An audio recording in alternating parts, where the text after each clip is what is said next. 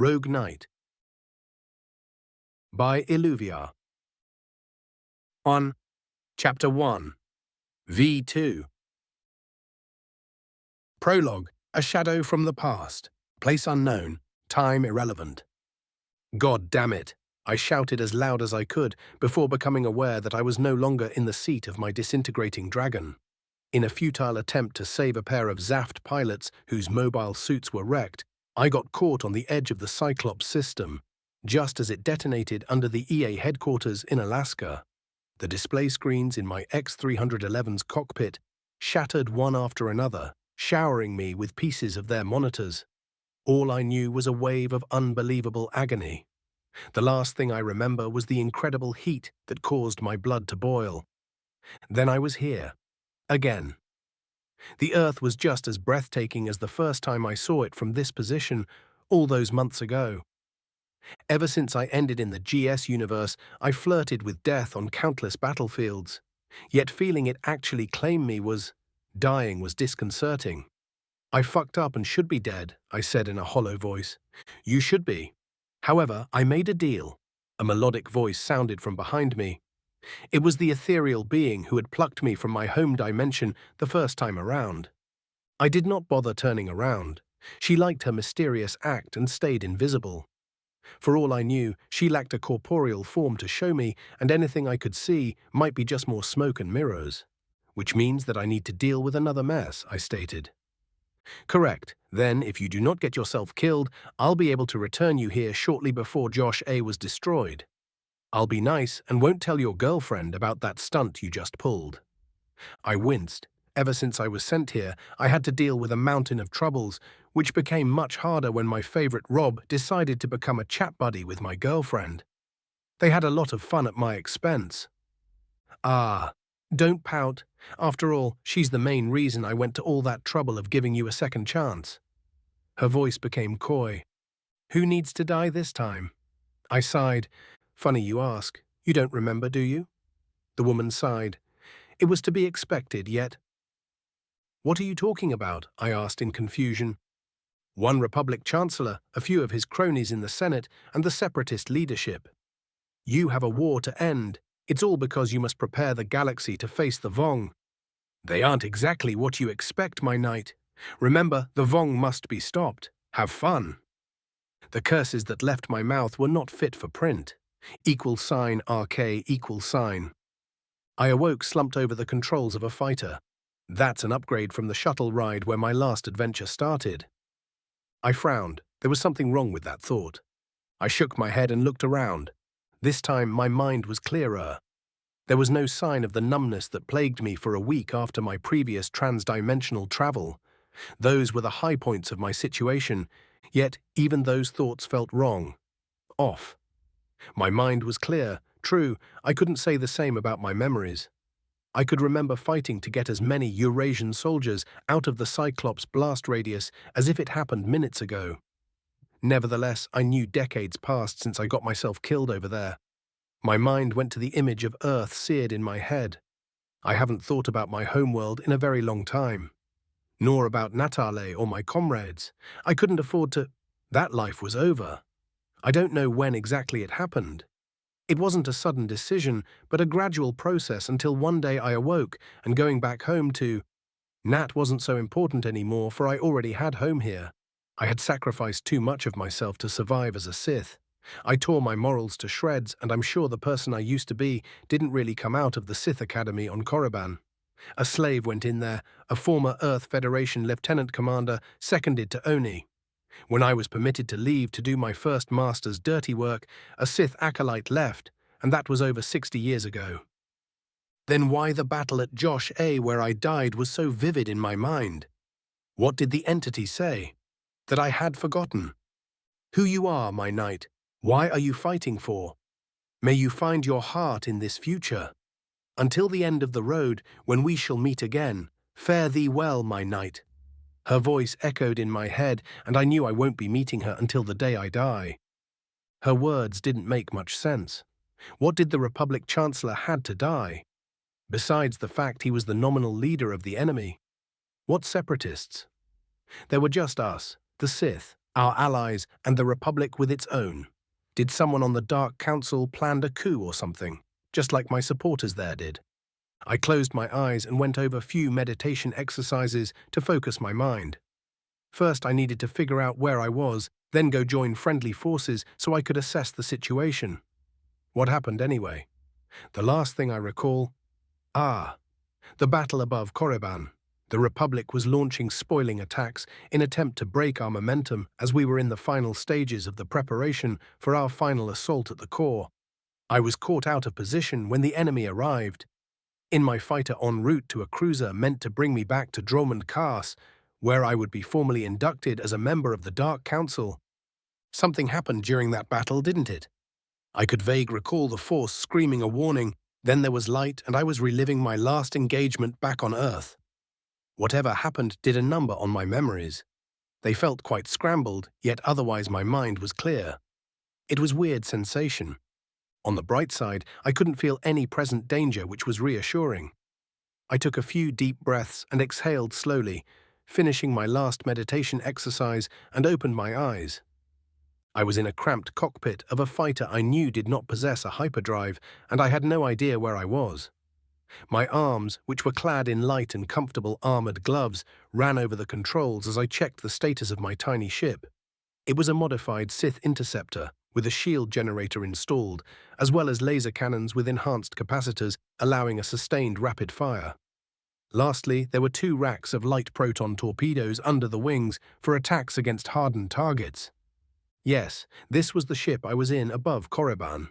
However, said planet wasn't in sensor range, much less the 2 fleets viciously tearing at each other in orbit. I was reluctant to go with active sensors until I had better idea where I was stuck at. As far as fighters go, my interceptor was a sweet killing machine, very good in a dogfight or even the odd bombing run. However, that did not help me with my current predicament. I was force knew where, without a hyperdrive. I hoped that I won't be meeting my patron soon after suffocating. I sometimes called her Rob in my mind, as in random omnipotent being, because she still hasn't properly introduced herself. Surely she didn't just drop in to troll me before I died. That's not the impression I got from her in our previous interaction, yet this latest meeting, it was off somehow. Criffit. What mess did I get myself in this time? I checked the starfighter's sensors again. I could detect some gravitational disturbances at the edges of the scanner's range, so there was probably at least one planet in the system. I hoped that it was inhabited, or at least life-bearing, or I was criffed beyond belief. My hands ran over the controls, and the Sith Interceptor's engines roared to life under my gentle touch. The nimble little spacecraft carried me deeper into the system. I gave the autopilot a general course plot and started checking what resources I had at my disposal. I was wearing a black robe covered by durasteel armor. My head was protected by a Mandalorian-styled helmet, with an integrated computer projecting a small HUD display on which the status of my armor, oxygen supply, and shields were shown. It was good to know that I had some additional protection, aside from the laminated sheets of durasteel and armored weave of my robe. I knew exactly what punishment it could handle, so there was no need to test it.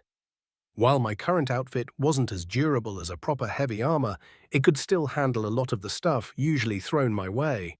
Besides, it was much more comfortable to wear than my Mandalorian-crafted Cortosis assault suit.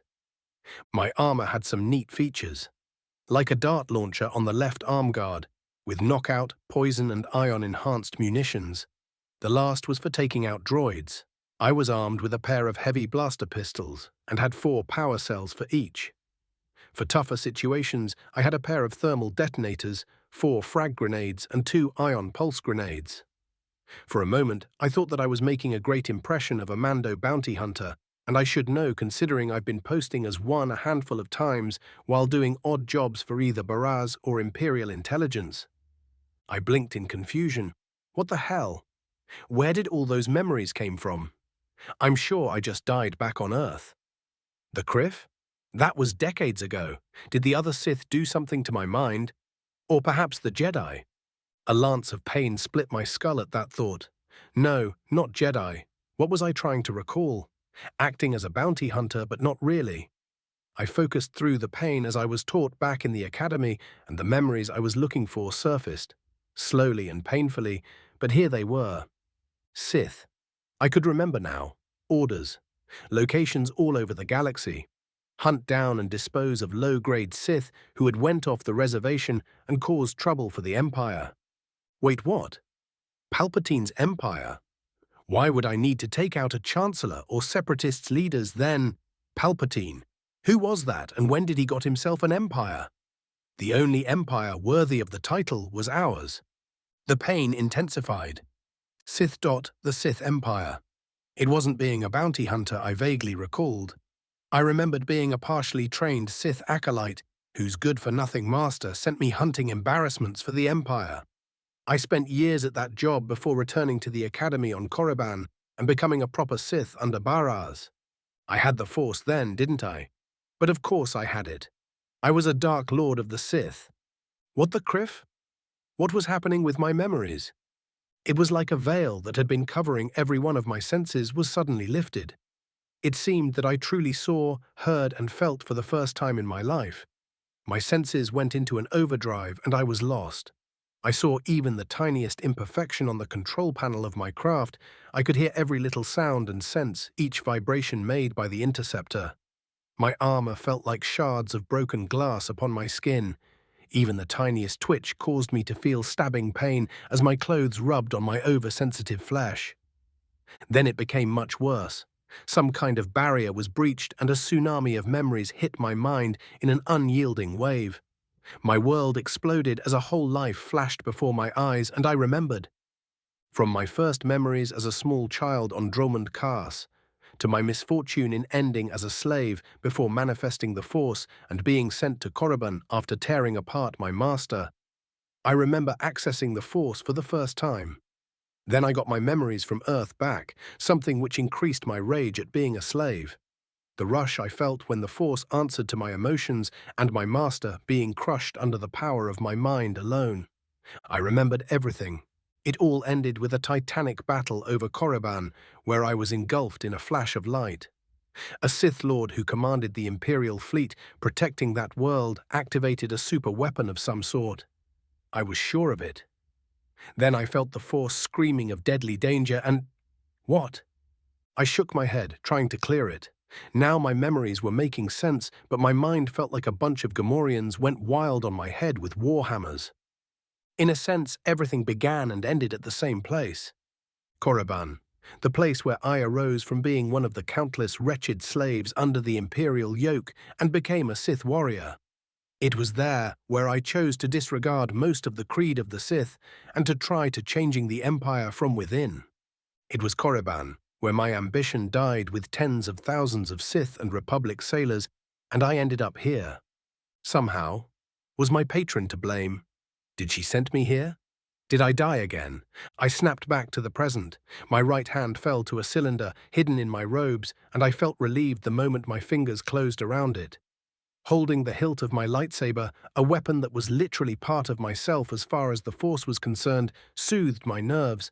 I used it as an anchor for my mind. The torrent of memories almost shattered my very being, nearly washing away who I was. This was not like the last time when I got only skills and fragments of someone else's past.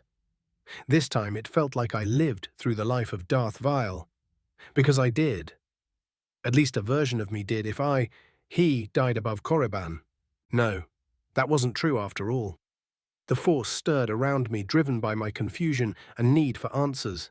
She felt odd, a bit distant and weaker, yet she answered my intent. I could feel her soothing presence wrapping around me. Some called her a mere energy field, but I knew better. The Force was alive. I'm not sure if she truly had a gender or her own, or if we, the Force adepts using her gifts, made her express one through our combined actions and emotions over the millennia. Perhaps once long ago, the Force was merely the energy binding every living thing in this galaxy.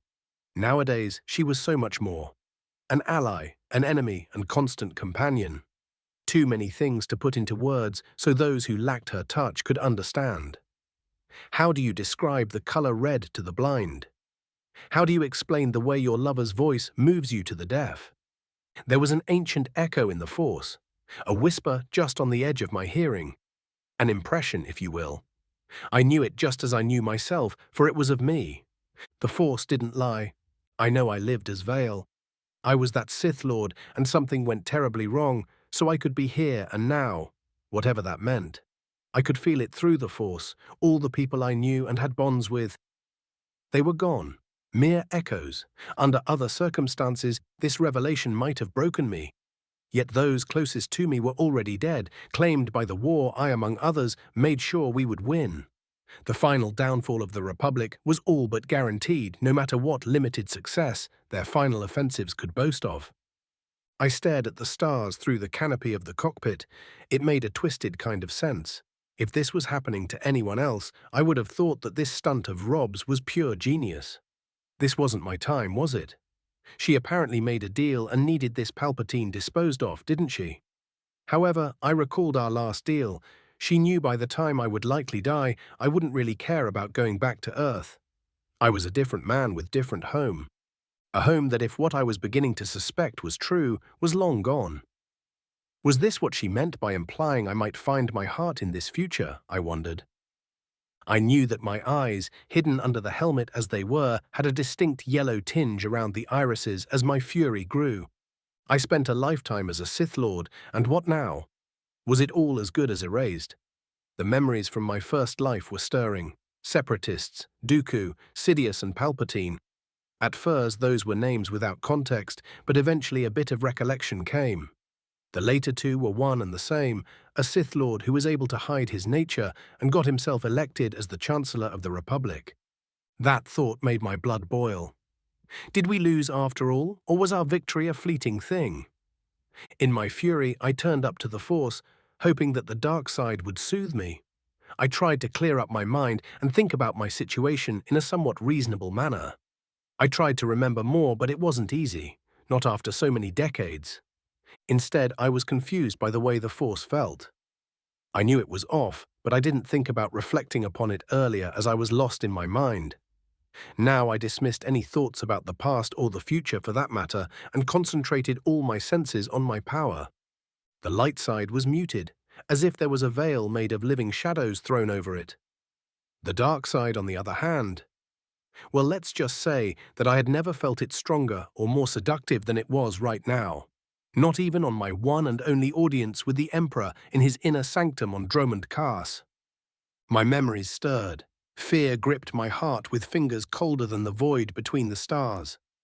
I had knowledge and skills from an old forgotten age. Even if, by some miracle, I prevailed over Palpatine and his army of cutthroats, there was no guarantee that I would not replace him and become something much worse. I had nothing left to keep me in check. Everyone who mattered to me was dead. And that deal that Rob offered. It was about saving a woman I knew decades ago in a different universe. I still felt something when I thought of her, yet she wasn't here to keep me company, to keep me sane. For all its atrocities, Sidious and his empire paled in comparison with the deaths and suffering caused by the Sith of old. By the empire I served, I laughed bitterly. It wasn't like the galaxy needed a monster like me unleashed upon it once again. I snarled. Now I knew what was off. Whatever happened above Korriban, or perhaps it was my patron. It wasn't just that my memories from Earth were fresher, more tangible than they were in decades. Oh no. There was a presence in me, an echo of the soldier I was once upon a time. It was thanks to him and his skills that I lived long enough to become the Sith I am today. But in order to survive, I had to kill that man. This was my mind, and he was merely a ghost from a forgotten era. Power surged through me. It was vast, incomprehensible, and terrifying. It washed through me, and I knew my patron has been here all along, studying me. The sheer power I could feel in this mere echo of her glory, was almost humbling. Utterly infuriating, too.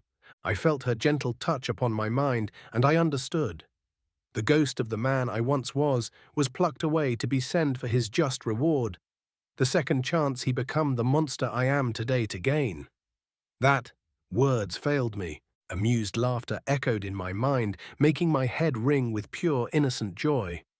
For a brief moment, I was back on Earth watching my X-311 Dragon in mobile suit configuration let go of the two Zaft gins it was dragging and speed away on the wing of the Cyclope activation.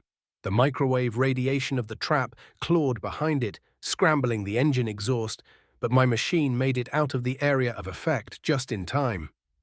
Just like that, I was back in the cockpit of my interceptor with laughter still ringing in my ears.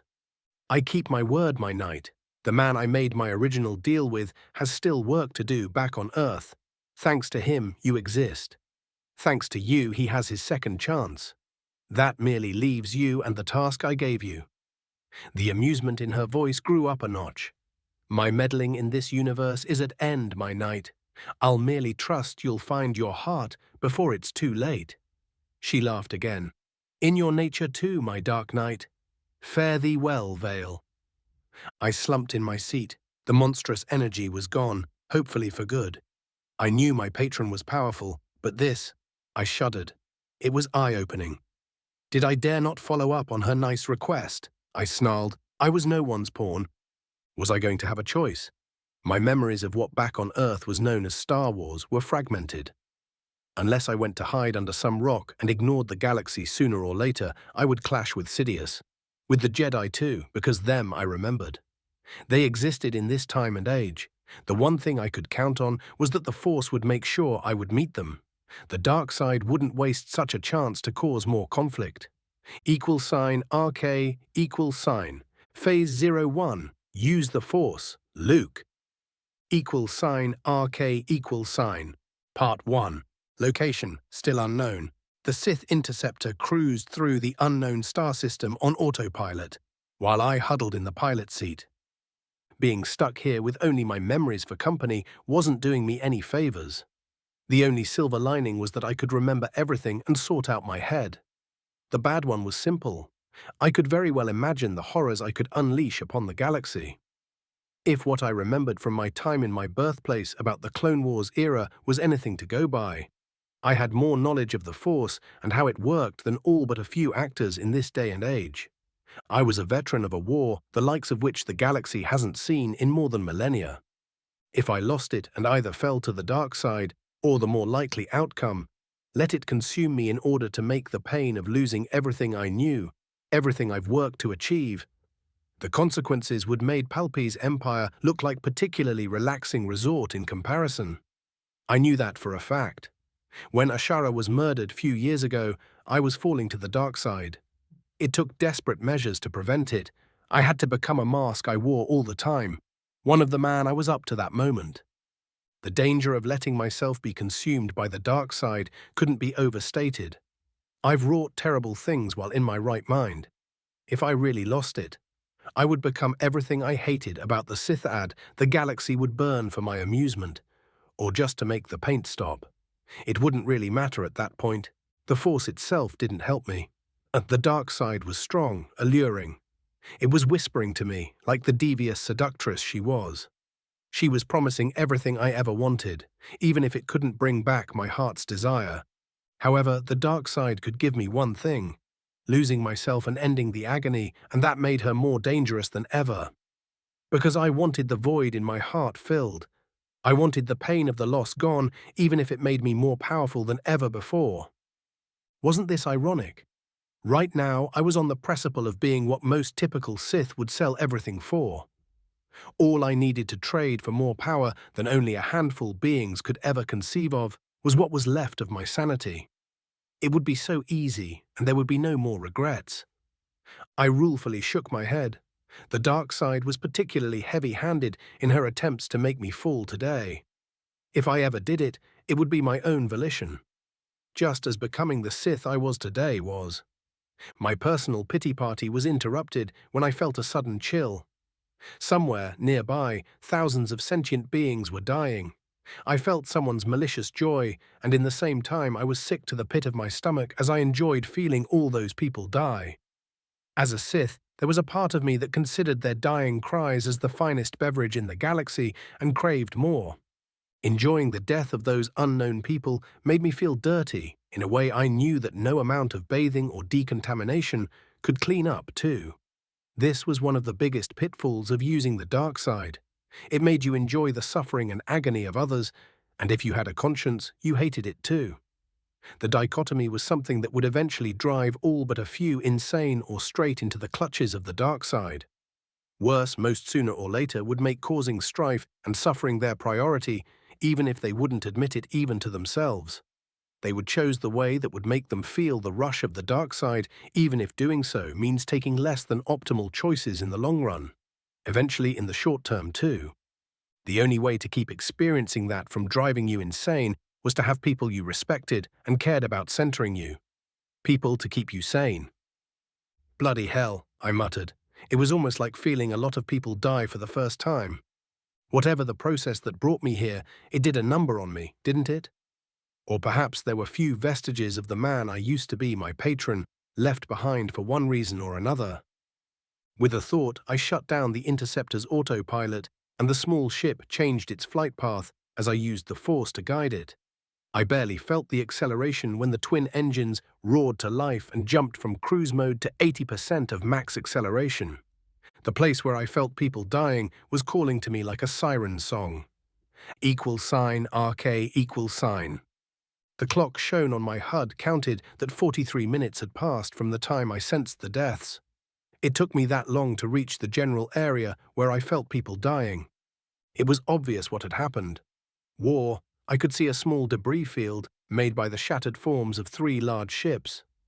From what I could remember, which wasn't as much as I would like after all this time, I was observing the remains of Republic cruisers, proto-star destroyers or something in that vein.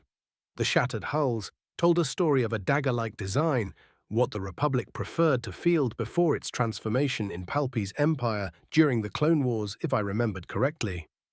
3 destroyed cruisers in a system with a red star. Why was this image ringing an alarm bell?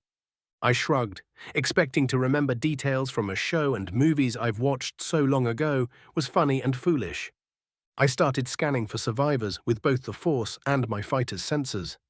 A display on my control panel lit up with few clusters of life signs, one of which winked out moments later. I felt cold pangs as the people died even before the sensors could register it. Probably clones if I was when I presumed to be. Briefly, all my attention focused on the whispers of the Force, trying to determine where I should go. That cluster of survivors, the one on the far left, it felt more important than the rest. My hands went to the controls, and I headed that way. I deftly evaded pieces of demolished ships which were tumbling around the few remaining bigger parts of the cruisers. Without the Force guiding my hands, navigating this unholy mess would have been moderately challenging and dangerous. However, I was cheating using my powers, so it was just like a training exercise in a simulator set on easy. A curious sight greeted me when I reached the life signs. An escape pod was gripped by an oddly shaped craft. It looked like a crude robotic manipulator with 4 fingers. 4 fragile-looking droids appeared from the center of that strange craft, where the middle of the palm would be if it really was a hand. They had something that resembled miners' helmets on their heads, right down to the round light mounted on the front. The droids had rocket packs on their backs, which they used to maneuver in space. I've seen a lot of weird droids in my day, but still, those were quite odd. Miner helmets in space, really? Droids. Sometimes they go weird. My fighter's computer detected wireless comms and automatically tapped into them. To my surprise, the encryption was quite basic and it was broken into within moments. I would have expected it to be much, much harder, if not impossible. This was to be the far future. Yet my memories told another story. This era wasn't as advanced as one might expect after a few thousand years' time out. In fact, in some technologies had either fallen out of use or were lost. I heard synthetic voices speaking with unfamiliar accents. "Let's pop this can," an overly enthusiastic droid eagerly exclaimed. It was easily to guess which one spoke as I saw one of the machines activate a blowtorch mounted on its right forearm. The Sith part of me grumbled in irritation at my decision to save what I suspected to be Republic clone troopers, but I squashed it. This Republic wasn't my enemy, I reminded myself. The only bright side of my situation was that all my enemies had been dead for a long, long time. If nothing else, I had the victory of outliving them all. It was a cold comfort when I was about to help Republic scum. The more reasonable part of my mind conceded the fact and countered by pointing out that the old Republic that was my enemy had been gone for a millennia. With a bit of luck, the Empire had used the strategy I helped devise and won the war, so I could take pride of a job well done. I grumbled at these random thoughts. I dialed down the power of my fighters' laser cannons to near handheld weapon strength and unloaded a barrage of crimson laser bolts at the quartet of unsuspecting droids. The machines didn't stand a chance. With no shields and obviously being mass-produced expendable grunts, they were annihilated by the underpowered laser blasts. After I made sure that there were no more of the killer droids milling around, I positioned my fighter so that I had a good view of the inside of the capsule. There were a pair of dark-skinned clones who were wearing bluish, almost grey Navy uniforms. No armor which could be sealed if their escape pod was breached by something. I guess this was their lucky day. Probably mine too, because they looked like officers and now they owed me their lives. Well, that sealed it. Seeing the clones all but guaranteed that I was sometime during the Clone Wars. I knew it was unlikely that my patron criffed up when and where she placed me, but it was good to have independent confirmation, especially given the odd encounters I had with her today. When the opportunity presents itself, I would drink to not meeting her again in the longest time. After all, the first few minutes after I awoke, I was pretty sure I've been sent here directly from my Gundam back on Earth. I shook my head in exasperation. It was time to have a chat with the locals. "Escape pod, this is Rogue Knight, please respond," I said once my flight computer could determine the frequency they were using. I went with the call sign I got after qualifying as a pilot in the Empire. How long ago was that? 60 years, give or take. It was soon after I got out of the Sith Academy for the first time. I sighed. Damn, I felt old. Only learning how to use the Force to slow down my aging by my first proper master Darth Barras allowed me to look like I was in my mid-30s nowadays. Otherwise, I would probably look worse than Palpy in the last movie or something. How do I remember such random criffing stuff instead of more important details? When I finally got an answer, it came from another Capsule 1 that was tumbling towards my current position. There was a shift in the Force coming from that direction, which made me pay attention to the newcomers. I knew that feeling quite well. There was a bloody Jedi on the second escape pod. I shook my head in exasperation. Obviously, my patron wanted to make my life interesting from the start. I smiled in anticipation. The Jedi's reaction, once they knew what I was going to be entertaining. =RK =. Part 2. Republic Fleet's Debris Field. Unknown System. This is Capsule 1977. "Thank you for the help," said a voice which had the characteristic distortion of one wearing a breathing mask. "You are welcome. After an accident, I happen to be stuck in this system without operational hyperdrive. You wouldn't happen to have a way out of here, do you?" I asked cheerfully, while using a Force technique known to many Sith of my time to cloak my Force alignment. No reason to spook the Jedi before I absolutely had to. I wondered how would they react to meeting a live, friendly and helpful Sith. The technique wasn't going to hold up to a close scrutiny, but I was safe until we met face to face, which would be when the true fun begins. While I waited for an answer, I examined the droid ship. Now that I think about it, the craft was somewhat familiar. I thought I have a vague recollection of this situation. If I was lucky and I remembered right, I had landed during the early months of the Clone Wars. If I played my cards right, this conflict could be a great opportunity to regain a lot of the power I lost. "We are sending distress signal to all Republic forces that could reach us. I hope that someone will be here soon." The response came a few seconds later. "Preferably before whoever sent the droids figures out that they are gone and decides to pay us a visit," I muttered. While my fighter was state-of-the-art, I was a few thousands of years in the future. Further, the other side, this confederacy, obvious had enough forces in system to wreck 3 capital ships just an hour ago. I was reluctant in pitting my interceptor against anything modern, without first seeing for myself how the future hardware compared to what I had available even before factoring in likely being outnumbered to a ridiculous margin. "That's nice mess we landed into this time." One of the clones spoke over the comm. "I do not want to be pessimist, General, But I do not believe that someone will come searching for us anytime soon, interjected another. So the Jedi was a general, not just a small strike force leader. I should be careful until I knew their abilities. The Jedi I knew weren't giving such ranks unless you knew your job and were a decent fighter too. At that moment, the scanner on my fighter pinged. A ship had entered the debris field. Well, someone came all right. I sent to the Jedi and the cones. This is Rogue Knight to the unknown ship that just entered the debris field. Please respond. I hailed the newcomer. This is Jedi Knight Skywalker. Who is this? An irritated voice answered. Oh my, the so-called Chosen One himself. Him I remembered. I wondered how did he compare in real life to the one from my memories. This is Del-Qatar Vale. I am parked near 2 escape pods with survivors. Follow my signal. I introduced myself. This is Jedi Master Plo Koon. Good to hear from you, Skywalker. The other Jedi decided to introduce himself too. So nice of him, however the name didn't ring any bells. Master Jedi, would you mind giving me a lift out of this system? I'm a bit stuck. I added my 2 credits. That shouldn't be a problem, Plo Koon answered. There was curious silence coming from Skywalker's end. $RK, $. Skywalker's ship was a criffing flying scrap pile that looked like it was held together with space tape, spit, and prayers. It was also far uglier than my very vague recollections from the show featuring the bloody thing. In the end, I had to ditch my interceptor and take a spacewalk to the open compartment of Skywalker's ship.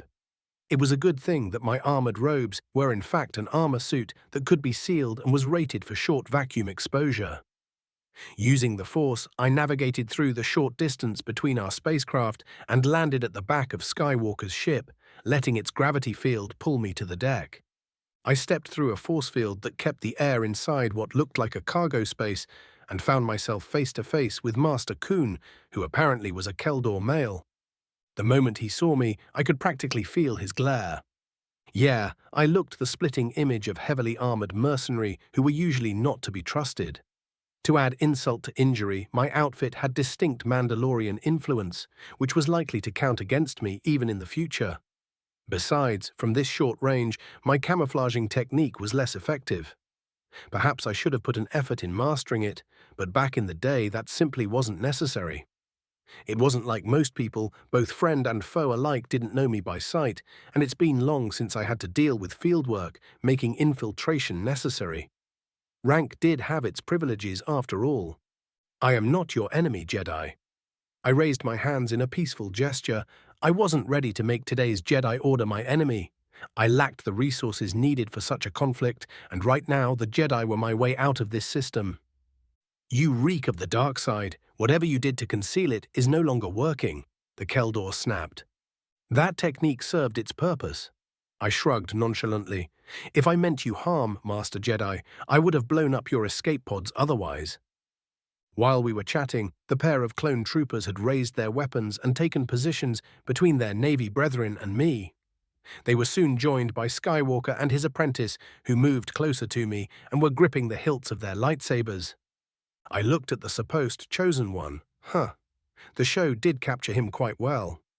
The same went for the young Togruta, who was obviously Anakin's Padawan.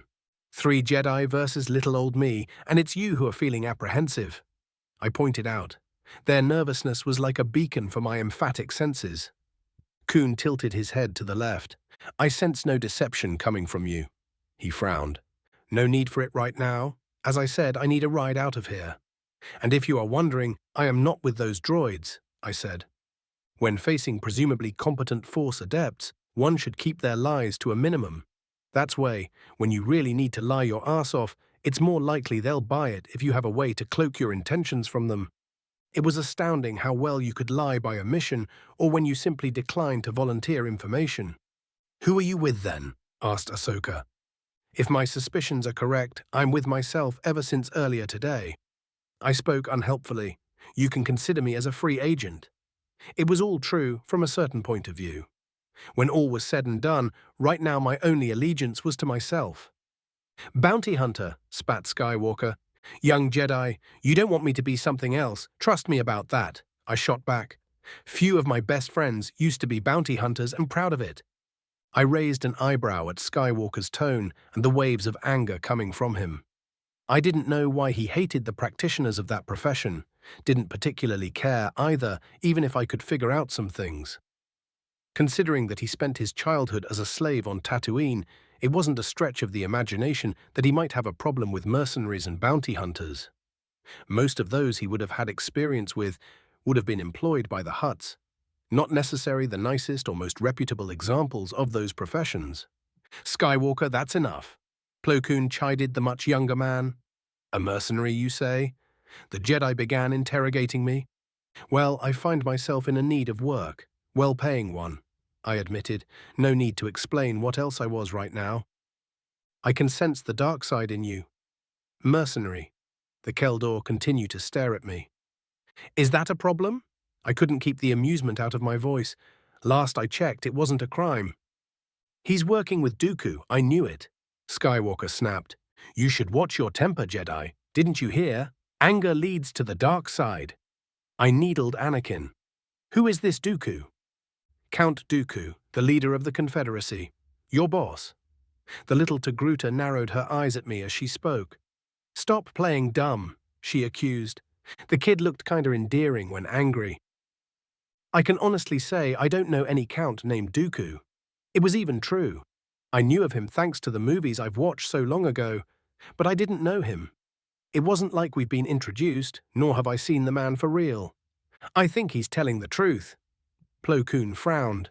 It was hard to tell with his species, even when they weren't wearing a breather mask. He has a name. Please use it, Jedi. It's a common courtesy. I shot back. Delcatar Vale. The Keldor actually said my name. Who are you really? I don't buy the mercenary story. He paused. What are you? The Jedi asked. I felt his words being reinforced with the Force as he attempted to compel the truth from me. Someone who is a long time from home. I spoke truthfully, ignoring the suggestion. Deceiving by telling the truth. That was an art form among us Sith. It was kinda necessary with so many people running around who more often than not could sense deception despite your best efforts, thanks to decades of experience. Isn't that supposed to be a long way? The Togruta frowned, making her look cute. I'm pretty sure it's time in my case. I shook my head. Answer my question. Plo Koon insisted. I told you the truth. Granted, not all of it.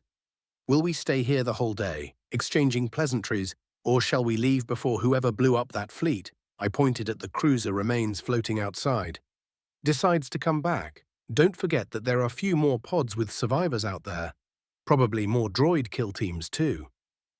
The Jedi looked at each other for a few moments and reached a decision. Apparently, I was not the clear and present danger that needed dealing with right now, at least for the moment.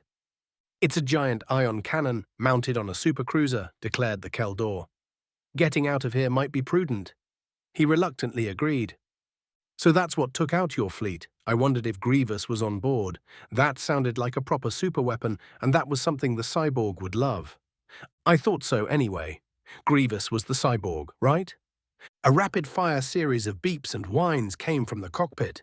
If I interpreted the droid's speech correctly, a craft was approaching us. Just like the giant ship that is coming towards us, I asked, seemingly without a care in the world. Despite the mountain of weapons and armor that was approaching, I was calm. We should have enough time to escape in hyperspace, otherwise the Force would have been surely warned us. The Jedi rushed to the cockpit, and I followed them calmly. The clones tried to stop me, but I waved a hand and told them to stand down, and they obeyed. It was surprising that at least one of the Jedi didn't remain to keep an eye of me, not that I had something against it. Under the orders of Koon, Anakin and Ahsoka shut down the power of the ship and even the droid, but the cruiser continued racing towards our position. I looked at the back of the transport. I could sense an active power source there. Do you have a medical droid or another astromech stashed in the back? I wondered aloud and made the Jedi whirl around to face me. The look of Skywalker's face was priceless. We forgot the medical droid, Ahsoka exclaimed and began restoring power to the vessel. I shook my head. And those were the people on whom the galaxy counted on? All right, thanks to being a Sith, I am quite biased, but their performance so far was not great. On the other hand, I knew a lot of Sith who were much bigger idiots, but I digress. Most of those didn't last long. Besides, the Jedi I was familiar with had been under decades of brutal natural selection that left only the best alive. If I wasn't very much mistaken, this was the first major conflict today's Jedi were facing in centuries, perhaps 1,000 years. I used the comm unit built in my armor to send an order to my interceptor. Its autopilot took it on a suicide attack run against the dreadnought approaching us. My fighter wouldn't last long, but all it needed to do was buy us few moments by providing a brief distraction. That way, its destruction would have some use instead of forcing me to activate its self-destruct, because I wasn't leaving it behind for the Confederacy to poke at. The interceptor attacked the behemoth, shooting laser bolts and torpedoes like there was no tomorrow. It was using a pre-programmed evasive pattern, which allowed it to survive for 15 seconds against the awe-inspiring amount of flak that the cruiser was throwing its way. I frowned. That was a lot of AA fire, yet it should have been much more dense coming from such a platform. While mere flak couldn't stop a wing flown by Force Adept, it could make their life interesting, and enough of it might make an attack from regular pilots suicidal. It was a trade-off. During the war, AA defenses weren't uniform. There were different thoughts on the matter, with those believing it being a waste of resources given how many trained Force Adepts each side had to deploy, being more and more prominent as of late. I wondered if this was the case nowadays too. How many Jedi were there, Sith? The kamikaze run gave us just enough time to bring back power and head through the debris field before our location was locked in and the enemy raced after us. That, combined with the small size of the transport, should provide us with enough cover for the nav computer to complete its calculations so we could jump in hyperspace. Behind us, the behemoth tried to shoot us down with its turbo lasers before giving up. We were too small an agile target, too far away for the heavy weapons and still out of range of the light stuff. Then it unloaded a truly massive pulse of ion energy from its main cannon. A large circle of condensed ionic fury raced after us, but it was too late. We entered hyperspace mere moments before the attack could hit us. =RK=. Republic fleet under the command of General Skywalker. Location classified.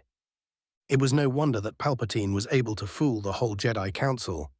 After spending few hours in a small ship with 3 of the most powerful Jedi of this generation, they knew nothing about me beside that I felt dark. Perhaps I should have been grateful that they had not figured what I was yet.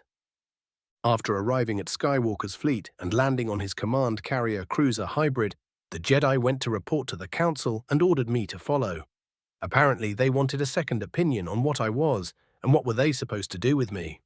I wondered if I'll have to fight my way out of here and steal a fighter to get away, so I did my best to memorize the way back to the hangars. Hopefully, I would be able to talk my way out of this mess, because fighting Skywalker, Kuhn, and the Togruta, not to mention the ship's crew, well, that wasn't a pleasant prospect. Even if I managed to get away, I would have to show too much of my power, something that would inevitably make me a target for everyone. Jedi, Republic, Sith, and the Confederacy. That wouldn't be a good place to be considering I was by myself with no allies or resources besides what I wore on me. Even with the Force, my training and experience there were limits on what was possible. I didn't feel like testing them right now if I could avoid it, because it would be glorious but likely suicidal. Even worse, while the dark side felt much stronger at this time, the Force itself, it was somehow lesser. That's the best way to put it. I sensed that I would need to channel more power to get the same results as I would have achieved with much smaller effort before ending up in the future. That didn't bode well for what I could pull off if relying solely upon the Force. Not good at all.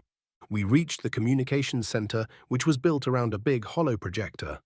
After a few minutes of silence, a pair of Jedi who introduced themselves as Mace Windu and Yoda appeared as bluish transparent holograms. They looked much like the vague recollections from my memories. The former was tall, brooding, and bald human with dark skin. Next to him stood a small green troll who was the Jedi's Grand Master. I still couldn't wrap my head around the fact that such a species could constantly produce a few very powerful Force Adepts. The human looked at us for a moment, then frowned at me and Skywalker. It was good to know that my presence was appreciated. "Master Kuhn, it's good to see you unharmed." And who is this? The tall man turned his attention to the only Jedi Master who was physically present. Master Windu, Master Yoda. The Keldor gave a small bow to his fellow council members. This is Delcatar Vale. He says that he is a mercenary. Plo introduced me and gave them a brief description of my actions so far. He feels dark through the Force and was somehow able to conceal it until we stood face to face. The Jedi finished. Perhaps.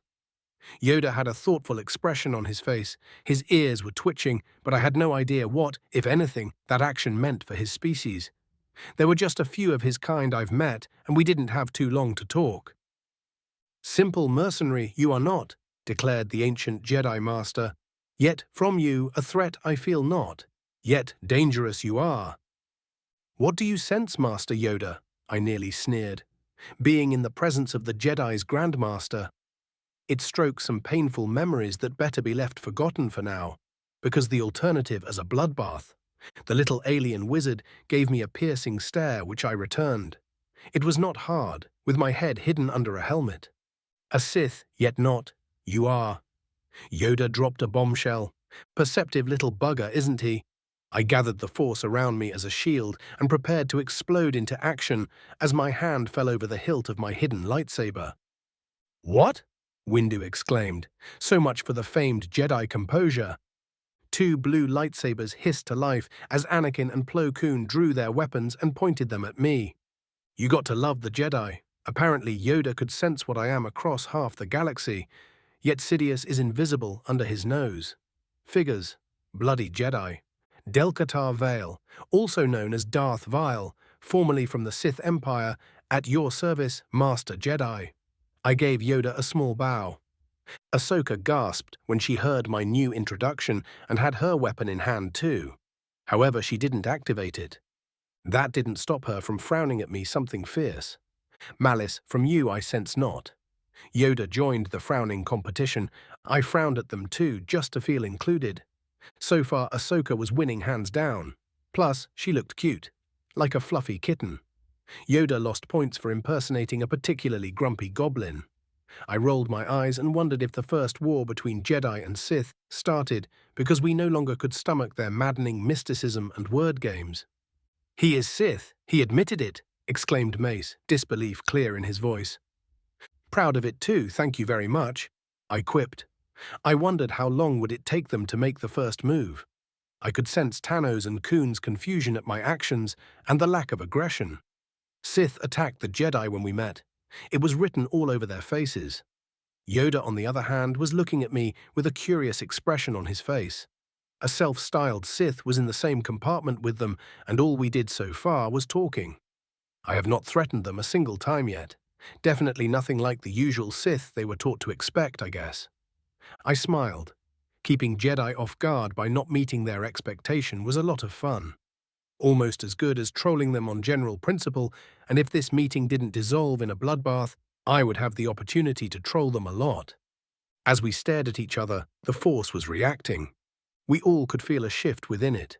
It was like the whole galaxy was holding its breath and waiting for something to happen. Time stood still before one moment and the next, as Yoda was considering his options. The Grandmaster reached a decision and opened his mouth to speak. In that moment, the balance shattered, and we could sense a profound disturbance in the Force. =RK, Part 3. Republic Fleet under the command of General Skywalker. Location classified. Rumbled the tiny Jedi Master. Hard to see, the future is...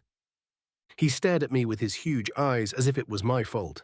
I grimaced. Jedi. Everything had to be blamed on the obvious dark side wielder, bloody wankers.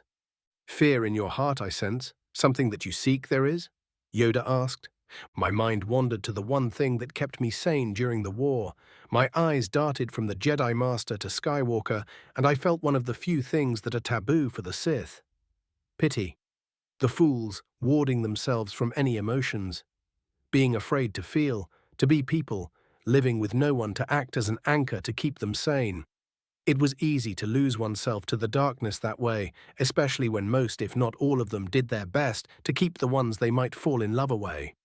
Was it any wonder why, when the Sith went active, so many Jedi fell upon our words when we promised them the freedom to revel in their emotions, to be whom they truly were?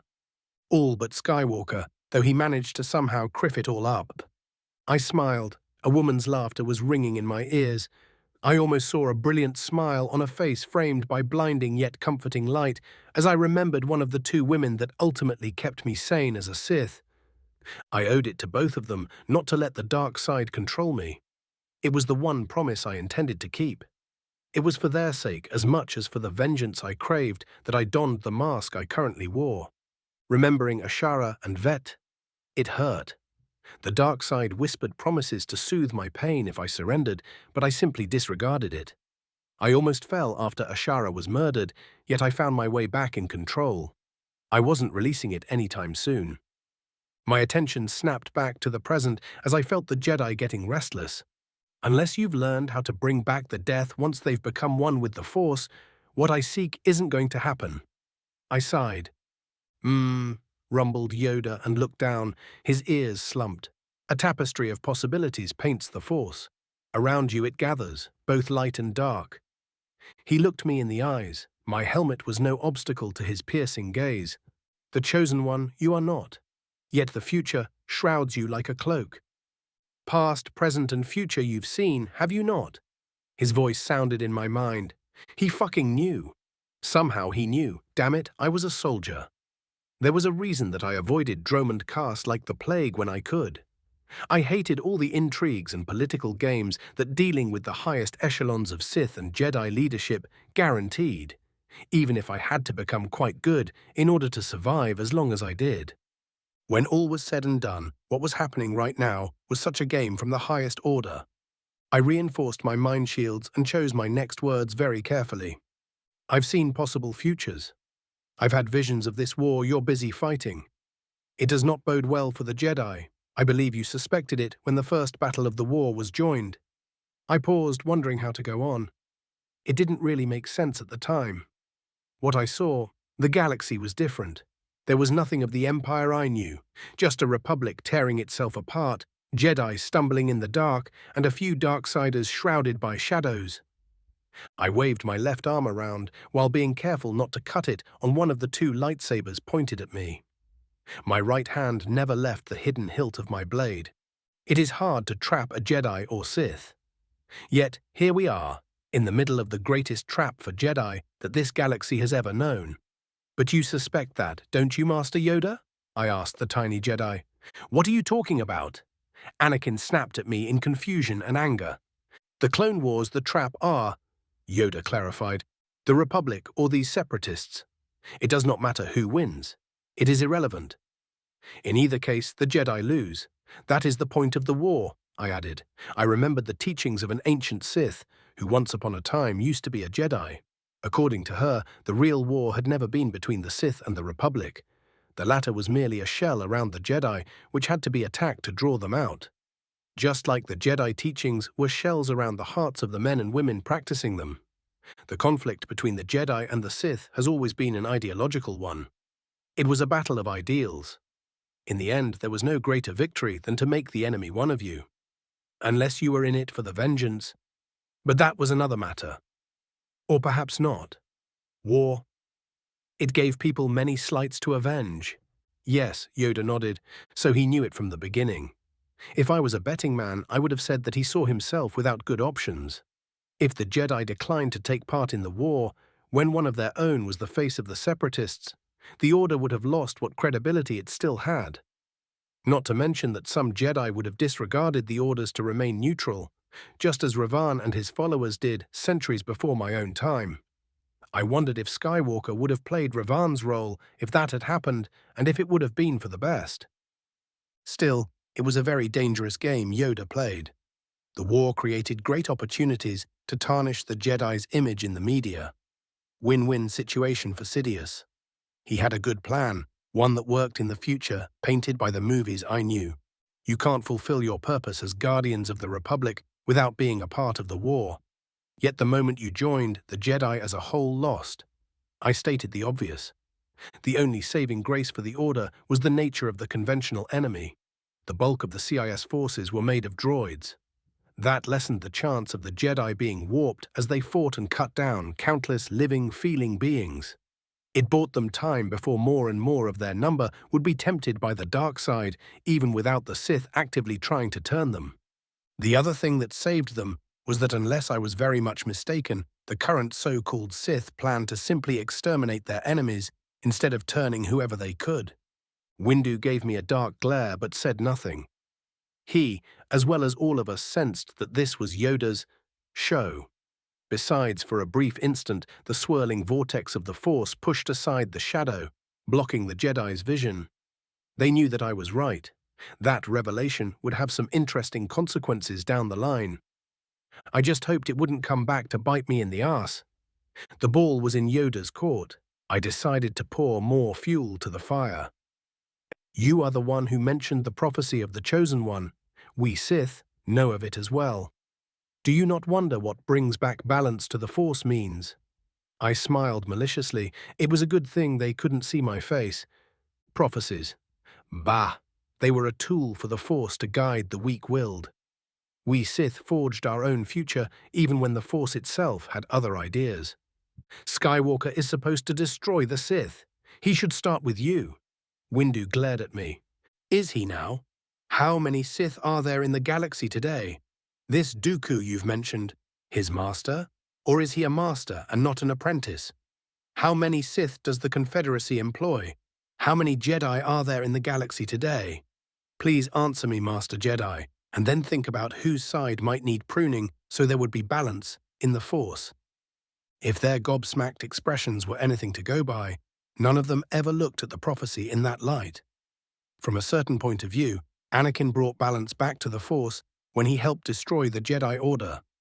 20-odd years later, he fulfilled the last part of the prophecy by offing Sidious and, at least for a time, getting rid of the Sith. With Luke being a barely trained novice, Anakin wiped the slate clean. In the end, there were thousands of Sith holocrons spread around the galaxy, just waiting for someone willing to learn. In time, new Sith would emerge again, even if the last of us died. Unfortunately, the same was likely true for the Jedi. Talking about Sith, I tried to remember what I knew about Sidious and his little group. If I wasn't mixing things up, they weren't true Sith, just a sect of dark Jedi with delusions of grandeur trying to emulate the real thing. Just a single master and apprentice? That was simply begging for knowledge to be lost every time the master died before he could teach their student everything they knew. What were the odds that an apprentice would wait until their master had taught them all they know before the final confrontation? Every single such cycle had the potential to lose knowledge. Further, just a pair of Sith, there was a limit on new research on the nature of the Force and how to manipulate it. Two people could carry on, and thus weakening the Sith further. I chased those thoughts out of my mind and looked at Skywalker. Anakin was looking positively ill. Wouldn't you know it? He was starting to think for himself and probably didn't like my interpretation of the prophecy. Roughly speaking, there were 3 ways to ensure there was a balance, depending on your preconceptions about the Force, or how much you've been indoctrinated by the Jedi or Sith, but that was another story. Wipe out either sect or both and start with a clean sheet. The latter was what was supposed to happen in the next few decades. How many trained Jedi and Sith were there at the end of the 6th film? It was obvious, really, for the Jedi balance meant that their evil enemies were gone. For us Sith, it was similar. It meant victory, with the Jedi either finally dying off or being freed by their chains. The Force, well, I thought I knew what she wanted too. Well, that is if you believed in fate. I am pretty sure that my presence here was not ordained by the Force or something like that. Nope. Couple of entities like my patron made a deal, and the future of a galaxy was going to change. Unless I got myself killed again, but I didn't plan on it. I could feel the Force swirling around me and Yoda. It was stiff, like a snake coiled for a strike. The Jedi Master was about to make an important decision. Hard it is. Against all I was taught by my own master it is. Done nothing against the Jedi of this age you have. Enemy you are not. Perhaps too much in the prophecy we have believed. Other ways to balance might there be. I'm not your enemy, Master Yoda, unless you turn me into one. I told him the truth. For the time being, I was content with live and let live arrangement. I smiled broadly. The knot of energy centered around us started dissipating, and it sent a shockwave through the Force. What would have been was no more set up in stone. The future was there, waiting to be shaped by the present. Now there were two shadows looming within the Force, Sidious and me. A new game was afoot. This is a mistake we may not live to regret. Mace Windu snapped.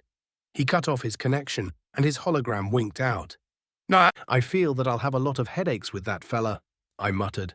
I didn't need the Force to figure it out either. Ahsoka snorted in amusement. That's not a nice thing to say about Master Windu, said the little Togruta, but she could not hide the edge of mirth in her tone.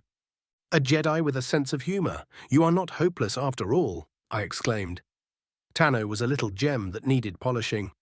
Snips, behave. Skywalker admonished his Padawan, but I sensed that he agreed with her.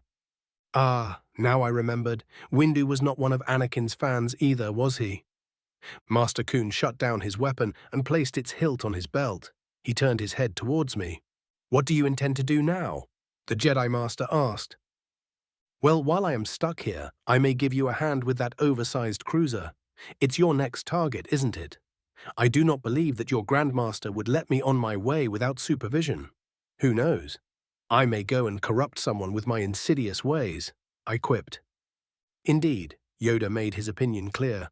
For the best it will be if a Jedi go with you. From a different age you are. The galaxy changed is from the time you knew. I wonder, a cruiser to hunt you have? Speak of this later, we will. Yoda turned his attention at Anakin. Knight Skywalker. Problem, understanding orders you have. It was amusing to listen how Yoda berated the Chosen One for disobeying orders and saving us. You are correct, Master Jedi. It is a strange new world. The last time I checked, leaving survivors of your fleet to fend for themselves and concentrating on the objective, well, it was a practical thing to do, an action worthy of any self-respecting Sith, or a dedicated military commander who was doing what he had to in order to win the bloody war as soon as possible. To be a good officer, you had to care about those under your command because otherwise you would end up wasting them. Nevertheless, you had to be able to send them to die or leave them to their fate when the situation called for it. Yoda's ears slumped. This war clouds one's judgment, it does, muttered the small Jedi. Meditate I will on a lot of things. May the Force be with you. With that, he cut the connection. Anakin looked at me with a confused expression. A Sith lecturing a bunch of Jedi about morality. It sent their minds for a spin. What I was sensing from them was hilarious. It was something that Dooku would do, wasn't it? Asked Anakin with a hollow voice. It was the practical thing to do, I interjected. Expediency was a slippery slope that was often fatal for the Jedi. It was one thing for someone not a Force sensitive to make such a decision. For a Jedi, however. And to answer your question, if Dooku really is a Sith, that's something he would cheerfully do. It would be even better if he cared for the people who he might leave to die. The emotions caused by such an act would make great fuel for the dark side. Skywalker deactivated his lightsaber and rubbed his face with his left hand. He was starting to see the Jedi in a different light, I think.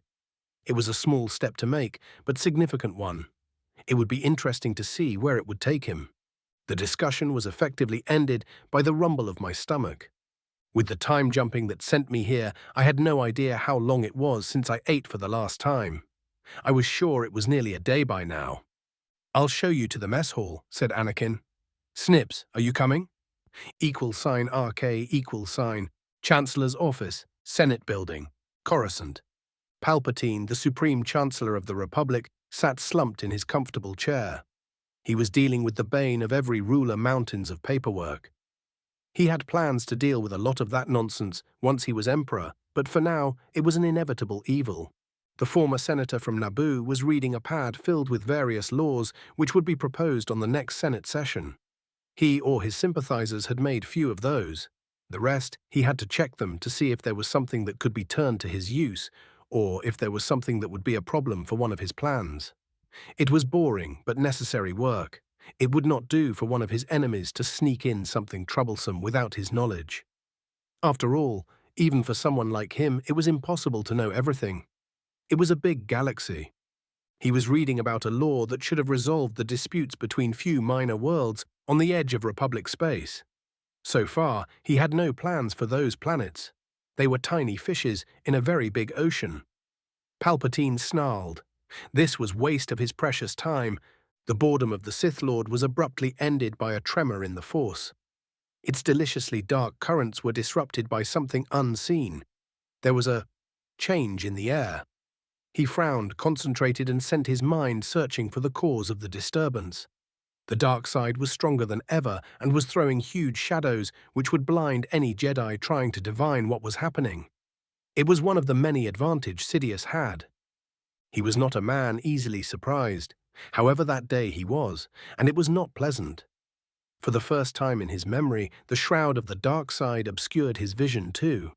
The Force was in turmoil, and he sensed that it was waiting for something to happen. For minutes he searched for the reason of this confusion. It was futile, which infuriated Sidious. He was the Dark Lord of the Sith. What was happening should have been beyond the skills of any Jedi.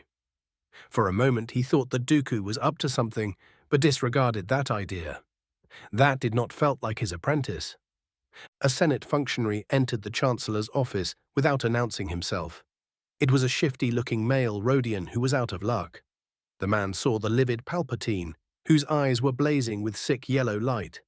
With a wave of his hand, Sidious vented some of his frustration on the unfortunate being. The Rodian was gripped by an invisible hand which started squeezing. He tried to scream as his bones snapped and his flesh was rent apart. The Sith Lord discarded the body to a dark corner of his office.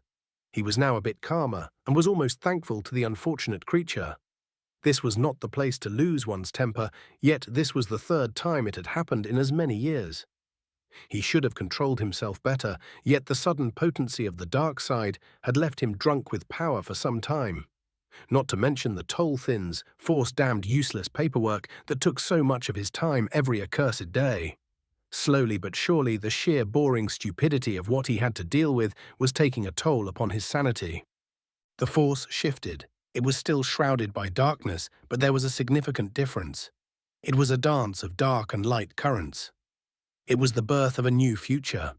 Sidious was no longer the absolute master of the dark side, and if it was not for his arrogance and pride, he would have seen the signs. What he knew was that now his sight within the Force was as bad as the one those foolish Jedi had. There was a new shadow which was obscuring even his vision.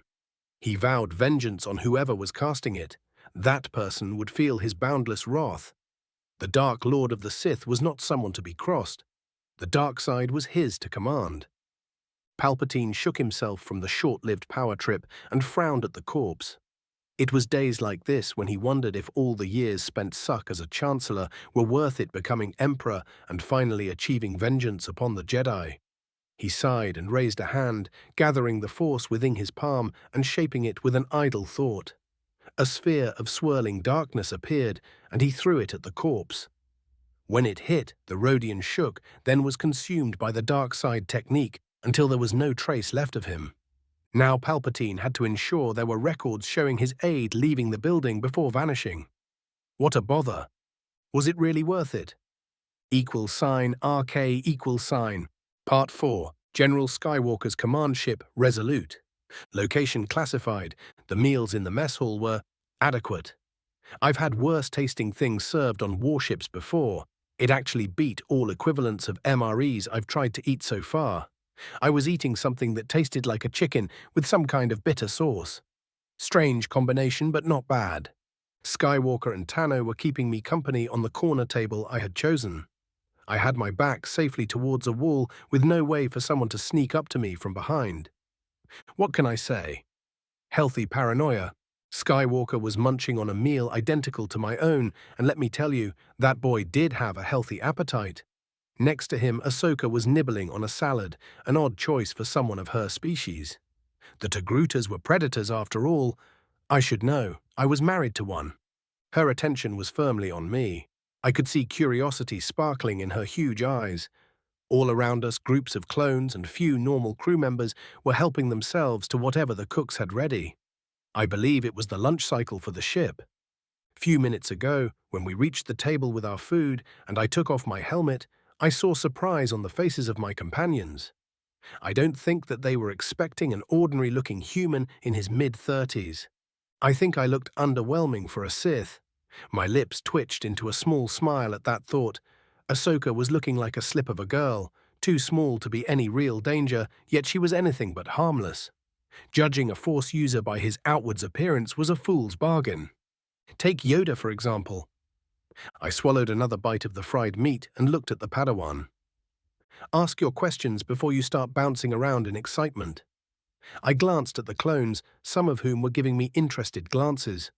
If the rumor mill was all right and working as its usual faster than light speed, they already knew that I had saved a few of their brethren, and perhaps that I was a Sith too.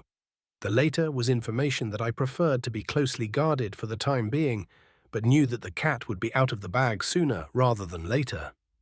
I would not be surprised if in few days Palpatine watches a copy of the conversation between me and the council members. Of course, it was one thing if someone learned what I was. Actually believing it was something quite different. I should be keeping reasonably low profile at least, as far as my skills with the Force were concerned, for as long as I could. On the other hand, in doing so it wasn't exactly vital. I was a Sith Warrior. Stealth was not one of our strong points, even if I had some decent training in it. I hope that little fact won't bite me on the arse one of these days. There were things that could be said about showing more from my abilities than I intended to for the foreseeable future too. Explanation is in order, I think. How did you end in that system anyway? Asked Skywalker. And what does Master Yoda mean when he told us that you are from a different age? What was the best way to lie to Jedi? Tell as much of the truth as possible while omitting the most important things. I was in a battle above Korriban, the ancient Sith homeworld. It was not a notable clash between Imperial and Republic forces, just one among dozens of space skirmishes that were raging across the galaxy as the Republic Navy tried to execute a preemptive strike while we were preparing our final offensive against the Republic. I paused. It's the old Republic now, I guess. A certain imbecile who was masquerading as the Sith Lord in command of the fleet protecting Korriban panicked when the enemy received reinforcements. He employed an experimental superweapon which was mounted on his command dreadnought. The next thing I know, I awoke in my interceptor in the system you found me, feeling as I've fallen out of time, so to speak. At least that's what the Force tried to tell me. The rest, you know. I finished my brief explanation. We are not fighting an empire, just the separatists. Ahsoka pouted, looking too cute for her own good. Way too cute. Down, boy, stay away from the Jedi jailbait. I shook my head. It's been some time since I got laid. There were those Twi'lek twins about a year and a half after my wife died, and that was it. That was too long ago, I think. I've been too absorbed in the war and tracking down the people responsible for Ashara's murder to think about sex. That was the last thing I needed. Lusting after Skywalker's Padawan, I ordered my eyes not to pass lower than the neckline of the scantily clad Togruta female and concentrated on the conversation and my lunch. Safer that way. It was 1,000 years since the last war with the Sith. Anakin must. They were supposedly wiped out then, but Dooku and company proved that belief wrong. So I am from at least that long ago. Splendid. I sighed. I was pretty sure I was from 3,000 to 4,000 years ago. I frowned at the Jedi Knight and started fishing for information. During that war, did the Sith raid Coruscant and lay waste to the Jedi Temple? You must be joking. The last time something like that happened was almost 4,000 years ago. Now Ahsoka was looking at me like a favorite science project. Yep, nailed it. Lucky me, I grumbled. I could picture it already. Historians from all over the galaxy flocking to my side and begging for interviews. I wondered if I could get away with making a few graphic and bloody examples of such pests. Perhaps I should keep that for the paparazzi. At worst, I should just take precautions and not get caught. I looked at the exited Padawan.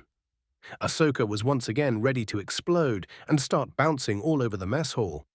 No, I am not a historical guide. I snapped at the kid. Tano pouted adorably and started chewing her lower lip. I smirked. That's not working either. Ahsoka, I detected a hint of whining in Anakin's voice. The girl was a handful to deal with. I knew her for just a few hours and it was quite obvious. It sucked to be Skywalker. I went back to my lunch while Master and Padawan were having a staring match. Skywalker eventually won, and his attention returned to me. You said that you were thrown into the system by a superweapon. From the past, no less. Yet you apparently know more about our general situation, more than we do. Anakin gave me a pointed look. I've had various visions of your future for some time before the incident. I shrugged. While they didn't make much sense given the state of the galaxy back then, I could make some conclusions. When I ended up back in that system and felt that I might be displaced, I had a few hours to think about my situation and what exactly the visions meant. If you consider me being born and living in another universe for decades before I became a Rob's handyman visions, I even told Anakin the truth. It wasn't like I could be sure which, if any, set of memories I possessed were false. They all felt real when I was meditating, at least as far as the Force was concerned, and that was all I had to go on by. In the end, I had made a peace with my past. I was here for the long haul, and thinking too hard about Rob shenanigans was only going to give me a headache for no real benefit. Besides, watching movies and cartoons a long time ago could be described as visions, right? What really mattered was that I knew the most important piece of information: who Sidious was. Of course, actually dealing with the man was all but simple. I had no proof that the Chancellor was up to no good, and I would be insane to point at him and declare him a Sith. Even if the Jedi went after him and won, that would create a precedent that could criff me over. The last thing I wanted was for the Jedi to go after a Sith Lord like me, without a proof of wrongdoing, and get away with it. If the price for waiting was the galaxy suffering through the Clone Wars, so be it. What? I'm a Sith. There's a Sith picture next to the definition of selfish bastard in any self-respecting dictionary. Unless Sidious wasn't complete idiot, he would have contingencies in place in case he was found out. Contingencies which would be aimed in creating as much chaos across the galaxy as possible and prolonging the war. He would do it out of spite and for the advantage such madness would give him as a hunted man. I would do the same in his shoes, as well as most reasonably competent Sith Lords I knew. Skywalker slumped over the table while he digested my answer. "This has to be a secret Sith trick," he moaned. "I can't tell if you are lying through your teeth or not." "The Force works in mysterious ways," I deadpanned. Messing with Jedi was just as fun as I remembered being before Ashara died. "What did I do to deserve this?" Anakin bemoaned his predicament. "How the hell should I know?" I ignored his grumbling and went back to my food. $RK =. Skywalker ended up stashing me in a spare quarters not too far from his own, to keep an eye on the Sith he was stuck with, or something like that. My temporary home was a small compartment, in which there was barely enough place for the single bed and the attached fresher. I got issued few essential necessities from the clone's supplies and went to take a shower. Once I felt reasonably refreshed, I fell all over the contents of a pad which was provided to me by Skywalker. It contained the manual and relevant specs for a V-19 Torrent starfighter. It looked like a nice enough machine, but it was over-engineered in my opinion. It was armed with a pair of laser cannons and 2 concussion missile launchers. The good news was that it had a Class 1 hyperdrive and consumables for a week. If the Jedi changed their minds, one of these toys should be able to get me to a civilized planet. I fell asleep reading the manual. $RK=. Obviously, Mr. Murphy, or one of his irritating relatives, was well and kicking in the future too, damn them all. He decided that with me being a Sith and experienced pilot, there was no need to give me time in the simulators for the Torrent. That would be just too easy. There was about a half hour before I was informed of the fun to come. I was awoken by a cheerful and full of energy Ahsoka. We had a briefing to attend to, it seemed. I grabbed my weapons and helmet, I slept in my armor, and followed the young Togruta. She led me to one of the hangars where Admiral Yularen, the nominal commander of the fleet, and Skywalker were preparing a briefing. Master Kun joined us on the way there and enjoyed watching me fend off Ahsoka's ceaseless questions about the past. I was wrong about Tano. She wasn't cute, but a major pain in the ass instead. At least we reached our destination soon, and the briefing began making her cease her insistent attempts at interrogation. With capital ships being easy prey for the malevolences, that's the dreadnought we were after, ion cannon, high command. I wondered if that meant Palpatine himself, or just the staff officers back on Coruscant, had decided to authorize a bomber attack against the ship. I wondered what exactly Palpy planned. Either Grievous was too successful and needed his wings clipped, or the Sith Lord hoped that the attack would fail, and after the fuck-up, he would achieve some political gain or another. Those were the most likely scenarios, even if it could be something else altogether. I had to remind myself that this wasn't a proper war, but instead a theatre in which Sidious played both sides. In my personal opinion, the whole setup was simply asking for something to go wrong, and so the war could take a life of its own. Something like me. After all, I simply couldn't compete with Palpy on the political arena. He was an established actor with decades to make contacts, alliances, and find out where all the bodies were buried so he could blackmail people. In contrast, I was a newcomer with no resources and allies. All I had going for me were my own skills, experience, and what I remembered about this era, even if my information might not be entirely correct.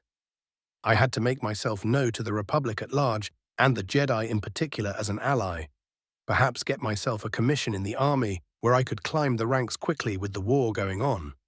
Then I had to ensure that the carefully orchestrated farce that were the Clone Wars went to hell and became a real war. Doing so would greatly level the field between myself and Palpatine. When all is said and done, I've already fought in one galaxy-spanning war and did quite well for myself. This operation I stumbled in was going to be quite useful for myself. Helping stop Grievous, given his next target, was going to enhance my reputation with the clones. I've already won myself a bit of kudos after saving a few of them. But helping take out the malevolence, that was going to be very good for me. After all, Grievous was targeting the primary medical station, treating wounded clones from all over the sector. Soon enough, the briefing was over and the clones headed to their ships. We went to meet Anakin. It's an aggressive plan. Plo Koon looked at Skywalker. Going on by his tone, the Jedi Master disapproved. As if that was a bad thing in a war. Usually defense didn't win it for you. Oh wait, they were Jedi. Aggression was a bad thing. How foolish of me.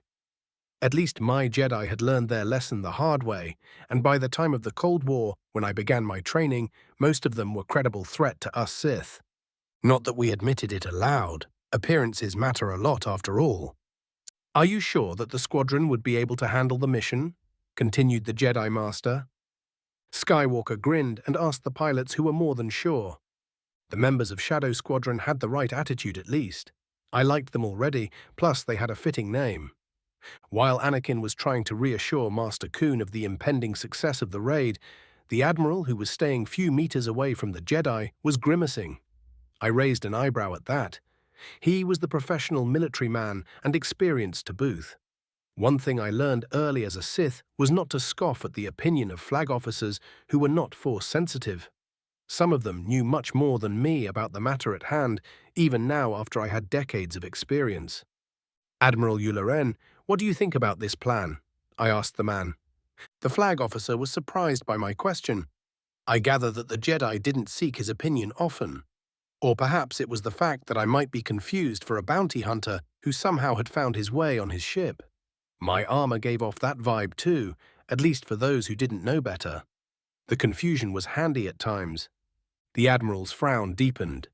No disrespect meant to General Skywalker, but his plan has too high a chance of failure. Even if only a couple of the bombers are shot down short of the target, the rest of the squadron may not have the firepower necessary for taking out the bridge. Anakin scowled at that criticism, while Plo Koon nodded sagely. That's why I'll join the mission, said the Jedi Master. Admiral, are other bomber squadrons available, or even few fighter wings as escorts? I asked. The Admiral was deep in thought for a minute. I may be able to spare a fighter squadron for escort. However, Shadow Squadron has all of our operational bombers. During our last engagement, the bomber wings suffered heavy losses. That will have to do. I nodded. I'll give the necessary orders. May I inquire who you are, Master Jedi? Asked Yularen. I am Delcatar Vale, and I am no Jedi Admiral. I am a freelance Sith willing to help you deal with this whole separatists mess. I smiled reassuringly. He looked at me in confusion. A Sith? Aren't you supposed to be extinct, not to mention enemies of the Jedi? Ancient history combined with Jedi propaganda. I don't have a problem with the Jedi as long as they let me live at peace. The so-called Sith fighting for the Confederacy, on the other hand, they might have a problem with me. Besides, from what I understand, this Dooku character is former Jedi, is he not? That should be a proof enough that not all Jedi are paragons of virtue, and I'm aiming to prove that not all Sith are murderous maniacs. The Jedi were glaring at me for my insinuations. They probably weren't too pleased with me for reminding the Admiral that the other side was led by a former Order member either. Ularen, while not trusting me yet, was a crafty military leader, and he smelled an opportunity for acquiring allies, or at least keeping a few of his boys alive through the next mission. I understand you'll be taking a part of the operation, Ularen stated.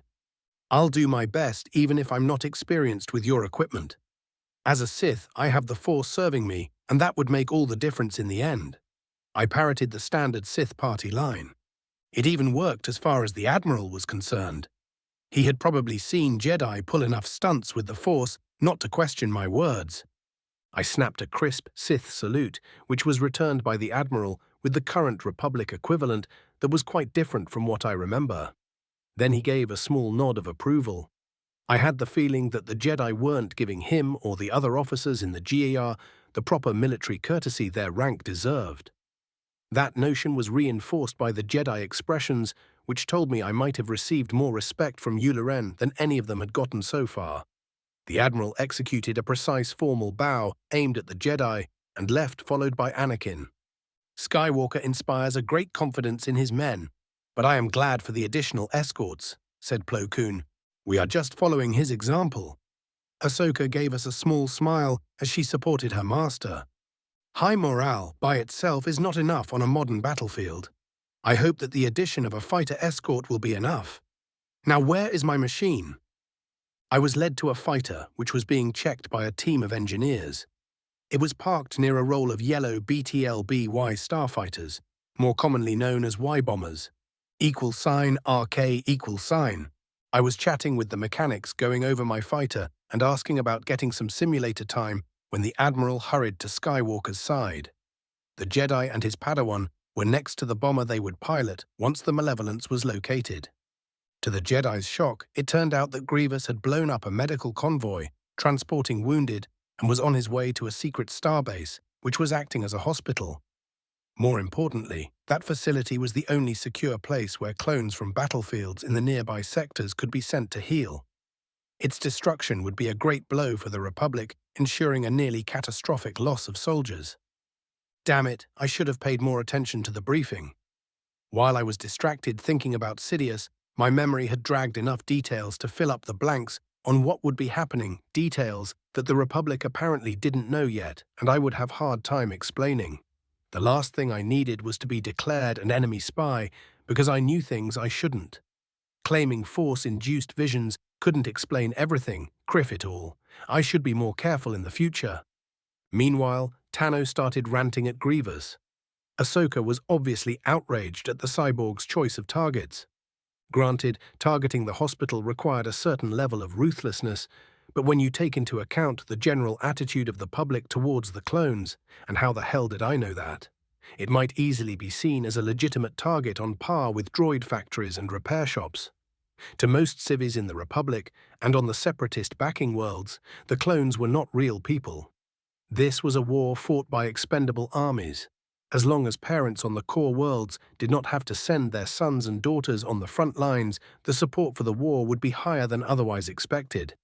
I'll give Palpatine that. He had planned this show very well. Soon after the news came in, we were ready to launch. 11 bombers, a squadron of 10 Torrent fighters, 1 Jedi starfighter and me. It was not a formidable force when you consider what we were facing. A ship like the Malevolence had to have a lot of fighters, even if for some reason lacking an escorting fleet. To my surprise, another Republic fleet came in just as we were leaving. That was Kenobi's command. Obi-Wan and Ularen's capital ships were taking the long and much safer route towards the medical station. My insistence for more fighters and bombers was denied by the Jedi because Mr. Murphy was in full swing. Before arriving here, the small craft of Kenobi's fleet were mauled by enemy fighters. I just knew that there was a Rob somewhere watching the show with amusement. "I hope you know what you are doing." Obi-Wan's voice came over the frequency reserved for Jedi use. My hosts had given it to me, so we had a secure comm channel for the op. "Well, if I don't, I won't be alive for you to say I told you so," Anakin quipped. "Skywalker, that has the rest of us walking to hell with you. You know that, right?" I asked, bloody idiot. "That's not reassuring. So you are Del-Qatar Vale, our new guest?" "Yep. I didn't know that it was standard procedure for you Jedi to send your guests on suicide missions to get their blood pumping. This actually raised my opinion about you folks," I quipped. Just before we entered hyperspace, Matchstick, the Shadow Squadron leader, said that he'll be buying the drinks if we accomplish the mission. "I'll hold you up to that," I muttered and sent my fighter into hyperspace. $RK. The first hyperspace jump ended near a beautiful nebula. Here was the entrance to what Skywalker considered a shortcut. "We should be careful. The nebulas could be treacherous," warned Master Kun. The clones were busy to reassure us that they would be able to handle it. I knew a typical pilot's bravado too well not to recognize it in their voices. They were wary, but refused to admit it even to themselves. "Hey, the Padawan has opinion too," exclaimed Ahsoka from the gunner's seat on Anakin's fighter. A small smile played around my lips as I spoke up. "Miss Tano, there is one paradigm which apparently never changes. No matter if you are a Jedi Padawan or a Sith apprentice, your master tends to disregard or outright ignore your opinion." "At least R2 is on my side," grumbled Ahsoka. "Ah, Jedi, they led me to sightsee the most amazing places." While beautiful to look at from outside, the yellow-orange nebula was a stone-cold bitch to navigate. The visibility was down to few meters, and the scanners were useless here. The clones had to fly after the engine light of the fighter directly in front of them. I, and presumably the Jedi, had no such problems. I could feel the clones and my 3 force-wielding companions and used them as beacons as I flew. "The scanner is down," exclaimed Ahsoka. "We have to pilot by instinct," said Anakin smugly. "Skywalker is right, Ahsoka. Clean your mind and you'll see the direction we are going," instructed Kun. I took the opportunity to break in with my own piece of advice. "While you are at it, try and feel us all. You could see each one of us in the Force and use us as beacons. Try avoid crashing into someone else's machine," I added. "Nope, I still see nothing. Besides, I'm not the one flying. If we crash, it will be all Skyguy's fault," grumbled the Padawan. I smirked. "You'll learn, kid." "Hey, I don't do crashes. That often?" We continued our flight, and I listened to the clones' banter in order to help stave off the boredom. $RK. Couple of hours later, I was cursing my luck. And my ingenious idea to go to the Jedi. How I could forget about what was supposed to happen in this Force-cursed nebula, I'll never know. I'll blame it on Rob messing with my head. It all started when our nosy Padawan asked Skywalker how he knew about the shortcut. You see, it was a smuggler's route. He heard about it on Tatooine. No surprises there. "They call it the Balmorra Run," said Anakin proudly. "The Balmorra Run?" exclaimed Kun. The almost scared tone of the Jedi Master was my first clue. Then I sensed that something big and alive was moving our way at high speed. The stream of curses that left my mouth could make an old and grizzled smuggler blush. I sensed more of the things approaching. "Scatter, scatter, scatter," I shouted and hit the afterburners. Few of the clones followed my example, good men. While the others were waiting for orders and Anakin and Plo were arguing, Ahsoka detected the approaching danger but was ignored. Skywalker ordered evasive maneuvers and banked right just in time to avoid being eaten by a giant Nebrae manta. What is with Jedi in this day and age? The Anakin's Padawan detected the beasts on their bomber's crippled scanners before either of them sensed the things in the Force. We found ourselves flying through a thinner part of the nebula, the nesting place of those creatures where scores of them were flying in a circle. Those things were easily kilometer-long or bigger. I let the Force guide my hands, and I was astonished to experience firsthand what was to be one with it. It was amazing. I really could see where each part of the bodies of the animals would go before it moved. It was a bit of a surrealistic experience, but far from unpleasant. In fact, it was almost addicting. When did I become an adrenaline junkie anyway? My torrent danced through this labyrinth made from living flesh, and I smiled at the exhilaration I felt. The ride through the shoal of Nebrae mantas ended too fast for my taste. Few of the bombers scrapped pieces of their machines over the huge space monsters, but otherwise they were all right. Those of us flying fighters fared better. Our rides were much more agile, so we could easily dodge the living behemoths. "Keep the course, men. They won't follow us out of the nebula," said Kuhn. "We are exiting," declared Ahsoka seconds later. And here we were, on the other side. The hospital was nearby. We were just in time. $RK. The medical station was almost in visual range when an enormous shadow appeared on our sensors. A couple of the greener clones panicked, thinking that the space mantas had followed us, but soon cooler heads prevailed. That was malevolence, our target, which was actually a bigger concern than a group of animals, no matter how big. It was time to see if the change I made in the timeline would be enough. It was my turn to grimace. We were approaching the supercruiser from the side. It gave it a good angle from which to shoot at us. Beyond it, I could barely make out the form of a mushroom-shaped space station. Then all hell broke loose. The capital ship shot its massive ion cannon at something near the station, followed by an avalanche of red turbo laser bolts. Either some escorts which had made it on time or medical frigates attempting to escape. They were doomed. I could sense people dying. I disregarded that feeling and concentrated my attention at the matter at hand. Grievous was idiot. He had sent a bunch of vulture droids to meet us, but they were relatively few. Far from enough to put a dent in the fighter complement of such a big ship as the Malevolence. Even without the escorts, the bomber wing had good chances to break through such a small swarm. With the squadron of torrents present, so few droids did not stand a chance of stopping us. So the Separatist general was either a fool or too arrogant, which in the end was almost the same thing. I had no more time for stray thoughts. The droids were in range. $RK. I and Kuhn led the fighter screen, and we charged at the incoming droids. While, thanks to my new memories, I knew it intellectually, the short range at which the combat was about to take place surprised me. I should have known better. Have you wondered why dogfights in Star Wars are at visual range? Sure, in the films it looks cool, and that is all. Not so here. The amount of ECM thrown from the supercruiser and droid fighters was insane. While the scanners could detect the general position where the enemy fighters were, that was not good enough at the speeds at which our machines moved. So all of us, people and droids alike, had to go and mix up close and personal. The scanners managed to cut through the ECM just outside of visual range. The first shots would be ours. I highlighted 2 enemies for my targeting computer and pressed the firing button for the missile launcher the moment I got a target acquisition tone. The rest of the torrent-equipped squadron followed my lead. Before we flew into a rain of laser fire, 22 concussion missiles separated from our fighters, raced forward and darted towards the robots, which were closing with us with suicidal tenacity. Most of the missiles found their targets, while few were shot down by lucky hits. 19 vultures died in short-lived blazes of plasma and molten metal. Then their brethren were upon us. I blew up a conveniently placed droid before breaking up my headlong charge and maneuvering to avoid destruction. Whatever misgivings I had about my new V-19 fighter were gone.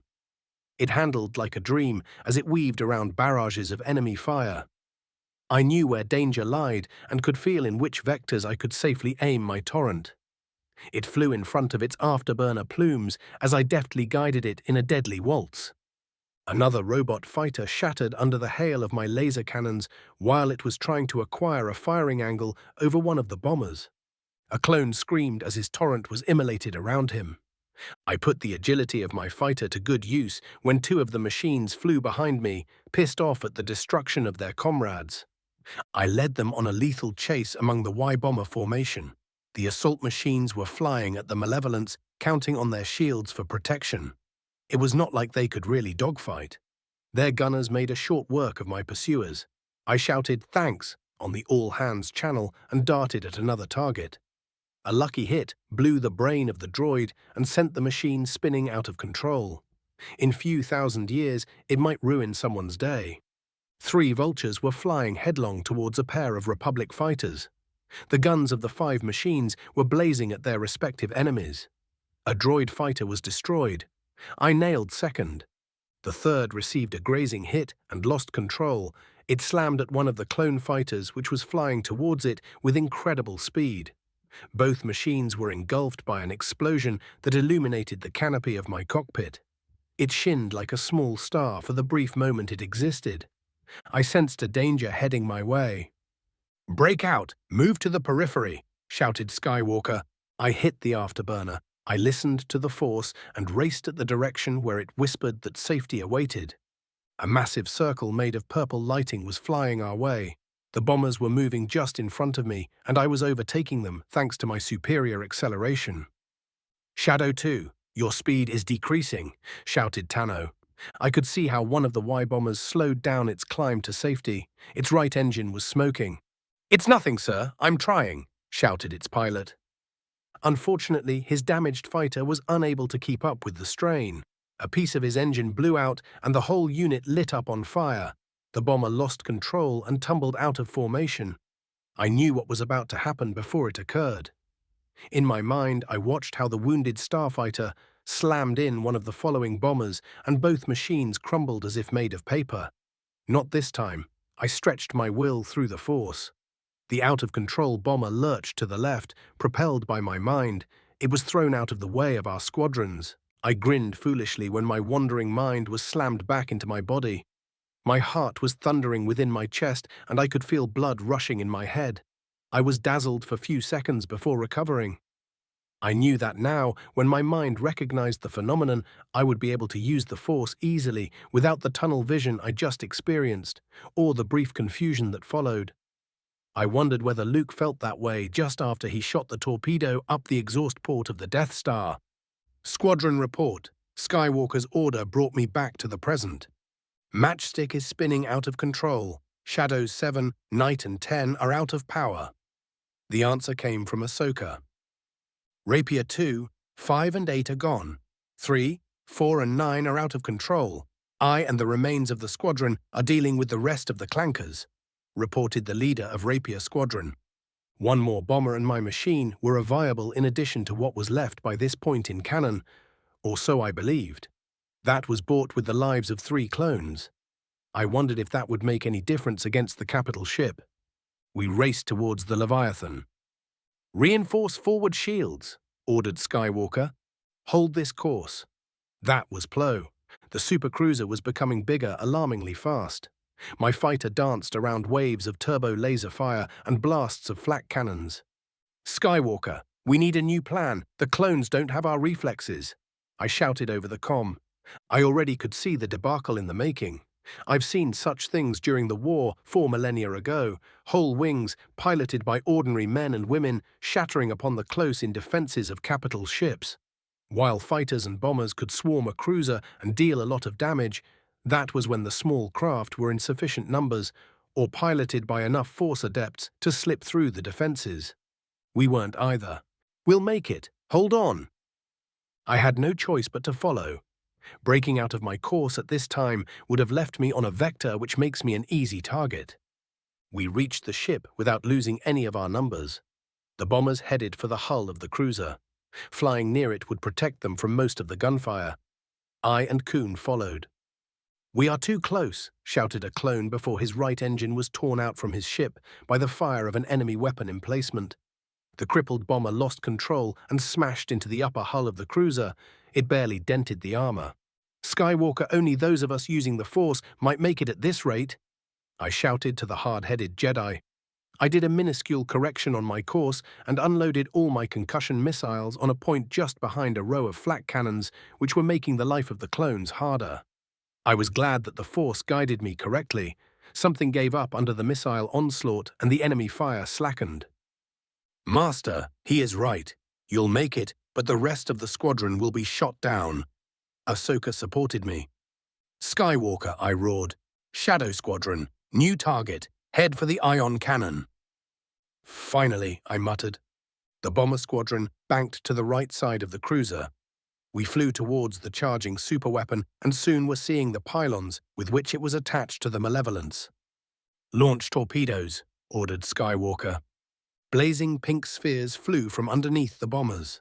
The first few struck their targets and detonated, blowing away chunks of ablative armor. Then another and another missile flew at the same places.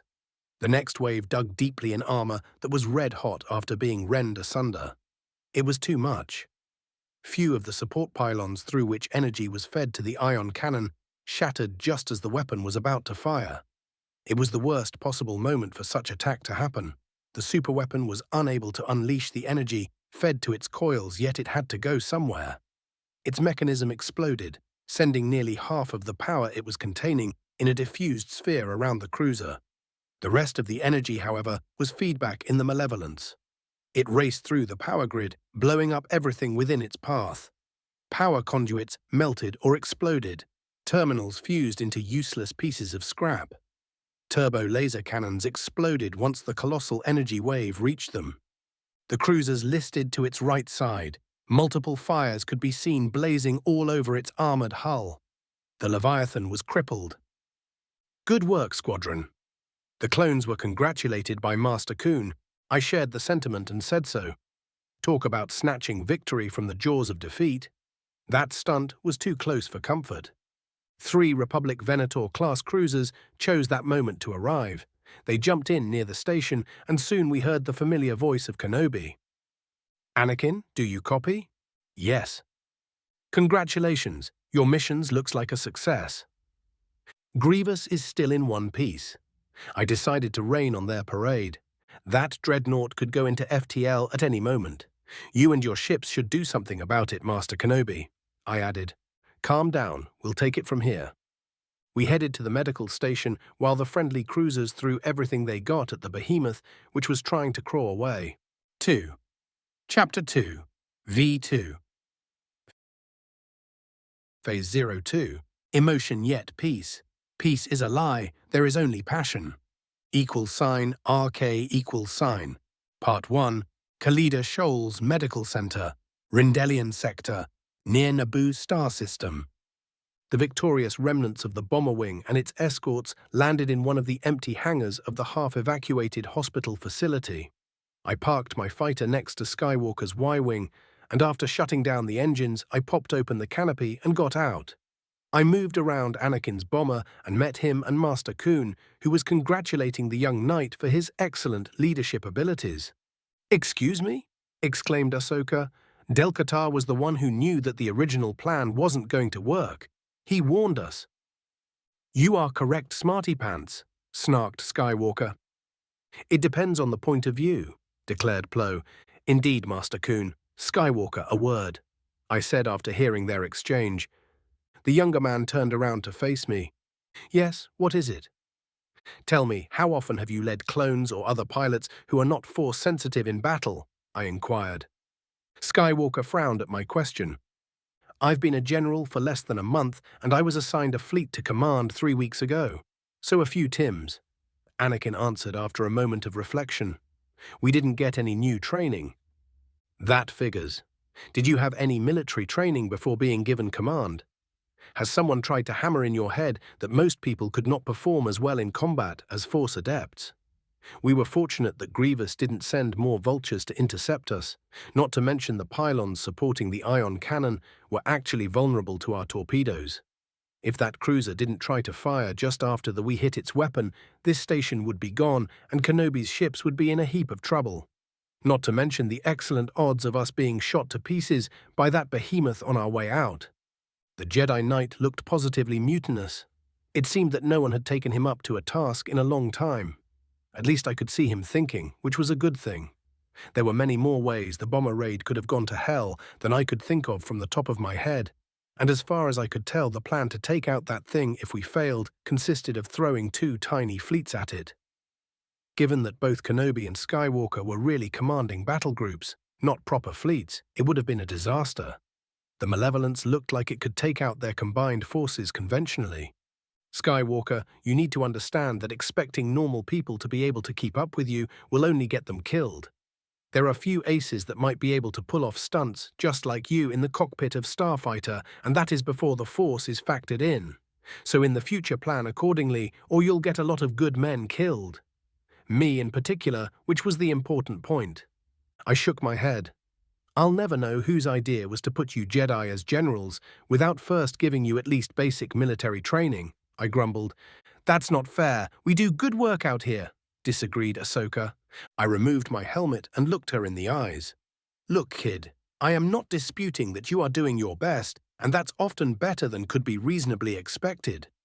However, the way this war is being run is insane. How many people will die because you have to learn the craft of war on the battlefield, where every mistake is paid with blood and lives? I asked. But, muttered Ahsoka. Ah! The young Togruta clasped her hands into fists and growled. Too damn many, whispered Skywalker. The smirk which was on his face ever since the ion cannon was blown up was gone. I suspected that he was recounting all the battles he's been part of since the start of the war. I had no doubt that a lot of Jedi had been killed and battles lost because the newly minted commanders of the GAR had no idea what the hell they were doing. That explained the attitude of Yularen towards the Jedi too. While he followed their orders, the Admiral had no respect for the Order members. Probably he has been part of battles in which the Jedi's lack of experience and the disturbing tendency of some of them not to listen to advice had led to easily avoidable losses. Then, considering his rank, Yularen would have undoubtedly read a lot of reports showing debacles caused by the new generals. No love lost there either. Then see to it that you do not make the same mistake twice, and listen to the military commanders you have access to. For example, it is very unlikely that Admiral Yularen has gotten his rank without knowing what the hell he was doing. I continued to dispense free advice. Why couldn't have I ended up at least few years before the war began? Then I would have had more viable options than joining either side of the war or going somewhere to hide while Palpatine built his empire. I guess I still could try the later, yet this conflict offered too many opportunities to simply ignore. No point in grumbling about what might have been. Skywalker gave me a sharp nod and left. He had a thoughtful expression on his face. I found myself alone with Ahsoka and R2-D2, who whined after Anakin. I grinned at the short astromech droid. So you have your manipulators full with him, haven't you? I asked the droid. Beep-boo, brabep. It pointed its photoreceptor at me. I see. My condolences. It's hard to keep a hard-headed Jedi in one piece. It would have been much harder if I had ended up in better position to make first contact with the Confederacy. Boop, weep, breep, boop. So your mistress wants him intact. Well, good luck with that.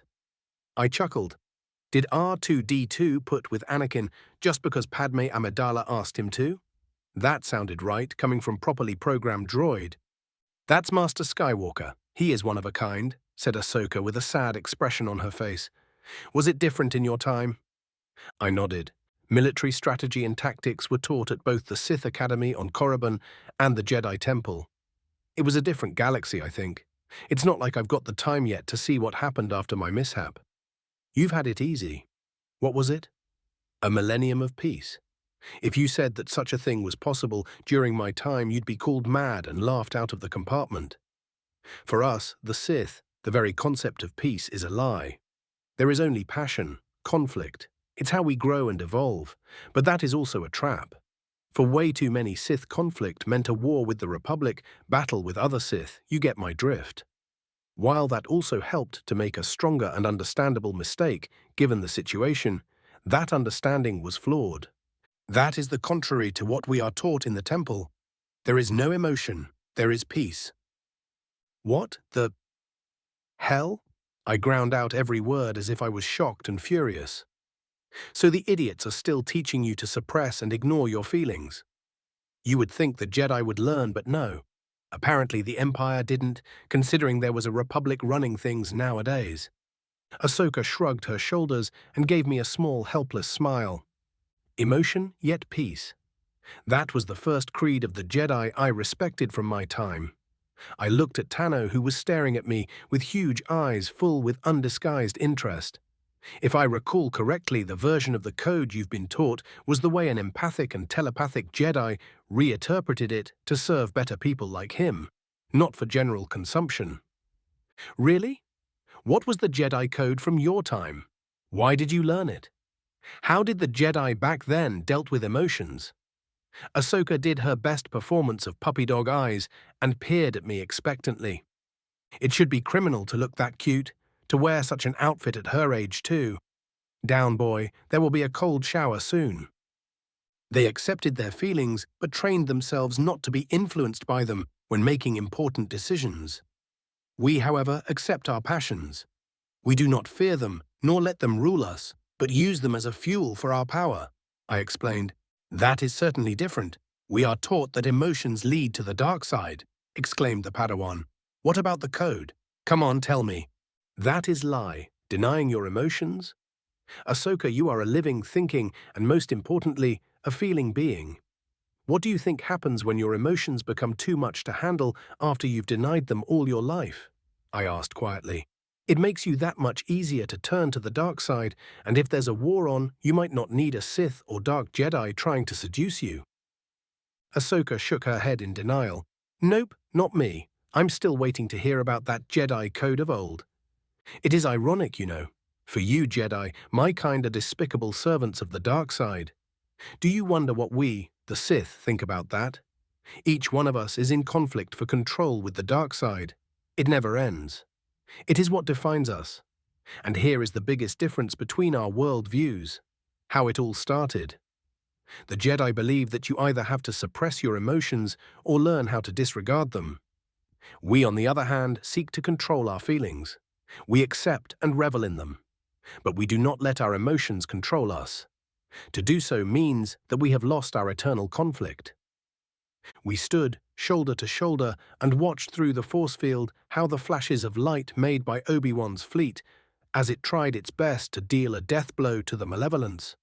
You are trying to corrupt me, aren't you? Asked Ahsoka in a small voice. I chuckled. That depends on one's point of view. I am trying to teach you to think for yourself. If that's all it takes to demolish the Jedi dogma you've been spoon-fed in the temple, well, in that case, you could reach your own conclusions. Do you still want to hear about the code? I inquired while wondering what possessed me to... What was really doing? Trying to get myself an apprentice? Nah, it would be too much bother, especially with the way the Order would jump on my case for corrupting one of their own. Of course I want to hear it. As long as it's the Jedi code, not a Sith one. Tano gave me a pointed look. Emotion, yet peace. I smirked. The difference is quite profound, don't you think? Both from the code you've been taught and from the Sith one. Through passion, I gain strength. For me, emotions and conflict are the foundations of my power. It is a dangerous path, though it beats having to waste years in navel-gazing and meditation for the same amount of power through the Force. Then that same time could be used to improve yourself. Or to have fun. That's certainly different. There was contemplative expression on her face as she thought over my words. What's the rest? Ahsoka continued to pester me. There's no ignorance, there's knowledge, there's no chaos, there's harmony. Shall I continue? I inquired when I could feel her distress growing. Such a curious reaction to something so deceptively innocent. I need to think. I'll be back to hear the rest, I think. Ahsoka harumphed and walked away. Tano was a bright kid. I hoped that she'll be able to see the Jedi teachings for what they truly were. RK, Part 2. The Negotiator, Obi-Wan Kenobi's flagship. Rendezvous sector near Naboo star system. From the bridge of the Venator-class Star Destroyer, our target looked positively huge. The malevolence dwarfed the 3 cruisers which were unleashing hell on the crippled dreadnought. Its stabilizers were destroyed, yet that did not deter the flagship of General Grievous from attempting to flee. For the last few hours, the Negotiator, Resolute, and their sister ship, Dauntless, were sending barrage after barrage of blue turbo-laser bolts at the battle cruiser. Yet the colossal energies bombarding the enemy had no apparent effect. The sheer bulk of its energy-dispersing armor was absorbing the onslaught without a scratch. It was meters thicker than any smaller ship could boast in its wildest dreams. Then there was the sheer size of the ship itself, which would be able to take a lot of punishment, even after its armor was compromised. Frankly, finishing mission killing it would be much easier, but the Republic lacked the firepower at hand for even that lesser feat. The disheartening sight, which could be seen from the command tower of the Negotiator, was observed by 4 Jedi, 1 Sith, and a Republic admiral. We all knew that the best bet of dealing with this monstrosity was with the help of reinforcements. Unfortunately, the nearest fleet, which was under Jedi Master Luminara, was engaging a Separatist's force in a nearby system. No help was coming from that direction anytime soon. "They are not making a jump to hyperspace. Their hyperdrive is down," declared Yularen. "For how long?" I asked. "The fleet could batter at that thing for a week. If nothing changes, its crew will have more than enough time to repair their hyperdrive. The enemy ship is losing speed." Reported on of the clones manning the bridge. "Concentrate all fire on their command tower," ordered Kenobi. The fire from the 3 Star Destroyers slackened for a few seconds while the turrets acquired new target. Then death reigned all over the bridge of the Malevolence. We stared at Behemoth. The effect was underwhelming. "At this rate, we'll be here for a long time," I said with a hint of exasperation in my voice. We were unbelievably lucky that the attack run on the ion cannon disabled the rest of the Dreadnought's weapons. Otherwise, that thing would have made a short work of the Venators. These carrier battleship hybrids were clearly outclassed by such an adversary. "You should redirect fire at the engines." "That might be prudent. With the engines crippled, it will be much easier to outmaneuver, and we might get another chance at it if it flees to hyperspace." Yularen nodded and looked at Kenobi. "Do so." The Jedi sighed. "We need more ships," he muttered. What happened next confirmed something I was suspecting. It's been too long since I've seen anything about this era, otherwise I might have remembered an important detail of the current mess we were in. It all started innocently enough. Ahsoka, who was looking over the sensor feeds, was the first to detect a small transport ship, exiting from hyperspace on top of the Malevolence. "Are those enemy reinforcements?" asked Anakin, just as the Admiral opened his mouth to do so too. "No." The Padawan trailed off. "It's just one small craft. It looks like a Naboo ship." Tano grimaced. "Cease fire," exclaimed Kenobi. "What in God's name is she doing here?" Now I remember. It figures. Thanks, brain. I decided to play dumb because there shouldn't have been a way for me to know who arrived unless I wanted to play the card of the vague Force-related visions from this era I was going to be using to cover any unexpected insights. It was better this way, I think. No need to make myself stand out more than I had to for the time being. "Is that a friend of yours?" I asked innocently, or as innocently someone like me could. "Ahsoka, contact that ship," snapped Anakin, rudely ignoring me. I couldn't blame him, really. If my wife had just jumped on top of an enemy ship in the middle of a battle, even one as weird as this one, I wouldn't have patience for a snarky Sith either. "Naboo transport, identify yourself. You are in the middle of an active war zone." The communications officer spoke urgently over the comm. "This is Senator Amidala from Naboo." A distorted female voice came over the comm system. "I need assistance." A small hologram of hissed to life over the control station on which Ahsoka was working. To tell you the truth, the former queen looked better in real life than in either the Clone Wars or the movies. While her features were generally the same, they were a softer and had few minuscule differences, which made her look stunning. I could see why a 9-year-old Anakin thought that she was an angel. "Padme, what are you doing here?" Anakin exclaimed.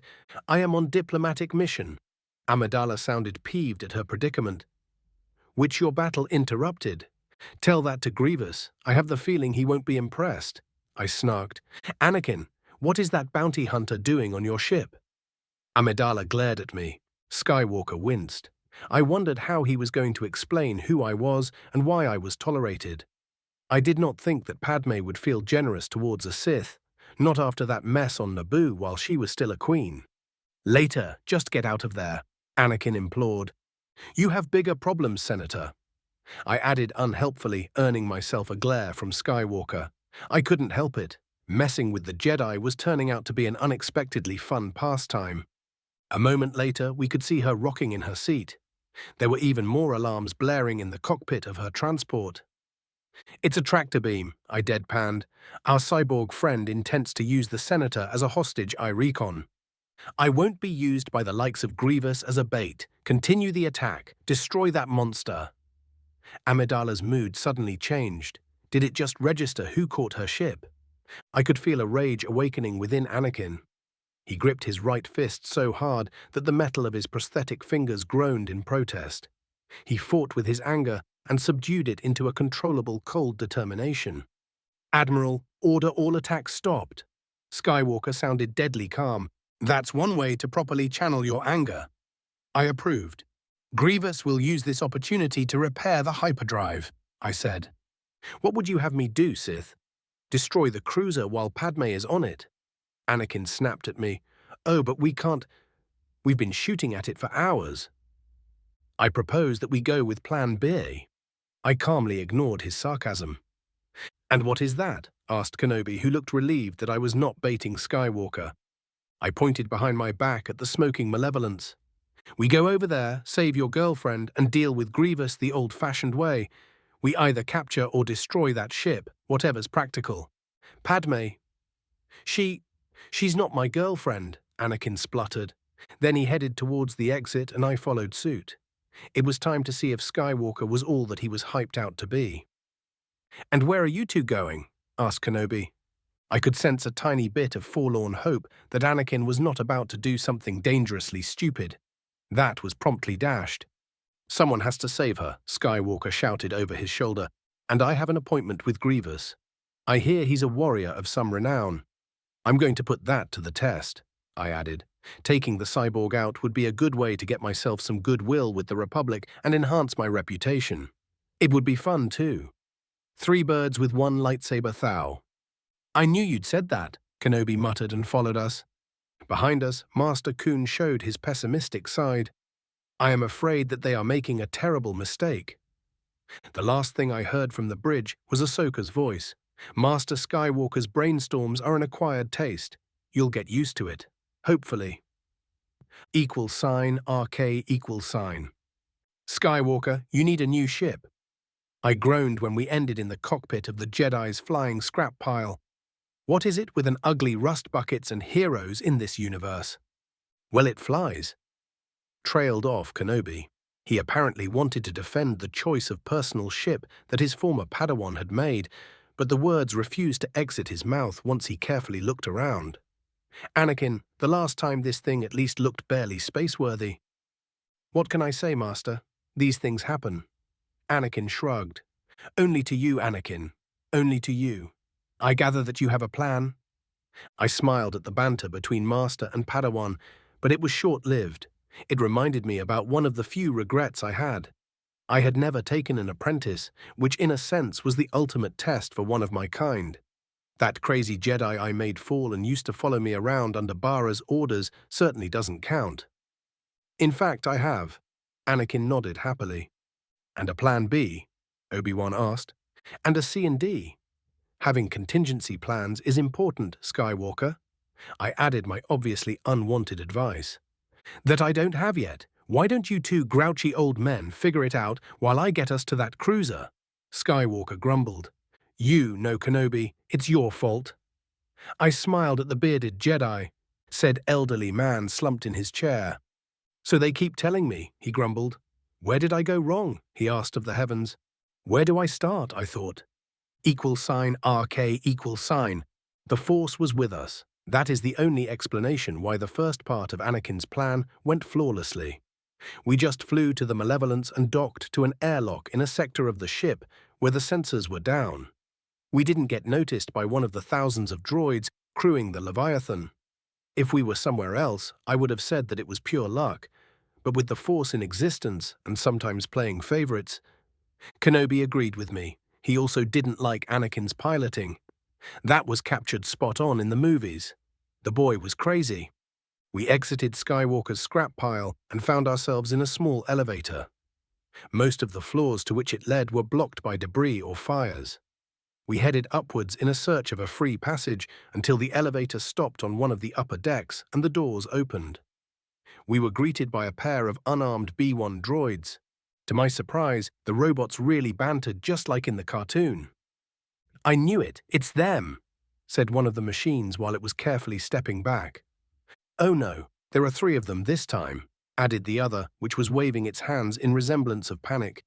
The Jedi make a short work of the unfortunate synthetics, and we raced down a long hall.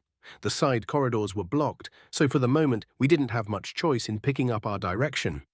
We had ran a couple of 100 meters from the elevator when Skywalker's comm started beeping.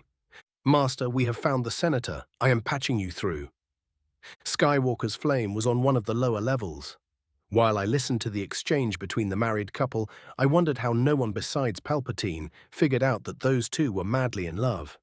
I could hear it in the inflection of their voices, the way Anakin's aura flared protectively when he spoke with or about the Senator while she was in trouble. My lips twitched with amusement.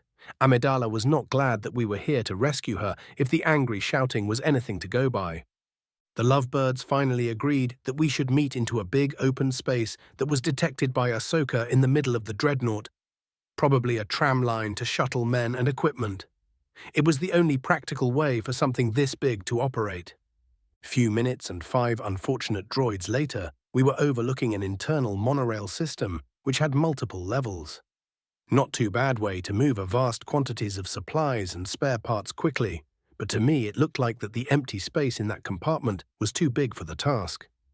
Perhaps if it was used to transport more vulture droids or very big single parts because there was no other way to justify such cavernous tunnel.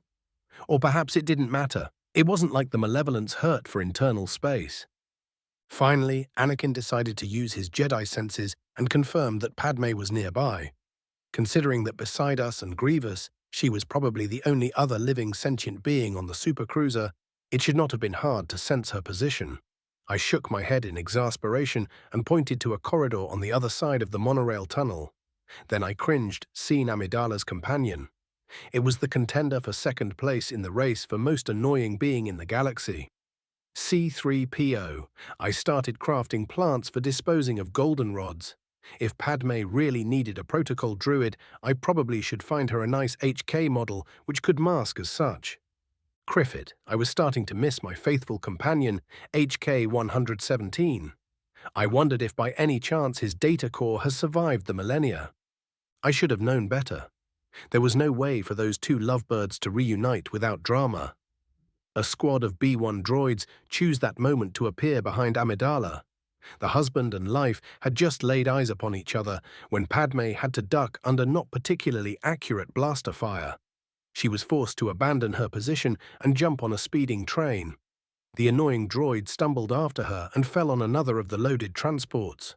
The 2 Jedi activated their lightsabers and started jumping all over the train speeding on the monorails.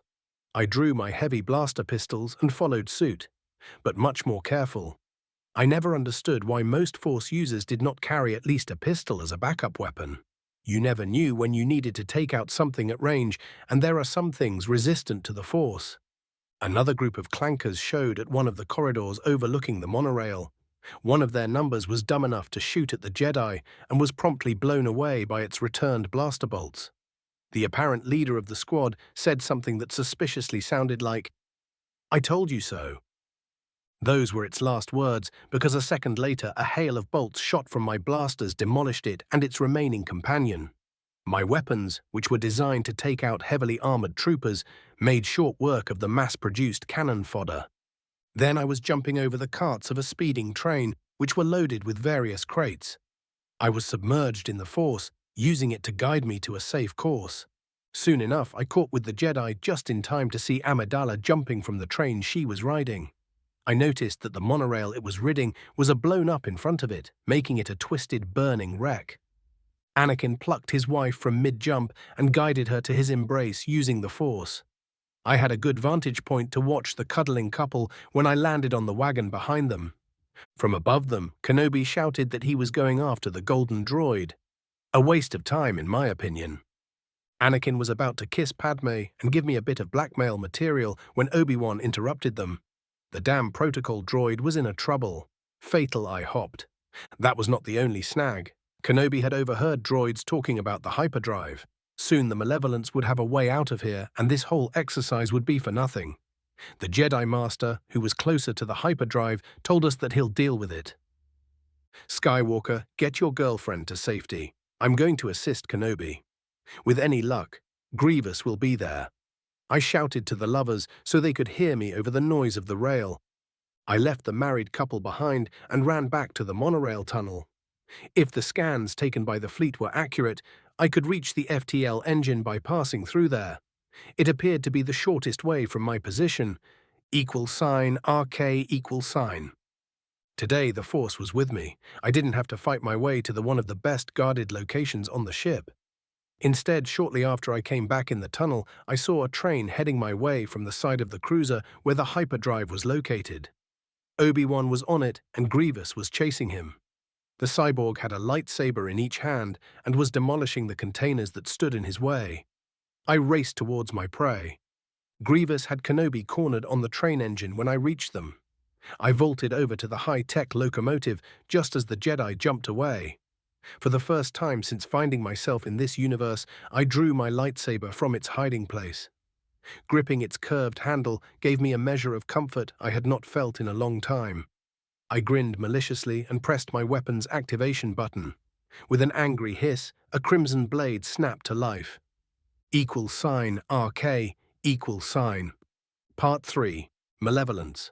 Rendezvous sector near Naboo star system. Who are you? Growled Grievous. The cyborg was looking at the newcomer through narrowed eyes. Many things may be said about the being who was hailed as the best commander in the Separatists' military. While very few of them were flattering, the one thing on which both allies and enemies agreed upon was that he was an accomplished warrior. There were few beings who could boast as vanquishers of multiple Jedi. Even less were the ones who were not Force-sensitive. Grievous was on the top of that very short list. Thanks to countless hours of training with Dooku and IG-109 droids, he had become an accomplished Jedi killer, a fact that only served to enhance his ability as the supreme commander of the droid army. Now he had the skills to easily handle most of the Order members, something at which the droids under his command were pathetic. The warrior in the being that was once Kaimayen Jai Shilal was why Grievous did not follow his standard modus operandi where Jedi were concerned. He could feel it in what little of his flesh remained. This masked creature he was facing was a breed apart. Then the man produced a lightsaber of his own and activated it. The general's hate-filled eyes gazed at the ruby-colored energy beam. "My dear Grievous, you should recognize my kind," mocked a voice that was distorted by the armored helmet of its owner. =RK=. I could feel the unrestrained might of the Force bubbling all around me. My blood sung with battle lust. I welcomed the sweet embrace of the dark side and let it slide through my body. It strengthened my limbs and made my reflexes something to be envied by even a cyborg as Grievous. I held my blade loosely, not unlike a rapier from ages past back on my homeworld. "I've heard that you've been trained by a Makashi master, General. Let's put that to the test." I leered at the being, which was more machine than flesh. I surged forward. My blade sang with the sound of burning air. Grievous ran to meet me in the middle of the engine where our sabers crashed. I deflected a pair of diagonal slashes from the blue and green weapons in his hands and moved faster than the cyborg expected. I was within his guard in a blink of an eye. My left arm struck like a viper and clamped over his right wrist. That stopped a strike from his blue blade, which was about to lop off my head. My Force-enchanted muscles and the cybernetic strength of Dooku's pet monster strained against each other. While that contest of strength was going on, the lightsabers in our free hands were locked in a game of their own. Energy flashed between our blades as they struck each other with the unmistakable sound of lightsabers locked in a deadly struggle. For few seconds it seemed that our raw physical strength was evenly matched. Technology held its ground against flesh, empowered by the mystic power of the Force. However, this was not a fair fight fought in a tournament circle. Our stalemate was ended by a crate that flew from the cart behind the train engine and swept away the cyborg's legs.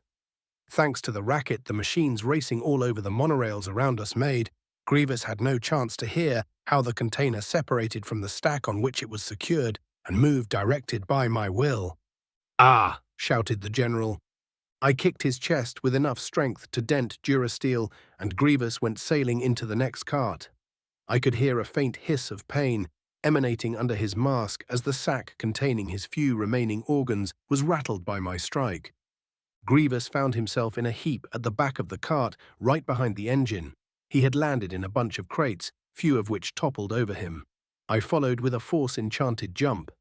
The momentum of the train speeding away under me added to my closing velocity with the general.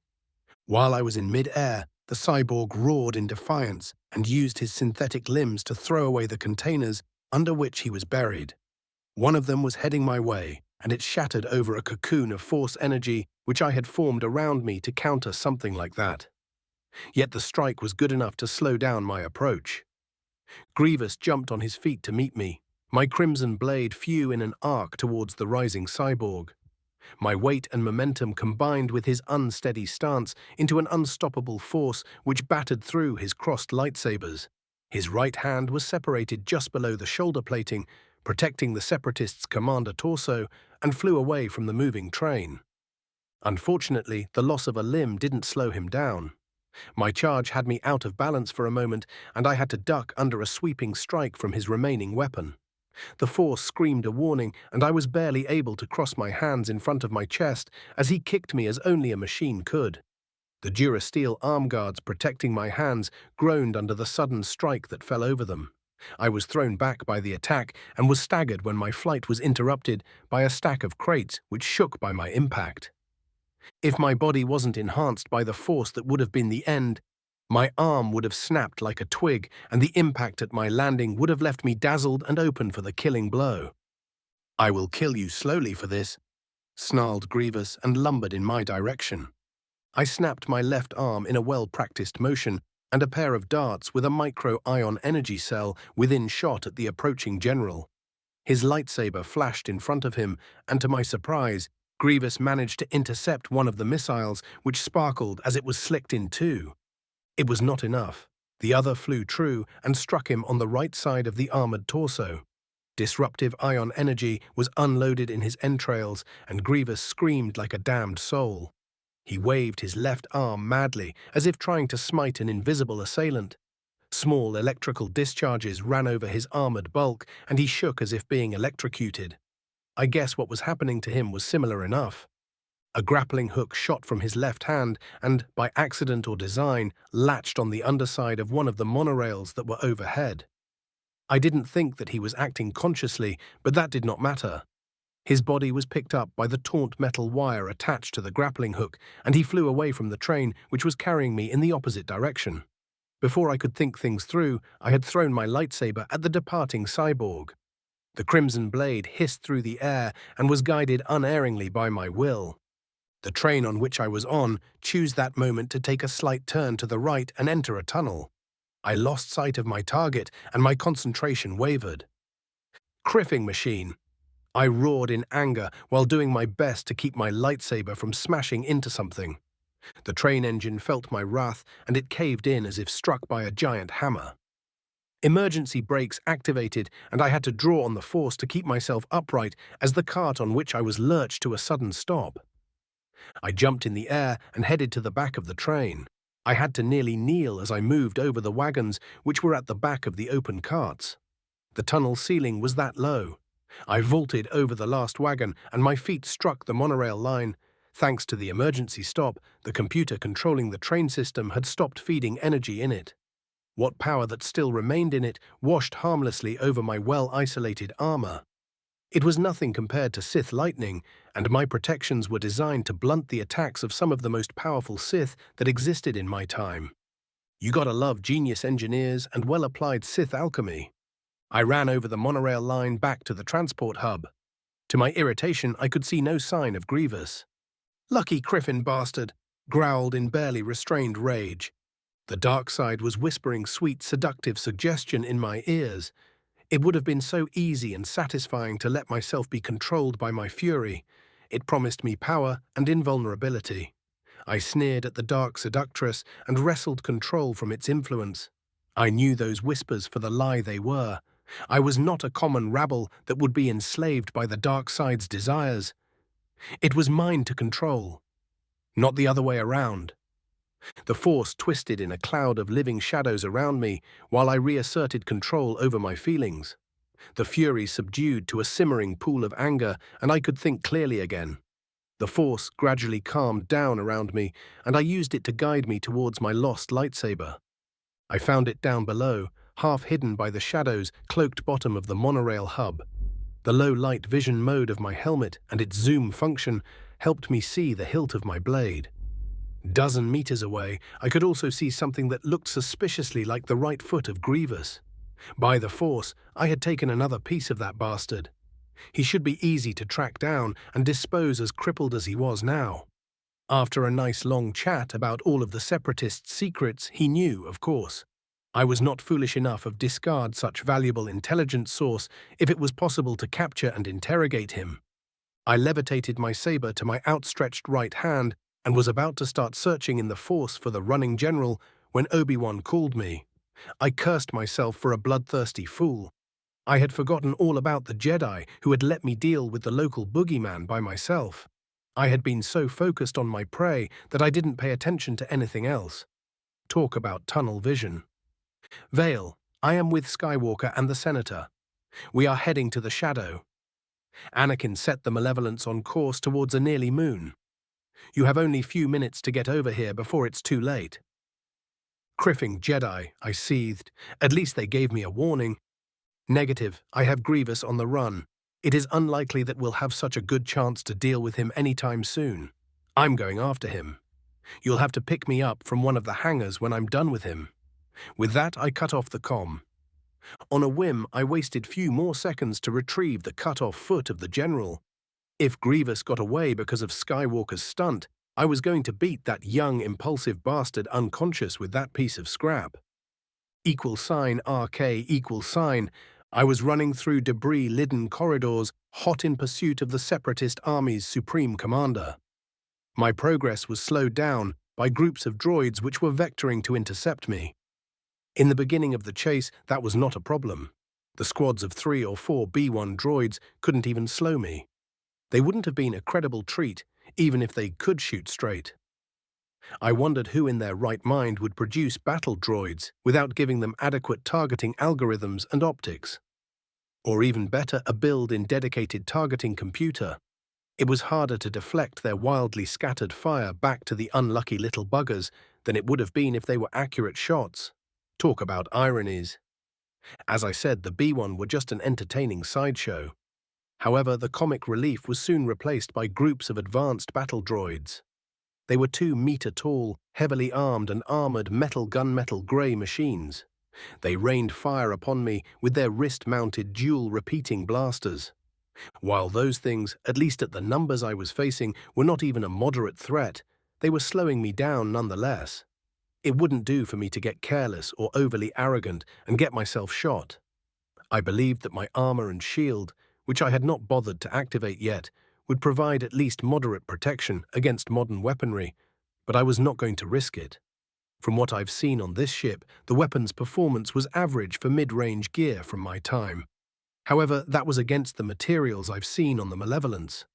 I had no idea how it stacked against what was used 4,000 years ago, and the few B-1 I blew up with my blasters were not a particularly good test. It was obviously that those things were mass-produced models which were billed to be as cheap as possible. And I turned around a corner and ran in the middle of a quartet of super battle droids.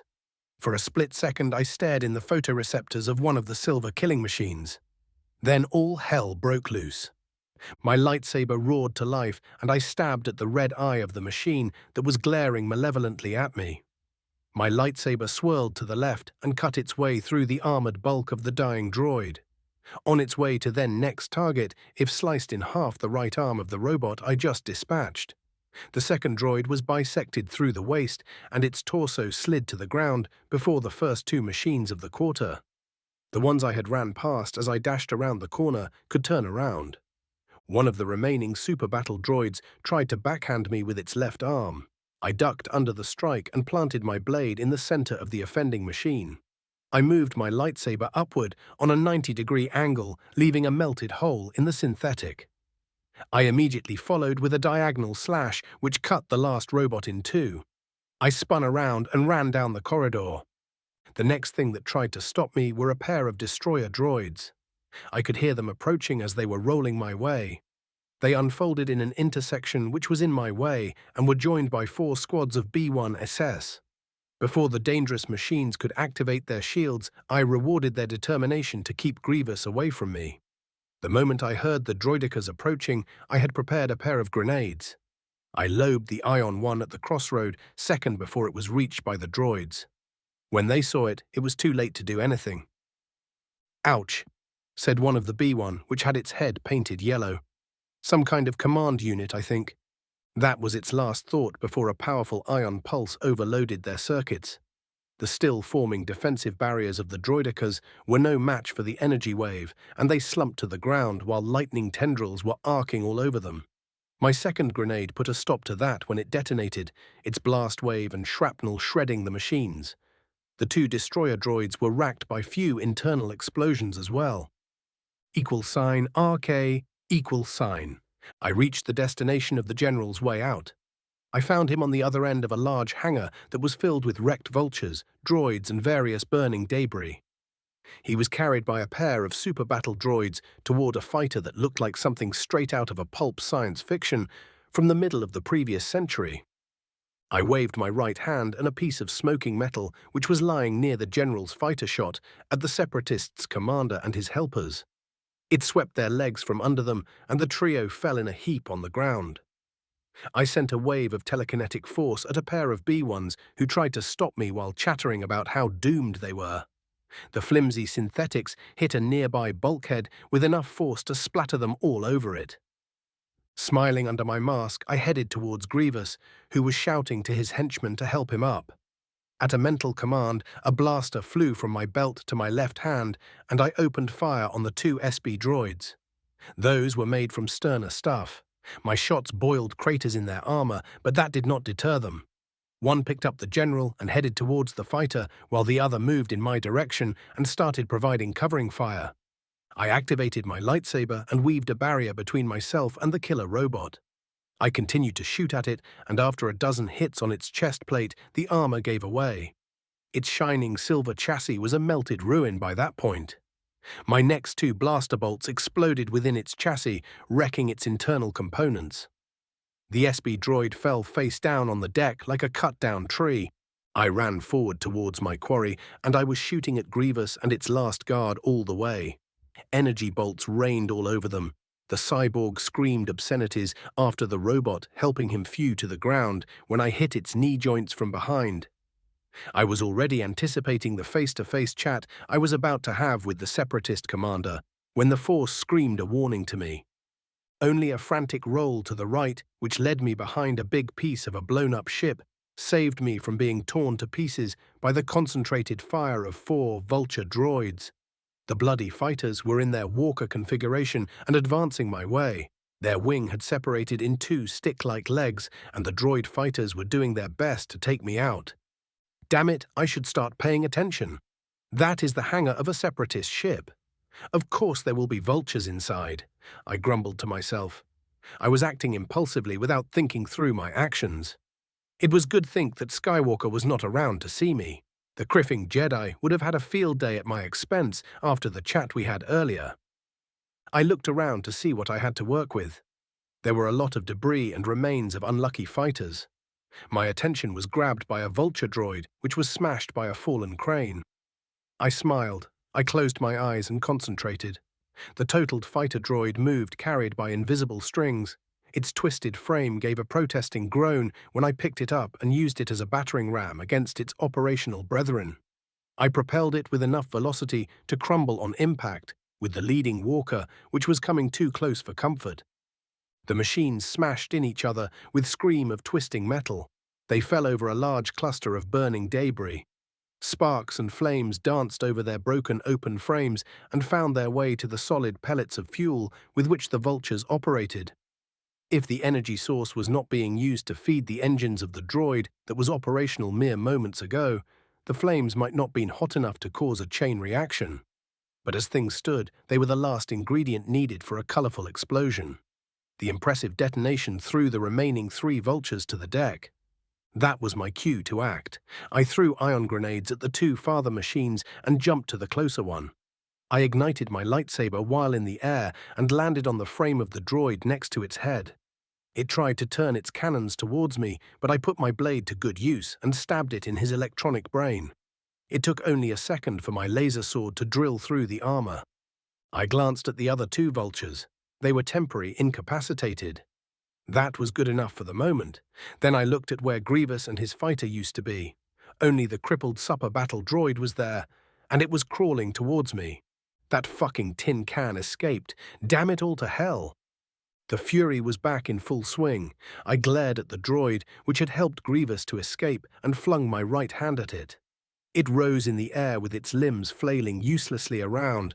I made a gripping motion with my fist, and its arms and legs became taut. One by one, its limbs were twisted away from the struggling machine. When only its torso remained, the robot gave off a piteous whine before being squashed into a football-sized sphere. I let the useless clump of metal to hit the ground and redirected my attention to the disabled vulture droids. I vent my anger on them next by cutting them to pieces with my lightsaber. I, at least, was sane enough to be careful not to ignite their fuel. $RK=$. What got me out of my snit was the voice of Kenobi, who wanted to know where the hell I was. I cut at a dismembered droid one last time and answered, "I am in one of the hangars. Grievous got away. We have a lock on your signal. We'll be there shortly. The malevolence is about it. Hit the moon." "Understood," I grumbled. I could feel slight vibrations in the deck. The ship was too close for comfort to the planetoid if the armored bulk of the Leviathan was shuddering. At least the Jedi didn't let me to hang, and the twilight entered the hangar in high speed. I rushed to get on board, and Skywalker got us away just as the supercruiser was entering the upper layers of the thin atmosphere of the moon. At full speed, the Leviathan struck the moon with enough force to wreck a continent. It left behind a fireball that easily reached orbit. I wondered if the impact would be sufficient to cause enough tectonic upheavals and shatter the moon. $RK=$. Part 4. Kenobi's command ship negotiator. Rendezvous sector near Naboo. Kenobi was out of the hook. While I dealt with Grievous, he had made a sensible decision and went to disable the hyperdrive. The one I had a bone to pick up with was Skywalker. The malevolence was dead in the water. Damaged and without working hyperdrive, it was ripe for the taking. A Sith, a bunch of Jedi, and the clone ground troops assigned to the 3-star destroyers, which were bombarding the dreadnought.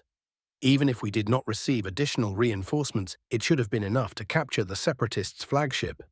By itself, the supercruiser was a great prize, not to mention its propaganda value. As it were, I hoped that at least Grievous would be out of action for some time. However, unless my ion dart caused more damage than I suspected, all the cyborg needed were some spare parts and a good engineer. To make matters worse, I didn't think that the Separatist general would be dumb enough to face me alone again. For our next meeting, he'll probably have at least few squads of those elite droids seen in Arots. "Skywalker, tell me, what exactly were you thinking when you sent that cruiser at the moon?" I asked after we landed and disembarked. "The ship needed to go," he shrugged. "Please tell me that you were out of comm reach from Kenobi and did not know that the hyperdrive was totaled." "Our communications were disrupted by jamming. I was only able to speak with Anakin shortly before we met near the twilight." "Why?" asked Obi-Wan. "Well, with the hyperdrive taken out, the malevolence would have made a nice prize. Even if the ship itself was beyond repair, it still could be sent to the breakers. You saw how big it was. Even if it was only used as raw materials, it could have provided enough for a whole new fleet." The pair of Jedi looked at each other. Apparently neither of them thought about that. "That's a good point," said Amidala. "Who you are anyway?" "I honestly forgot that we were not officially introduced." "Del-Qatar Vale at your service, Senator Amidala." I gave her a courteous bow. "Who said that we Sith had no manners? We just picked carefully to whom we showed any kind of respect." "It's a pleasure. Did you really fight that monster Grievous to stand still as Master Kenobi said?" she asked curiously. I grinned under my mask. "Really, Kenobi? Do you have so little faith in me?" I asked and retrieved the cyborg's foot, which I had secured at the small of my back. I showed them my souvenir. He lost an arm and a leg, but got lucky and escaped. They stared at the piece of the cyborg. If I am not mistaken so far, no one on the Republic's side had managed to even scratch the local boogeyman. "Ah, that's certainly impressive," mumbled Obi-Wan. I could see it in his eyes. His estimate of my combat abilities had risen dramatically, and with it the potential threat I presented. "I just hope that with Grievous is disabled for the time being, so there might be a lull in the war." As she spoke, the former queen had a faraway look in her eyes. "It's unlikely. The Separatists must have other somewhat competent generals. Besides, he is mostly machine now. All he'll need are some spare parts and few repair droids." I had to be the voice of the common sense. The CIS was on the offensive right now, and it had strategic surprise on its side. There was no reason for them to slow down their attacks. "Unfortunately, Vale is correct, Senator," said Kenobi. "He was one of the best generals the GAR had and knew the situation better than me." Amidala looked at me with thoughtful expression. "You appear to have a firm grasp of the strategic situation," she said and frowned. "I did not expect to see a Jedi with such an interesting outfit. You look more like a mercenary than an Order member, Master Vale." "Why, thank you, Senator. I am certainly no Jedi. You could say that in this day and age, I am a mercenary with a contract to fulfill." Padme raised her delicate eyebrows in surprise. "He's apparently a Sith from a few thousand years ago and fancies himself a mercenary." Anakin explained. "That is not a wise thing to do. Many powerful Jedi had tried and failed." "What makes you think that you'll succeed?" asked the former queen, then Skywalker's words fully registered. "A Sith, like the one who hunted us on Tatooine and Naboo." Padme took a step back. While her dislike for mercenaries was evident, it was now replaced by fear and distrust. But was that a tiny bit of curiosity below it all? "Precisely because I am not a Jedi, Senator. They are peacekeepers. I am a soldier trained in the art of war. In order to win a conflict, such as the one the Republic had found, itself a different mindset is needed," I said with conviction. "And what is that?" "To bomb innocent civilians. Take over neutral worlds. Do you want us to become as bad as the Separatists?" Amidala growled at me. "As the Sith?" Joy. I was pushing her buttons without even realizing it. "Bombing civilians, unless they are unfortunate enough to live near strategic objectives. No. That is usually counterproductive. It simply creates more resistance. From what I've seen since my arrival, Senator, is the simple fact that the Republic has the better army, and the Separatist possesses the better generals. As things stand, even if your side wins, it will be over mountains of bodies and oceans of blood. All you'll have in the end will be a long list of shattered and poisoned worlds." I gave them a piece of my mind. She looked away. "There are already too many such worlds," Padme muttered. Anakin placed a reassuring hand on her shoulder. "We'll stop them, Padme." She gave him a small smile, then her piercing gaze returned back to me. "Vale, you said your victory. You are not on the side of the Republic, are you?" Amidala asked. "I am merely an enemy of Dooku and his so-called Sith. That does not mean that I have any loyalties or love for your side, Senator. I am, however, available for hire. I made my position clear. It wasn't as if they would believe I was helping them from the goodness of my heart, which I certainly wasn't. Little did I know how my last words would come back to bite me in the arse. So at best, Sith mercenary with flexible morals." Padme rubbed her forehead. "You have no idea," muttered Anakin. "I am who I am, Senator Amidala. If the Republic declines my services, well, it's your loss." I left the group with these parting words. =RK, Master Plo Koon watched the strange ancient Sith as the man was eating in the mess hall while reading from a datapad. For the time being, the Council had decided to let Kenobi handle the newcomer. For the foreseeable future, the younger Jedi Master's fleet was to be an operational reserve, so with any luck, the Sith would be contained for the time being. That would give them time to observe this Delcatar Vale and get accustomed to the presence of one of his kind who was not overly hostile. At least that was the plan. The old Jedi wondered if the Force had other ideas. For Koon, the existence of a Sith as Vale was a contradiction of everything he knew about them. Was Delcatar one of a kind, or were the records in the Jedi Temple overly biased? Or perhaps this man was just biding his time and playing them for a fool's. No matter how much he meditated, Plo could not pierce the shadows obscuring the Force and thus the future. All he got was a vague sense that Vale won't be danger for them unless provoked. All he really knew was that the presence of that man had made the maelstrom that were the Clone Wars even more chaotic and complicated. Of course, what Vale would consider a provocation, no one really knew. =RK=. Chancellor Office. Coruscant.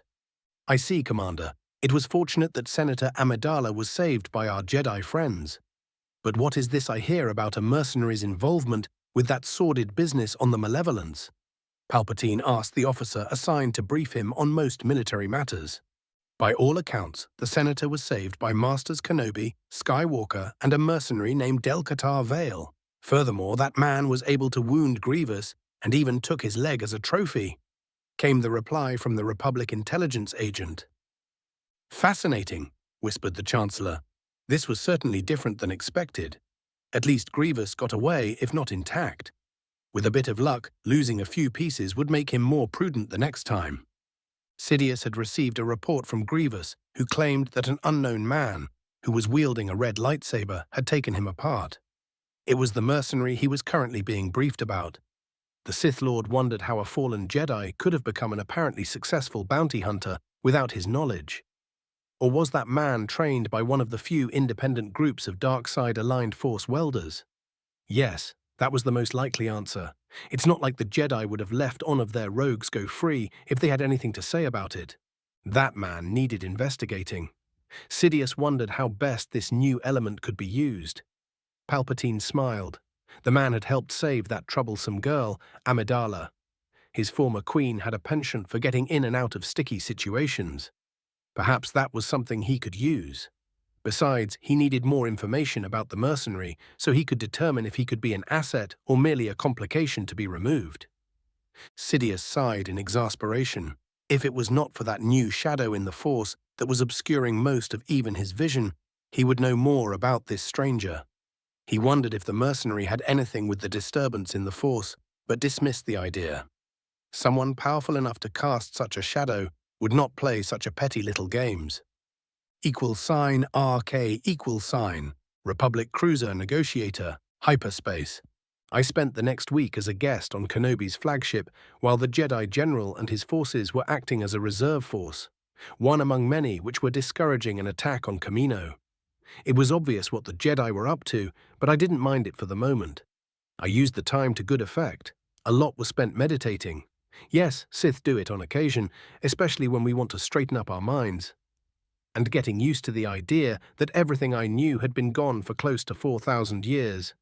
The rest of the time, I was either buried under data pads as I was catching up on current events or speaking with Kenobi. We were often seen arguing about the difference between the Jedi and the Sith, as well as discussing tactics and strategy. Say what you will about Vile, but he was an accomplished general, and some of his skill had rubbed on me. Right now we were discussing the consequences of my suggestion to Skywalker when the headstrong young Jedi refused to pull back his forces from Bothawui. When I heard that he was about to ambush Grievous, who had recovered as fast as I predicted and was leading the Separatist offensive with a vengeance, in an asteroid belt, I gave him the idea to seed the expected battlefield with whatever charges his fleet had in stock. He had done that in addition to placing combat walkers on some of the bigger asteroids and using them as artillery platforms. The improvised mines and the asteroid fragments thrown in all directions by them had shredded the particle shields on the majority of the Separatist fleets and even damaged some of their frigates. This ambush left CIS ships open for a hammer blow from Skywalker's cruisers and the walkers, which had a field day with the enemies who had lost their defensive fields and managed to mission kill a number of them. The enemy formation had shattered and Grievous had fled, leaving his dying fleet behind. That was one of the greatest GAR victories in the war so far. To make it even sweeter, the only Republic's losses were a couple of dozen fighters and score of walkers with their crews. That was a bargain price for a whole fleet. The only thing that might have made it better was if when the cyborg fled, Anakin was not too busy dealing with a swarm of vulture droids to follow and take out the bastard. That was a great idea. Without the mines, Anakin's men would have easily suffered at 2 or 3 times more casualties. With his novel use of the walkers, his forces would have most likely won anyway, but they would have been mauled in the process. It worked well enough. I shrugged. Skywalker controlled the flow of the battle because Grievous had to come to him if he wanted to assault the world. It's not like he could ignore such a force at his back. Not when he needed to invade the planet instead of bombing it back to the Stone Age. Certainly, Anakin's cruisers were perfectly capable to execute an attack run while Grievous was busy sending his troops down to the planet. It would have wrecked the Venators, but it would have gutted the ground component of the CIS forces. While Grievous's fleet was formidable, it simply did not have the firepower to stop the cruisers before it was too late. Yeah, while we are talking about Skywalker, pray tell, how long has your former apprentice been in love with the delectable senator? My question was carefully timed, so Kenobi was just taking a sip of caf when it registered what I was asking him. He spluttered, spraying black liquid all over the small table around which we were sitting. "Sith spit, what are you talking about?" he exclaimed. "First, you're the one spitting, and second, it's obvious." "Don't give me that. You were his master for how long? A decade? More? There is no way you do not recognize it for what it is." I smiled at him and awaited answer. Amidala and Kenobi were the keys to keeping Anakin from becoming Vader, and I did not need or want to deal with Skywalker going on the deep end. So I decided to proceed with my tentative plans for changing the Jedi, and naturally I started with my minder. 3. Chapter 3, VV 2. Phase 0, 3, Mercenary, $RK=.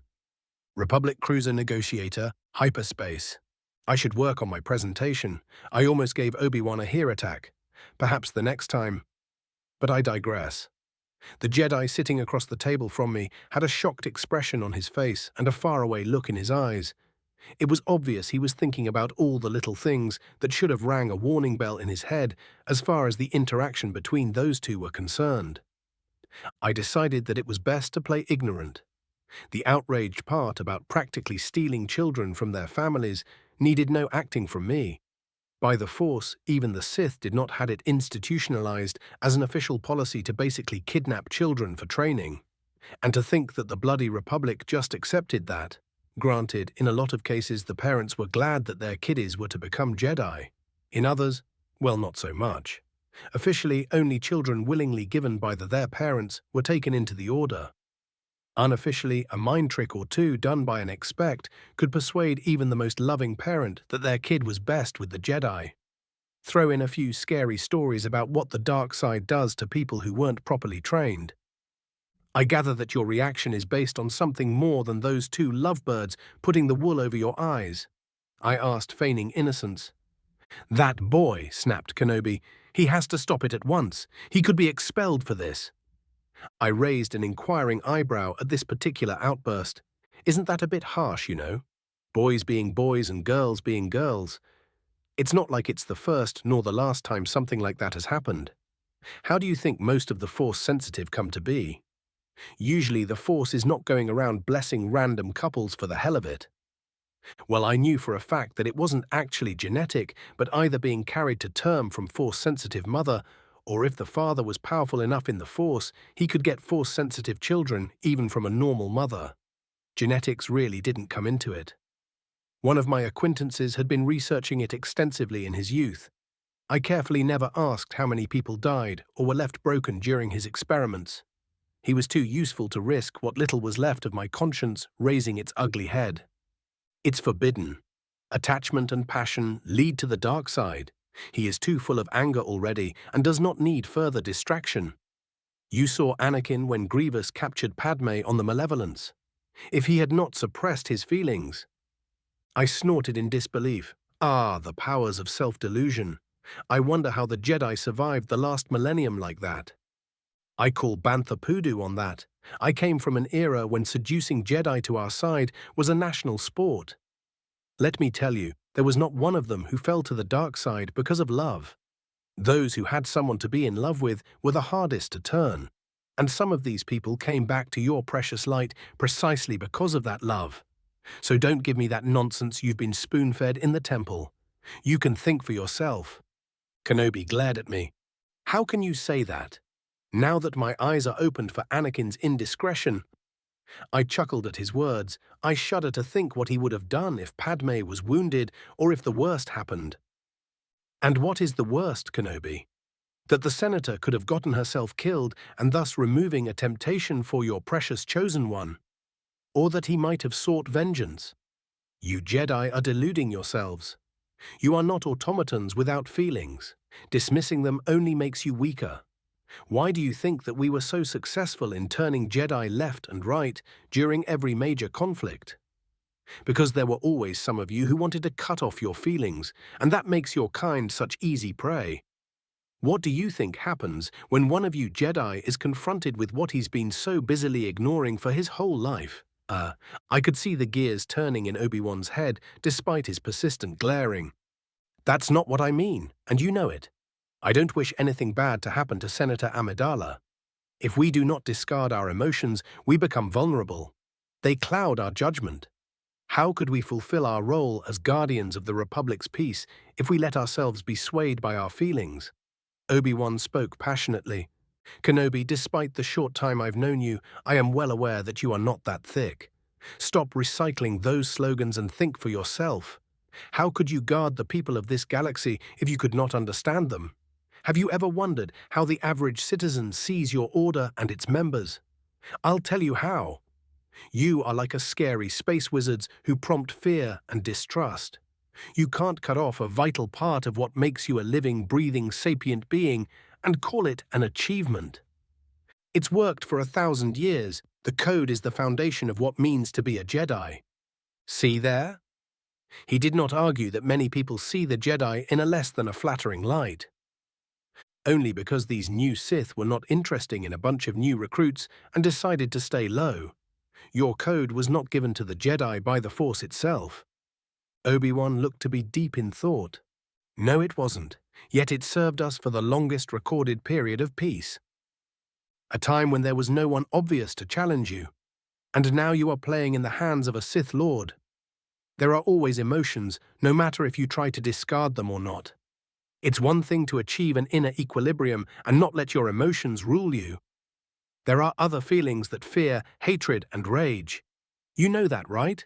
I asked rhetorically. I know that, he whispered through clenched teeth. It's not about whether we can or not let ourselves be somewhat influenced by our emotions when not on mission. It's about the temptation. How do you cut yourself from your feelings when it counts if you do not do it all the time? You don't. You simply train yourself to be in charge of your emotions so they do not control you, I said more calmly. And that is not a Sith idea. We had to know our enemies in order to fight them effectively. What you are doing in today's galaxy has very little in common with the Jedi of old. Find a balance that works for you while you keep your feelings. You won't fall to the dark side by doing that. On the contrary, you'll be not only stronger for it, but it will be easier to resist temptation that way. For a long time, Kenobi was silent. When he chose to speak again, a wry smile appeared on his face. Is this the way you turn Jedi from the Order? With logic instead of threats and torture? Look at me and tell me, Obi-Wan, when do you think that I fell to the dark side? He gave me a dirty look. How in the name of the Force should I know? I allow a smirk to form on my lips. I'll tell you a deep, dark secret, Kenobi. Sarcasm was dripping from my words. As the Jedi of my time saw it, I never fell. Obi-Wan gave me an incredulous and disbelieving look. It seemed to say, yeah, pull the other one. I flirt and struggle with the dark side every day. It is a part of my existence, a never-ending conflict, and I am stronger for it. To fall to the dark side is not so simple as using it and reveling in it in combat. It means being lost to her and becoming the raging beast you Jedi believe all Sith to be. The danger is that it's always there, whispering to you. She is the sweetest seductress that there is. She promises ultimate power, a chance to sate all your passions. You just have to let go and let yourself be under its sway. Well, you know what happens then. I believe that most of the scary tales you are whispering about the Sith come from people that lost that struggle. In fact, most did. Obi-Wan contemplated my words. I believe he was comparing them to what he thought he knew about the Sith. and this time actually thinking, how do you do it? How do you stand it? I sit back and give him a long look. It requires iron will and unwavering discipline, but neither of those are the true secret. I leaned forward and whispered, I know that all the promises of the dark side are lies. The way to power through it lays in subjugating it to your will and never letting it control you, for that way lies madness. That's not what I expected. Do you want me to talk about the glories of the dark side? About how it's stronger? Heh, neither side is stronger, Kenobi. The dark side simply makes it easier to progress in different fields than that of the light. Where you excel in mediation, defense, and healing, the Sith are masters of warfare and destruction. It is not only our philosophies, but what natural aptitudes the different sides of the Force are more suited for. I can as easily kill as heal with my powers, but with me being dark, if you will, I simply find it more draining to mend wounds than a Jedi would. You've given me a lot of food for thought. I'll think about it. That is all I am asking. I have no intention or need even to turn you into a Sith. We should continue this conversation at some other time. So pray tell, what are you going to do about Skywalker? That boy will be the death of me, Kenobi groaned. Obi-Wan, as things are now, it does not take a genius to figure out what your council will do with such information. They will force Skywalker to choose between his queen and the Jedi. And let me tell you something. I've seen a lot of young men and women just like him, both Jedi and Sith. His primary loyalties are to people, not organizations. If he is forced to choose between her and the Order, there is no contest. He'll always go to Amidala. I think that in his mind, the loyalty to whatever Jedi friends he has is what makes him loyal to the Order. So thread carefully. He is probably the Jedi with greatest potential of this era. Do not make something happen that you'll later regret. There was another stretch of silence as the Jedi Master digested my words. When he spoke, it was with resignation in his voice. I've always suspected that this may be the case, but hoped that he'll change as he grows older. What about you, Obi-Wan? What would you do? You have to choose between someone that you obviously see as your little brother and the Council. Will you betray him? Because make no mistake, if you are the one to tell them about his feelings for Amidala, that's how he'll see it. Bastard, you planned that all along. His right hand fell over the hilt of his lightsaber. I gave him a cheerful smile. That's correct, just not for the reasons you think. Skywalker is one of the keys for the future of both the Republic and the Jedi. With the current dumb policies of the Order, he is forced to hide his relationship with the Senator no matter what it is. That is not something that inspires trust. In that regard, he has to see the Jedi as adversaries. What do you think will happen if the Sith Lord behind the CIS finds out about it? He'll use the feelings of those two against them. Instead of a source of great strength, as it should be, their relationship will be turned into a deadly weakness. Because Skywalker would have no one to whom he turn to for help. Don't look at me like that. Depending on how long their relationship has been going on, he might be so wary of the Jedi Council that he'll not confide in you either. Only disaster lies that way. I stood up. You've a lot to think about. See you around, Obi-Wan. $RK. The next morning I was awoken by a grumpy Jedi Master who looked like he has not slept or meditated well last night. What did you do this time? That was his greeting. Nothing untoward as far as I know. My gambit for galactic domination is scheduled to begin tomorrow. Why? I quipped and wondered what that was about. Very funny. He deadpanned. We just received message from the Chancellor's office. Apparently words of your exploits on the Malevolence had reached his ears. He has requested your services for a mission. Well. The plot thickens. Palpatine had sniffed something. The question was how much he knew, what he suspected, and what he thought he knew. Palpatine is concerned for the safety of his former queen. As you may know, he was the senator from Naboo, Obi-Wan said. And if the rumors I heard are true, then Amidala has a knack for getting into trouble. I finished for him. The whole thing was obviously meant to be some kind of test. Despite his wounds, Grievous may not have been believed. Nothing like blaming a boogeyman to cover your ass. and the loss of the dreadnought had to be a major sore point for the Separatists. Besides, while on the Malevolence, I did a lot to downplay my skills with the Force. Liberally using the weapons I usually carried as backups should have helped sell that deception. So let me get this straight. The Chancellor wants me to do what? Babysit the Senator? I asked incredulously. In a manner of speaking, she'll be visiting the Rodians' homeworld before the week's end. The Chancellor wants her to either travel on board of a Republic cruiser or get herself a bodyguard. What I am? The new rage amongst the politicians on Coruscant? I chuckled. I hope the pay will be decent. Kenobi's only answer was an amused smirk. So I'll have to keep Skywalker's girlfriend in one piece. If what I saw on the Malevolence is anything to go by, I'll have my hands full. I'll want additional hazard pay for this, I muttered, playing up my fake freelancer persona. My mind was busy calculating and discarding plans. Keeping such a high-profile politician in one piece would do wonders for my reputation. With the war going on, if I wanted my own command from the ranks of the GAR, one of my primary plans for dealing with the mess counted on such a development. That was something I'll need, especially considering the fact that as things stood, the Jedi would do their damned best to block such an idea. I needed friends in high places, both within the Senate and the GAR High Command. If this was during a peacetime, I would not have considered such a course of action. Sidious would have the deck totally stacked against me. But there was no peace to be found. And I had the knowledge of a good Sith general. This conflict presented a lot of opportunities. This was the opening move of the great game between me and Sidious. I felt a shiver of anticipation run down my spine. After all, the prize was nothing less than the galaxy itself. =RK=. Part 2. High Orbit, Coruscant. Arriving at Coruscant was achieved with a fighter that was loaned to me. My craft exited hyperspace in the outskirts of the star system containing the Republic's capital world. Call me paranoid, but I preferred to take it nice and slowly, instead jumping near Coruscant. I blame my paranoia about that.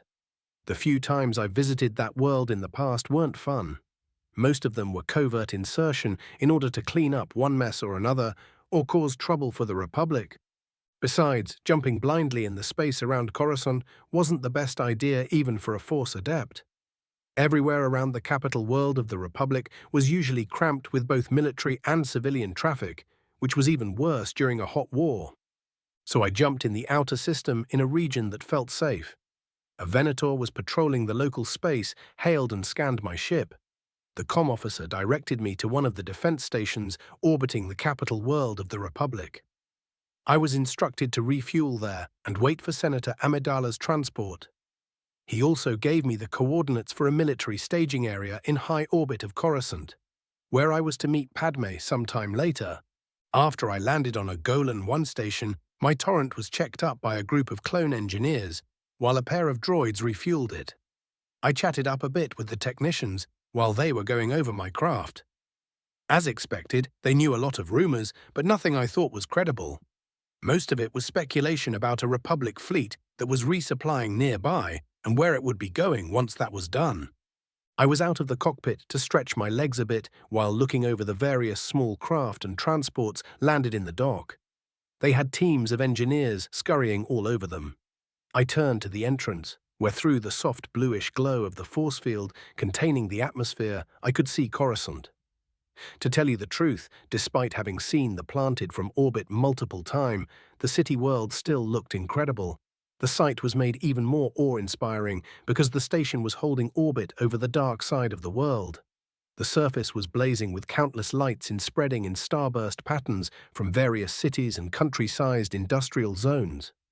I wondered how many trillions made their homes upon the world strewn below me. If looks were anything to go by, Coruscant was a fitting place for the seat of the government that ruled most of the galaxy. It was too bad that the Republic was barely functioning house of cards. =RK=. Amidala decided to be a pain in the ass from the moment we spoke on the comm. This is a peacekeeping mission. Diplomacy is needed, not some more warmongering. I don't want any accidents. We aren't going there to provoke the Rodian government or attack them. I want you on your best behavior. Is that clear? The senator snapped waspishly at me the moment we had established connection. Gee, I didn't make a good first impression, did I? Where do I start?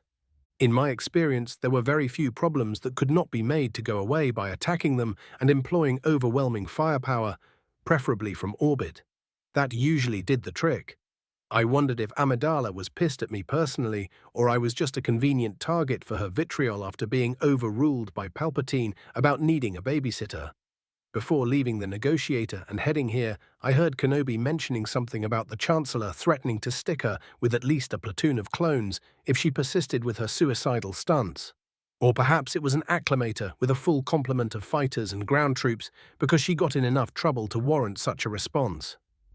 Senator Amidala, this little exercise was not my idea. I'll do anything in my power to fulfill my contract, which is to keep you in one piece and bring you back here alive. If that means ruffling some feathers, then so be it. Please do not forget that I am not under your command. Now, if you've finished unloading your grievances with whoever decided that I am the best man to be your bodyguard onto me, are you ready to depart? I was informed that you wish to visit an old family friend on Rodia ASAP. Is that correct? I spoke in deceptively calm voice. The last Republic senator with such an attitude I spoke to died screaming, "The wanker." Yes, I've known Senator Farr since I was a child. His world is in crisis and his people are starving. Said world is in the middle of a war zone in the Outer Rim. To be honest, Senator, in order to guarantee your safety, I'll need a bloody fleet. But that is something you apparently refused. Most unwise, in my opinion. Eh? It's your life. Shall we head to our destination? =RK=, planet Rodia, Outer Rim. I was glad that I had to spend the last couple of days strapped in the cockpit of the Torrent. The alternative, being stuck in one small ship with Jar Jar Binks, wasn't something I wanted to think about. I would have snapped and murdered everyone on board by the end of the first day. At least it was a quiet trip, because Amidala chose not to speak with me beyond the bare necessary for coordinating our course. We exited hyperspace near the gravity well of Rodia. It was a green, lush world, covered by multitude of small islands and huge swamps. Almost as bad as Dagobah in that respect, but at least it had some high-tech cities and industry. Not to mention it wasn't a pocket death world. Nevertheless, it was definitely somewhere that I wouldn't spend any time longer than strictly necessary by choice. While we were descending from orbit, I felt a small tremor in the Force. It was a warning, as if I did not know that we were heading for some kind of trap after his Sithinesses arranged this field trip. It was not like I could accuse the Chancellor of being Sith without proof. By the Force, even if I had some kind of evidence, the Jedi Council may well dismiss it as a fabrication because of what I am, and that wasn't taking into an account all the contingency plans Sidious should have in case his true identity is discovered. The Senator's Nubian transport and my fighter arrived at a group of facilities, or were those the local towns, that were covered by domes made of some sort of crystal. A sliding doors opened to admit our craft. I landed to the right of Amidala's ship and popped open the canopy of my fighter. To my pleasant surprise, not only it was not too humid under the dome, but Padme left the transport alone. She had the good sense to let Goldenrod and the Gungan on the ship. However, I would have taken points for not having a guard or two, or at least waiting for me to disembark. She could have been shot or something before I could leave the cockpit. Amidala, who was wearing white blouse and pants, had a purple hooded cloak, hugging her shoulders, gave me a small nod and we departed. I took a position to her right and we followed the Rodian who was sent as our guide. The inside of the building looked like it was made of stone. It was a curious blend of old and high-tech look that was pleasant to look at. We were led to a courtyard surrounding a tower made from yellow metal. The senator we met there and Padme exchanged greetings in Rodian, which passed over my head. That was not a language I knew. After few pleasantries that you'd expect when someone meets an old family friend, the politicians got straight to business. "You are talking about a friendship I could not see, Padme," said Fer as we were walking around the tower. I drew on the Force and used it to expand my senses. Let me tell you, I didn't particularly like what I felt. Where was the Republic when our ships were decimated? Where is it while my people are starving? We were left out here alone, isolated without help from anyone. The local senator was quite agitated. I could feel his anger, fear, and shame all combined with increasing amount of nervousness. The vote was slowed down, but I can assure you, Uncle Com, you will receive the food soon. Padme tried to calm down the Rodian, so Palpy was back to his old tricks in the Senate. Business as usual. Sometimes I wonder why no one tried and succeeded in overhauling the way the Republic was run. Then the obvious answer came unbidden. The member systems liked the Republic just as it was, somewhat useful, but not too strong or effective, so they could conduct their business in relative peace. I'm sorry, it is too late. Fair shook his head. He was ready to spring the trap, wasn't he? Oh, you will be, Senator Fair. Do you think that the welcoming committee is strong enough?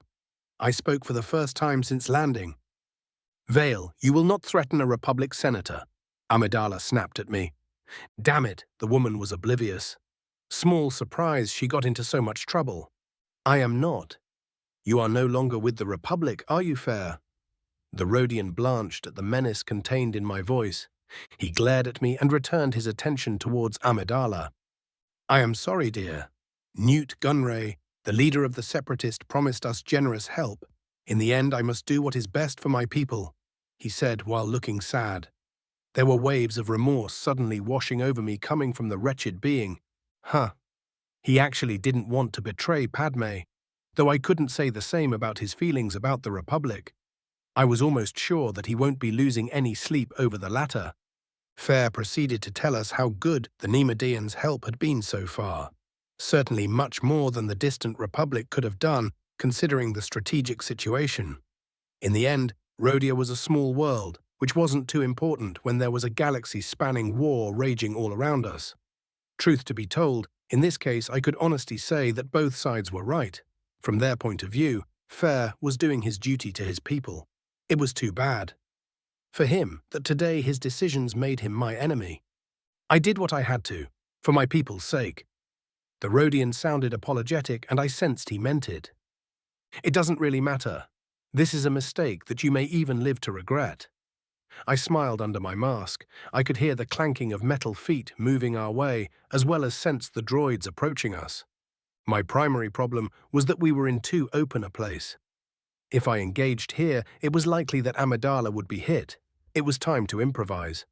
I removed a personal shield mounted into an armband and placed it on Padme's right arm. Hey, what do you think you are doing? Amidala exclaimed. I ignored her and activated the defensive screen, which snapped to life and enveloped her snugly.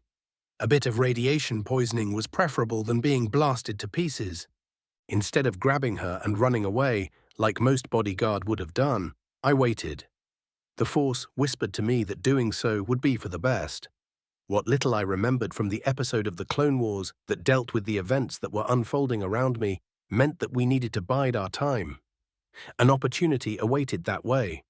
We were surrounded by 20 B-1s and a couple of super battle droids. Most of them were pointing their weapons my way. I just grinned and gathered the Force around me. I just knew that it would be any time now. The traitorous Rodian retrieved a palm-sized disc from his robes. It was a holocom. Over it appeared a blue hologram of an ugly, as if there was any other kind, Neimoidian who was wearing garish clothes. Viceroy, that's unexpected. Amidala sounded surprisingly calm, though her emotions revealed the truth. She was torn between anger, fear, and feeling betrayed. You won't get away this time. We made a deal with your friend, and you are an important part of it. Your henchman won't help you either, Gunray announced gleefully. I am sorry, my dear. I had no choice in the matter. Fair lowered his gaze. You are making a mistake. There is always an alternative. Padme pleaded. Take her away, Fair ordered without daring to look at Amidala. A pair of B-1s grabbed Padme's arms and started dragging her away. That was a wise decision. I will be there within the hour to bring the promised supplies and collect the senator, sneered the Neimoidian. He looked at me. Kill the spare, the overgrown toad ordered before cutting off the connection. I laughed. I hoped that Gunray would arrive as scheduled.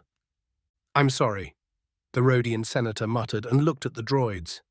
You heard the Viceroy. Kill him. Fair pointed at me. Do you really think they're up to the task? I chuckled. Roger, Roger, answered the droids and opened fire.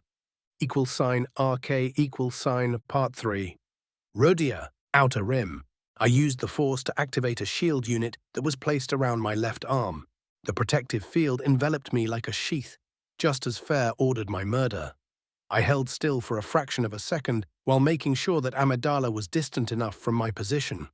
Once that was done, I unleashed telekinetic wave all around me. A sphere of invisible power exploded from my body and engulfed the short droid platoon that was surrounding me. My shield absorbed the few shots that the CIS troops managed to get off before the SH-0 Ockwave threw them in all directions. I watched with satisfaction how Fair bounced off the ground and stayed down. Only his groaning gave indication he was still alive. I called my blasters from their holsters with a thought and jumped to find their way into my outstretched hands. My first two shots took off the heads of the cannon fodder that was escorting Amidala to some dingy cell. I ignored Padme, who wasted few precious seconds by gawking at me before she grabbed one of the weapons of her disposed-of captors. While I kept a small part of my mind occupied with tracing Padme's position, most of my attention was concentrated on taking out the robots that tried to kill me. Before the machines could recover from my surprise attack, I had blown to pieces 3/4 of the B-1S. Those fragile things needed only a single, well-placed blaster bolt. Only 4 of the mass-produced irritants were left when those remaining were able to grab a weapon and return fire. It was at that time when the SB droids had recovered and unleashed hail of crimson death in my direction. Thanks to my deep connection to the Force, I knew in which direction they were aiming and where their fire was about to go. I twisted, turned, and weaved around a hail of blaster fire. 2 shots turned the torso of a B-1 into a scrap. I moved my head to the left just in time to avoid getting my brains evaporated. Without looking, my left hand moved and I snapped a shot behind my back. I knew it will find its mark before the blaster bolt hat left the barrel of my gun. A snapshot destroyed the weapon of another mass-produced clanker. My shields whined in protest as I ducked a moment too late and was caught as one of the SBs stitched a line through the air with its repeaters. I answered by snapping shots in its direction as fast as I could press the triggers. Seconds later, its armor was a melted river running down its front, and it fell like so much scrap. A barrel roll took me from the line of fire of the remaining superdroid. Amidala's accurate fire had disposed of the last 2 B-1S by now. We concentrated our firepower on the last machine standing, and shortly the droid caved under our onslaught. My shield had gotten as low as 15%, not too bad for a piece of ancient technology. A glance at Padme showed me that she was thinking on her feet. She had a communicator in her hand and was talking in it. If her droid and the bloody Gungan had not destroyed the Nubian transport yet, there were good chances that they'd be able to signal for reinforcements.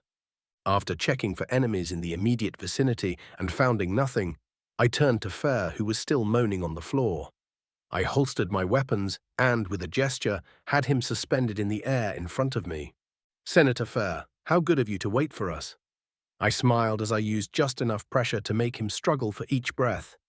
"Please tell me what separatist forces are stationed in this facility and on the planet." Amidala came to stand next to me. "Uncle," she whispered in horror. "Vale, put him down. We are not torturing prisoners." "I won't hurt your friend too much if he cooperates, Senator Amidala. Besides, I am not part of your precious republic," I told her with emotionless tone.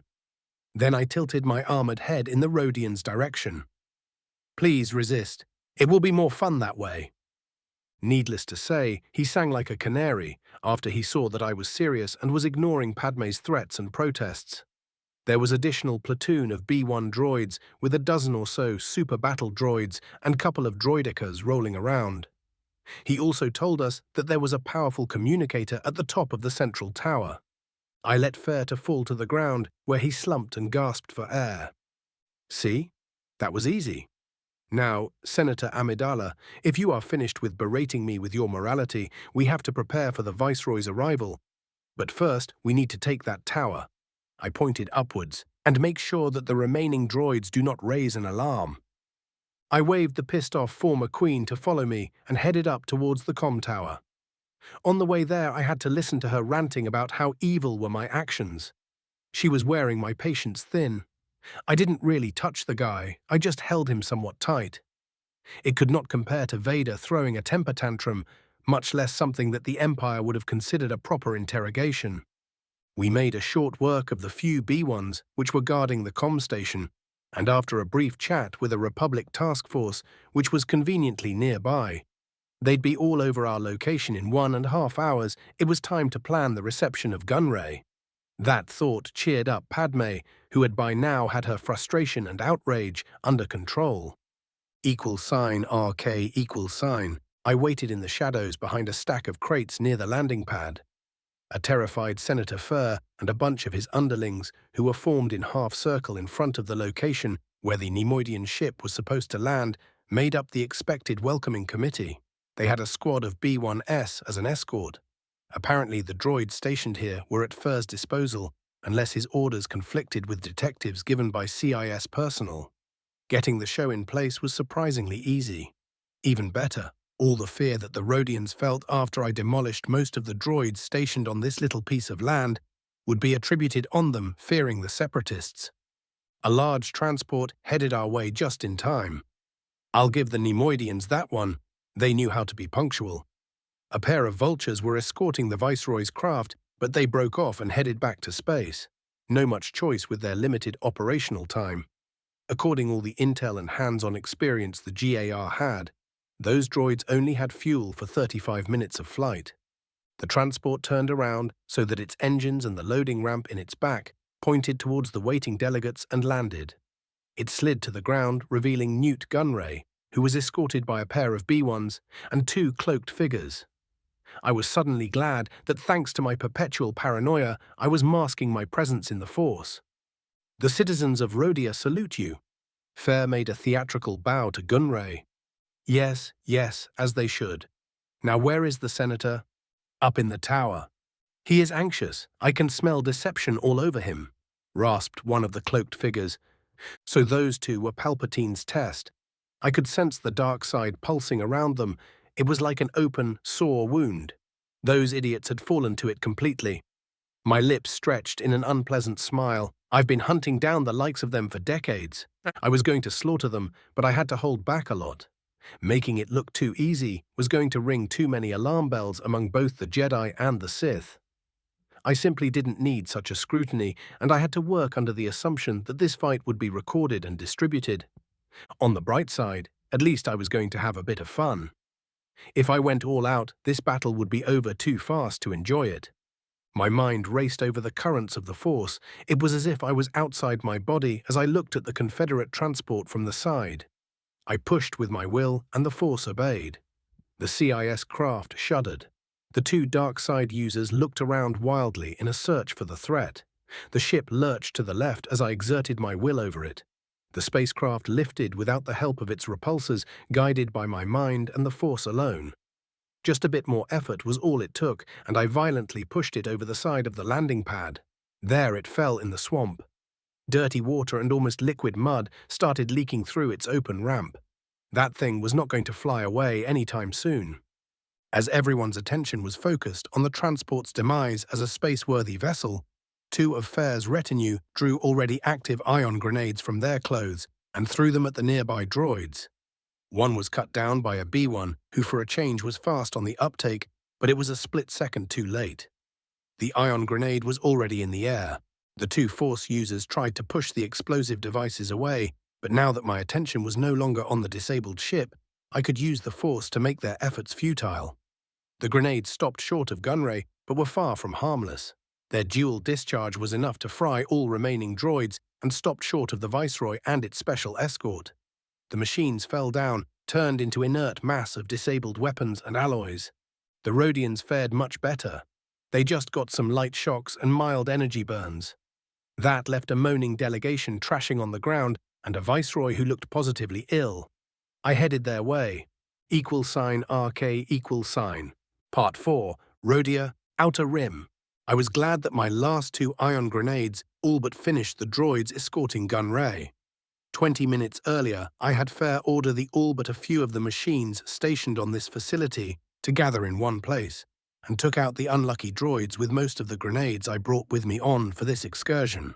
Only the 6B1s, who were used to make the welcome committee look genuine, did not share the fate of their brethren. Until now, I walked towards Gunray, who was even greyer than normal thanks to his fear, and the two cloaked figures, who were his escort. The Rodians, who were recovering from the shock, scrambled to get away from me as I went to meet the Viceroy. Gunray, fancy meeting you here, and you've brought some entertainment supplies. I nodded at his companions. How thoughtful of you. The men sent to test me discarded their black cloaks. When I saw them, I wondered if they were really twins, as they looked like, or whether Sidious had some limited success with cloning Force sensitives. They were about 180 centimeters tall, with short black hair and identical goatees. The one to the left had a nasty red scar running from his right temple, past his eye, down to the edge of his jawbone. His twin had no visible scarring on the face. See Karok. He does not look like much. I am sure that Grievous criffed up against Skywalker and Kenobi, said the twin to the right. You saw what he did with the ship and those grenades, Vinrock. Do not underestimate him, brother. The other favored caution in the face of the unknown. He was probably the brains of their little family operation. Doesn't matter. Our master ordered his death. So he dies. That is all, Karok. You are correct, Vinrock. Mentally unstable brothers. I wondered what else Sidious and Dooku would reveal next. Those two acted like a bad actors from third-rate holodrama. So we have here Dumb and Dumber. Aren't you supposed to be Sith or something? The Jedi are all losing their heads over some supposed Sith Lord that's been running around and messing up their boring lives. I taunted the idiots. From what I could sense, they barely classified as competent acolytes, and that was me being very generous. He mocks us, brother, said the scarred one, that he does Karok. We are servants of His Excellency Count Dooku and members of the Dark Acolytes. A single Dark Jedi won't stop us. We studied the ways of the ancient Sith and were trained by Dooku himself. They boasted as one. Don't you love it when the bad guys start ranting and reveal information you'd have to tear out of their bleeding bodies otherwise? The idiots who let themselves be controlled by the dark side are no exception. You've learned the ways of the Sith? I asked with a raised eyebrow. Then by all means, show me. They moved around Gunray, who was hunched and looked like a terrified wild animal. He wished to test himself against us, Vinrock. We are more than willing to oblige him, are we not, Karok? They retrieved simple lightsaber hilts from the depth of their black tunics and activated the weapons, which hissed, revealing red blades. Karok immediately went into a Makashi dueling stance, while Vinrock fell into Sorezu form. I summoned the hilt of my sword, and its crimson blade ignited with an eager buzz of scorched air. I placed my weapon in the traditional low Makashi guard stance and waved the twins to come on. The scarred one came first, while his brother went to my right in a flanking move. I dashed towards Karok, bringing my blade in a sweeping upward strike. It was easily parried by the Dark Jedi, who sneered at me. As a user of Makashi himself, he was well aware of that style of combat, greatest weakness. It was developed as the ultimate expression of one-on-one duels, and suffered against two or more adversaries more than anything else, if the opponents were of equal training and expertise. His sneer was short-lived. I erased it from his face when I locked our blades together and pushed his sword to the left. Then I spun around while staying in place and delivered a cracking backhand hit faster than he could react. The armored glove covering my left hand struck him on the side of the face with enough force to send him stumbling away from me. I could see blood leaking from his mouth. I twirled the hilt of my blade in my hand, changing my grip in a backhanded Juyo one, and moved my arm upward in a frothy 5-degree angle to deflect a broad slash from the other twin. The fingers of my left arm twisted like claws, and I made a punching motion at Vinrock's open torso. My palm was mere centimeters from his chest when I unleashed a punishing blast of pure telekinetic force, which threw him away as if he weighted nothing. Battle lust sang within my heart as the force flowed through me like a never-ending river. I ducked to the left, evading a thrust of Karok's ruby blade. I spun again and used the weight of my body and its momentum to deliver a diagonal slash at the man who tried to skewer me from behind. The scarred twin rolled forward, passing a hairbreadth from my blade. I saw that Vinrock was still on the ground 20 meters away, so I switched back to Makashi and made a beeline towards Karok, who was rising to his feet. Damn it, even when I was holding back, those two weren't putting much of a fight. This was supposed to be fun. We met with a flurry of clashing blades, and the air was filled with the scent of ozone as energy discharged between our laser swords. We exchanged short, precise stabs and slashes faster than normal beings' eyes could follow. Our motions were blur of crimson death waiting for the tiniest of openings. The familiar weight of my lightsaber hilt, comfortably snuggled in my hand, having the force within my grasp and directing it to do my bidding, my heart joyfully hammering within my chest, the knowledge that my very life was balanced on the edge of my bloodthirsty blade and was in my hands. For a Sith, the old saying, "Live by the blade, die by the blade," had completely different meaning.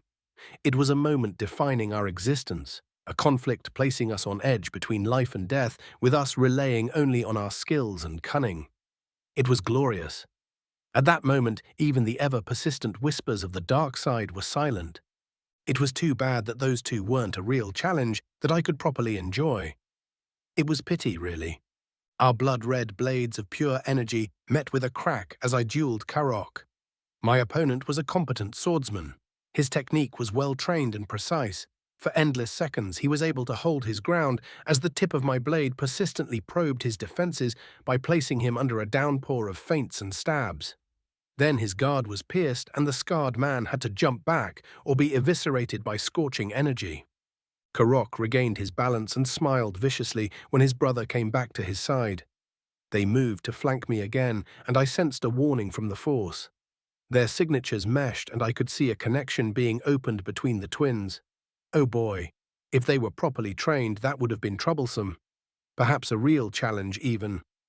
As it was, I had to be careful not to show how easily I could use their connection against them. From the right came a rain of precise strikes aimed at my vitals, while from the left I was subjected to the wide sweeps for which Soresu was so well known. Suddenly, the brothers were acting like a well-oiled machine with a single will. I deflected a swipe that tried to take off my left hand and sidestepped a thrust from the other side. I grasped my weapon with both hands and got into the high guard of DJM. So, I jumped over a low strike aimed at my legs. On my way down, my blade arched in a lethal arch towards Karok, who staggered under the force of my blow. I rotated around the out-of-balance twin in such a way that he was between me and his brother. The connection they shared and now used had suddenly raised their threat level. Not by much, but it made our little training exercise a bit more interesting. Good, you are finally showing some semblance of promise. Show me what you've got, I encouraged them. Who knew they might still surprise me? I bent the force around me, giving me additional speed and strength. I rained blow after blow at Karok, who struggled valiantly to retain hold over his weapon. I moved in such a way as to keep him between me and his brother. I could see the frustration etched on the other twin's face as I blocked his way by interposing his sibling between us. As I got closer and closer to cutting down Karok, his brother darted forward with a war cry emanating from his lips. I smirked at his action, so predictable. I battered away the blade of the scarred man and fell in a crouch from where I delivered a sweeping kick that took his feet from under him. I sent him tumbling away with a push of the force and twirled to meet the attack of the Soresu user. I met his slash head-on and reposed after deflecting his attack by sending his blade upward. I executed my counterattack by bringing down my weapon while the twin's saber was still pointing in the air. When his attack failed and I pushed away his lightsaber, he stumbled, slowing his reaction for a second. It was all I needed. My blade flashed downward and took of his right hand between the elbow and the shoulder. The crippled man screamed in agony and fell backwards. Before he could recover from the shock, I summoned him to me with a wave of my arm, and he flew straight at my outstretched blade. I buried my lightsaber to the hilt in his chest and burned his heart to a crisp. Vinrock, keened the only living twin. I'll slaughter you for that. Karok spat and charged me. His eyes were blazing yellow, and he was gripped by a dark-side-controlled rage. I shook my head at his stupidity. For a Makashi user, what he was doing was pure foolishness. Without thought and precise control, that style was nothing. I used my irritation at his display to fuel my charge and met him halfway. Our blades crashed in each other, and I sent him reeling back. I easily deflected his wild swings and stabbing attempts and turned my defensive moves into devastating counterstrikes which Karok was barely able to evade thanks to his still deft footwork. He was retreating before my blade, trading distance for a small measure of safety. I was not about to have any of that. I banished the fried B-1 droids at him as a distraction for a Force-enchanted jump. Karok snarled in anger as he slashed a limp robot in two, and then groaned when the rest of the machines hit him. He staggered under the rain of metal, and then I was upon him. Thanks to his rage-enhanced strength, he was able to hold onto his sword for dear life when I landed next to him and delivered a powerful overhead slash. Karok was brought to his knees, but managed to keep the buzzing blades a centimeter from his head. I continued to press down, locking the lightsabers in a deadly vice. I easily twisted the blades away thanks to my superior leverage and smashed my right knee into his face. The durasteel guard protecting my joint shattered his nose, and he fell to his back, stunned for a moment. My blade screamed down in a crimson arc and struck the left shoulder of the man who was dazedly trying to stand up. Karok fell back, bisected in two, as my lightsaber exited his torso under his right armpit. I turned my attention towards the only other living thing in the courtyard. Newt Gunray was pressed to the wall near the entrance to the landing ramp where his ship used to be. He was trembling and muttering to himself in his native tongue. I headed towards him when Republic LA-8s buzzed overhead and flew heading at my position. Behind them I could see the descending form of an acclimator, which was escorted by wings of fighters. The assault cruiser was disgorging waves of troop ships. I closed my eyes and concentrated on the Force. I could sense at least 3 more of the capital ships moving in the general vicinity of this facility, and there was a familiar Force signature in the leading LAAT. I grumbled. Why the hell the reinforcements were early, the one time I did not need their bloody assistance? I was already under observation by the first flight of LAATs, so simply cutting the head of Gunray without provocation would not do if I wanted to keep my reputation as a level-headed fella and not a raging lunatic. Before the first armed transport could land, its side doors opened and a familiar form jumped out, followed by an unknown female Jedi. I deactivated my lightsaber and grabbed the Viceroy by the neck of his robes and led him towards the Jedi. Hi there, nice to see you again. I beamed at the newcomers. 4. Chapter 4. V2 Phase 0 4. Ghosts of the Past, =RK=, Part 1, Rodia, Outer Rim. I stared at the 2 Togruta females who were first to disembark the lead LAAT gunship. The one I sensed. Ahsoka Tano led the way. She jumped out and started bouncing around, obviously unable to contain her excitement. What she was doing here without her master, I had no idea. The appearance of the second, who I didn't recognize, halted me in my tracks. She was about my height if you do not count the curved horns, which were crowning her head. Her leku caught my undivided attention. They were colored in soft blue and white stripes, swung in a way which brought painful memories of my wife. I stared at the coloring she had over her eyes and went all up to her temples. It was snow white, with red rectangles over her eyes, which were black and serene. The older Togruta returned my stare calmly and studied me in return. The Jedi were followed by disembarking troopers, but I paid them little attention until a clone commander who had his helmet painted green came to me and stood at attention. "We received your signal. We are at your disposal, sir." He gave me a crisp salute. I smirked under my helmet and wondered how many of the Jedi on the Council would have conniptions if they heard about this exchange. I returned the salute and pointed at the sniveling Nemoidian. "You may get this sorry excuse for a sapient being out of my sight, Commander. This facility should be reasonably secure, but it won't hurt to sweep it for surprises left by the Separatists." My tone was all business, something I was proud of, considering I just saw someone who for a moment looked damn close to my dead wife. "Right away, sir. Men, take that scum away." He ordered a squad of troopers. No one liked poor Gunray. Couldn't have happened to a nicer person. My attention returned to the Jedi, and I absent-mindedly twirled my still-ignited blade in my hand before deactivating it. Delcatar, is Padme all right? Who were they? Ahsoka pointed at the remains of the dark acolytes while bouncing around. I wondered if she had overdosed on kaf, ate all the desert, or something else in that vein. Slow down, kiddo. As far as I know, the senator is all right. I left her up at the comm tower. I pointed at said building. She may need a bit of anti-rad treatment. I loaned her one of my personal shields, but it was damaged a bit and leaks a small amounts of radiation. Hearing that, a team of clone medics and 2 squads of infantry acting as escorts rushed for the tower. Good men. Never trust that an AO is secure unless your own men had swept it for enemies, and if you are smart, you won't assume it is clear even then. As for those idiots, they were a couple of dark Jedi trained by Dooku, nothing special. I shrugged. Uh-huh, said the younger Togruta, clearly unconvinced. Ahsoka, won't you introduce us? I nodded at the older Jedi, who was observing our interactions carefully. She was guarding her emotions well. The only thing I could sense from her was a hint of amusement at Ahsoka's antics. Ah. Yees. Sorry. Tano looked a bit sheepish. Master Shakti, this is Delcatar Vale. I am not sure as what to introduce him today.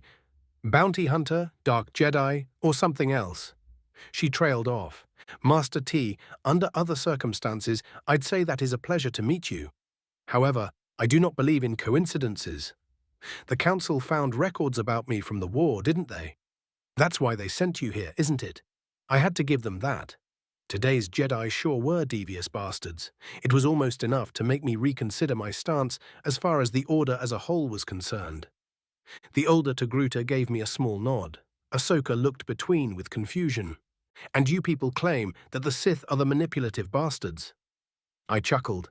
Seeing that Ahsoka was confused, I decided to elaborate. Ah, I see you've not been briefed yet, considering that they sent you too, Ahsoka. You should know.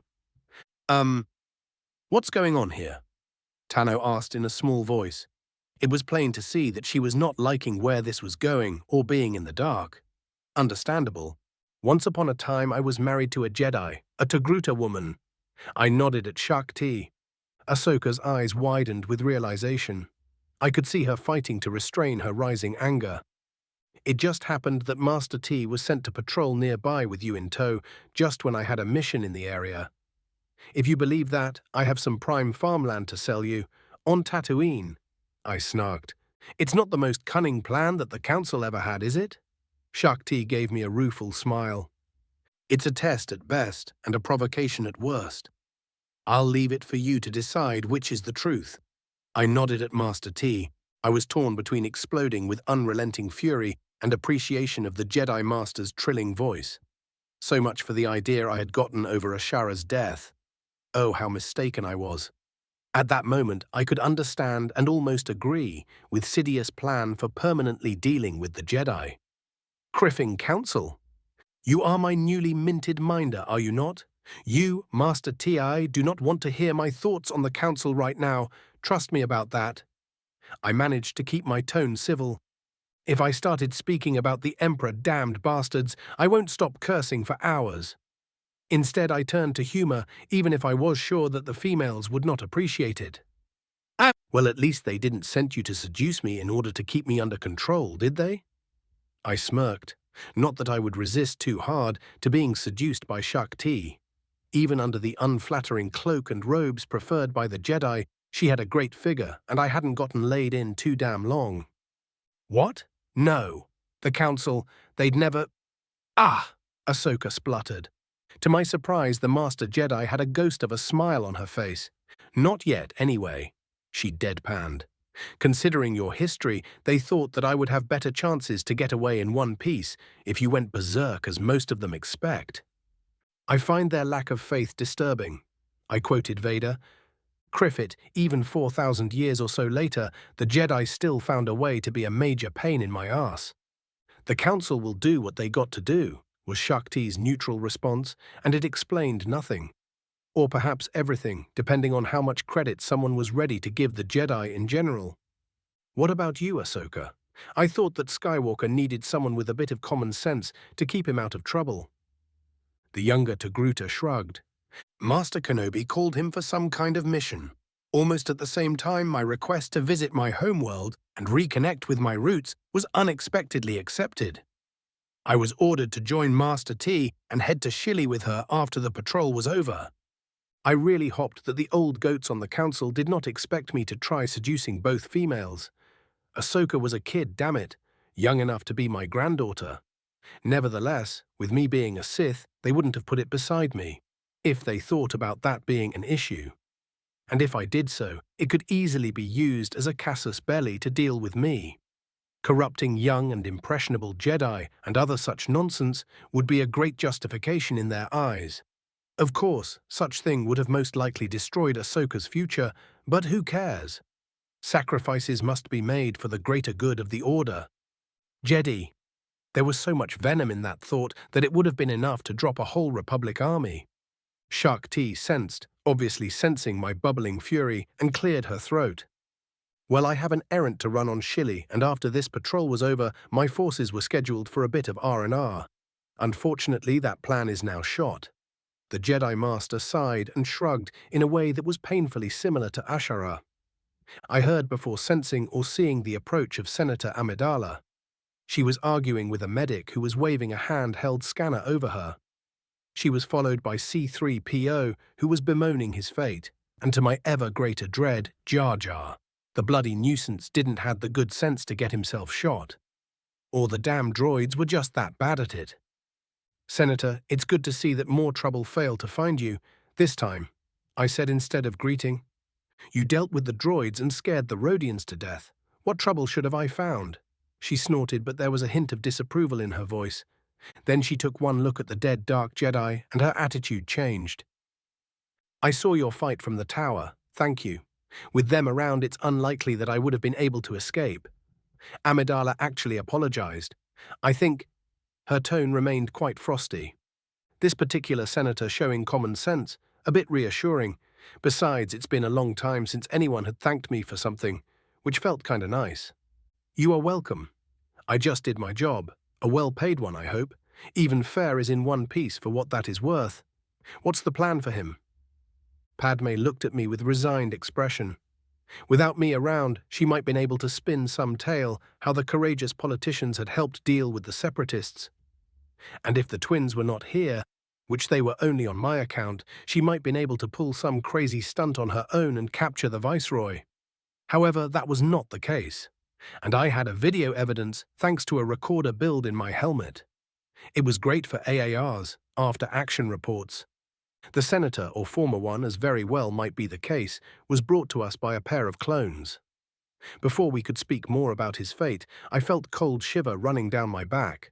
The Force screamed a warning, and I was spinning around. My right hand had a death grip over my lightsaber's blade. I saw a clone technician place a holocom emitter on the ground.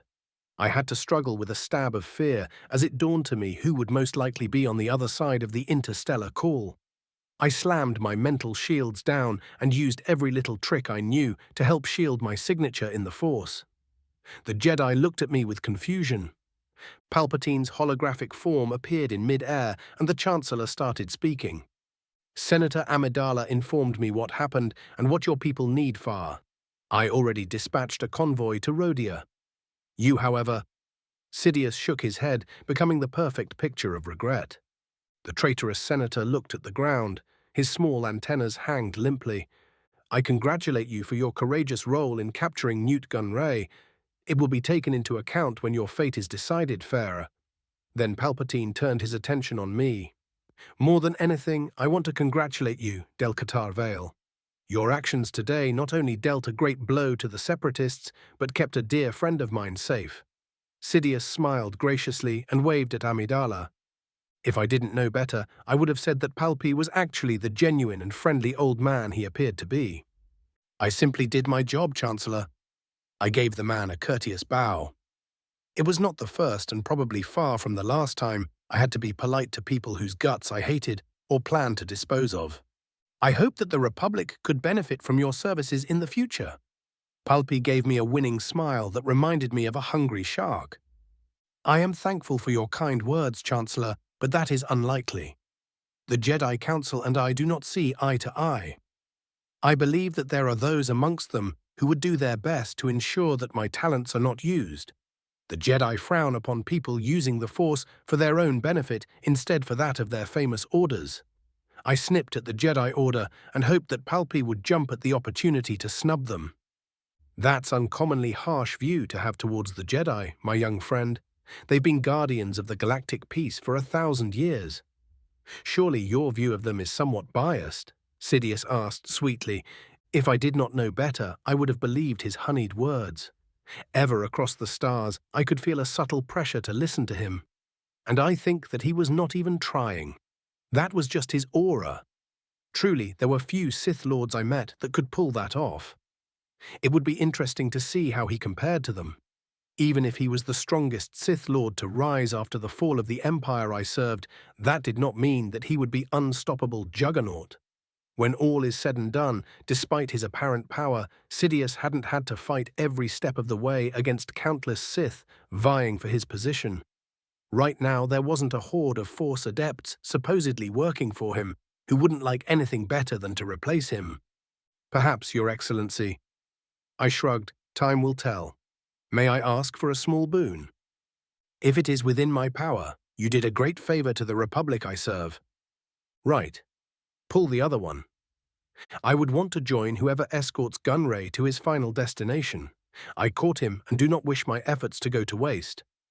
That would also give me a better opportunity to not only observe the clones in action, but possibly make a few useful contacts. Besides, ensuring that Gunray would be unable to escape would be a boon too. He had to have some useful information locked up in that head of his. Palpatine looked at me and frowned. I think that he expected that I'll ask for more. Probably a rise of the promised payment for my services. Well, I would, and soon, though this was an opportunity for more than just a monetary gain. I can assure you that the Jedi Council and GAR High Command can manage, but if you wish to provide additional security, so be it. It's the least I can do. Palpatine nodded after a short time to think. Thank you, Chancellor. With that, the connection was cut. I exhaled a breath in relief. I could feel him probing my mental shields, which easily held. However, that was not particularly reassuring. He was not dumb enough to try mind-raping me while there were 2 Jedi behind me. But I can tell that he was interested in me. In the Emperor's name, I hoped that the old crafty bastard won't decide to groom me as his next apprentice. Those who aspired to that position tended to end badly, cut in two, missing appendages and lava burns. It was hazardous for one's health. I ignored Fair, who was begging Amidala for forgiveness, and looked at the females who were giving me curious looks. Ahsoka was about to start bouncing again. Who gave the kid all the calf and sweets? I asked the Master Jedi. Shakti glanced at the full-of-energy teen and smiled. Oh, don't worry, I know how to make use of that. Padawan Tano, you've got some excessive energy to burn. You can never be in good enough shape. Start running around the courtyard without using the Force to rejuvenate yourself, the Jedi Master ordered. There must be more battle droids around here, or something else to do. Matati? Please, Ahsoka whined. Start running, Padawan. Shakti snapped, with a voice that would have made any self-respecting drill instructor proud. The younger Togruta pouted, but started jogging. Tano, I said run, Shakti snapped in a perfect drill sergeant's voice. Ahsoka jumped as if stung and sprinted away from the ire of the older woman. You seem able to manage her much better than Skywalker. The Jedi Master snorted with amusement. =RK=. Part 2, Munificent Class, Frigate Shadow's Veil, Location Classified. The capture of Gunray is a serious threat to us. That fool was warned not to step foot on Rodia, at least until it was clear what danger Veil represents. He will break under Jedi interrogation even faster if this mercenary is allowed to get his hands on him. Sidious ranted at his apprentice. Dooku was kneeling in front of a hologram of his master and listening about the unexpected debacle that had befallen CIS. His anger spiked when the spineless viceroy was mentioned. I am dealing with it, Master. My best agent, Asajj Ventress, will gain entrance to the Jedi's ship and deal with Gunray one way or another. Perhaps the mercenary too. Dooku outlined his plan. You have a great deal of faith in your pet, my friend, especially when she had failed so often in the past. Alas, I am afraid that she may not be enough. Not with a dark Jedi of unknown power playing mercenary assisting the Council's puppets. Send Artel Dark with her. He should be close enough to intercept them. Between the two of them, they should be able to silence Gunray, if not deal with the mercenary too. As you command, Master. Dooku immediately agreed. When the comm signal was cut from Sidious's side, the Count rose up, revealing a frown marring his face. Damn that fool Gunray, he thought. With the information that Slug had in his too small a brain, the Republic could wreak unholy chaos upon the Confederacy. To make matters worse, there was a new element in an already chaotic situation. Ever since the visions of the future he and Sidious could gleam were shrouded by ripples in the dark side a few weeks ago, any further complications weren't welcome. For the first time since swearing his allegiance to Sidious, the Count was facing an uncertain future. It was not something he felt comfortable with. And isn't that thought such an understatement? Dooku sneered. The Count was still quietly fuming when the armored doors leading to the bridge slid open and Ventress glided in. She was moving with the practiced ease of a trained predator. Master, her voice was quiet, almost sultry. Sidious has a task he wants done, one we can't fail. You could afford no mistakes, child. A failure could spell disaster for the Confederation, and our master will be most displeased. I do not need to tell you what that entails. You must prove that you are worthy to be my apprentice, Asajj. Dooku tried to impress the gravity of the situation to his protégé. I am worthy, Master. I will prove it to you. The assassin practically purred, her lips twisted in a cruel smile. You're to intercept a Republic ship carrying Newt Gunray, who was captured just a few hours ago. Either retrieve or dispose of the worm. Be advised, there will be at least 2 Jedi on that ship, plus a new variable. A mercenary. Dooku began laying down the mission parameters. That won't be a problem, Master. Ventress looked confused. Do not underestimate the mercenary accompanying the Jedi. Ventress, I sense danger when thinking about that man. He's a dark Jedi of some power, Asajj. That's why my master deemed it best to send Dark with you. The man is expendable in the great scheme of things. Use his talents as you see fit. Just get the job done. =RK en route to Republic cruiser Tranquility. Rodia's orbit, outer rim. After my civil conversation with his Sithiness himself, I was in for a boring day. Not that I minded the opportunity to stretch my legs and get a nap in a real bed after spending almost 3 days cooped up in the cockpit of my Torrent before arriving on Rodia. The reason for the delay was typical one. The Jedi Council couldn't make their mind about how best to transport the Viceroy after they were informed that I'll be tagging along. Gunray spent that time in a small tower near to the one from which we called reinforcements. It had a cell meant for Amidala after her capture, which we used on the Nymedean. I appreciated the irony of the situation. It served the bastard well. My only problem was that I was not permitted to interrogate him myself. Shakti declared that the council had not decided how to deal with him. The infernal woman was following me everywhere except the fresher, not allowing me to have a quiet chat with the prisoner. And that infuriating small smile that made her face so different and alive compared to her usual severe expression. She was baiting me on purpose. What were orders from the council anyway? For her to infuriate me into a murderous rage and get herself killed? Ahsoka was no help. After Master T ran her into the ground, the Padawan was too busy sleeping. Meditating to be a nice conversation partner. Shakti appeared to be a quiet, private woman who I sensed would have liked to keep to herself, but was unwavering in pursuing her duty. So no fun there. She was not interested in talking, and I was not about to start pointing all the flaws of the Council and Jedi dogma before I knew her better and figured out what approach would work with her. If the Jedi leadership was consistent, I most likely would have time to figure her out, with her being my new minder. And I could not even get a heart-to-heart conversation with the clones at the facility. They were wary of the Jedi tagging along, and some of the bloody bastards were chuckling at my predicament. Cheeky bastards. That leads me to the present. I was on board of a consular-class frigate which was used to ferry us to the cruiser, tasked with carrying us to our destination. After the Jedi were unwilling to include me in the escort detail, Palpatine evidently threw his considerable weight around and arranged for the prisoners' transportation.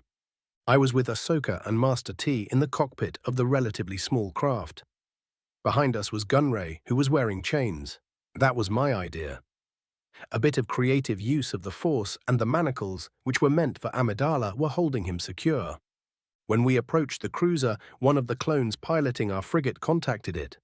On a screen over the windows of the cockpit appeared an image of 3 men in blue armor, Senate commandos.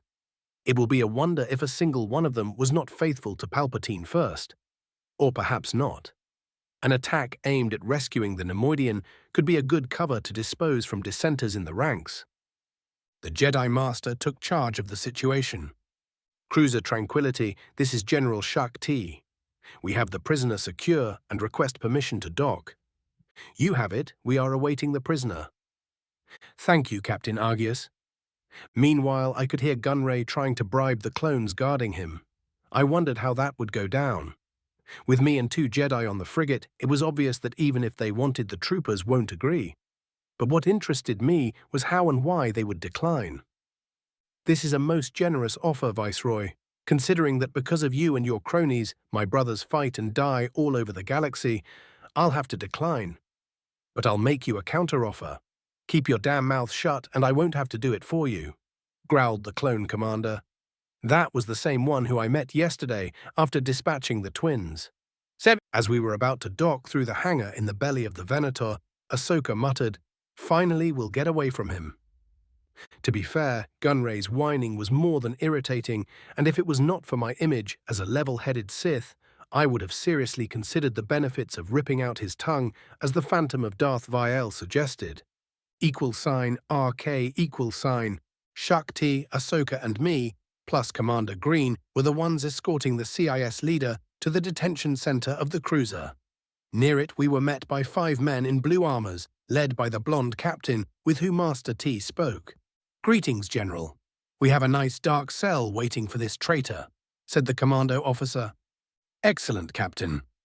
Commander Green, lead the way." "Move!" The clone shoved Gunray in the back. How in the Force did such a worm as Gunray deserve the attention of Senate commandos? Exclaimed Ahsoka. I lightly tapped the back of her head. "Ouch!" She glared at me. "Why did you do that?" By himself, that walking pile of slime is not dangerous. However, as a high-ranking leader of the CIS, he undoubtedly knows a lot of their dirty secrets, not to mention relevant strategic information. With the delay between capturing him and the Council making up their minds about the manner of transporting him, it is virtually guaranteed that the Separatists would make an effort to free or silence him. I pointed at the commandos walking in front of us. That's why they are here. Your friend is correct, Jedi. The captain concurred. =RK Tranquility, leaving high orbit of Rodia. I was with the 2 female Jedi in the cell where Gunray was chained for an interrogation table. I had the dubious privilege to observe how the protectors of the Republic tried to extract information from the Neimoidian. To say it was underwhelming would be a generous understatement. The way it was going there would be no questions answered. Just me, snapping and strangling the offensive politician with his own entrails. For 10 minutes, Shakti asked the same questions and tried to gently persuade him to speak up. Then, suddenly, things became much more interesting. I could feel anger rising within Ahsoka. The young Togruta had a low tolerance for Newt's particular kind of bullshit. I could sense her tensing and briefly brushing with the dark side before the anger became too much for the kid to handle, and she lost her composure. Her anger spiked, and she slapped her palms over the table in frustration. "Liar, liar, stop your sniveling and tell us the truth," Ahsoka snarled. With one elegant motion, she drew her saber, and an emerald blade sprang to life from its hilt. Tano dashed forward and placed the humming beam of energy centimeters from the throat of the Neimoidian, who was struggling with the manacles chaining him to the table. "Tell us the truth right now, before I gut you like a fish." I was smirking under my helmet and watching the show. The girl had fire in her. Knowing that at some point she had ended up expelled from the Order, the damn fools, and never came back, I was determined to help her. Such potential. Obviously, she was not one of those who could not see past the Jedi's dogma. Shakti moved in a blur, grabbed Ahsoka's sword arm and pulled the blade from Gunray's neck. The prisoner slumped to the ground, hyperventilating. Padawan Tano, what in the name of the Force do you think you are doing? The Jedi do not use fear as a weapon. Shakti snapped at the younger woman, even when it can end a battle or a war much faster, thus saving a lot of lives, I asked. Then I turned to the girl, and by the way she stiffened, I knew she could feel my glare despite my helmet. As for you, Ahsoka, that was disappointing. You let your anger rule you instead the other way around. That's the problem with you Jedi. You have no damned idea how to handle your feelings. You do not fight your anger when you've been suppressing your emotions for as long as either of you had. You let it flow through you and channel it into something useful. The younger Togruta was about to say something, but I cut her off. Do not dare lie to me, young lady, I snapped at her, giving us some story that you really did not mean. It won't fly with me. I could feel your anger. You were deadly serious, and that slug, I pointed at Gunray, who was now terrified, has important information in his head. Intelligence that your precious Republic needs. What would have happened if you went and cut off his head? I'm sorry, she mumbled. I could see her eyes becoming heavy with tears. Bloody hell, I hate to see girls crying. Strange for a Sith, I know. Don't go moping around and instead learn from your mistake, so it does not happen again. Ahsoka, you are a bright, you woman with her whole life in front of her. Do not waste it by giving in to your anger. Sniff. Thanks, Tano muttered. That's not what I expected from you, Del-Qatar. Not this again. Why the hell would I want to turn Ahsoka into a murderous lunatic controlled by the dark side? I bemoaned. How many times must I have the same damned conversation with different Jedi? It's the Sith way. You walk in the darkness. While most of your actions are atypical for one of your kind, I could sense the dark side on you. It's so intense that I could almost taste it. Shakti spoke quietly, just loud enough for me to hear her. Because it is not, damn it. Unless you want to turn a bunch of Jedi into a bunch of half-mad dogs seeming for blood. Good to use as shock troops, but little else. That is not something I want for Ahsoka. I huffed with exasperation. You saw her. One of these days, the Jedi would have to admit to themselves that you do feel. You can't cut off your emotions. Instead of burying your collective heads in the sand, relearn how to deal with them. Relearn. You've seen my record. The Jedi of old were not blind enough to pretend that they had no emotions. Emotion, yet peace. Does that ring a bell? That's... Master T's eyes widened when hearing that line. Yeah, if you want, I'll tell you more about the Jedi of old. But now we have a job to do, don't we? I asked and looked at the prisoner. Gunray gulped. Ah, I was a bit hasty, wasn't I? Shall we negotiate? He smiled nervously. I snorted derisively and raised my right hand. My palm pointed at him, and he could see lightning sparkling between my fingers. You answer all our questions truthfully and completely, and I do not practice my lightning on you. I can tell when you lie, Viceroy. Do not mistake me for a Jedi, as those two fetching ladies. I am like your master. His eyes grew wide to a comic proportions. A Sith? Gunray squealed like a little girl. I sensed a tremor in the Force and moved driven by instinct. The ship shook under our feet, and Mata T lost her balance when she tried to steady the still distraught Ahsoka. I caught her before she slammed into the table. Your friends are here, Viceroy. Do not count on them getting you out of this mess. =RK=. Part 3. Republic Cruiser Tranquility. Rodia Star System, Outer Rim. We have multiple droid fighters and boarding ships incoming. Brace for impact. I could hear the captain's voice coming from the communicator build in the left arm guard of Commander Green. When the skipper of the ship you are on becomes frantic, you know that the situation is dire. That thought was neatly punctuated when 4 nearly simultaneous shudders ran down the bulk of the cruiser. Commander Green had deployed his company in such positions as to block any push towards the brig. I hoped that it will be enough. You two feel it too, right? I asked my Jedi companions. The moment tranquility was struck by what I presumed were boarding pods, I felt a disturbances in the Force. We had company of the lightsaber-wielding kind. If I had not criffed up the timeline too much by now, one of them should be Ventress. However, this time, she had decided to bring a friend or two. "No, check your fire. He has lightsaber." A desperate shout came over the comm. "Green Leader, respond," ordered the clone commander to no avail. "There are at least two of them, Master T. Who do you want?" "Ahsoka, guard the prisoner. We'll deal with the boarders," ordered the older Togruta. For once, Tano did not argue and took position in front of the cell, which was flanked by two Senate commandos. The determination shining in her eyes and her fierce voice brought back memories best forgotten. A fresh, spicy smell, a soft touch and hot breath washing over my skin. I shook my head. The past was dead and buried. By now, not even dust remained. I had to keep my head in the present. "Go help the troops, I'll hunt down the other one," said the Jedi Master.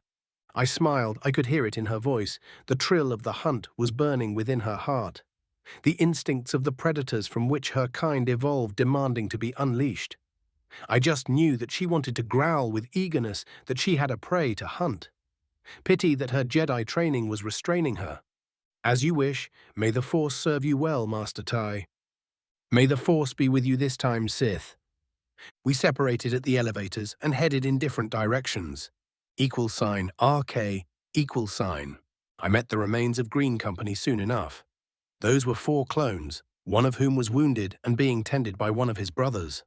The other 2 had their blasters pointed at a sealed blast doors, which were being slowly but surely sliced open by a lightsaber. "Move to the next intersection and use the side corridors as cover. I'll deal with this nuisance," I ordered. "As you wish, sir. Good luck." They didn't argue but scampered back. The clones dragged their wounded brother with them as they ran for cover. I prepared an ion grenade that I liberated from the troops occupying Rodia. When a circle was cut into the blast doors, it was blasted away by a strong push with the Force. It was followed by a solid wall of blaster bolts which scorched the bulkheads but otherwise did not cause any damage. The next to come were super battle droids, which tried to squeeze inside one by one. I lobbed the grenade after the first had passed and jumped away. A pulse of ion energy washed over the floor, walls, and ceiling. The battle droid which had passed through the breached blast door fell in a twitching heap. Another wave of force shoved the unfortunate machine away, and a blond man who was about my height rolled through the hole. Once he was on this side, he immediately jumped on his feet and activated his lightsaber. I followed suit after drawing out my own. He raised his weapon in a high, D-gem Sogard. His hands were over his head, and the sword was slightly tilted backwards. My answer was to fall in a Juyo stance. I held my weapon horizontally above my head and pointed to the right. "Another of the so-called dark acolytes wish to commit suicide, or are you just lost?" I snarked. "Tsk!" The blond man glared at me. "You must have some skill to have dealt with the twins, but I am nothing like those weaklings." He scoffed. "Your name would be appreciated. I'll need it for the after-action report. Who knows? I may get a bonus for you." I grinned in typical mercenary fashion. "Arrogant much?" The Dark Jedi scowled at me. "Just sure in my abilities, whelp. Can you say the same?" I taunted. For a moment I considered going all out and simply crushing the man, but threw that idea away. This had to be another test, I was sure of it, and who knew how many cameras and witnesses there were nearby. So it was another show for an unknown audience. It was criffing irritating. I charged in a blur of emotion before my last word finished leaving my lips. Our crimson weapons slammed in each other with a flash of surging power. As our lightsabers met again and again, the discharged energy, which escaped the containment fields surrounding our blades, cast a sinister light over the corridor.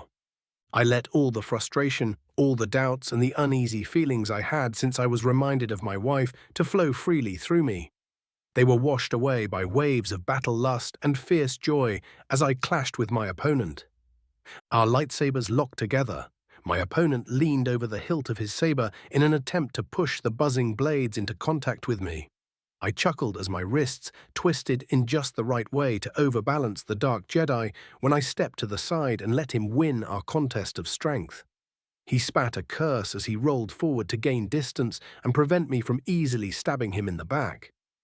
However, I had no intention to do so right now. My free hand was busy throwing live frag grenades through the hole cut by my adversary in the blast doors. I knew that super battle droids were somewhat resistant to ion pulses, and a single ion grenade was enough to only disable them temporarily. I wanted to deal once and for all with the incapacitated machines so they did not interrupt me while I was busy with the Dooku's pawn. 3 grenades flew through the breached door while my blade was slicing to pieces the only SB to pass through. The blonde man darted at me with his saber ready to deliver powerful overhead strike. I banished the glowing scrap of few droids at him. The Dark Jedi displayed an impressive skill in acrobatics. He sidestepped the first piece, moved his head to avoid a second, and jumped in the air, twisting his body horizontally so he passed between 2 more fragments of machines I dismembered.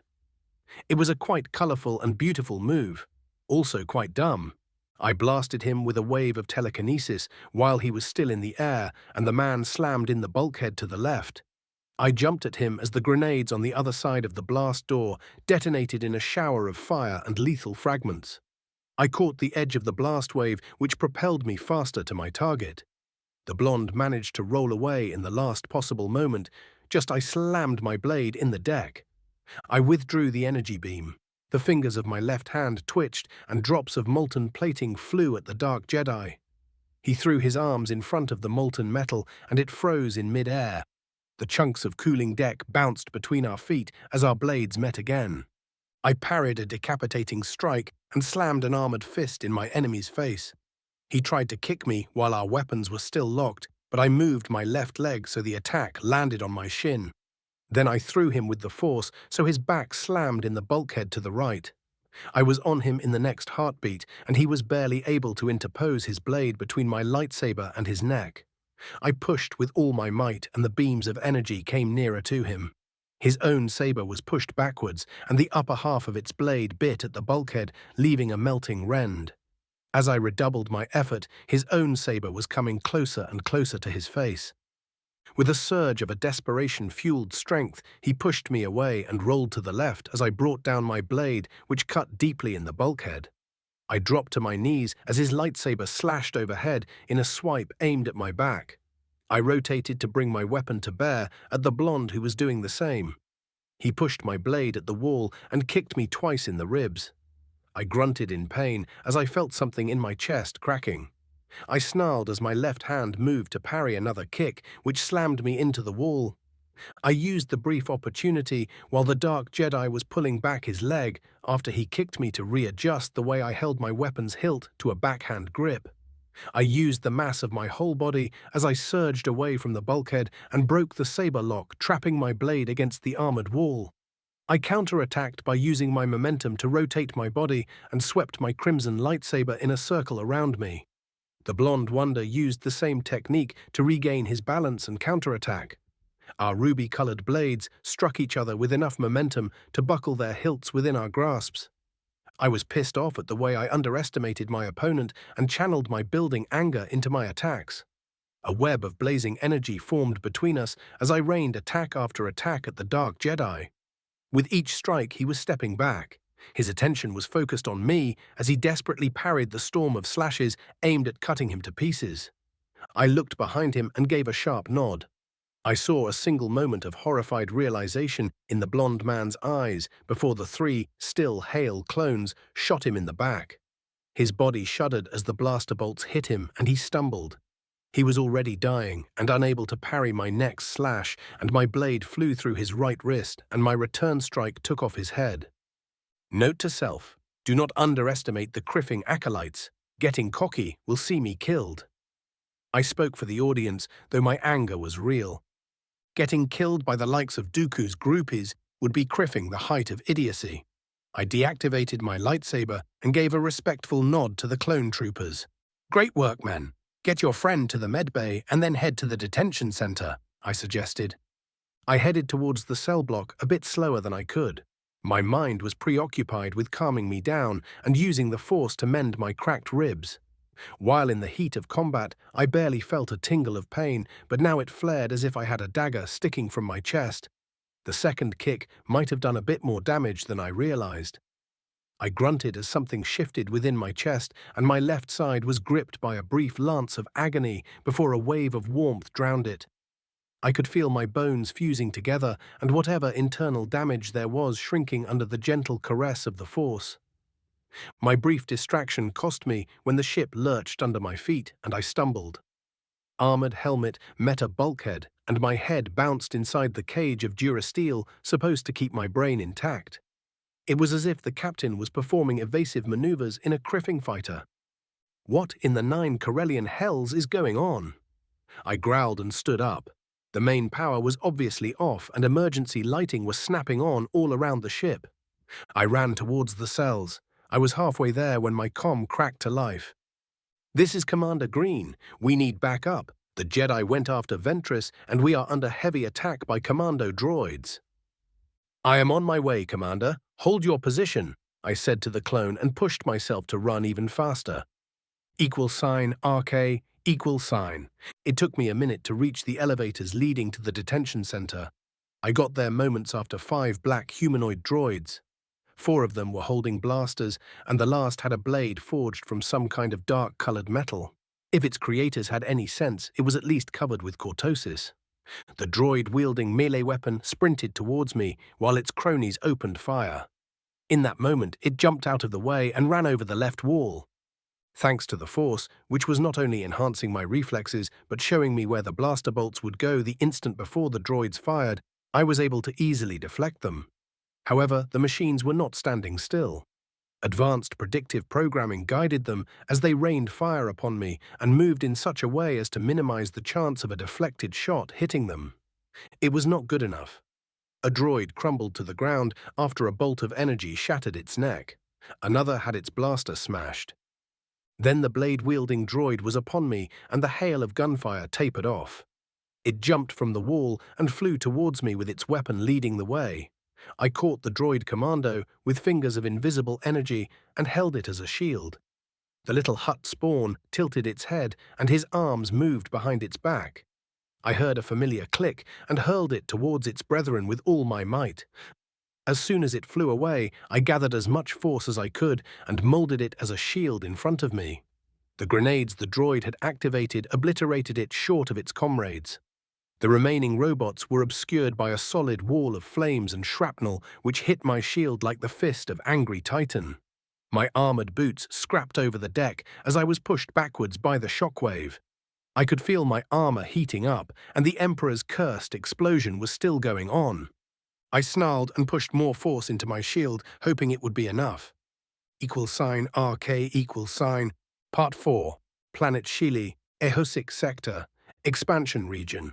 I was racing over a field of thick red grass which stretched as far as the eyes could see. My speeder's engine whined in protest as I pushed it far beyond the speeds for which it was rated.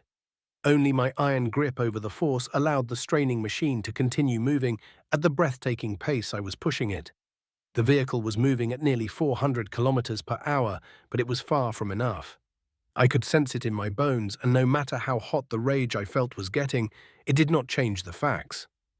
Barring a miracle, I was going to be too late. I could almost see how my wife was fighting for her life more than 200 clicks away. Even from here, I could sense the men and women attacking her. From time to time, one of their Force signatures winked away, but it was a drop in the bucket. There was at least a platoon of Republic commandos and a strike team of Jedi.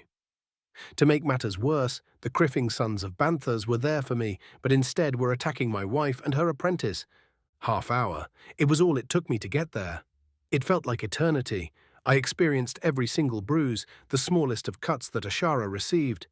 Her fury when Selit Roke, the kid she had taken under her wing, was cut down.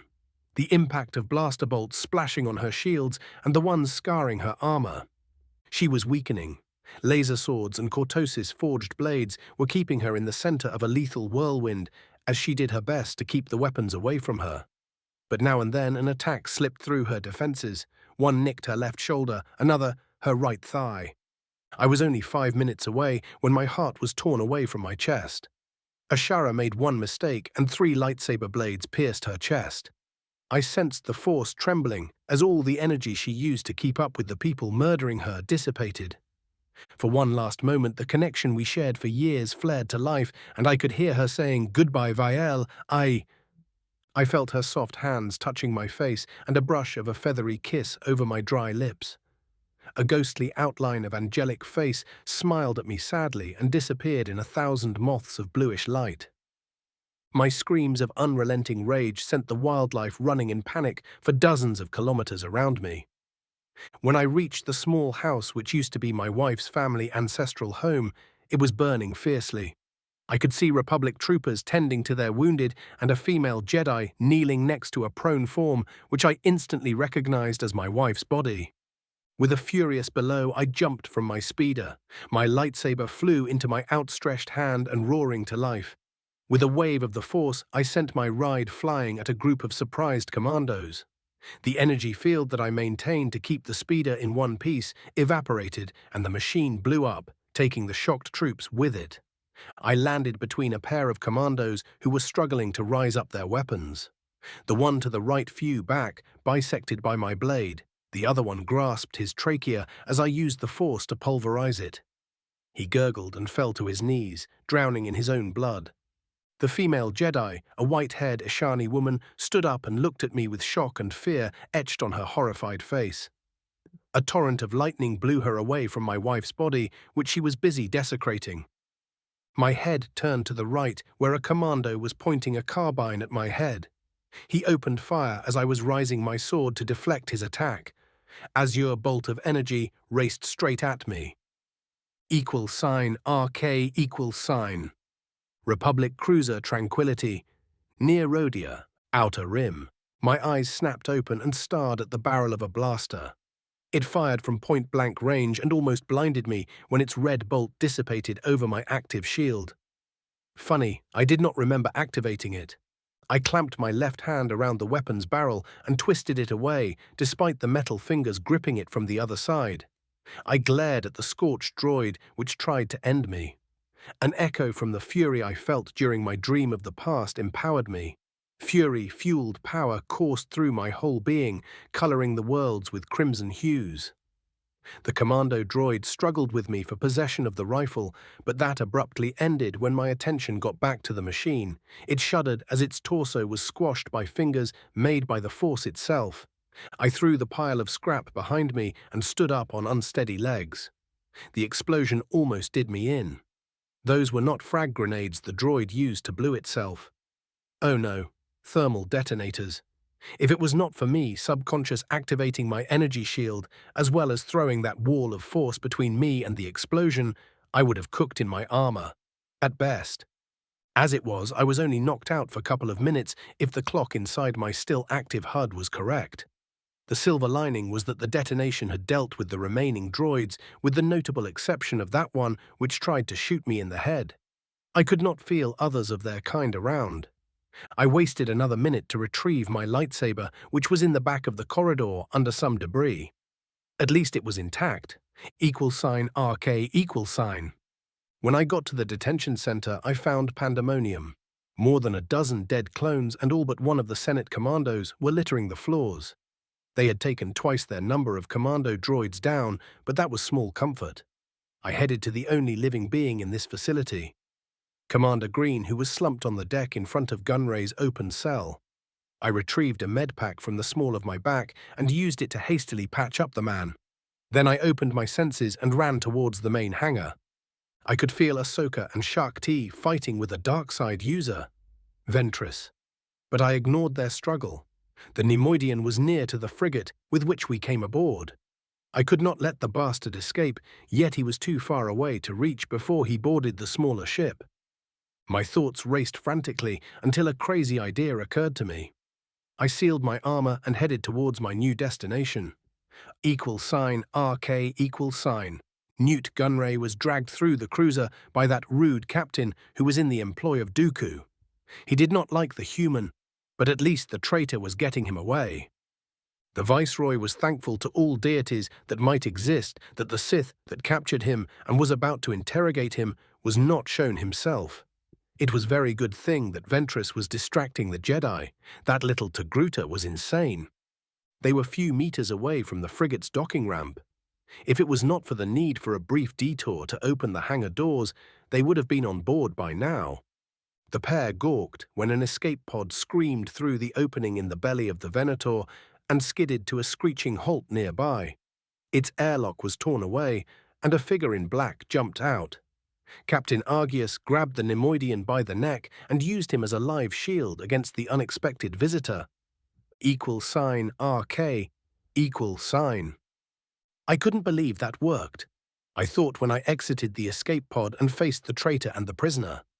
Using it to sling around the cruiser and to enter the hangar while the escape attempt was nearly successful had actually worked. It was good enough that after that memory of Darth Vile, I had enough control over the Force to steer the small pod on the needed course.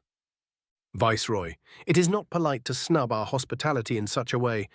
We were just getting to the interesting part. I snarled, dreaming of my wife's murder while briefly unconscious had my control over my fury wavering. My mask was close to cracking, and that waylaid only madness. You want him alive, so we are going to board this ship and leave peacefully. The commando tried to appear tough. I smiled at the fool. That ship already left. There are 3 separatist frigates on the way, and the reinforcements from the planet won't reach us before them. With this cruiser crippled, the only reason they are not blowing us away is Ventress and Gunray. You are not leaving. I shook my head. Then surrender and I may yet show you mercy. Sneered Gunray, or I can pay you. You're a mercenary, right? What do you want? Credits? A ship? Weapons? I know. Women too. Gunray nodded frantically. Women? I hissed. The 2 women I loved in this existence were long dead. Did he really thought he could buy me with whores? I saw red. My fury needed an outlet, and those 2 fools just volunteered. Before either of them could react, I threw my lightsaber at them. I gently willed its activation button to press down, and its blade activated mid-flight. It speared them both. The feeling of their shock and despair as they comprehended that this was the end of their path was like a sweet wine for my senses. But I had no time to enjoy the destruction of 2 minor enemies. Feeling them die made my fury abate for a moment, just long enough that I could rein it in and place it under my control instead of the other way around. Captain, do you copy? I spoke in the comm unit build in my helmet. Who is this? Delcatar Vale. I'm with the Jedi. I have an idea of how to even the odds a bit, but I need everyone who knows how to pilot a small craft in the hangar yesterday. I'll give the order. We need all the help we can get. The main reactor is scrammed. We are on auxiliary power and won't last long against these odds. The only reinforcements that will reach us on time are a squadron of fighters escorting a wing of bombers. Then an acclimator a few minutes later. The rest of the task force won't make it here before it's all over. So what's new? Just get me these pilots, and turn the ship so the lower hangar is hidden from the SEP's view. =RK=, Munificent Class Frigate Revenge, near Rodia, Outer Rim. General Grievous glared at the crippled Venator on which his target waited. Gunray, that worthless worm. Hopefully he'll get himself killed this time. However, the Viceroy was not what interested him. That Sith spawn that cut off his limbs was said to be on board that ship. But he could not just blast it into little pieces. Not with Dooku's precious apprentice there.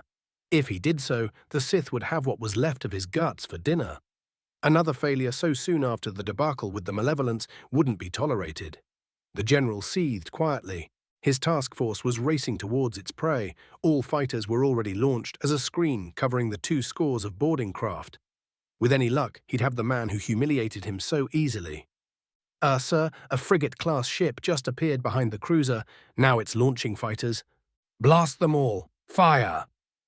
Grievous watched as his droid fighters and the turbo lasers which would bear fired on the approaching red frigate.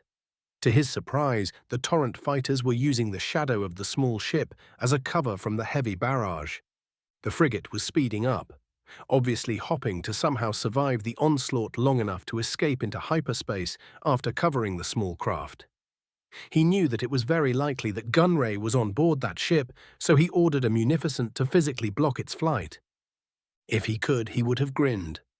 The frigate's shields were straining, and the craft was unlikely to survive passing through his formation.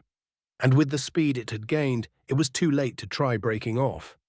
That left only the Republic fighters as a threat, but they'd be dealt with by his own after the boarding ships were all over the Venator. $RK, $. I grinned. The frigate I was controlling was holding a bit better than expected. The shields were tatters, but I had dumped all power either in them or the overloading engines.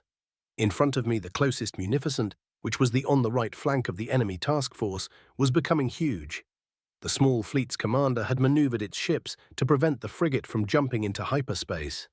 Physical objects on the way tended to do that.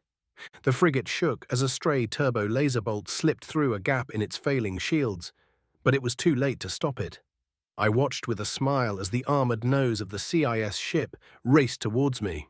Even if the collision did not take out the munificent, it would shatter its shields and permit the torrents to salvo their concussion missiles in its fragile bridge.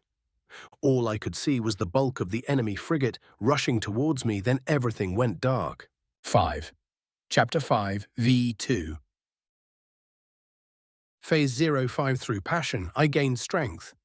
$RK Part 1. Republic Cruiser Tranquility.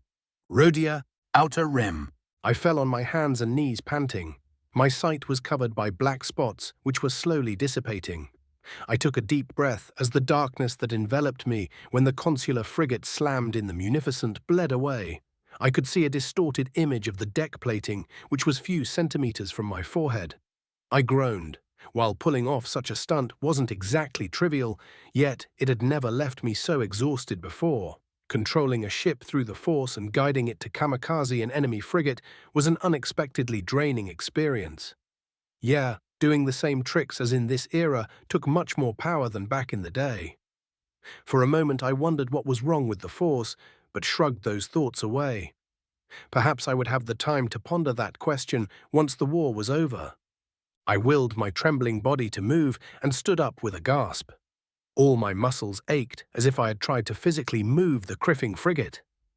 I was stumbling as I made my way to the only remaining fighter on the deck. The way the Tranquility was shuddering as it was bombarded or boarding ships slammed into its hull did not make my life any easier. $RK. The Torrance power plant roared to life while I was busy strapping myself in its seat. My mind was using the Force to manipulate its controls while I made myself ready for more combat. I checked the seals of my armor and its oxygen supply before plugging in the line to the fighter's air tank. The familiar sound of the starfighter's engines coming to life was reassuring. The borrowed machine rose up and glided over the deck as I guided it to the hangar exit. I forced the engines to full military thrust, and the Torrent darted into the void. I emerged into a storm of turbo laser fire as the two operational CIS frigates pounded the failing shields of the Tranquility.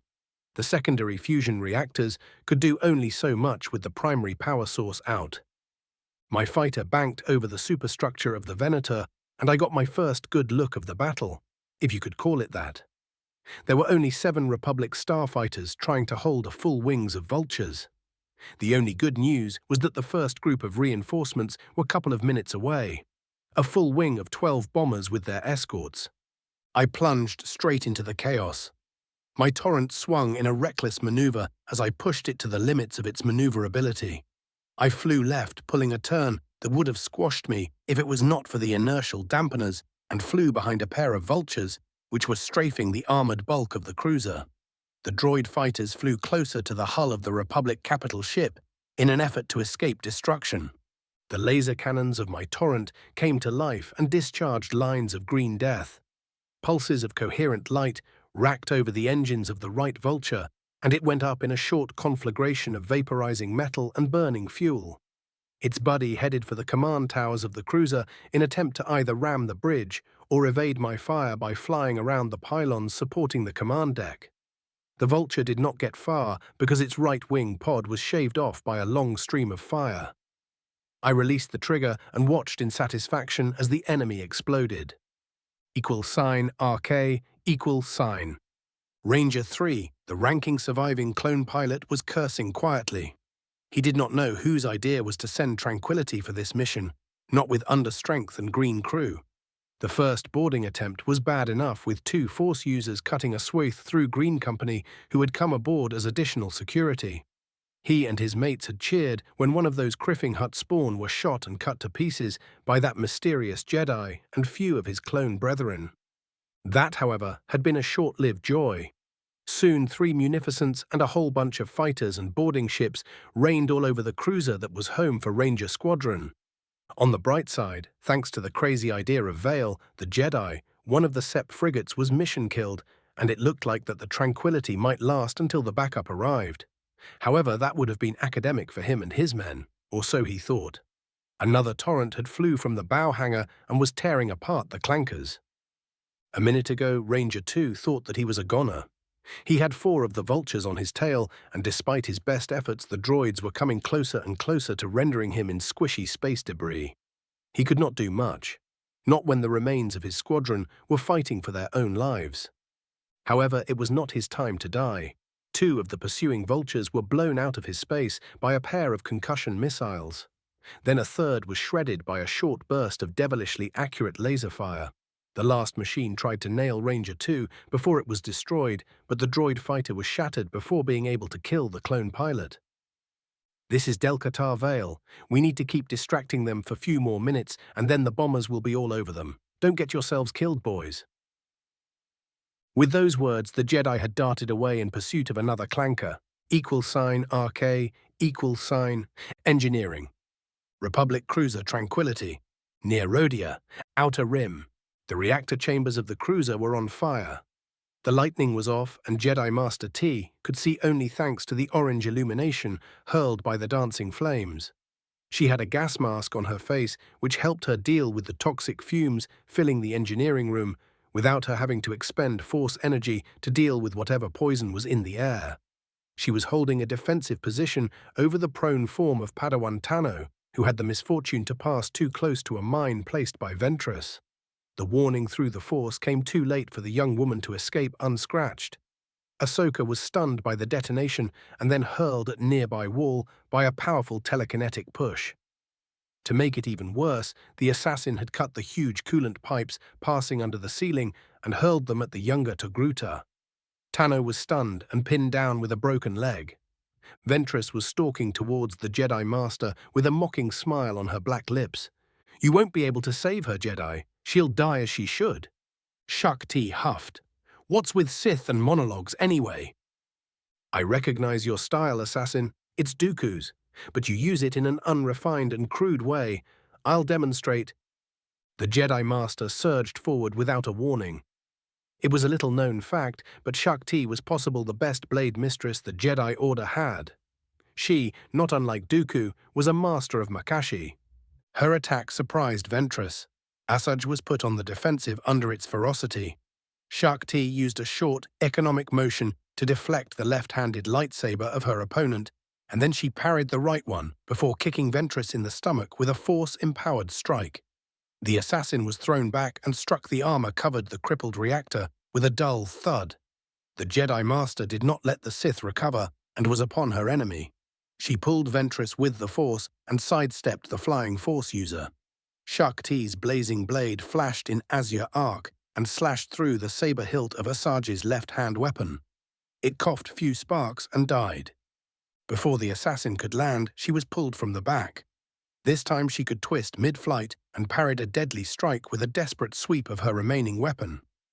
But that did not prevent her from hitting the reactor housing for a second time, hard. She stumbled to her feet with a groan and used a desperation-fueled surge of force to jump towards the ceiling. No matter how she loathed the thought, Ventress knew that she should retreat. The short but intense combat against the 2 Jedi had taken its toll upon her. She was unscratched if you discount her bruised ribs, but she had to use too much of the Force in order to keep up with the 2 Togruta females. Her muscles were screaming with exhaustion. With a vile curse, Asajj bounced from the ceiling and darted towards an open air vent. She threw her remaining mines back in the engine room as a parting gift for the Criffing Jedi and made good her escape. Shakti used a sheet of torn-out plating to cover herself. It wasn't a moment too soon. Dual explosions rocked the compartment, raining flame and shrapnel over her makeshift shelter. Sensing that Ventress was no longer an immediate treat, she ran towards the Padawan and raised the pipe, pinning down the girl with a wave of her hand. The Force-produced telekinesis was quite handy tool for any Jedi.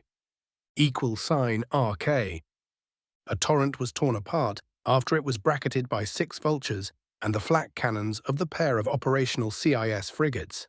Another destroyed a droid fighter before being unfortunate enough to pass in front of a turbo laser bolt, ceasing to exist.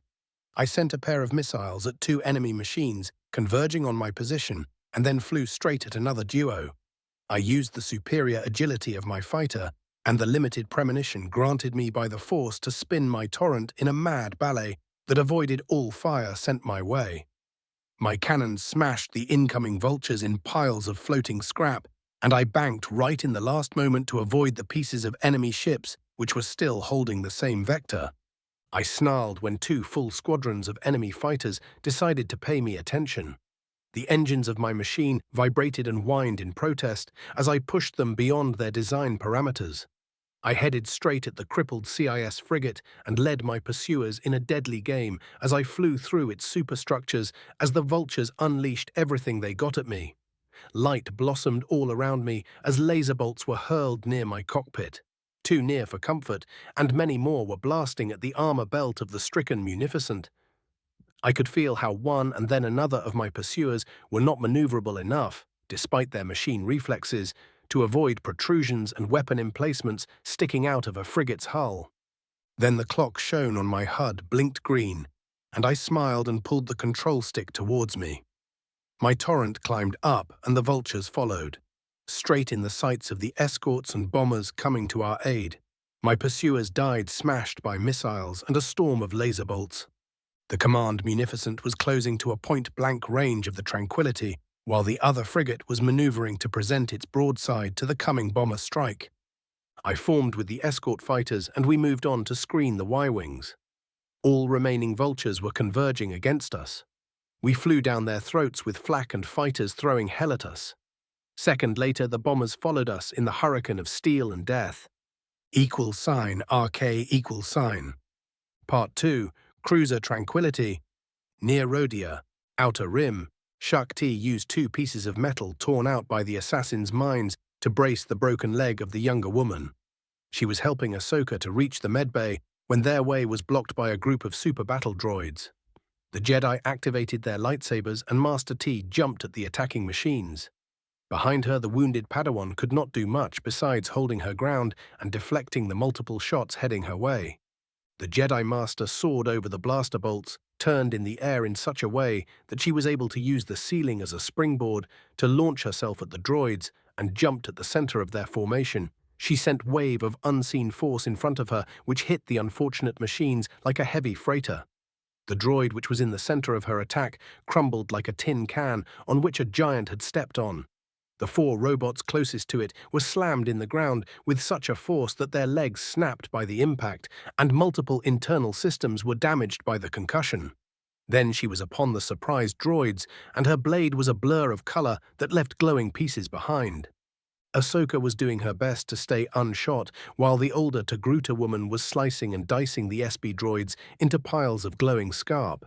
She wondered how long, if ever, would take her to reach a similar level. The Jedi Master was amazing. Skywalker's apprentice dealt with 3 droids by sending back their blaster bolts, while Master T had demolished the rest of the enemy force. =RK=. One of these days, I should stop getting myself in such sticky situations. I was on point, leading 28 fighters and 12 bombers against about 100 vultures, which had arrayed themselves in a defensive screen between us and the closest separatists' frigate. Missiles raced in front of our charging torrents, and quarter of the enemies were smitten down by concussion explosions. Then they were upon us, and there was no more time for thinking. Only the endless hours of training and steel discipline held the clones together as we mixed with the droid fighters. A vulture was splintered by my cannons. A torrent disintegrated under the relentless fire of no less than 8 clankers. The bombers blasted away a whole wing of droid fighters which tried to meet them head-on. None of the Y-wings suffered something more than a mildly depleted shields in that exchange. While I was chasing a vulture, I saw 3 clone fighters mixing with 9 of their CIS counterparts. They wiped each outer in an orgy of laser blasts and concussion missiles. My cannons carved up the enemy I was pursuing, and I went after a droid fighter that was giving hell to one of the few surviving starfighters of the Tranquility's complement. I nailed the machine with a lucky strike that immolated its fuel reserves, but it was a moment too late. 3 crimson laser bolts slammed in the engine of the clone torrent, and the Republic fighter fell apart as its power plant exploded. I watched helplessly as a bomber was torn to pieces by 4 vultures before it was their turn to die, as missiles consigned them to the endless void. I blasted a target of opportunity and flew behind the attacking bombers in order to provide them with some small amount of cover. The immediate space was filled with dying fighters and blast of flak cannons. None of that fazed the bomber pilots, and they released their payloads at point-blank range of the Munificent. The light purple, almost pink proton torpedoes blazed for few moments before slamming in the armored underside of the frigate. The starship visibly shook as a long row of explosions blossomed all over its flank. I had the impression that the frigate stood frozen in place for a long moment before something inside it gave away, and a massive internal explosion broke its back. Its forward section was sent spinning downwards relative to its previous course, while its aft continued moving on its old vector thanks to the engines which were active for the next 5 or 6 seconds. Then they flicked off and on few times before detonating and shattering the aft part of the Munificent. I could hear the clones cheering on the comm. I chuckled at their enthusiasm. Great work, men. Only 1 more to go. Bombers form up for another attack run. I want half the fighters with me on as escorts. The rest of you clean up this space from clankers. Yes, sir, came the thunderous response. Those fellas were much livelier than the average clones I've met so far. I kind of liked their attitude. Now, for a short while it looked like that we had the upper hand. Vulture droids were being destroyed left and right, and the bomber run at the last enemy frigate was well on its way. There were not enough droid fighters left to blunt the attack, much less stop it. Then, as you might guess, everything went wrong. 2 more Munificents jumped out of hyperspace and started disgorging waves of vultures. All escorting fighters, form on me. We are going to intercept our new friends. Bomber wing, take out that ship. I ordered and banked left towards the forming waves of enemy fighters. Behind us, the Y starfighters continued forward and ran a gauntlet of flak fire and the vultures from the initial task force, who were enterprising enough to jump at them, despite the remaining Republic fighters with which they were dogfighting. 4 of the bombers were smashed by enemy fire, but the remaining strike craft blew away the aft section of the frigate, leaving it dead in space. The crippled ship drifted out of control. At the same time, I was leading 14 torrents against the first wave of fresh droid fighters. There were more than 200 of the buggers. The shadow of veil that was lurking in my subconsciousness was whispering that the smart thing would be to cut my losses and jump to hyperspace. That, however, meant leaving Ahsoka and Shakti to certain death. After the losses they suffered, it was a sure thing that the CIS forces would blast apart the Venator and get away before more Republic ships came to the party. The cannons of the fresh frigates rotated, paused for a second, and unloaded everything they got at the crippled Tranquility. The shields of the Republic cruiser somehow held up to that moment, but after the first barrage, they were no more. Turbo laser fire struck the helpless Venator, and small suns were born over its upper hull as the energy bolts discharged their fury on the armor belt. Turrets were blown clear away, spikes of light and fire shattered armor plates. Few heavy shots impacted at boarding ships still embedded in the hull, and their immolation tore out huge chunks from the metal skin of the cruiser. Its command towers received sick, direct hits and disappeared in the hearts of crimson-tinted explosions. For me, that was a side note. I was too busy fighting for my life to pay proper attention to Tranquility's final hour. The missiles we shot at the approaching armada found their marks, but the 30 vultures they blew away were a drop in the ocean compared to the number of enemies hurling themselves at us.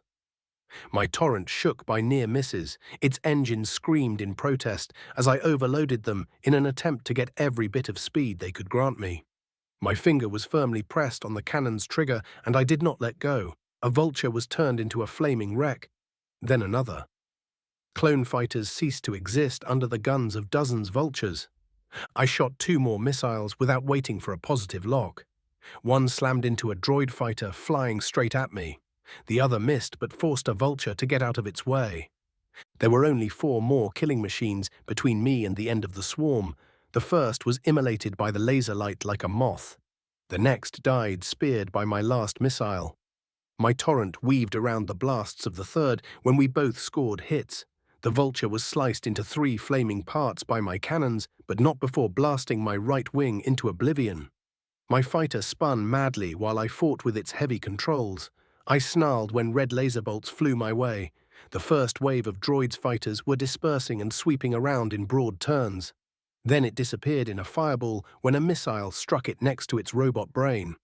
I could see on my scanners that only 2 other Republic fighters had survived our insane charge. Granted, we took out more than a quarter of the enemies and broke their attack run on our bombers, but that was all too heavy price to pay. The remaining 5 torrents and the Y-wings were forming up and flying at the dissipating vulture formation, but that would be all too late for us. The second wave of droid fighters was almost upon us. =RK Shakti managed to get Ahsoka to the medbay, where one of the clones was now busy with patching the Padawan's leg. There, she found the remnants of Green Company, which was smashed by a dark Jedi, and waves of battle droids and commandos. Only 7 men were combat effective, and just 3 of them weren't wounded. She grimaced. The mission had gone to hell, and if what she sensed through the Force was correct, their situation was going to become even worse. A minute and 11 SB droids later, she was proven right. The captain ordered them to abandon ship before the comlink was cut, and the cruiser started shaking under heavy bombardment. Shakti and Ahsoka managed to levitate 10 of the wounded to the nearest escape pods, while 13 more were brought by the remaining troopers and the medics. That's when the corridor through which they came was smashed by enemy fire, and they were cut off from the medbay by sealing armored doors. Master T stumbled when she felt the wounded still in the medbay, winking out as the ship was shaken by another hit. "To the escape pods! Now!" she shouted and hurried, with moving in the wounded they managed to rescue. When they launched from Tranquility, the Jedi Master was appalled by the damage that the cruiser suffered. Seconds after they left, a creeping barrage of turbo laser fire smashed the part of the ship they were moments ago. She looked out through the small window and saw the remains of crippled or destroyed CIS ships and hundreds of enemy fighters chasing after the few Republic fighters and bombers that were still active. Ahsoka, who was piloting the pod, had to maneuver it around floating and smoldering debris from spaceships and vultures, shooting at anything moving that did not have CIS IFF. =RK=. I regained some semblance of control over my damaged fighter. The pair of clone-piloted fighters and me had precious few seconds until the 2 armadas of vultures would be upon us. I desperately looked for a way out of this death trap. My sight fell on the 2 frigates behind the second wave of enemy fighters. It was insane, with no real chance to reach them. The only other alternative I had left was to do a blind hyperspace jump. A glance at the panel showing me the status of the hyperdrive told me that there was no way out. My hyperdrive engine was down. Whether it was busted even before I flew out of the Tranquility or the hit that blew of my wing was to blame was irrelevant. "Boys, follow me in. We are heading straight for the hangar of the nearest Munificent. Our current position is untenable." "Affirmative, sir. Who wants to live forever?" joked one of the clones. "I do, preferably," chuckled the other. We flew against the swarm of vultures between us and the enemy frigates. Behind us, dozens more droid fighters were rushing to dispose of us. The Force literally screamed a deafening warning that almost stunned me. =RK=. Part 3. Short time ago. Rodia, Outer Rim. A 19 years old, wet behind the ears. Ensign was surveying the bridge of the Acclamator Dauntless. To be fair, he should not even be there. The young man had graduated from the Naval Academy on his homeworld of Axilla only 5 short weeks ago. He found himself assigned to the GAR when the senator of his world decided to show his support for the war by arranging most of the graduating class to volunteer for duty with the fleet. The green officer was called Firmus Piet. He was a short, brown-haired man with piercing black eyes. The ensign had the pleasure to be one of only 3 officers assigned to the Dauntless who were not clones. Those were the captain, 1 Gram Targa, an experienced Corellian spacer with decades of service in that system's defense fleet. The other was one of the lieutenants, Lars Robat. The rest of the crew, without exception, were wearing the same brown faces. That of a Mandalorian bounty hunter if the rumors were true. At least the clones usually knew their jobs, though most of them, at least on his ship, lacked creativity and tended to do things by the book. Piet was left to tend the shop, while the rest of the command crew were on a briefing in the capital, which was mostly used as an opportunity to chill off after the boring patrol they were conducting.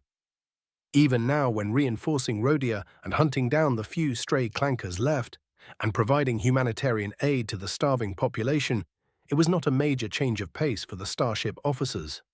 Most, if not all, ground operations were conducted by the clone commanders and their subordinates.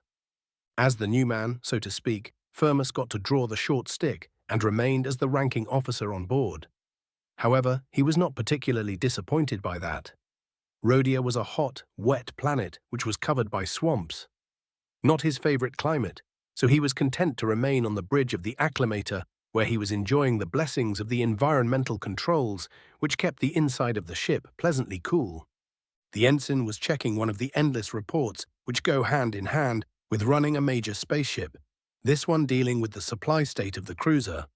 The Dauntless was an experimental acclimator, a hybrid between carrier and assault ship which was able to deploy both ground forces and V-19 Torrent starfighters, which, while useful depending on the situation, was hell on the logistics front. Firmus was finishing a report showing the supply state of the fighter wings stationed on his ship when a message came in.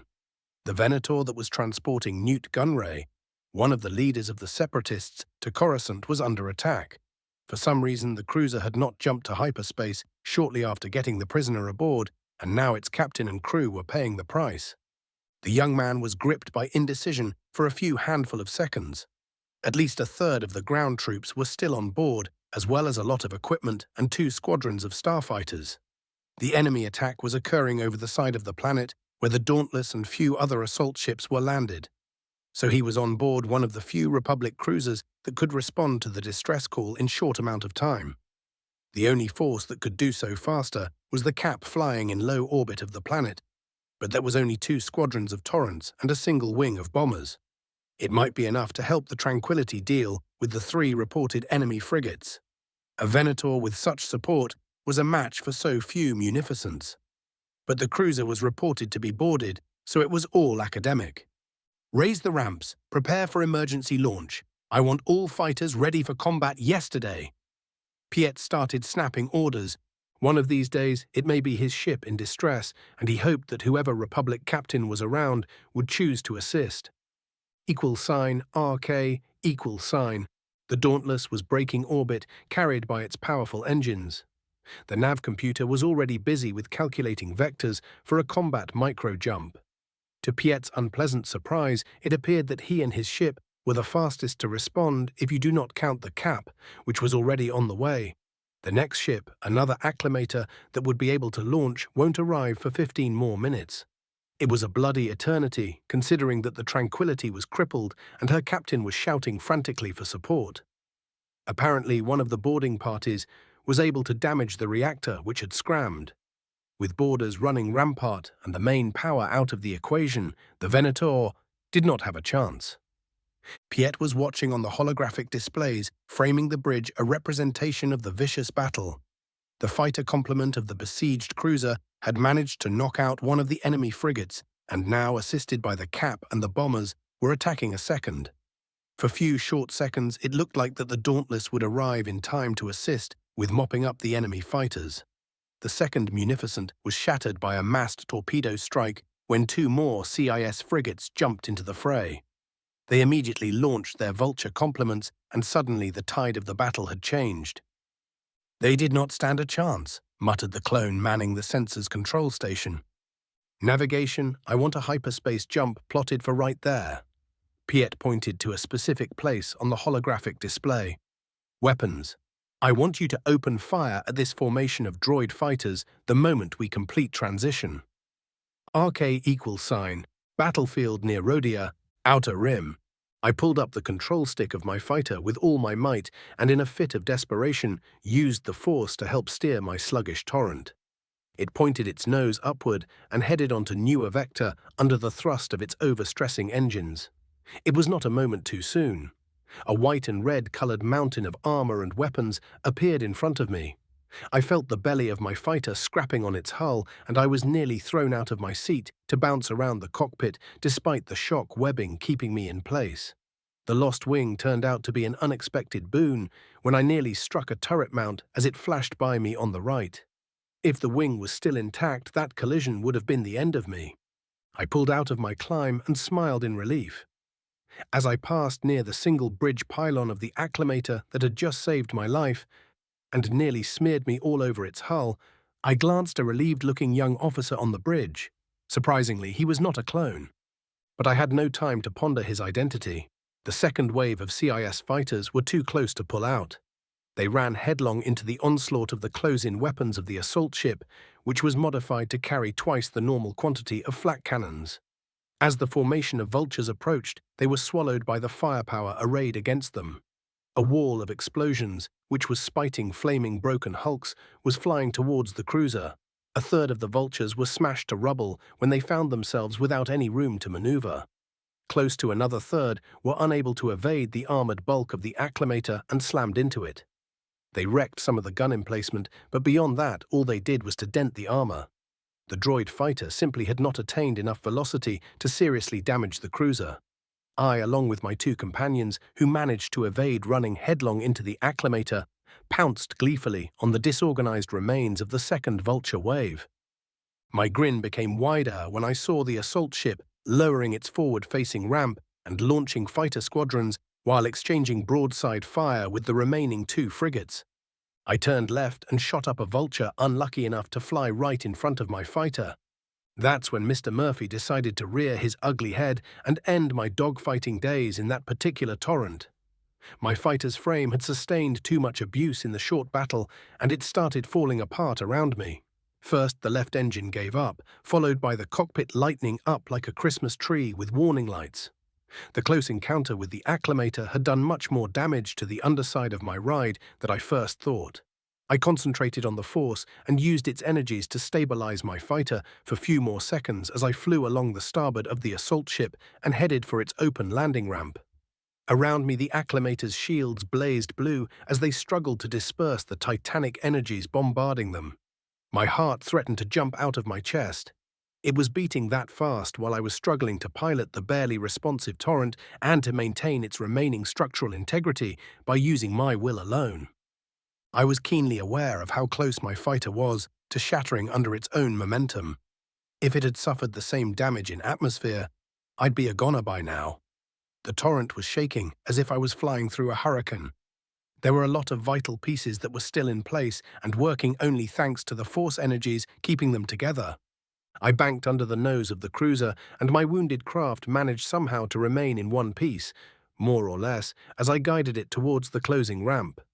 The two still working engines whined piteously for one last time and went quiet forever while I was struggling not to smash into the fast-approaching deck. The canopy covering the cockpit blew away after I struck the plastic-covered ejection button. The micro-repulsor placed under my seat activated, and I was catapulted away from the fighter. By sheer dumb luck, the torrent managed to survive long enough to carry me through the air-retaining force field. It hit the hangar deck and rolled around, spilling pieces of its fuselage in all directions. The few clones who were near the crash jumped away in search of cover. My seat tumbled through the air, and I was doing my best to gently bring it down. And myself, of course. In the end, I telekinetically unlocked the straps, keeping me in place, and jumped to the floor. It proved far easier than halting the momentum of the spinning chair and floating it down. Once I was securely on my feet, I watched with amusement how my seat bounced off the armored nose of an artillery walker. Then I raised my hands in a non-threatening manner when about a platoon of clones pointed their blasters at me. They did not appreciate my entrance and messing up their orderly ship. "I am Del-Qatar Vale. I'm with the Jedi who were escorting Newt Gunray to Coruscant. I want to thank your captain for his timely intervention." "The captain is not on board. Ensign Piet has command," said a clone lieutenant. "Interesting. Was that Firmus Piet, the fella who would have become a captain and later admiral under Vader's command, in that future that would no longer happen?" "Lieutenant, please patch me to your commander." =RK. "This is Ensign Piet, acting commander of the Dauntless. Who am I speaking with?" asked the young officer without moving his eyes from the tactical display. "Target their starboard hangar with the next couple of salvos. I don't want that frigate launching any more small craft. This is Del-Qatar Vale. I am with the Jedi escorting Gunray. And I hope that this is not a social call. I am a bit busy right now." Firmus nearly snapped at the stranger. This was his first real space battle, one in which he was in charge of the whole ship, no less. It was no surprise that he was on edge. "The Viceroy is dead. I want to borrow a few of you LA-8ers and visit one of the remaining frigates." The first thought of the ensign was that this Vale character was insane. Or Jedi. Perhaps both. Then he considered the idea. If the battle continued as it was, soon the Republic would have space superiority and leave only the Munificents as threats. However, the bomber wing was decimated, and the Dauntless had a third of its heavy guns replaced with additional flak cannons. It was great for dealing with that damn vulture swarm, but it also meant that he did not have the firepower to batter the shields of the second Munificent before the frigate escaping if it chose to do so. The other one, with which his ship was trading broadsides, was another matter. At this short range, the CIS craft did not stand a chance. It was a good thing that the Acclamator class had a novel shield design consisting of multiple redundant generators. That Dauntless, a huge advantage versus its enemy in the point-blank slugging match they were engaged in. Get few gunships out to gather the Tranquility's escape pods before the clankers blow them up out of spite. Piet ordered and then turned his attention on the unexpected guest on his ship. "What are you planning to do with my men, Vale?" The ensign raised an eyebrow when he heard the idea of the man. It was audacious and explained why he wanted to risk his life for taking a single enemy frigate when the battle was all but won. It was only a matter of time before the Separatist space forces were reduced. Unless heavy enemy reinforcements came in the next 6 or 7 minutes before additional ships from Rodia arrived. =RK. Part 4. Republic Assault Ship. Dauntless, near Rodia, Outer Rim. To my pleasant surprise, Piet agreed to loan me a couple of platoons and transports for my idea to go after Grievous, who I felt was able to somehow reach the second Munificent. I was able to perceive his location in the last seconds before crashing on this ship, but my mind was too busy at the time to consciously comprehend what I felt. But now, when I was not under the great strain needed to suspend the failing apart of my fighter, I could feel the cyborg. His was a ghostly presence, not so different by the hundreds of droids manning the enemy frigates. Yet I could feel his general location. If my guess was right, the general had been on the Munificent that lost its aft section, while I and most of Cap that came to our help were busy blunting the first fighter wave of the enemy reinforcements. Then, like the criffing bugger he was, Grievous managed to get away from the crippled ship and fly to the one of the newly arrived frigates. I wanted his metal hide nailed to the nearest conveniently placed flat surface, so I came up with a plan to assault his new ship. Piet had agreed, but refused to send the LA-ATs and the clones under his command until the enemy fighter strength was further reduced. As a result, I was waiting with the 2 platoons, which the ensign decided to loan me for the head clanker hunt. I was with Lieutenants CT 316 Cat of 36th Platoon and SNP 159 Snape of the 71st along with their senior NCOs. We were looking at a holographic image of Munificent projected by an emitter placed on a stake of crates. My plan was to disable the reactor of the frigate and thus prevent the ship from running into hyperspace or enacting a self-destruct. The fact that it would also cripple its shields and weapons was the icing of the cake. It also would mean that Piet would send additional forces to help secure the frigate. The ensign was reluctant to deploy more of the forces he was responsible for before he was reasonably sure that the ship won't be able to either run or be blown away as a final act of spite. When you take into account that at the moment I was just a mercenary with no formal standing with the Republic, I was glad that Piet had agreed to back the operation in the first place. After all, as far as he was concerned, I was an unknown variable. We were discussing what forces would be needed to achieve the secondary objective, capturing the bridge and Grievous if he did not come after us. Sir, unless we have more men or Jedi support, we won't be able to go after both targets. Not unless the Munificent is low on ground troops. Both platoons should aim to secure the reactors and only deal with Chief Clanker after additional troops are available, said Kat. That's why I said that the bridge is a secondary objective. If Grievous comes after us, I'll deal with him. If not, we'll take the reactor and I'll go after him while you hold the engineering section. I nodded. I want at least half of the men coming with us to be carrying heavy weapons. $RK. I was relieved when I sensed the presence of Shakti and Ahsoka coming from an escape pod which was brought on board by a pair of LAAT gunships. I ran to the escape pod before it had been placed on the deck, followed by a group of medics. The lifeboat was filled like a can of sardines. The only Hail people were the Jedi Master, a single clone from Green Company and couple of doctors. The rest were all wounded in one fashion or another, most of them critically. Ahsoka, who had her leg splinted, gave me a sad smile. Please tell me that the worm did not escape, she pleaded. Gunray is toast. I gave her reassuring nod. Master T, I plan to go and board the frigate on which Grievous took refuge. The commander of this ship agreed and will provide me with 2 platoons of clones of this operation. Do you care to accompany me? The older Togruta woman gave me a surprised look. How do you know that he is present? She asked, clearly not convinced. I felt his presence before landing here. Taking him out will turn this debacle into a disaster for the Separatists. They already lost a lot of hardware for nothing. With Grievous disposed of, the Republic will have a strategic advantage in this sector. It may even be enough to slow down or even outright break the current CIS offensive. It's a bold plan. Shark frowned, but it has merit. You are correct in your assessment of the situation. You should know that the assassin Ventress was on the Tranquility but managed to escape. She might be able to make her way to Grievous. Even better. I grinned under my mask. Taking out both of them should be beneficial for the Republic, she said after a long moment of silence. While we were talking, the medics were busy transporting the wounded to the medbay. Tano was arguing with them but shut up when I turned my masked head at her. Ahsoka, go get that leg fixed. Right now you are not up to a spaceborne assault. Go. She grumbled quietly but complied, to Master T's amusement. She's a little handful, isn't she? Asked the older Togruta. Ahsoka is teenager, nothing surprising there. I shrugged. This is Ensign Piet. The enemy fighter number are sufficiently reduced to allow for your plan, Vale. You are free to deploy at your discretion. Don't get my men killed.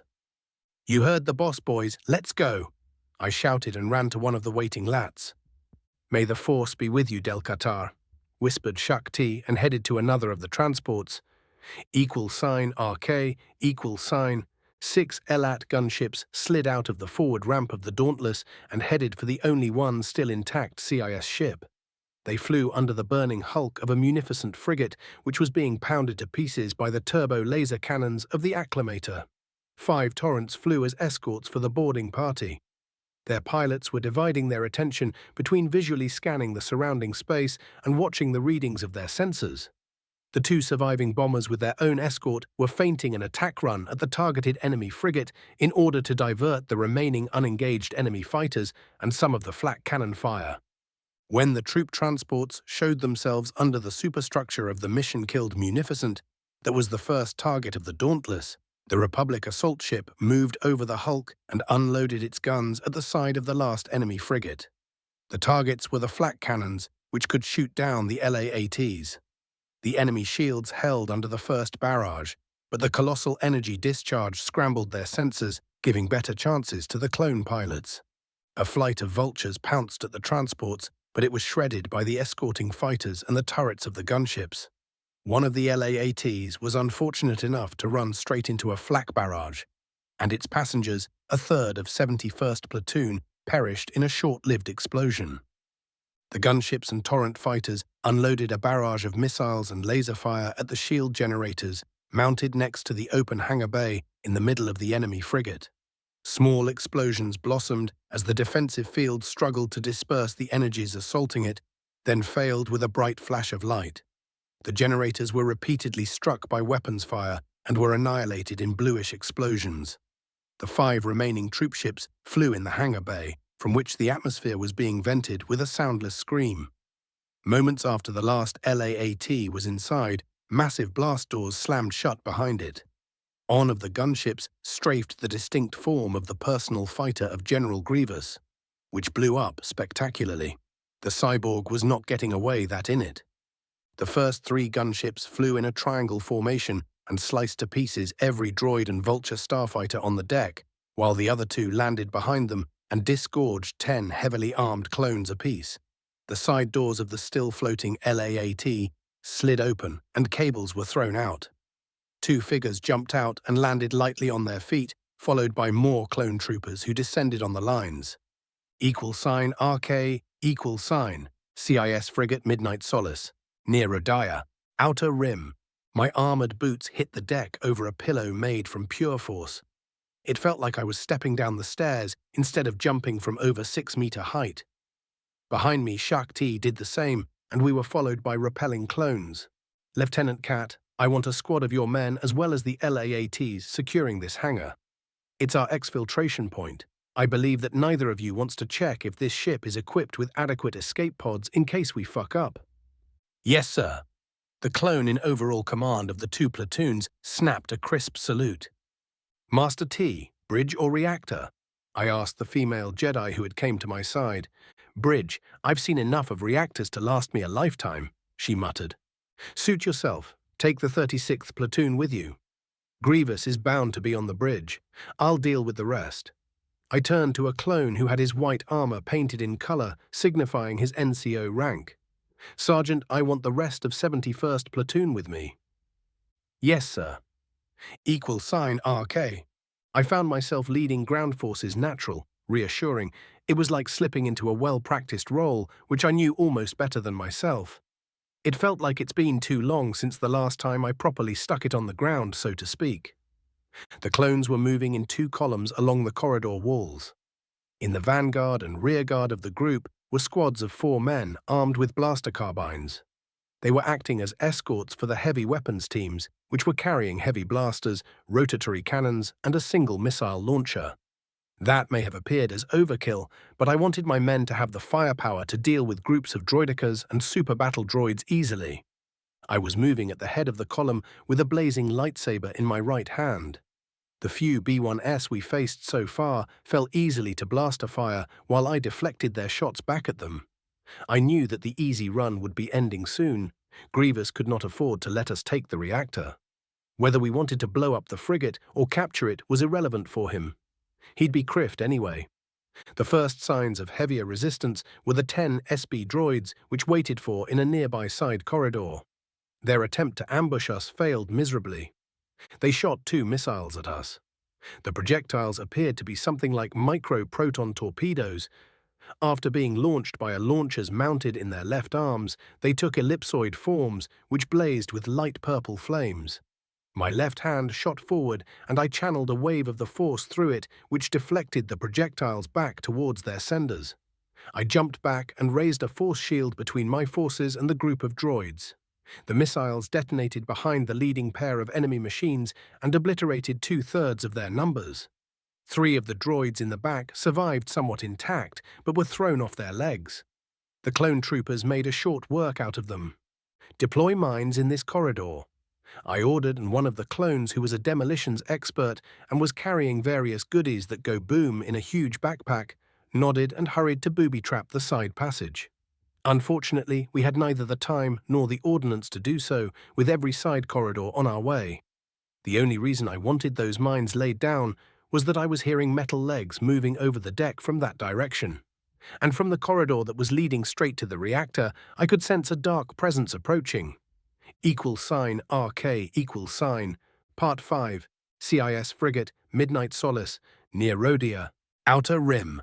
The direct way to our objective was blocked by a solid wall of super battle droids, which had a group of 4 droidicas with deployed shields in front of them. Between the silver combat robots and the leading destroyers stood a lithe figure who was mostly hidden by a heavy black cloak. Her face was disguised with shadows cast by the hood of her mantle.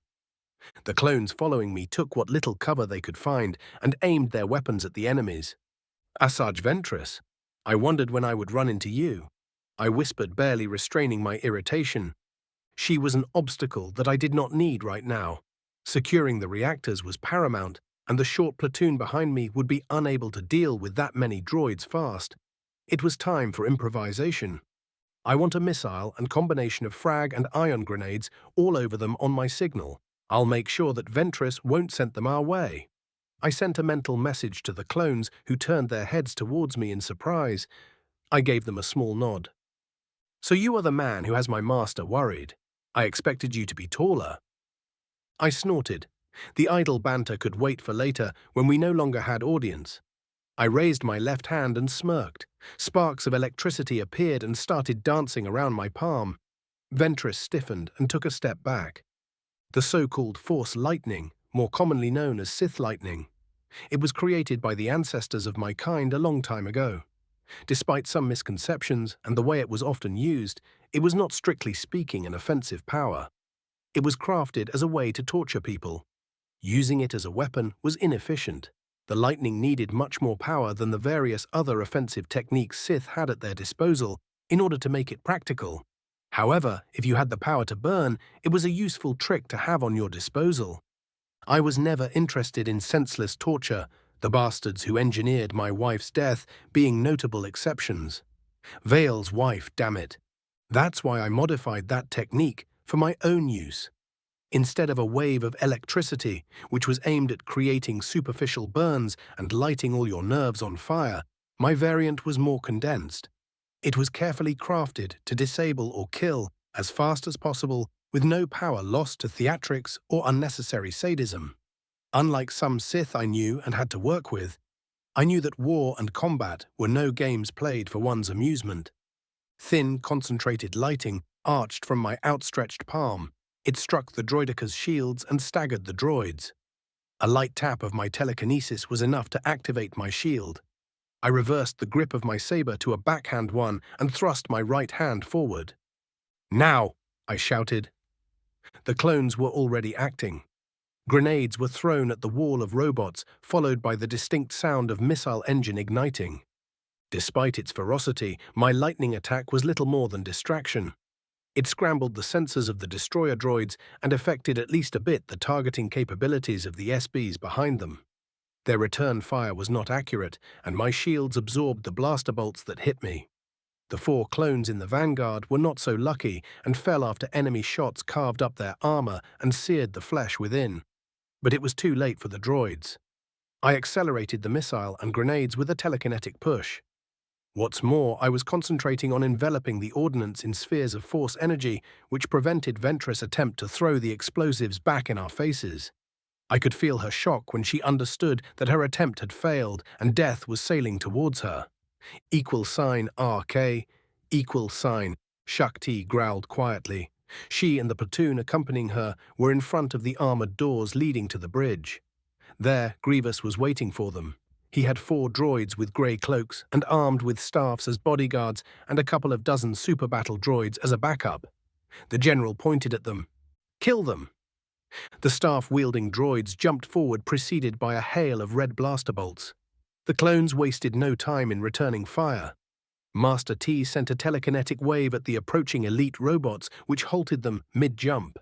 One of their numbers was bisected by a line of blue energy, shot from a blaster cannon wielded by a heavy weapons specialist. Another was staggered when a frag grenade hit it in the chest. It exploded in the next moment, shredding the machine, but by then the remaining 2 elite droids were already in the air. The blast wave just gave them more speed as they flew at the Jedi and her clones. Shakti sidestepped one of the robots who used its momentum to deliver a powerful overhead strike with its staff. One of the electrified heads of its weapon struck the deck plating, and purple energy arched from the place of the hit. Before it could recover from its unsuccessful attack, the droid was shot to pieces by 3 clones wielding heavy blasters. Those weapons could burn through Droideca's shields in few hits.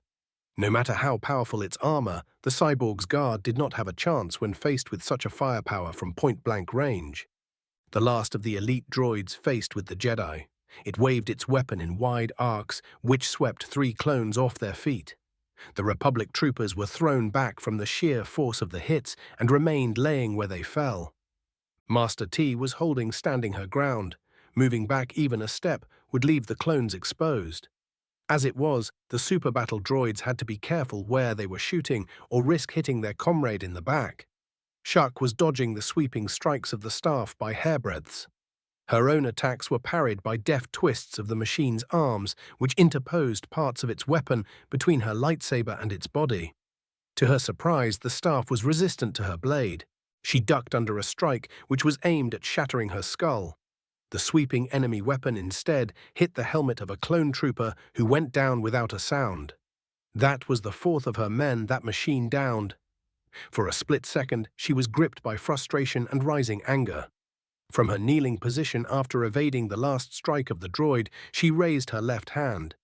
The elite droid was lifted in the air and flailed wildly in surprise. She wasted no time and delivered a powerful upward strike. She added more strength to her attack by jumping in the air. Her lightsaber hit the machine between the legs and sliced it as if it was made of butter, exiting from the top of its head after bisecting it in 2. Shakti landed over the softly glowing parts of the scrapped droid and looked at the situation. Half of 36th Platoon was down, but they had decimated more than 2/3 of the enemies. Her satisfaction with the performance of the clones was short-lived. Grievous chose that moment to join the fray. He retrieved 2 blue lightsabers from the depths of his grey cloak and jumped forward, activating them mid-flight. Master T smiled at him and charged the cyborg. She rolled under his bulk and used the force to puck him from the air and smash him in the deck. Blaster bolts splashed over the armor plating, covering the general, leaving half-melted craters. For the next few seconds, the clones had to deal with the cyborg by themselves, as the Jedi was busy deflecting blaster bolts and the remaining super battle droids. Grievous used that brief respite to jump over the fire of the clones and land in the midst of their vanguard. His blades flashed in semicircles in front of him, and the closest 4 Republic troopers were cut to pieces by a whirlwind of laser swords. The CIS commander tried to advance towards the remaining clones, but found himself unable to do so. He twisted his neck so he could glance backwards and saw that the Jedi was deflecting blaster fire with the lightsaber in her right hand. Her free left arm was pointed at him, and its fingers were twisted like claws. She was holding him with the criffing force. That distraction cost him dearly. Grievous roared when a near miss melted a piece of his face mask and burned out his right eye. He stumbled to the ground when his left leg was shot to pieces by a blaster cannon. He threw one of his sabers at the clones, but the blade shut down before the faintly smoking hilt hit the chest plate of the armored man to no effect. 5 of the clones shot what at first glance looked like grappling hooks at the crippled cyborg. Each of them was tipped by 4-digit claws which clamped at the general. A press of a button later, Grievous shrieked like a damned soul as electricity coursed through his metal body and the flesh encased within. $RK $. The front ranks of the droids, blocking my and my men's path, were annihilated in a series of rumbling explosions and pulses of ion radiation. In fit of desperation, Ventress had jumped forward, arching her body over the thin wave of lighting with which I was bombarding the robot's ranks. The combined blast waves picked her and threw her with enough force that she passed through my lightning and struck the ground in front of my feet with a groan. Her cloak was smoking, and I knew that if it was not for my helmet, I would be able to smell the stench of seared flesh. I pointed my crimson blade at her throat and smiled. 6. Chapter 6, V2. Phase 06, Hat Trick. Part 1, $RK $. CIS frigate, Midnight Solace, near Rodia, Outer Rim. Ventress was laying on the cold deck and panting in a painful effort to inhale enough oxygen in her straining lungs. The combination of shockwave and Sith lighting was racking her body with agonizing spasms. Her bleary blue eyes stared at the scarlet lightsaber blade pointed at her throat. Anger and regret fought in the midst of her very soul. She was on the ground, defeated before being able to engage the enemy of her master. It infuriated her. Yet Asajj knew that it was at least partially her fault. She had been too sure in herself even after facing that Togruta Jedi Master earlier. She was arrogant and now was about to pay the price. Go ahead, finish it. She was able to rasp amidst a coughing fit. The lightning she was hit with was much worse than anything she experienced from Dooku or even his master. It was not so much the pain which was substantial, it was the damage that she could feel around her body and especially her chest. Cracked bones from the blast wave and seared flesh from the dark side attack combined into deadly wounds. She knew that without immediate medical attention she was gona. It was harder to breathe with each passing heartbeat, and all she could do through the Force was to slow down her demise and prolong the agony. It is not supposed to end like this. At least that was what she tried to shout, but only coughing and a spit of blood exited her lips. RK, equal sign. This is such a waste, I muttered. The girl was strong in the Force. Give her a few more years and proper training, and she could be something to watch. I grumbled at the schemes of Dooku and Sidious. What they were doing with her was a waste of talent, pure and simple. I placed my left hand on her chest in the valley between her breasts and concentrated on drawing the light side of the Force. I could feel her wounds, burned flesh and damaged lungs, the cracked bones and myriad of old injuries which were not healed properly. If it was not for her strong connection with the Force, she would be somewhat crippled by the old wounds. Her body shuddered under my hand. I saw her eyes dilating in surprise and a soft moan of relief escaping her lips as she was able to take in a breath without choking.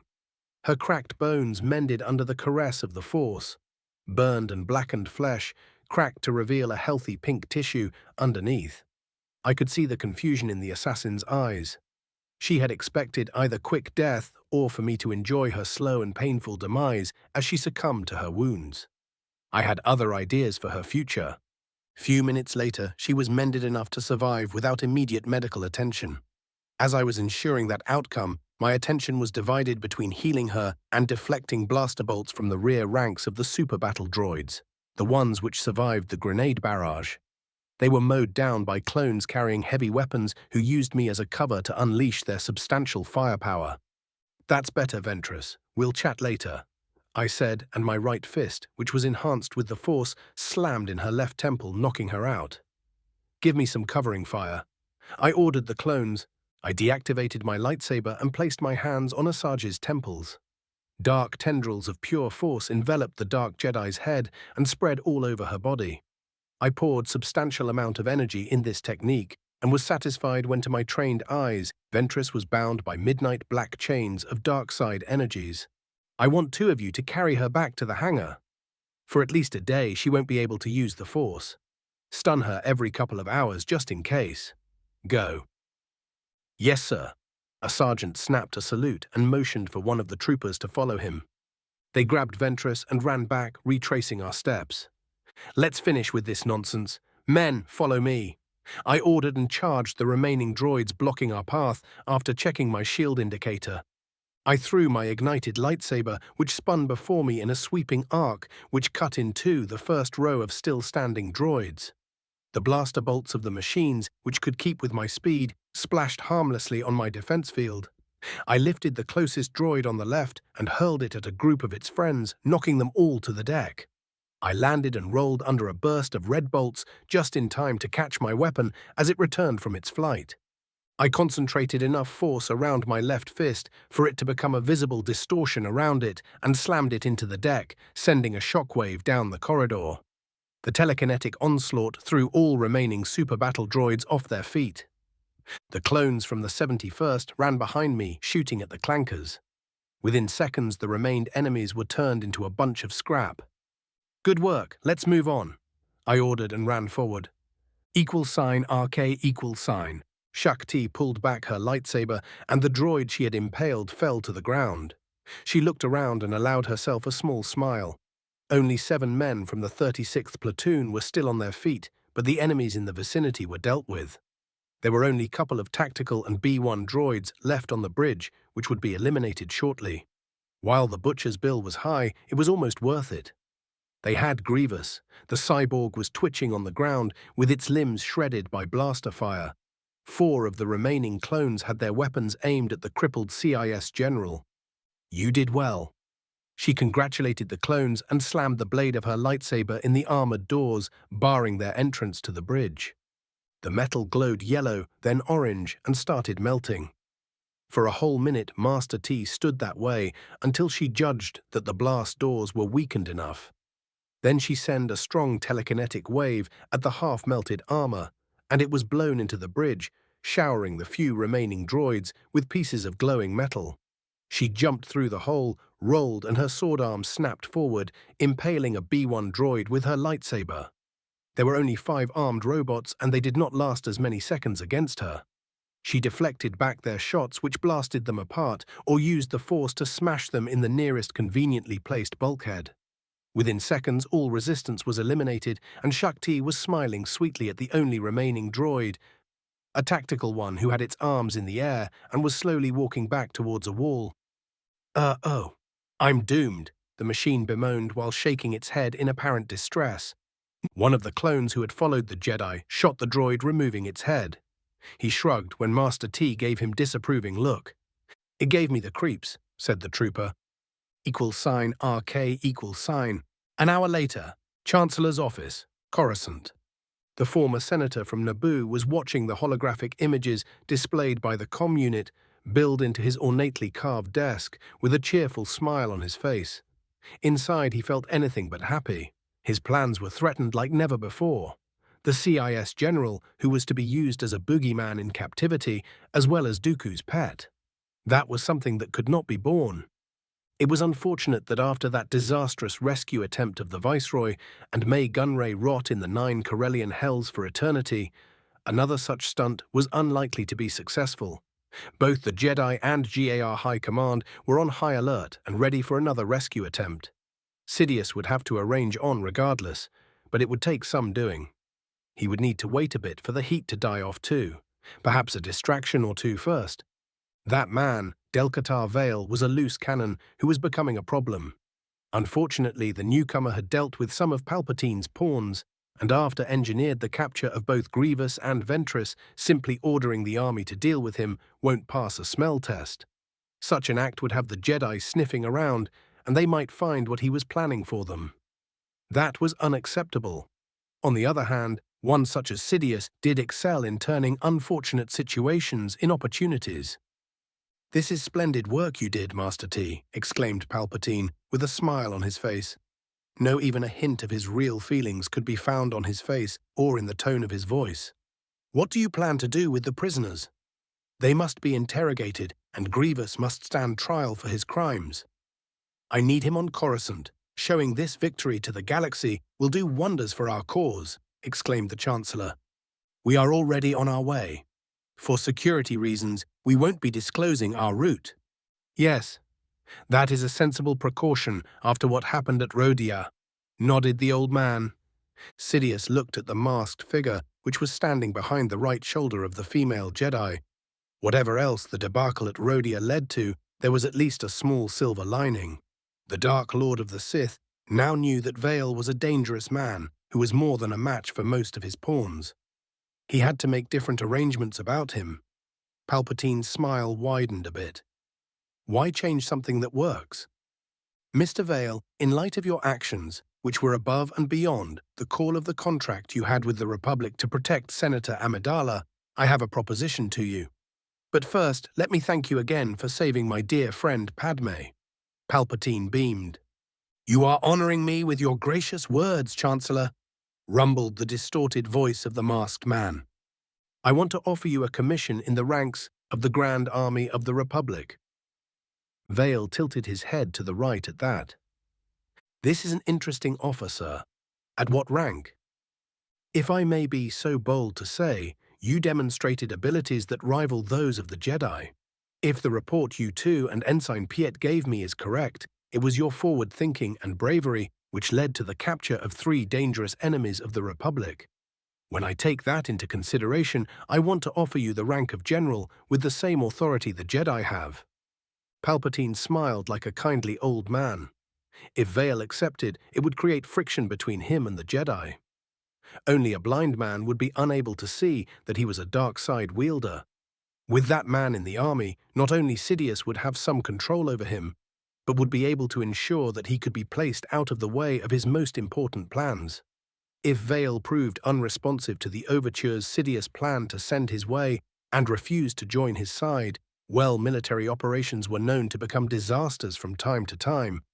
Even the most powerful Jedi could be taken out by massive numbers and firepower. It would be truly regrettable if something happened to that man. Besides, Vale's presence would prove to be an additional distraction for the Jedi Council. A win-win situation for Sidious. "It will be an honor to accept your gracious offer, Chancellor." Vale gave a small bow. "Splendid, my young friend. With you on our side, the Separatists will regret the day they raised arms against the innocents of the Republic.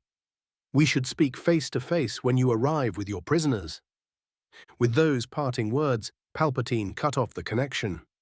He had to ensure that Grievous and perhaps that foolish child Ventress were freed. He drummed his fingers over the wooden surface of his desk, while thought who amongst his agents would be the best man for the job. Then he smiled when a plan formed in his crooked brain. "Yes, that will do. If the plan is executed carefully, not only it will take care of Grievous, but it will also help my political agenda." He muttered with a sinister smile on his face. =RK=, Part 2, Republic Assault Ship, Dauntless, Hyperspace. After the comm signal cut off, I looked at the female Togruta in front of me. She turned around and I could see a frown on her face. For a moment, there was a trace of distress in her eyes. If it wasn't for my connection with the Force, I would not have noticed it. I guessed that she was not looking forward to her next chat with the Jedi Council. Not only she had decided to listen to my suggestion to grab the Dauntless and make a run for Coruscant before someone who will remain unnamed for now could send another CIS fleet after us without consulting with the Order leadership, but now I was a Republic general with the same authority as the Jedi. Most of their contingency plans for dealing with me just went down the drain. It's one thing for the Order to arrest and/or kill a mercenary who they accuse of being a Sith. Doing so to a GAR general, one who had done more to derail the CIS plans in few short weeks than most of the Jedi combined did since the start of the war, was something very different. Not to mention that it was I who led the boarding party who grabbed Grievous and Ventress. Gurney's demise was just the icing on the cake. "I guess congratulations are in order, General," she said in an emotionless tone. Her face could have been a marble statue for all the expression it showed. "Thank you," I deadpanned. "I hope that the Council won't be too pissed off with you." "Why would they be?" she asked, faking confusion. "We both know that there were a lot of outcomes they hoped for when you were assigned as my babysitter, but none of them ended with me becoming a Republic general. I do not need to spell to you what it means for the Council." She gave me a sharp nod and frowned in a way that reminded me of my late wife. "I'll go check on Ahsoka and the prisoners. See you around, Master Tai." I made a fast exit. Jedi or not, if her temper was anything like Ashara's, I did not want to be in the vicinity when she was getting angry. I highly doubted that a spirited sparring session in which she tried to take off my head, followed by a make-up sex, was in the cards in the foreseeable future. =RK=. On my way to the medical bay, I spoke with a clone sergeant and made a small detour to requisition a TACpad, which was the SW Universe answer to the tablets of my own world. It was much bigger and heavier from what one would expect, but it had incredible processing power and storage capacity, as well as built-in comm which could interface with nearby hypercom terminals and had a lot of protection against hacking. It could survive many things short of a blaster bolt too.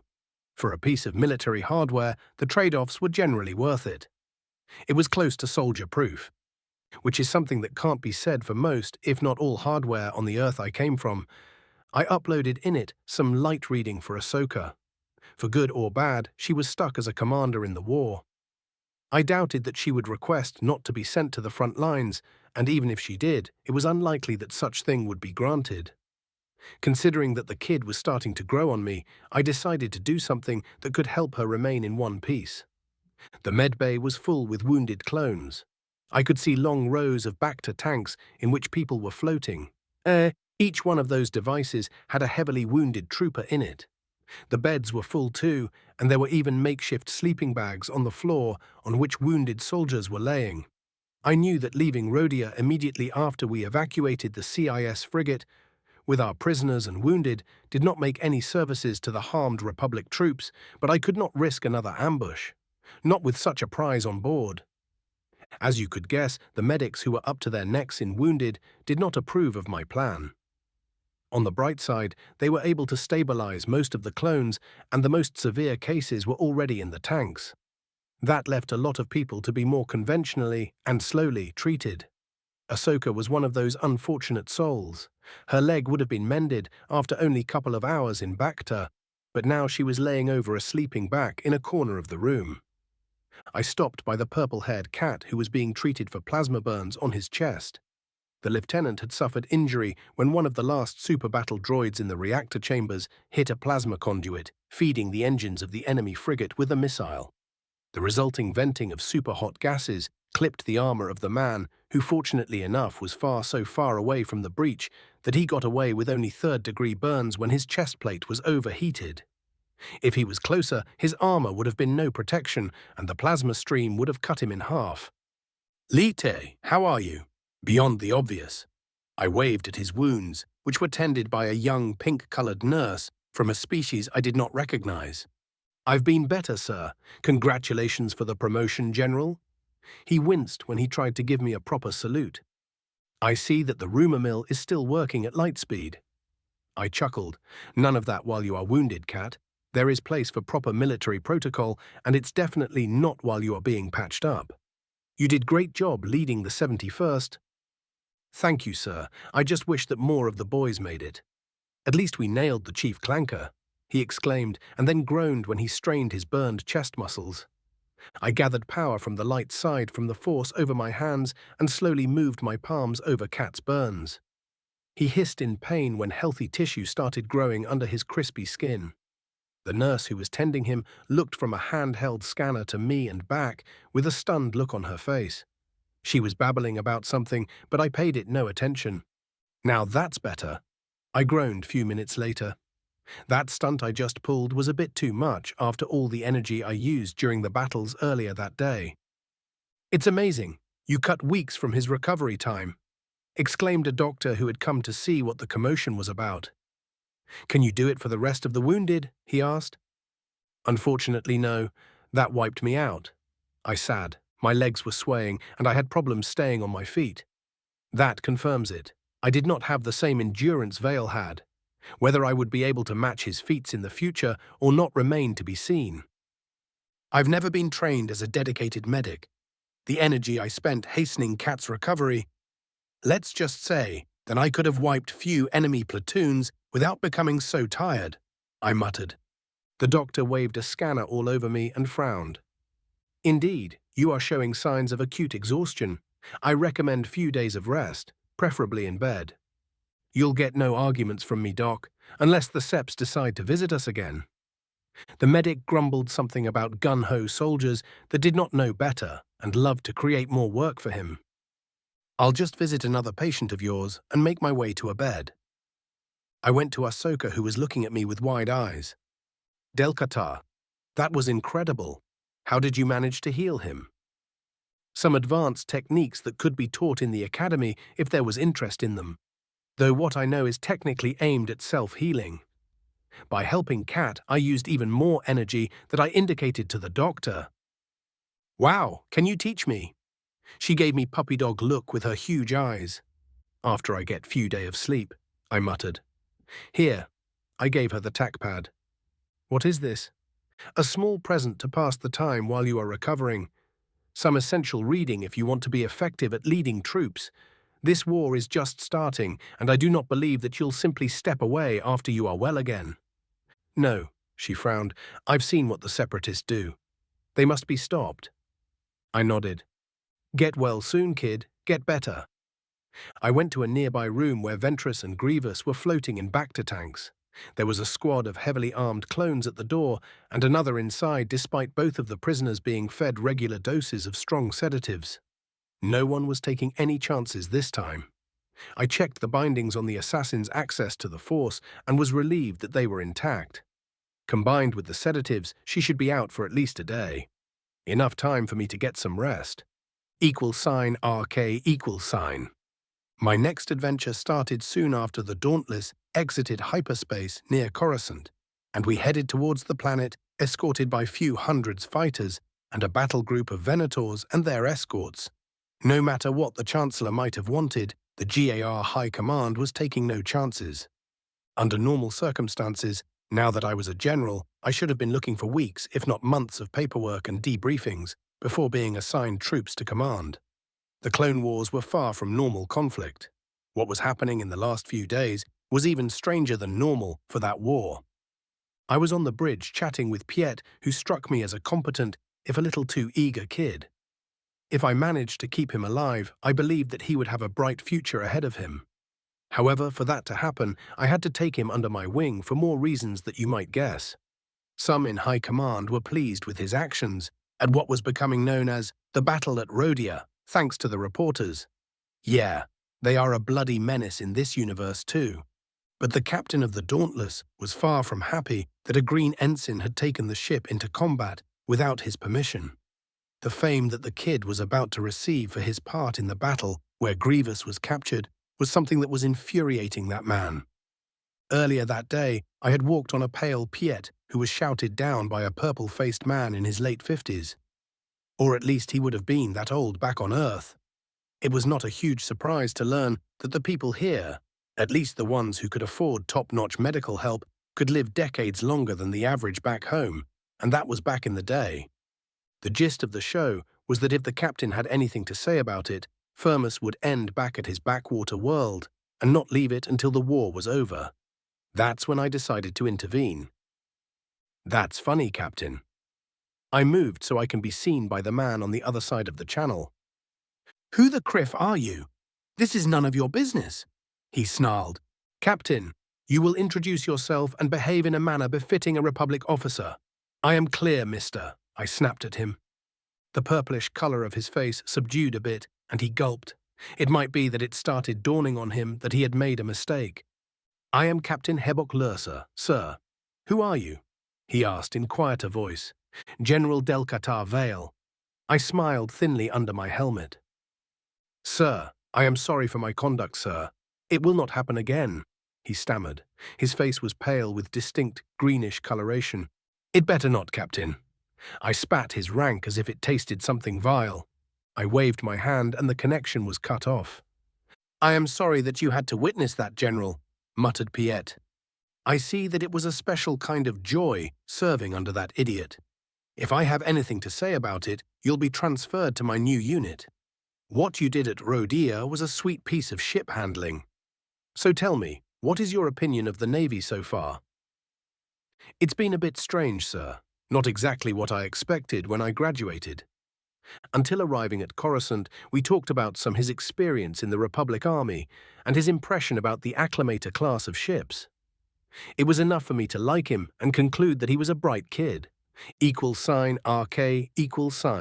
We and our escorts were making orbit when new orders came from the Chancellor's office. Me and Shakti were summoned to meet Palpatine as soon as possible. We were about to meet him as well as members of the Jedi Council. That was interesting. The paranoid part of my brain was screaming warnings. What were the Jedi up to? Or was that another plot by Sidious? Considering my new status, I had two choices. Present myself to the Chancellor or ignore the polite suggestion of my Commander-in-Chief. Neither of them was particularly good idea. I said goodbye to Piet and headed to the hangar. =RK=. Part 3. Lat en route to the Senate building. Coruscant. I was strapped into a seat at the troop compartment of the gunship with Shakti sitting next to me. We had barely exchanged a couple of words after my induction in the Republic Army. I wondered if a chat between her and the Council was the reason for the meeting we were about to attend. My attempt to gather information from the Jedi Master were faced with stoic silence. It was not ominous. Not at all. When I felt the transport enter the upper layers of the atmosphere, I opened the side door and took in the sights as we descended towards the Senate building. It is early in the evening, so the local sun was visible from this height. I could clearly see skyscrapers, which were dozens and few even 100 kilometers high. Below us, the planet-sized city was blazing with countless lights, reminding me of a star-covered sky. The gleaming towers of Coruscant were breathtaking feats of engineering. As we got lower and lower, I could make out thousands of vehicles, which were flying in what resembled multicolored rivers suspended in mid-air. Even now, when the memories of Darth Vile were more or less mine, the sight of the capital world of the Republic was amazing. The gunship flew into a travel lane, restricted for military traffic, and the only vehicles which came near were other LAATs or various GAR transports. All too soon, the mushroom-shaped Senate building came into view, and our ride headed to a brightly lit platform, near which waited a pair of Senate commandos wearing their distinctive blue armors. When the LAAT landed, they rushed to our side and saluted. "Sir, I am Major Garm Folks. I have a temporary ID card for you, General. However, you should go to GAR headquarters ASAP to get yourself permanent ID and log it into the net, sir." "Thank you, Major Folks. I'll do it at the first opportunity I get." I returned his salute. =RK=, Senate Building, Coruscant. 10 minutes later, we were in front of the Chancellor offices where we met with Masters Yoda and Windu. The Varpad Master glared at me. It's a good thing that his look was not able to kill, or I would be a stain on the floor by now. I greeted them amicably. This was not the place to make a scene. "Masters, do you know why we are here?" "Shakti. Chancellor Palpatine summoned us here. He said it was vital to meet him as soon as possible," grunted Windu. It was clear that he was not impressed by Palpi, only if he knew. "General Masters, please follow me. The Chancellor will see you now." A middle-aged human aide opened the door leading to the Republic's leader office and waved us inside. Wow. Palpatine really looked just like in the movies, and he did have that kindly old man's look perfected. If I did not know better, I would have believed his every word. He had an aura around him that whispered to you that he was your friend, and you should listen carefully to his words. It was nothing I had not seen before. Standard Sith. Lord trick with my mental shields heavily reinforced, it was easily to disregard. To my surprise, Padme was in the Chancellor's office. She was wearing a blue and purple dress, which probably was the high of fashion in the core words, but looked strange to my eyes. After exchanging the expected pleasantries, our host waved us to sit before getting down to business. When Palpatine told us why we were there, I had to valiantly fight not to explode into a fit of giggling, like a young schoolgirl. This had to be the dark side's idea of trolling. There was no other way to explain it. The Force itself wanted to mess up with our resident Sith Lord. Dooku got caught by pirates. At least that a self-styled pirate leader had said when he had somehow contacted the Chancellor's office. In few minutes the cutthroat would call again, and that's why we were here. It was bloody hilarious. The Jedi were surprised by that development too. They, as well as Palpatine, did not believe that it was a credible information, but it was not something they could ignore. I was torn. On one hand, by being a Force user, I was aware of the capabilities that Dooku should have. Getting captured by pirates was highly unlikely, embarrassing too, if true. There was a more reasonable explanation. We were dealing with a very bold and resourceful outlaw trying to pull off a fast one. I kept silent and waited to see how the events were about to unfold. At least with 3 Jedi Masters in the room, Sidious had his own mask firmly in place and was not about to do any dark side tricks. =RK=. If you want the Sith, it will cost you 1,000,000 credits in spice. I want it delivered on a diplomatic transport, declared the pirate TM we had to deal with. Palpatine's face was an unreadable mask. The Chancellor was obviously not amused. All of us could feel his irritation. "We want proof that you have him and that he is still alive before agreeing on anything." Palpatine glared at the pirate. I gleefully watched what happened next and was forever thankful that my helmet had a built-in camera. The expression on Dooku's face when he was matched in front of the holocom was hilarious. "And now I present you the fearless Sith Lord Count Dooku." declared the pirate. The bastard obviously enjoyed the show. I can't blame him. It was priceless. The hologram is fixed, said Palpatine. He was smiling thinly at the pirate. If you don't believe me. The cutthroat took out a curved lightsaber from under his jacket and activated it. This is his lightsaber. Yes. Dooku's this lightsaber is. Yoda added his 2 cents. It still proves nothing, I interjected. It's no big secret how his lightsaber looks like. For all we know, it is just a clever toy you cooked up in your spare time, pirate. While the Jedi gave me looks which were shouting, "Shut up." The Chancellor gave me a grave nod. General Vale is correct. You have not shown us anything that cannot be easily faked. Is that so? Growled the pirate leader. Perhaps the CIS Council would be more receptive to my offer. But I can give you further proof. Bring him here. He shouted an order and then nodded to someone off-screen. We could hear few blaster shots, and soon after Dooku's body was dragged so we could see him. Stretch his left hand, ordered the pirate. I grinned under my helmet while the Jedi and Palpatine bolted to their feet. They watched in horror as Dooku lost his left hand as a demonstration. Is that proof enough? If you want, I can send you the arm so you could run the necessary tests. That won't be needed, stammered Palpatine. I think that he wanted to bash his head on the desk. Those were bad few days for him and his plans, even worse for his minions. This is our chance to capture Dooku, exclaimed Padme. If that's him at any rate, this could very well be an elaborate scheme from our pirate friend. I pointed at the disgruntled-looking man on the other side of the channel. We want to send 2 Jedi to confirm that you do have him before we pay you, said the senator.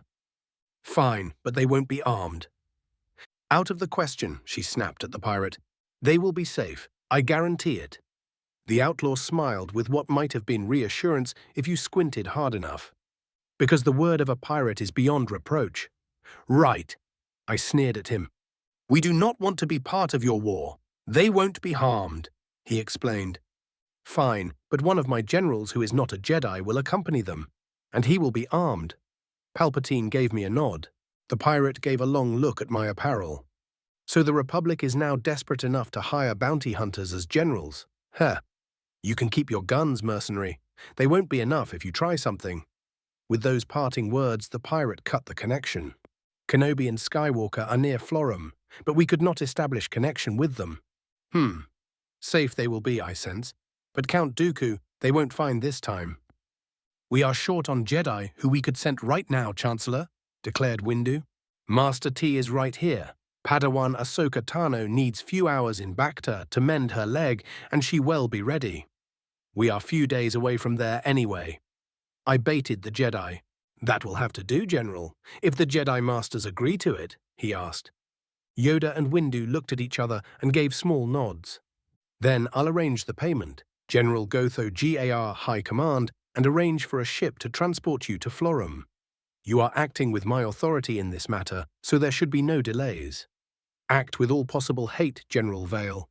He retrieved a data chip from a drawer in his desk and threw it at me. Yes, sir. Master T, please make sure that Ahsoka is ready to be transferred to our new ship. I said to the Togruta Jedi before giving nods of respect to the Senator and the other 2 Jedi Masters, and leaving. =RK=. GAR Headquarters, Coruscant. When I went to the GAR headquarters, I spoke with a clone commander who said that he'll start the wheels running on acquiring me a ship for the mission. Then I went to get my new military IDs and all the necessary paperwork that went with my new exalted rank. I spent more than a few hours in medical, where I was subjected to myriad of tests, from DNA scan and taking biometric measurements to a full medical checkup. To say that I was disgruntled by the time the medics were finished with me would be a great understatement. After that ordeal was over, I met an admiral who was on staff at the headquarters while waiting for his next assignment. He was grizzled, scar-covered. Mon Calamari called Arikakon Baraka. The green navy uniform looked out of place on his massive frame. You are the fella that led the raid in which Grievous was caught, declared the admiral. I got lucky, I deadpanned. And now you are the newest pet of the Chancellor, he said with dismissive tone. I shrugged. I was not about to explain to him that both Sidious and I were trying to use each other before one of us stabbed the other in the back. I need a cruiser for extracting another high-value CIS target. After what happened at Rodia, I want it with full load of starfighters, their pilots, and at least a battalion of ground troops with their equipment. You know that I have the authority to get what I need. I waved my hand in front of his face to help concentrate the suggestion through the Force. He glared at me for a moment longer, then nodded. I will see what is aviable. That is great, Admiral, I grinned. I would also want few people transferred to my new ship. 20 minutes later, I had confirmation that Firmus Piet was transferred under my command as my new aide, as well as the remains of 36th and 71st platoons. However, that was the end of the good news. Unless a Venator was detached from the Coruscant defense fleet, there would not be a cruiser viable for at least a day. My carte blanche from the Chancellor covered a lot of ground, but weakening the defense of the capital was not part of it. The Admiral proposed that I check what other ships I could use, and I started checking a list he sent me. Most of those were acclimators, which had full complement of ground troops, and few even had squadrons of fighters just as dauntless. One particular ship caught my attention. While I did not recognize its name, that of its captain was something else. I grinned wolfishly. I'll want this assault ship for my mission. Let's check if it has fighter contingent on board, and if not, how long it will take to load a couple of squadrons and their support equipment and staff on board. =RK=. Part 4. Republic Assault Ship Leveler. Staging Area Sigma near Coruscant. Captain Gilad Pellaeon disembarked from the shuttle, which brought him back to his ship, and headed for the bridge. He had to suppress the overwhelming desire to strangle Lieutenant Meriones, his so-called aide. The blonde man had a splendid day until he was awoken by the insistent beeping of his comm unit. The painfully familiar voice of his aide had crashed his cheerful mood when the man informed him that he had to return ASAP. Pellaeon had looked with regret at the sleeping form of his dark-skinned lover who was cuddled around a pillow. The exquisite outline of her bare back was barely visible under the silk sheet she was hogging. He was supposed to have at least few more days until his next deployment, damn it. Criffing war. He had said goodbye to a sleepy Helena and made his way to a nearby Republic military base, from where he took a shuttle to his ship. If this was not important, he swore that Meriones was a dead man. There had to be some suicide mission for which he could volunteer the lieutenant. That man was a waste of space anyway. When he reached his bridge, Pellaeon found his aide talking with a man who was mostly hidden by a black cloak. They had their backs turned to the entrance, so neither of them saw him, made his way up to them. The rest of Crimson Company should be on board within the hour, sir, said Gilad's aide. That should be soon enough. We do not have any time to waste. This operation is time-sensitive. The fighter squadrons are up to strength. Is that right? Yes, sir. Ahem. The captain cleared his throat. The men turned around and Meriones gave him a textbook salute. The other man was wearing a black robe, under which Pellaeon could make the distinct form of a heavy armor. The stranger was also wearing a Mandalorian-styled helmet which hid his face. But what received his undivided attention was the rank insignia which was on the left side of the man's chest. It was that of a general.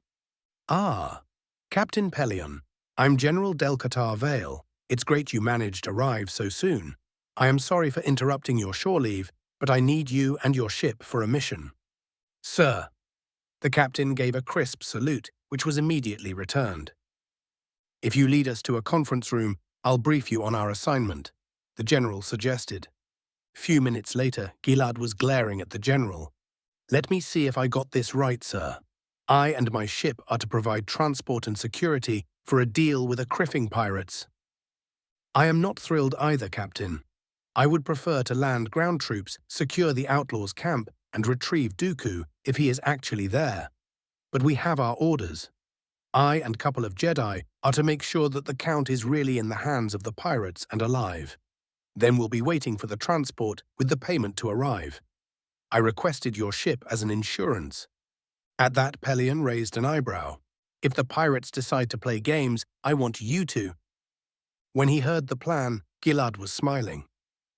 Not only Vale looked like he knew what he was doing, but he was receptive of suggestions from his subordinates. The general had no issues with accepting Pelion's additions to the contingency planning. $RK =. 3 hours later, Leveler broke orbit over Coruscant and headed for a clear lane from where she could make a safe jump to hyperspace. When the ship entered FTL, I made my way to a conference room near the bridge, where I was to meet with the captain, his aide, Piet, the Jedi, and the commander of the ground troops on board. Ahsoka had spent 2 hours in Bacta, and after a shower she was mostly all right. She'd need a day or two more until her leg was up to full strength, but otherwise she was fine. We gathered around a round table which had terminal built in front of each seat. Once again I marveled at Pelion. What was with competent naval officers in this universe? Both the captain and Piet were on the short side. Was it that Napoleon complex or something? Granted, it was unlikely. He was from another universe altogether. But it was strange to see both of them being on the short side of 170 centimeters of height. A lot of the good Navy people I knew in the Empire were quite short too. After brief introductions, which gave me the name of the clone commanding the ground pounders, Commander TK-75 Trek, we got down to business. While the politicians may believe that this will be a straight deal, we know better. We are dealing with bloody pirates. The question is not if they will try to backstab us, but how they will do it. Thanks to our friends in Republic Intelligence, we have some information on their leader. I used telekinesis to activate the holographic projector build in the middle of the table. We saw the face of the pirate leader suspended in mid-air, in all his ugly glory. That fine example of a cutthroat, ladies and gentlemen, is Hondo Ohnaka, the piece of scum we have to deal with. He is the captain of the so eloquently named Ohnaka Band. These days, his group makes a living by selling spice and kidnapping people for ransom. Usually they are active around the Tion hegemony and the corporate sector, where they can run amok unchecked. Intelligence reports that they have at least few Ubrikian tanks, a lot of speeder bikes and various ships which they had hijacked. We also have confirmation that Ohnaka had managed to grab a Corona-class frigate as well as few Flare Star-class ships. Even altogether, they should not be a match for an acclimator. The gang numbers are estimated to be at least a couple of hundred assorted lowlives and mercenaries. My boys will deal with them, announced Trek. However, we'll need information about their base's defenses. It is unlikely that they lack at least rudimentary AA capabilities, so a direct air assault will be costly, said Piet. Send couple of companies loaded on LA-ATs, as well as armor on the other side of the plane from their base. Then they can came in, flying nap to the ground, evading whatever AA the pirates have, I said. That way, we will have something solid to use against those tanks. They are not particularly good against modern walkers, but have substantial light weaponry which can make the life of my infantry hard. 4 walkers and the AT teams should be enough to deal with that, I said. I want only 2 companies deployed when the pirates try to mess with us. Keep the rest as a backup in case the CIS finds out what happened to Dooku. If he's actually here, that is. That won't help us much, grumbled Ahsoka. Whose idea was anyway that we should go there unarmed? The officers looked surprised and not a little angry at that declaration. Ohnaka's, of course. But I will be armed. After all, I am just a bounty hunter according to the pirate leader. I made air quotes while saying what the idiot thought I was. I'll do my best to keep you in one piece until Commander Tech's forces arrive. That's not reassuring, muttered Master Tai. You're Jedi, are you not? You have the Force, so use it when they try to backstab us. I snorted. Besides, I have not given you any reason to doubt me, have I? She shook her head and frowned. Back to the topic on hand, the situation in space. In space, if the intelligence is right, I should be able to deal with anything the pirates could throw at us. If the Seps come in force, then all bets are off, said Pelion. If that happens, I leave it on your discretion to decide if you could hold them off long enough for us to evacuate. If not, do what is necessary to ensure the safety of your ship, I ordered. Yes, sir. The captain gave me a small nod of respect. Ahsoka gave me a dirty look. I shrugged. There is no sense of letting the leveler be destroyed for no gain in a futile effort to extract us if overwhelming enemy forces arrive in system. In such a case, we'll have to do our best on the ground and hope that they won't blast us from orbit. RK, Later that evening, I went after Shaktai. I wanted to know why her attitude towards me had suddenly become cold and distant after I awoke from my rest following the battle at Rodia. I walked fast after her when she headed for her assigned quarters. Master Tai, a word. I'm listening, she said without looking back at me. She continued walking, and I fell in step beside her. What is your problem with me? I decided to be direct. She gave me a sidelong glance. I have no idea what you are talking about, she said primly. Nope, not at all. After the battle, you've been keeping steel control over your emotions around me. And we had not exchanged more than a couple of words unless necessary. Not to mention that you've been avoiding me like the plague. Spill. She stopped walking and turned to face me. Her eyes were blazing with barely restrained anger. I know, she hissed. What? I asked, surprised. However, I had a creeping feeling that I knew what she was insinuating. It was not one of my proudest moments. The council found the classified file about what you did on Shili. Ah, that. You tortured 4 Jedi to death, she shouted. I removed my helmet and looked her in the eyes. She flinched and took a step back. For one of a very few time in my life, I was gripped by such an anger that I was barely able to restrain myself from lashing out.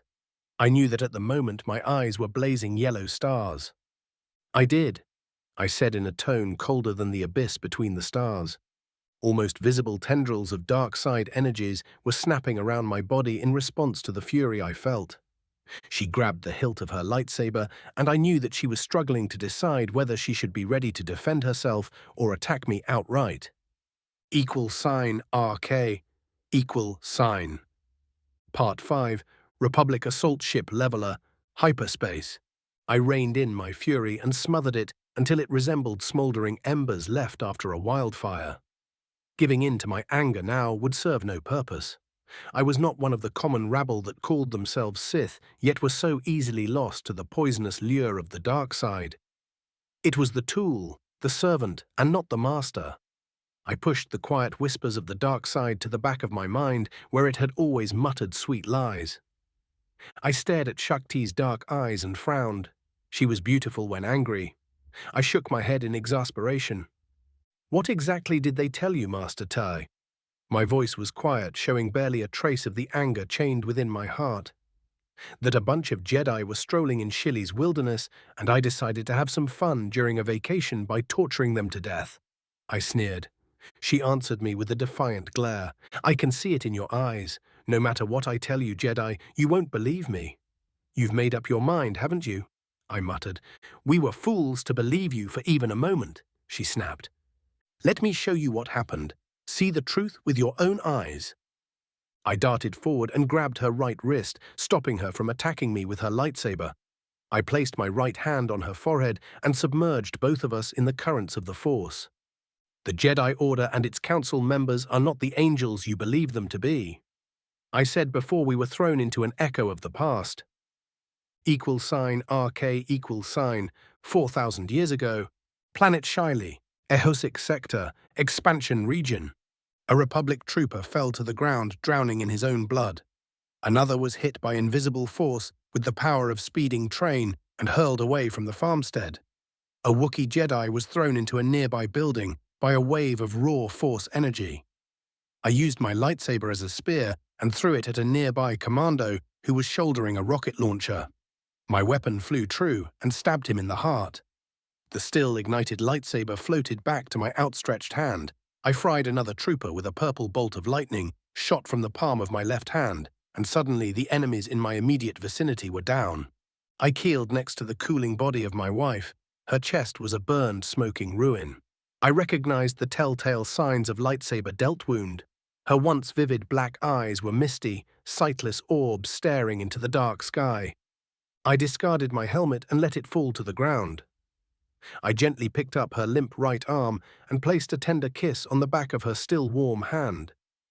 The evidence was in front of me, staring me in the face, yet my brain refused to believe it.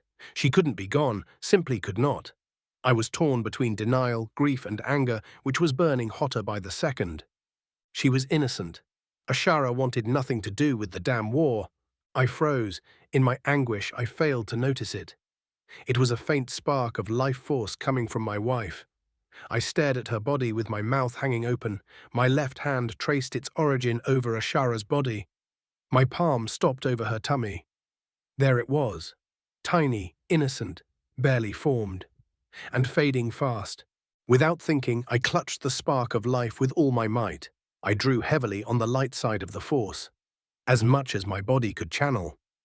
I trembled with the strain to continue forcing the energies of the force to pass through me and keep the tiny life going. The cold, pragmatic part of my mind that was the successful general was screaming that it was futile, that I was killing myself for nothing. I disregarded it. For me, it was not futile. This so small moth of light that I was holding in my metaphysical fingers was the last part that I had left from my Ashara, our child. Her life was slipping from my grasp. I could not let her go. I pulled even more power through me. A storm of light and shadows raged around us. More power than a mortal was meant to wield coursed through my veins. For one vast, endless moment, her life blazed like a star. Our force signatures synchronized, and I was engulfed by a blinding light. I was somewhere else gazing at a tiny, smiling face. It was light red, and from it, two small copies of Ashara's eyes stared back. I grinned back. I was high on the pride and joy I felt as I looked at my newborn daughter. I was laughing as my toddler was making her first unsure steps and tried to walk towards me. Many toys were floating around a bouncing and giggling little girl. I could see Ashara sitting next to our child and speaking to her words I could not hear. A 5-year-old Selena proudly presented me the hilt of a lightsaber she had constructed. A teenage version of my life who had fairer skin was walking towards me. Shh. Daddy, it's not your fault. I heard a light voice which melted my heart. I could feel warm hands engulfing me into a tight hug before the illusion shattered into countless pieces of sparkling light. It's not your fault. The female voice echoed in my ears. The spark of light that would have been my lovely daughter winked out. I felt it dissipating into the force, followed by the body of Ashara. I could feel a part of me dying with her. I screamed my indescribable loss at the heavens. RK. Shakti watched horrified the tragedy unfolding in front of her. She could not turn away her head or close her eyes. To make things worse, she felt an echo of the emotions ravaging the man who lost his wife and unborn child. No! Vale's anguished, hopeless scream turned into an animalistic roar. The force itself responded to the wordless call, and torrents of black lightning bolts surrounded the man like a shroud. She could sense some kind of a void forming in the center of a hurricane made by raw force which engulfed the grieving man. The fury and anger were gone. There was emptiness, a lack of emotions where Vale was supposed to be. She no longer could feel him in the force, yet he was not cut from it. She could see it moments later when the Republic troopers and the Jedi, who were forgotten until now, made their presence obvious. 9 commandos opened fire with their blasters. Red bolts of energy exploded a couple of meters away from the place where Del-Qatar was supposed to be. All she could see was a vortex of darkness, deeper than anything she had ever seen before. That does not belong to you, stated a flat voice which was void of any emotion. The Akani Jedi, who was armed with a lightsaber staff with glowing azure blades, had a moment for surprise to register on her face. The hilts of 2 more sabers, which were tucked in her belt, moved on their own accord.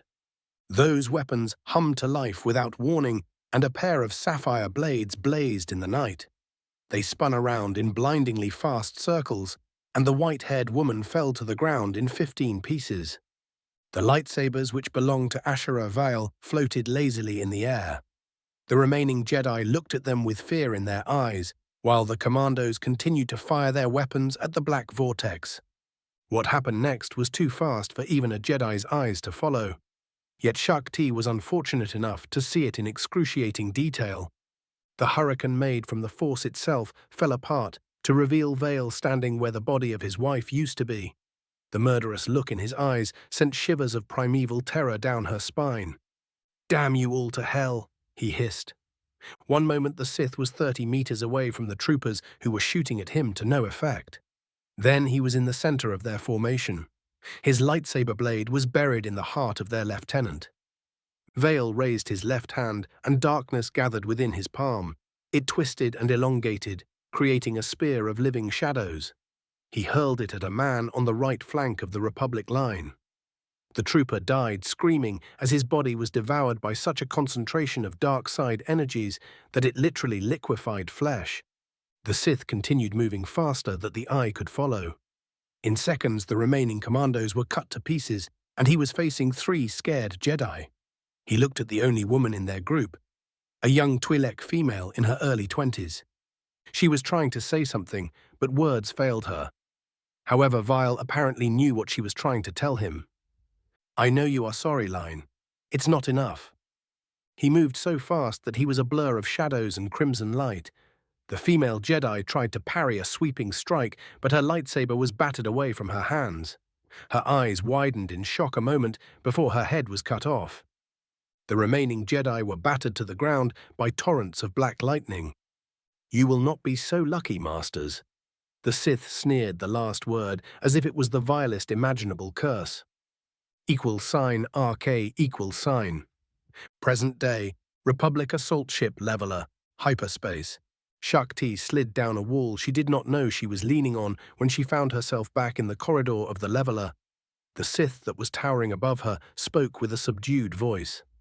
For a short time I believed that they were there for me, but when I finally broke the 2 Jedi Masters I captured, they told me a different story. The attack was targeted at Ashara. At that time the war was going bad for the Republic, and the Jedi Council was terrified. It was a war of attrition that we were winning.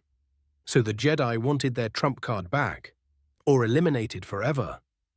The Jedi Master watched with a heavy heart the anguish in Vale's eyes. That was contrary to what she knew about the Order, past of present, yet she could feel that the man was telling the truth. The Force itself was screaming at her that the vision was real, a slice of horrific past that she was shown for a reason. "Why?" she whispered. For endless seconds, Delkatar stared at her before speaking 2 words that explained everything. Battle meditation. Ashara was disillusioned with the Jedi, so she left them. But once the bastards were losing the war, they wanted her back, at any cost. All my wife wanted was peace away from the conflict, and they murdered her and my unborn daughter for it. He turned around and grabbed his helmet from the ground. As Vale walked away, he spoke few parting words. "They gave you enough information to make you my enemy. It's quite different when you have the full picture, isn't it?" For the longest time, Shakti stood kneeling on the floor, thinking about the nightmare she was shown, and about what the Council decided to withhold. For first time in her adult life, she was doubting her fellow Jedi Masters. Lies. They were supposed to be the weapon of the Sith. Yet here she was, being lied and set up by the people she unquestionably trusted since being a little girl. Neither of them noticed the lithe form of the younger Togruta, who listened to their conversation from behind a nearby corner. =RK=. Part 6. En route to Florum. Outer Rim. I did not see the Jedi in the couple of days out journey lasted. I used my free time to deal with a lot of paperwork sent to me by GAR High Command. It was concerning the formation of a fleet and attached ground forces which I was to command, so it was not something that I could ignore. Piet, as my aide, was priceless in helping me deal with all of it. He showed a typical greenhorn trait by volunteering to be our pilot for the visit of the pirate base, something from which I had to dissuade him. I told him to go to the bridge and learn from the captain while I was on the ground. Finally, we arrived at the targeted system and exited hyperspace at its edge. The plan was that me and the Jedi would take a shuttle from here to the planet. On our way there, we would make a sensor sweep over the back of Florum's moon. If it was clear, Leveler would make a micro-jump there. If not, then the ship would be ready to come calling if something went wrong, but we would lose the element of surprise that way. Before heading to the shuttle, I spoke with Pelion and confirmed the contingency orders I had given him.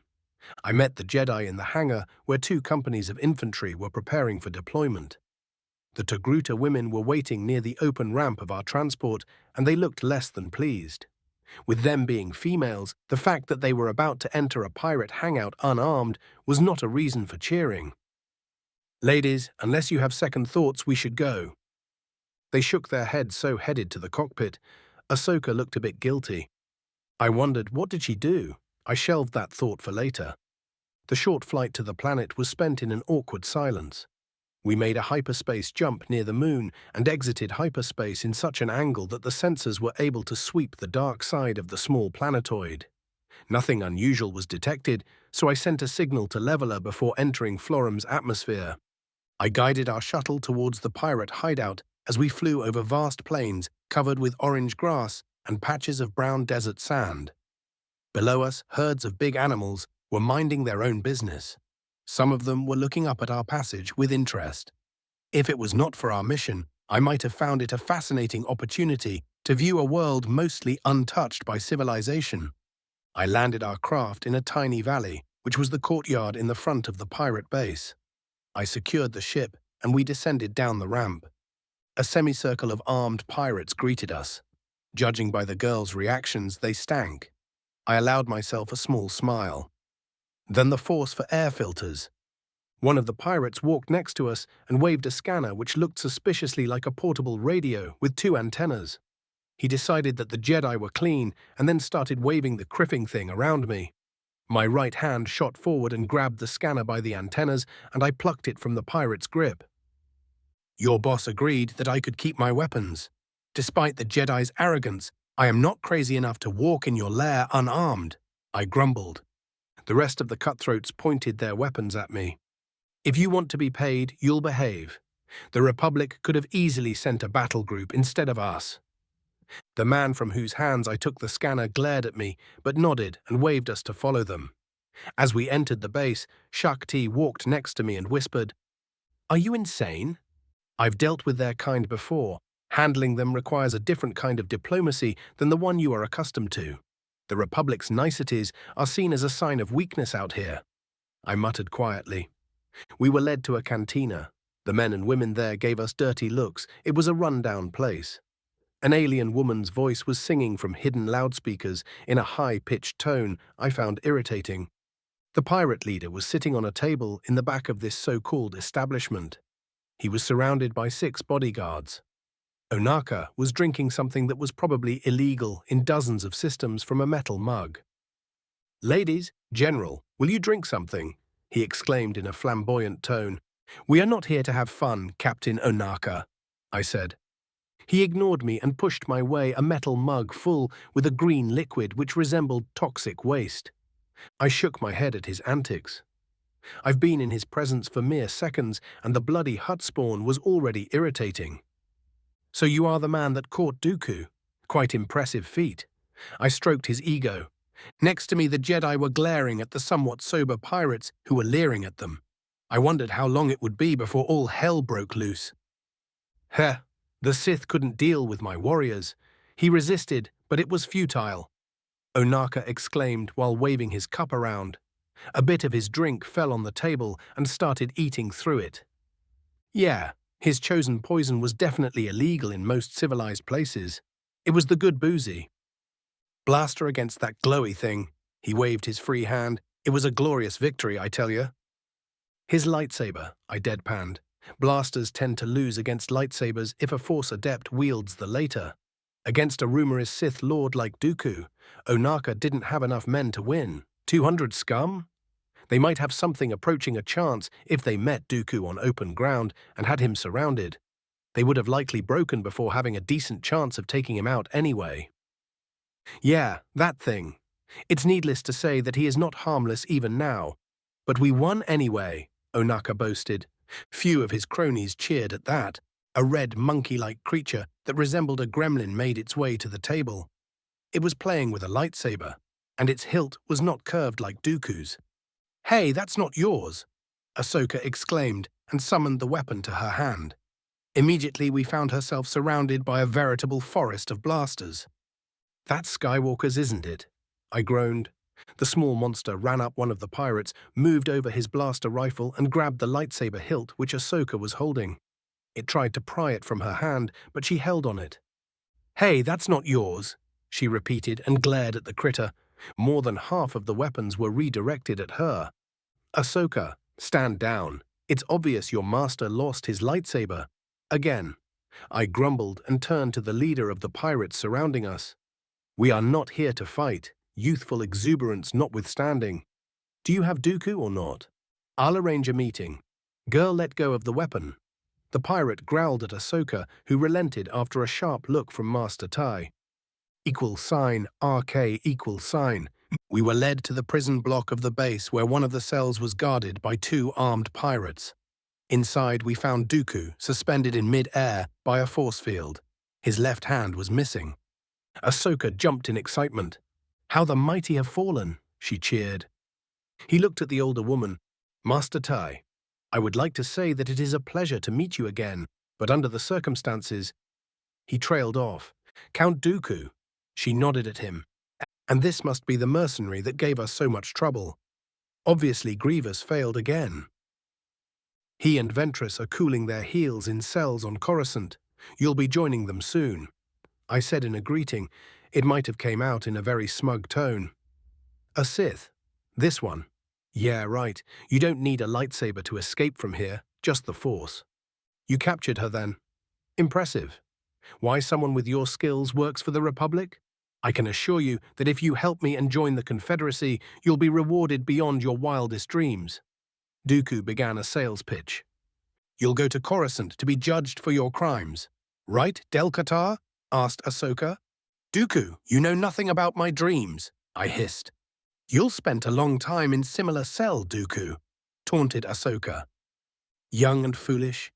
Do you really believe that the pirates will let you leave this planet? They are thieves who do not wish to fight with Jedi. The Padawan's temper was rising. Ahsoka, do not let him bait you, snapped Shark T. Not that they would be interested in fighting you two. I am sure that they have other plans for such delectable females, added Dooku. That made the women uneasy. Do you really think that I failed to take that into an account before coming here? I didn't bother to hide my amusement. Yet you brought them.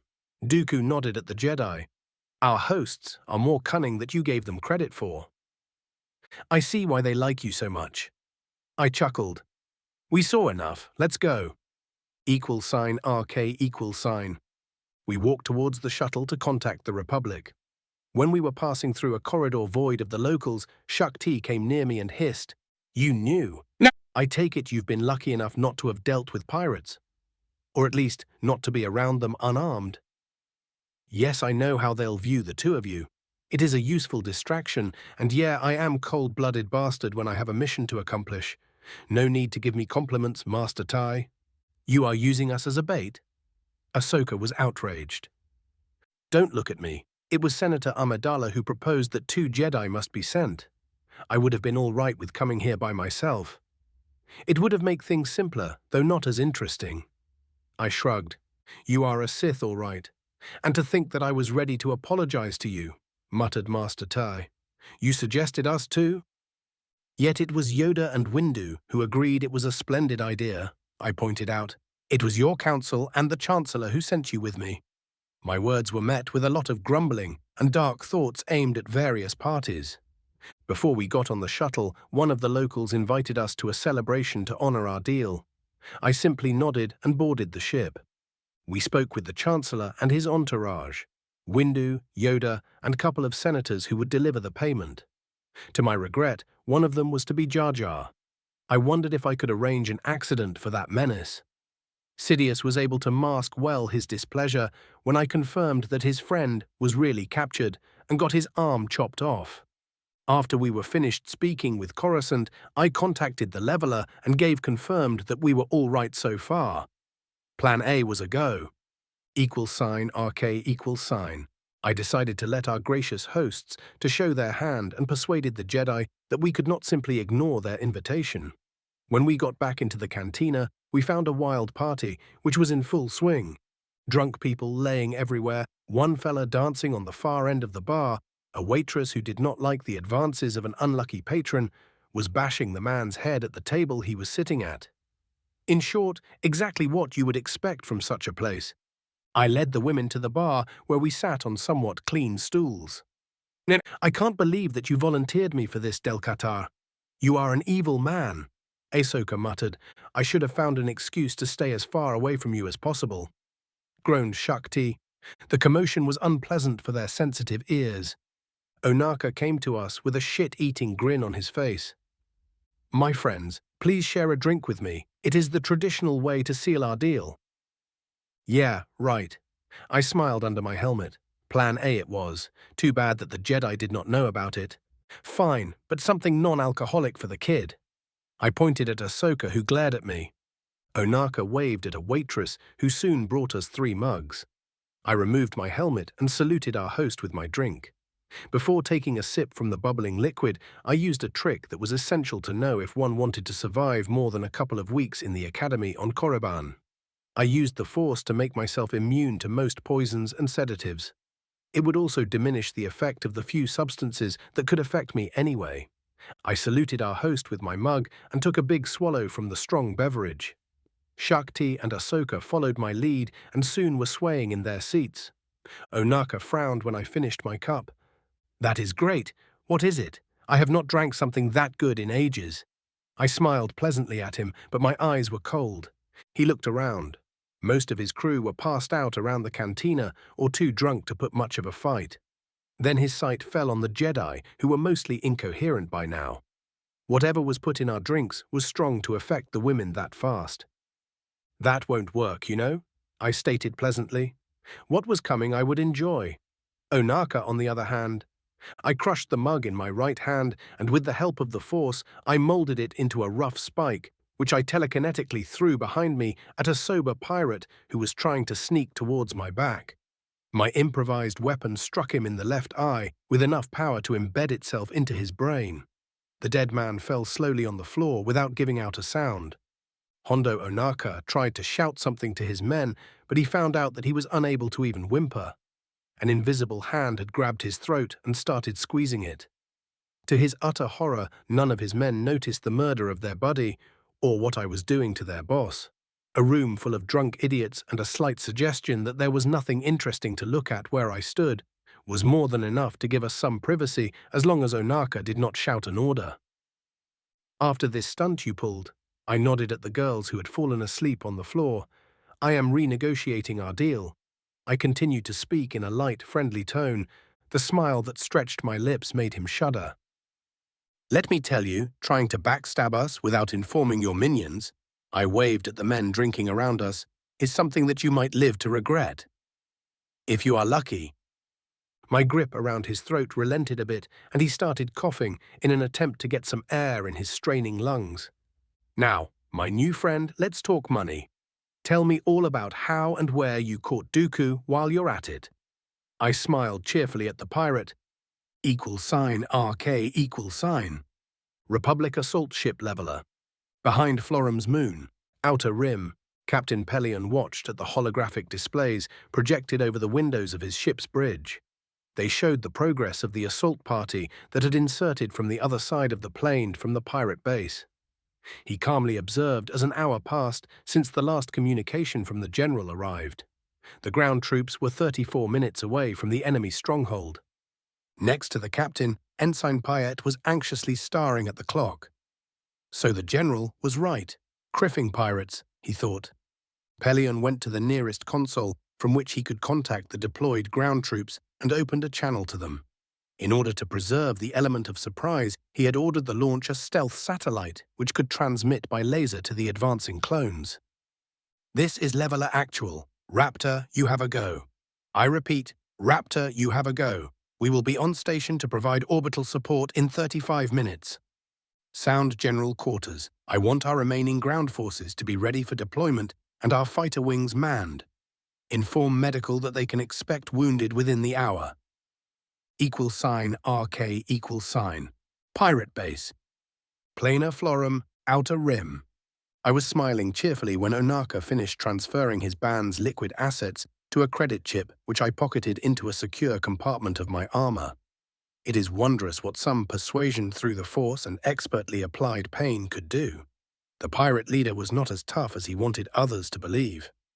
I checked the time. It was 31 minutes after the deadline for contacting the leveler had passed. Splendid. I retrieved 2 personal shields from pockets in my robes and placed them on the girl's right arms. Onaka, who was held in stasis by an expertly applied field of force energy, watched warily as I worked. 32 minutes. I levitated the unconscious women and carefully placed them behind the bar where they would have some cover. That caught the attention of few pirates who were somewhat sober, and they headed our way. I patted the shoulder of the frozen in place Onaka. It's almost time. 33 minutes. I extended my senses and grinned. I could sense the approaching clones. They would be in time. You got to love competent subordinates who had appreciation for precise timing. The first 2 sober pirates reached us and looked at their boss with identical frowns on their faces. He was just sitting there without speaking or moving, something that was apparently uncharacteristic for him. Boss, is everything all right? One of them eventually gathered enough courage to ask. Just peachy, I answered. 4 more somewhat sober men joined the group that was confronting me. Finally, one of the geniuses comprehended that something was wrong. Said fella drew his blaster and pointed it at me. Should that scare me? I asked and waved at his weapon. Using telekinesis, I twisted his arm so his pistol was aimed at his boss. The eyes of the unnamed minion widened in surprise. Then I applied some pressure over his trigger finger. His weapon fired a single blaster bolt, which shot Onaka in the head. 34 minutes. The compound was shaken by multiple explosions. That was the initial missile strike aimed at the few AA emplacements the pirates had, none of which was automated. Showtime. The first reaction of the pirates was stunned disbelief. That gave me more than enough time to use telekinesis to activate the shields on the Jedi's arms and draw my blasters. I mowed down the 6 cutthroats that were facing me before any of them could raise their weapons. I did not stop firing for a second. Crimson blaster bolts shot from my guns and headed towards the occupants of the cantina who were not yet passed out. There were less than a score of those, including the 4 waitresses who fell on the ground with scorched craters in their chests. I could already hear the chatter of heavy weapons from outside, both from the LAATs and the deployed walkers. Their first targets were the enemy armor, which with any luck would be wrecked before anyone thought to man it, and the small fleet of ships the pirates had. I activated a beacon built in my armor so the clones would know where I was and not waste time combing the whole base searching for me. The sooner some backup arrived, the better. I was reluctant to leave Ahsoka and Shakti alone, even if most of the pirates were so drunk that they were sleeping through the attack. I had to shoot 3 more blaster-wielding thugs who arrived before the first squad of Crimson Company could make its way into the cantina. Good to see you, boys. The Jedi are behind the bar. They are drugged, the poor gals. Keep them safe, and when the base is reasonable, secure evacuate them back to the ship. I am going to retrieve our target. I told them what they needed to know. Yes, sir. The sergeant leading the clones saluted me and ordered his men to take defensive positions around the Jedi. =RK, =. On my way to Dooku's cell, I met only few of the locals who were more interested in hiding that in fighting. That did not help them much as I shot them in the back. Did I mention that I loathe pirates? They were almost as bad as slavers and often partake in that disgusting trade. To their credit, the 2 men guarding Dooku were still at their post. They raised their long rifles and opened fire on me when I entered the long corridor along which the prisoners' cells were located. I activated my lightsaber and deflected their shots. Within seconds, both of the guards were on the ground, downed from their own reflected fire. I cut out the locks of the door and opened it with a wave of telekinesis. Dooku glared at me. I take it that the commotion is not done by my people, he asked. They are too busy after their best commander got caught, not to mention the disappearance of their political leader. I nodded at him. Dooku lowered his head as much as the force field holding him captive allowed. That is an unpleasant reality, he said with a subdued tone. Count Dooku, I wonder, do you care at all about your confederation, or is it a means to an end? Just another disposable asset for Sidious? The old man stood rigid. He stared at me with shock in his eyes. How do you know that name? Did Grievous or Ventress talk? Last time I saw them, neither of those 2 were in any way ready for interrogation. They were not exactly intact when we captured them. Answer my question. I do whatever my lord. And do not repeat the party line. I asked you, not Sidious. Dooku glared at me and refused to answer. Suit yourself. I shot him in the neck with 2 darts from the launcher in my right arm guard. They were hollow and filled with a special contortion created to knock out Jedi and Sith. Just in case, I telekinetically raised one of the rifles lying next to the bodies of the guards and hit the count with it. =, RK =. When the mop-up was finished, I was happy with the success. The Jedi were in the med bay of the leveler where they were sleeping off the drugs they ingested. Only 5 clones were wounded, and none of them seriously. No dead. It was a clean op, 1 in 1,000. We even released 4 prisoners who were held for ransom. They were moderately well-off people who were grabbed while traveling on business along the outer rim. I cheerfully ordered the surviving pirates locked up in their own prison and let the clones check all over the base for something interesting. They retrieved few small cases full of jewels and precious stones from Onaka's quarters, as well as his encrypted personal files. I couldn't wait to get my hands on that information. Who knew? There might be some blackmailing material that could be useful in the future.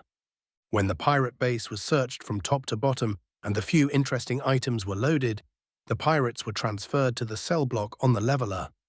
After the last of my men was on board, I went to the bridge. General, that was a good work out there. Pelion congratulated me. He was right. When all was said and done, the op went too smooth. I was wondering when the other shoe would drop. Probably when Sidious was ready with his response for the disruption of his plans. Thank you, Captain. Please wipe that base from the face of the planet. The next bunch of outlaws which decides to set shop in this region would need to make their own facilities. We need to make a brief detour to a world few light years from here to retrieve Kenobi and Skywalker before heading back to Coruscant. While Pelion ensured the destruction of the pirate compound with judicious application of turbo laser fire, I went to the med bay.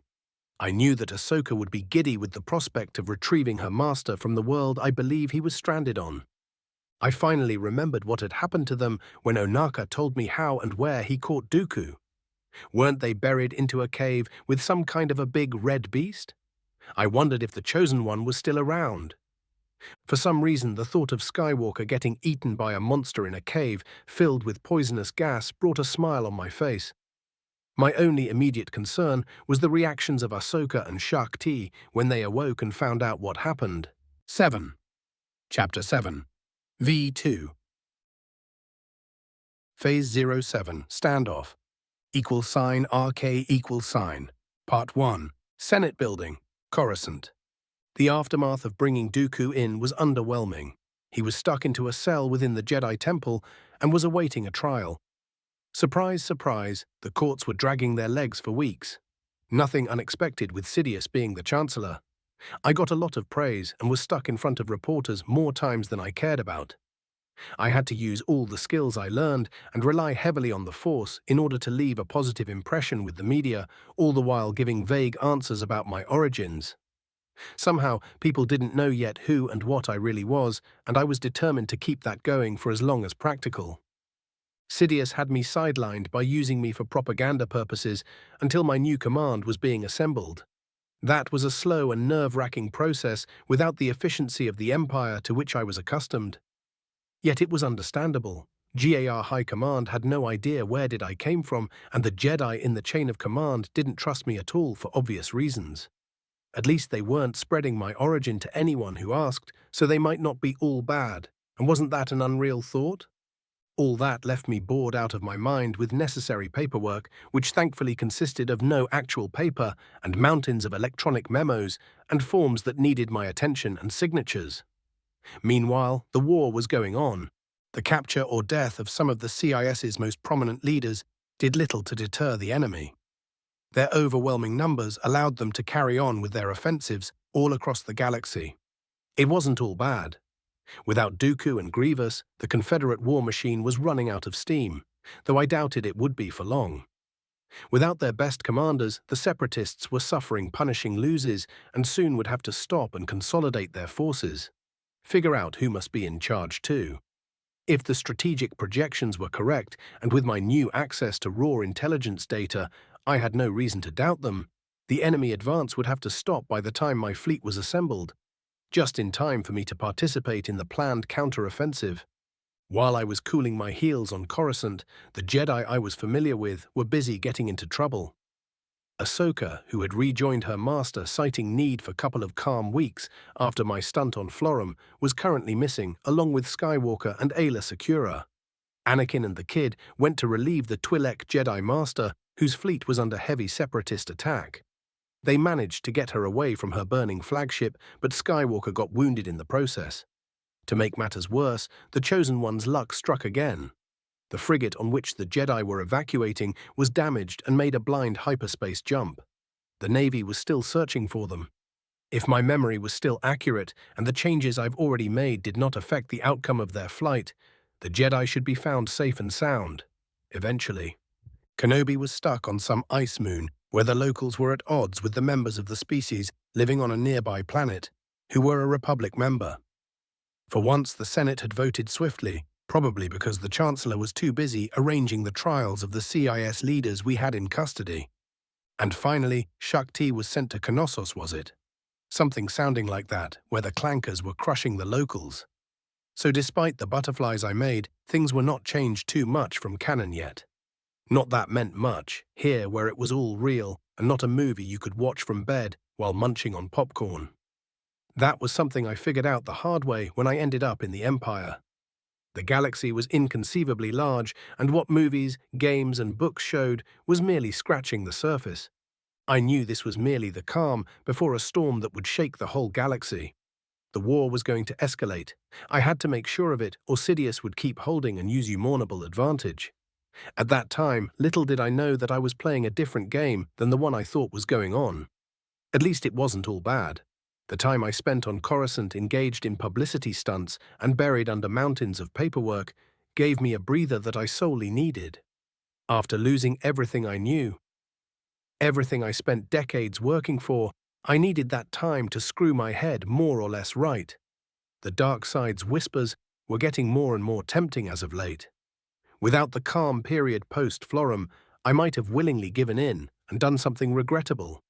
On the plus side, I got time to plot, straighten up my goals, and set up some short-term plans. Little did I know they would all be thrown askew very soon. I had no idea what monumental mess I would need to clean up shortly. I was making my way towards the Chancellor's office and wondered what went to hell this time. I only knew that I was called there for an emergency meeting. Never a good sign unless it was a part of one of your plots. Needless to say, whatever shenanigans were going this time, they weren't of my doing, even if they might be an unintended consequence of my meddling. I wasn't alone. 2 men followed me, and none of them were Jedi. With the relentless onslaught the CIS was throwing against the Republic after the loss of their military leaders, the Council no longer had the luxury of keeping a Jedi Master as my babysitter. For the moment, they were content to let me deal with the Republic media, which was a criffing pain in the arse. Those vultures were not diligently trained like our own Imperial ones. I am sure that more than one Jedi laughed off their asses on my expense, the bastards. That's why one of the shenanigans I planned was to use the media to turn public opinion against the Jedi if the opportunity presented itself. Doing so would be a lance in their credibility if they ever tried to move against me.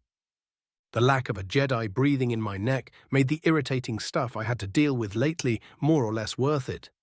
Getting my face shown to the masses as the man responsible for the greatest coup against the Separatists since the start of the war won me a lot of points and gave me some security that the Council would have serious problems with removing me without a very good cause. And even then, it might be with GAR High Command kicking and screaming all the way, even if they didn't trust me. Most of the brass loved me for delivering Dooku and Grievous in their laps. They were content to use my skills as long as played ball, and many of them wouldn't appreciate Jedi meddling. It should not be surprising. The Jedi of this era were not particularly good in the PR department, and that was the main reason why almost no one bat an eye when Sidious executed Order 66. The very fact that they let me show my face to the media without a concerned campaign to discredit me was proof of that. But that is a topic for another time. I was walking towards the Chancellor's office, accompanied by my aide, Piet, whose skills were invaluable for dealing with the unholy mess that was assembling a new fleet and attached army group from scratch. With us was the newest talent I managed to grab. It was a certain Lieutenant Maximilian Veers. I had arranged his transfer from the militia unit on his homeworld he was serving with to my command.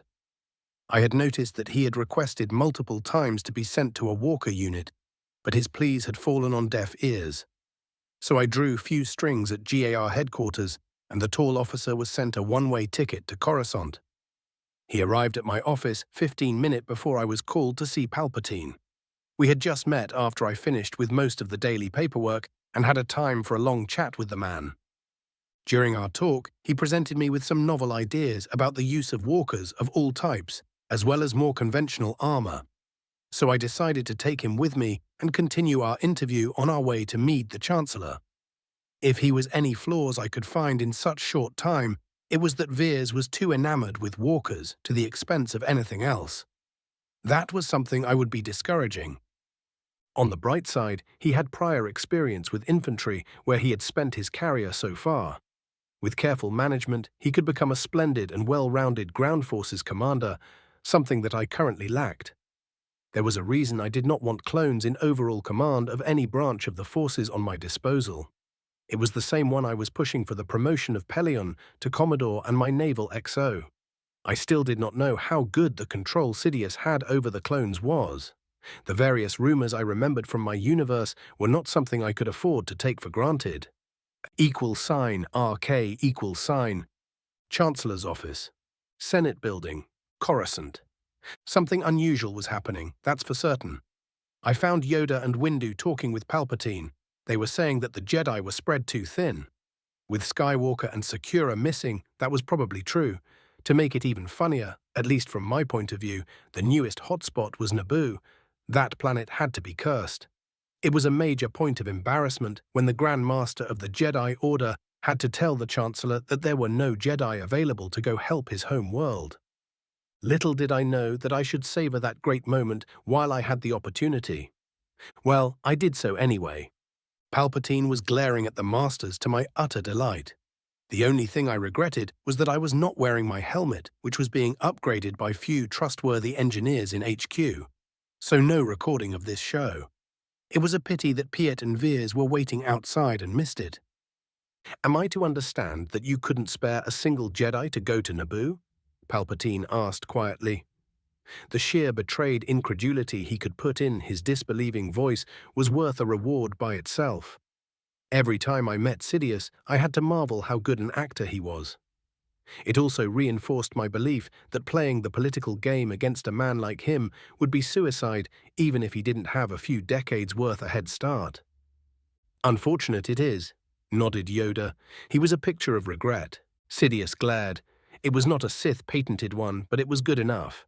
When it became clear that the Jedi had nothing to add, I cleared my throat. I am sorry to interrupt, but it appears that I am out of the loop. What is the problem, sir? I inquired with just the right amount of deference to my nominal commander-in-chief. Separatists' presence was located on Naboo. When it became clear that we would be unable to send any meaningful forces there, Queen Niutni requested Jedi help. However, at the moment our Jedi friends, he spat in a bitter, betrayed tone, are unable to send anyone but few untrained Padawans, which is out of the question. I was tempted to point out that there were a pair of obviously free Jedi in front of me. But perhaps Naboo was too backwater for the esteemed council members to go there personally. I am sure that Palpatine had similar thoughts. Even if he wasn't a Sith, it would have occurred to him that two of the most powerful Jedi in existence weren't willing to go help his homeworld, even when they were obviously free. That had to grate. With him being well Sidious, I was sure that the Chancellor would find a way to use this as an opportunity to tarnish the Jedi's image. Perhaps a few careful leaks to the media. I wondered what his game was. I remembered that something important was to happen on Naboo around this time, but the details eluded me. Was there some kind of research facility hidden there? The comm built in Palpatine's desk beeped. When he answered, I saw Padme Amidala, Jar Jar Binks of all beings, and an opulently dressed woman whose face was covered with white and red makeup. I knew that this was no coincidence. The Force was attempting to influence things around, and I just knew it was towards something that I would not enjoy. I've learned to recognize the signs. In this universe, it was true that there were seldom consequences, but there most certainly were a lot of Force-related shenanigans. Heh, that thought was probably the understatement of the decade. At least. Chancellor, Masters. The Queen gave them a small bow. We attempted to contact the Jedi Council, but were told that they were speaking with you. She spoke in a regal, confident voice. How can I help you, my dear? Palpatine smiled at his former and current queen. He was the perfect picture of a sweet and helpful old man. Say what else you will about the man, but he was a superb actor who might have gotten in the wrong vocation if it wasn't the little issue of him being a Sith. We managed to retrieve some data from a damaged tactical droid, said Amidala. Please enlighten us, Senator. Windu intoned in a tone showing sudden interest. The Separatists have some kind of research facility in the eastern swamps. The droid mentioned something about a virus. Amidala explained in concerned tone. They plan to attack us. It's the only explanation, added Captain Typho after stepping into the hollow projector's range. Delicate the situation is. Jedi to send, I wish, said Yoda, and was promptly interrupted by Amidala. I am recommending Generals Kenobi and Skywalker. Our relationship with the Gungans are strained at present, but they trust General Kenobi. Neither of them is available at present, explained Windu. Senator. Stretched thin, the order is. Yoda continued with his Emperor-cursed butchering of Basic. This wasn't the fist, nor the last time I wished to strangle the little troll because of it. Then General Vale should make do, said Palpatine. I am sure that the Order will send a Jedi as soon as possible, he added. The Jedi Masters looked from the Chancellor to me and back. It was obvious that they expected that I would be tied up on Coruscant until my fleet was ready, and by then they would have an agent ready to continue breathing at my back. Now they had a problem. It was obviously that they did not want to let me go without supervision. However, they had spent I don't know how long telling to Palpatine that there were no Jedi free to go before I arrived. They could not free someone to watch me now. The Jedi were in a bind. A week ago, Palpatine finally put his leg down and told them that he trusted me and he won't condone such a waste of resources when I had not shown in any way my animosity to the Republic. He went as far as to outright say that he had no time for some kind of conflict between me and the Jedi. Not when I had done so much for the Republic since my appearance. If Sidious suspected that I was a Sith, he was keeping that information to himself. My only surprise was that the Jedi did not spill the beans about what I truly was. Even better, the Jedi shot themselves in the foot this time. It would look very bad for them if they could release someone to come to Naboo to be my minder, but not do that in the first place to solve the locals' problem. This was an opportunity to make myself even more popular and reinforce my reputation for competence and getting results. I'll assemble a task force and head to Naboo ASAP, sir. By your leave, I declared. Palpatine gave me a grave nod. Please do so, my friend. Chancellor, Master Yoda, Master Windu. I gave them a small bow of respect, which I did not feel, and exited the office. Walk with me, I said to Pyat and Veers. We have a fire to put down. There is a Separatist's presence on Naboo, and at the moment the cupboard is rather empty. We'll be heading there right after a battle group is assembled, and we have at least a regiment that is ready for action loaded on the ships. That's a tall order, sir. Piet sighed. I am aware of that. We have our work cut off for us. And Veers, welcome to the 11th Corps. =RK=. Part 2. Republic Cruiser Requiem. High orbit over Coruscant. It took us 10 hours to assemble a regiment with their equipment for transport. On the face of it, that was a great achievement. However, the ground forces, with the exception of few select formations, were not combat effective at that time. I knew that we'll be dealing with some kind of virus, so I was not going to send down men who didn't have good enough training and equipment for surviving an environment where such an WMD was released. I hoped that we will be able to do something about their readiness by the time we reached Naboo. I had the feeling that I won't need all forces straight away, but that was no reason to slack. The problem wasn't in the clones' individual skills. It was just that most of them hadn't received any training at combat maneuvers above the platoon level. All but 3 companies were quite green boys, rushed from Camino once their basic training was over. It was less than ideal, but it was better to have them than not. On more positive note, I had managed to pull through a promotion for Pelion. He was a brand new Commodore in overall command of my space forces. Those consisted of 3 Venators, my flagship Requiem, Victory and Onderon, 5 Acclimators, including Leveler and Dauntless, as well as 6 frigate escorts. Those were the combat-ready ships which were ready for deployment. At least on paper, my fleet was supposed to be much bigger, but such a force took a long time to assemble given the state of the war. Most of the new ships and ground forces were going as replacements to the formations engaged on the front lines. For the moment, my command was assigned to the Strategic Reserve, which also acted as a reinforced guard for Coruscant. That explained why I was called on to clean up the mess on Naboo, besides the obvious fact that I was available. There simply were no other viable force at the moment, and no one was able to pry the various system defense forces out of their home systems. Otherwise, the state of the war would be much better for the Republic. Just Quat's heavy capital ships could have made a huge difference. The same went for Corellia, but the latter was currently neutral. I just got to the bridge with my small staff and clone commander VC 541, Vic, the man in charge of the clone troopers which we drafted for the mission to Naboo. "Are we ready to depart?" I asked calmly, without showing any of the weariness I felt in my tone. The scramble to get everything ready was exhausting, even when I could lean on the Force to rejuvenate my body. "Yes, General, my men are on board. However, only 1 battalion and 2 reinforced companies are combat effective as we speak. We'll need at least a week for the whole regiment to be ready, sir," Vic reported. That was worse than the reports I got so far. "Joy, concentrate to the units that could be prepared fastest." "We may not have that long," I ordered. "Commodore, take charge of the task force. We are leaving." I turned to Pelion. "Yes, sir." Pelion gave me a salute and went to follow my orders. "Lieutenant Veers, I want you on the ground with me on this op. I want to judge your abilities for myself." My attention shifted to my new protégé. "Yes, sir." Maximilian straightened up. "I won't disappoint you, General." "Carry on, men."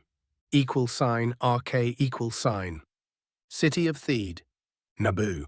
The journey to Naboo was barely long enough for us to have another battalion ready for combat.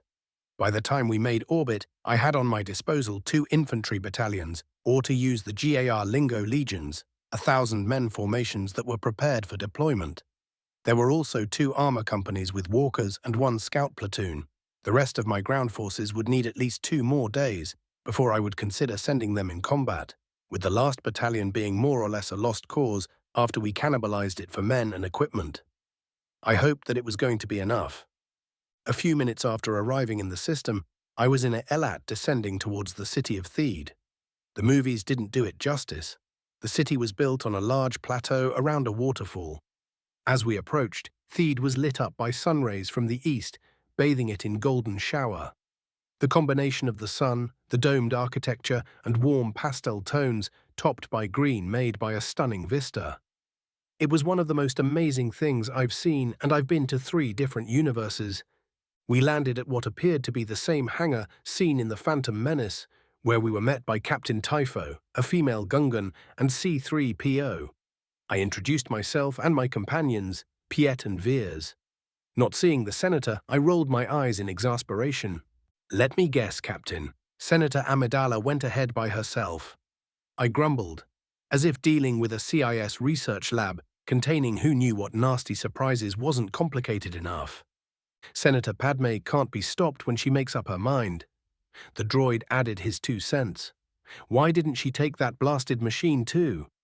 Then the CIS might finally get lucky and do us all a favor by blasting it to many tiny pieces." "Captain, I recommend that the next time she goes suicidal, you stun her," I grumbled. "Where exactly did she run to?" "This is Peppy Bay. Padme sent her here. She is the last person to see them." Typho introduced the alien woman. "Them? Did she for a change decide to take guards with her this time?" I asked with forlorn hope. It did not matter what was my opinion about Amidala and her antics. Hell, even what Sidious thought about her was not that important in this situation. She was the senator of Naboo, a former queen and personal friend of the Chancellor. If she got herself killed on my watch, it won't be good. I was sure that Sidious would use such an opportunity to send me and my forces somewhere we won't be able to make too much trouble while using her death to further his agenda. I would have done the same in his shoes. I hate politics.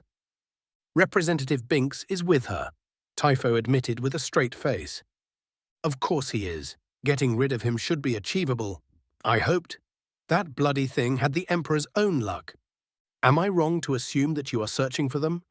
Sir Tauk, I asked. She doesn't have a proper security detail, does she? I sighed. Probably not. Not with Padme's luck. She undoubtedly was already captured and needed saving. Bloody royals. Considering what happened, we decided to wait for your arrival, General. Typho sounded even less happy to tell me the next bit of good news. Please enlighten us. I can't wait. My sarcasm was not lost on the captain, who winced. Ensign Piet, talk with the lady and arrange the last known location of our missing senators to be scouted from orbit. I'm on it, sir. Firmus saluted and went to talk with the Gungan woman. Typho led us to a small ready room nearby, which was dominated by a large holo display in the form of a table. In its center laid the head of B1 droid. He pressed a couple of buttons and a holographic representation of a humanoid man floated over the table. This is Dr. Nuvo Vindi. He was a famous doctor who disappeared years ago, the captain intoned in a grave tone. The resident mad scientists started a monologue about having enough blue shadow to start filling bombs with it. I winced. I was familiar with that criffing disease. It was a nasty piece of work, even by Sith standards. That right there should tell you something about the virus. If this abomination is released in enough key places, it can easily cause a galactic pandemic that will make the war look like a children's spat. I spat. That was the last thing we needed to deal with. The only good thing about Blue Shadow was that in order to be most effective, it needed bodies of water to spread through. Otherwise, it was a short-lived horror. It would be a nasty shock to a world like Coruscant. On Naboo, if left unchecked for even a short period of time, it might wipe out most of the population, and considering how much water was on this planet, the whole world would be in quarantine for months, perhaps years before the virus could be eradicated. A quarantine that must be enforced, thus depleting the Navy's meager reserves. I'll have my ships scan the area. Let's hope that the Senator has not revealed that we suspect about the virus. I sighed. If she was captured, the CIS garrison would be on alert. I contacted Pelion, who sent the frigates to sweep over the eastern marshes from orbit. 5 minutes later, we had the location of the lab and its rough plans, which showed 3 separate entrances as well as an area with increased radiation. That was most likely the armory where the bombs were being assembled. Fortunately, in order to keep a low profile, the base didn't have jammers running, which would have made getting detailed scans impossible. It wasn't really surprising. Planet-side, the ECM couldn't be missed. The CIS facility had at least 10 disc-shaped rooms and something which looked like a shaft leading to the surface. They all were connected with tunnels. This could get ugly. Veers, I want you leading teams of demolitions experts to the armory. You are to disarm all bombs you find there. I'll go after our friendly WMD expert. I glanced at the lieutenant, who had his helmet in the crook of his left arm. And don't forget that we are dealing with a bioweapon. I want the armors of all my men sealed tight. Before we headed for the marches, I left Piet back as a liaison to Typho and the rest of the locals. Amidala and the Gungan menace were most likely captured, and thus costing us the element of surprise. If we were lucky for once, they were simply lost and we would have more enough time to search for them. Or if we fucked up, they were dead anyway, as well as most of the population of Naboo. =RK=, CIS Bioweapons Lab, Eastern Marshes. Naboo. I had no illusions that the perimeter of the Separatists' base was anything but seeded with copious amount of sensors. I had only a handful of clones who were trained for stealth insertions. If I had a squad or 2 of Republic commandos, I would have led them in covertly, so we would know what exactly we were dealing with. In such a case, we would have done our best to seize the part of the base where the bombs were located and hold it while my main forces assaulted the place. That was a luxury we did not have. The attack began with an airstrike by squadron of Torrents, which screamed in from orbit and launched missiles at the southern part of the base. as far from where we believed the bombs and the virus were located as possible. The evening, which had just descended over the marshes, was illuminated by a crescendo of roaring explosions that shook the enemy facility to its foundations. I was in the back of a LAAT with the first wave of our assault. Next to me, a healed cat and his men were ready to rappel to the ground the moment we were over the target. The leading gunships unleashed AP missiles at the tunnels, which were our chosen entrance points. On 5 separate places, the ceilings of the base's corridors were breached. Seconds later, a transport stopped above each of the new entrances, and clones were rappelling down after throwing in ion and smoke grenades. I was the first out of my LAAT and didn't bother with rappelling down. I just jumped out and for a couple of seconds enjoyed the sensation of free falling. The sensation would have been much better if I was not encased in my sealed armor, which was now painted with an expensive, smart paint that changed color depending on the environment. I wanted eventually all my men to have such a camouflage, but at least for now that was too expensive to contemplate. 5,000 credits only for my armor and a kit which would repair the coating if it was damaged by enemy fire. When you consider that I wanted all my ground troops to have it, you suddenly start talking about real money. A moment after jumping, I called on the Force and enveloped myself with an energy field that absorbed most of my momentum. Just before I hit the ground, I pumped even more power in the sheath around me. I landed lightly and the energy around me discharged in a shockwave that threw away everything within the tunnel. Behind me, a pair of synthetic ropes fell in the corridor, and Cat and his men rappelled down. The chatter of my other units deploying in the facility sounded in my ears. "This is Veers. We are pinned down by destroyer droids." "Vic, vector ATA teams to the lieutenant's position. All units advance." I ordered, and after making sure the tunnel was clean for the moment, I closed my eyes and concentrated on the whispers of the Force. I could feel the somewhat dull presence of the clones. I could see where Veers was taking cover at an intersection.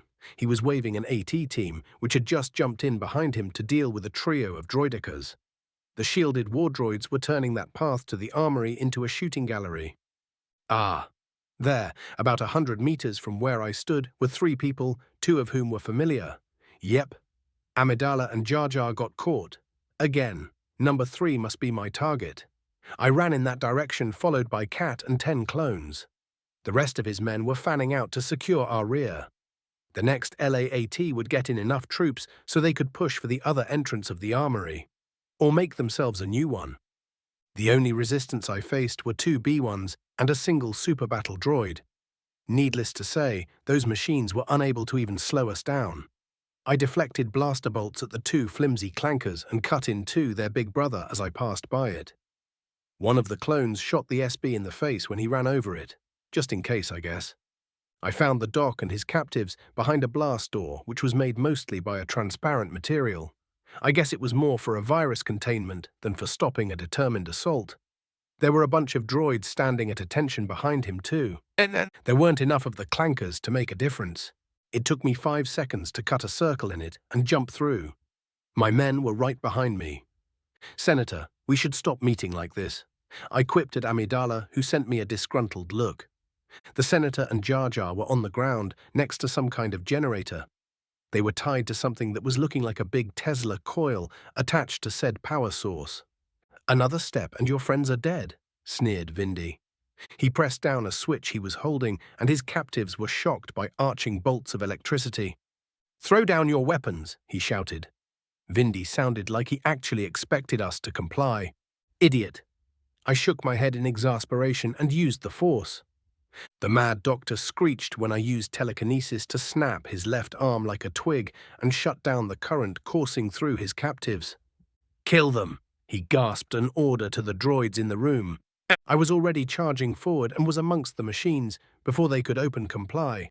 I telekinetically blasted the droids on my left at the nearby wall and deflected few shots from the faster droids on my other side. Cat and his troopers wasted no time and cheerfully started blasting the distracted clankers to little pieces. I diagonally slashed through the torso of a B1 druid, send back a couple of shots to another, which few back disabled, and slammed my lightsaber to the hilt in the chest of a super battle droid, which was about to mow down my men with its wrist-mounted dual blaster.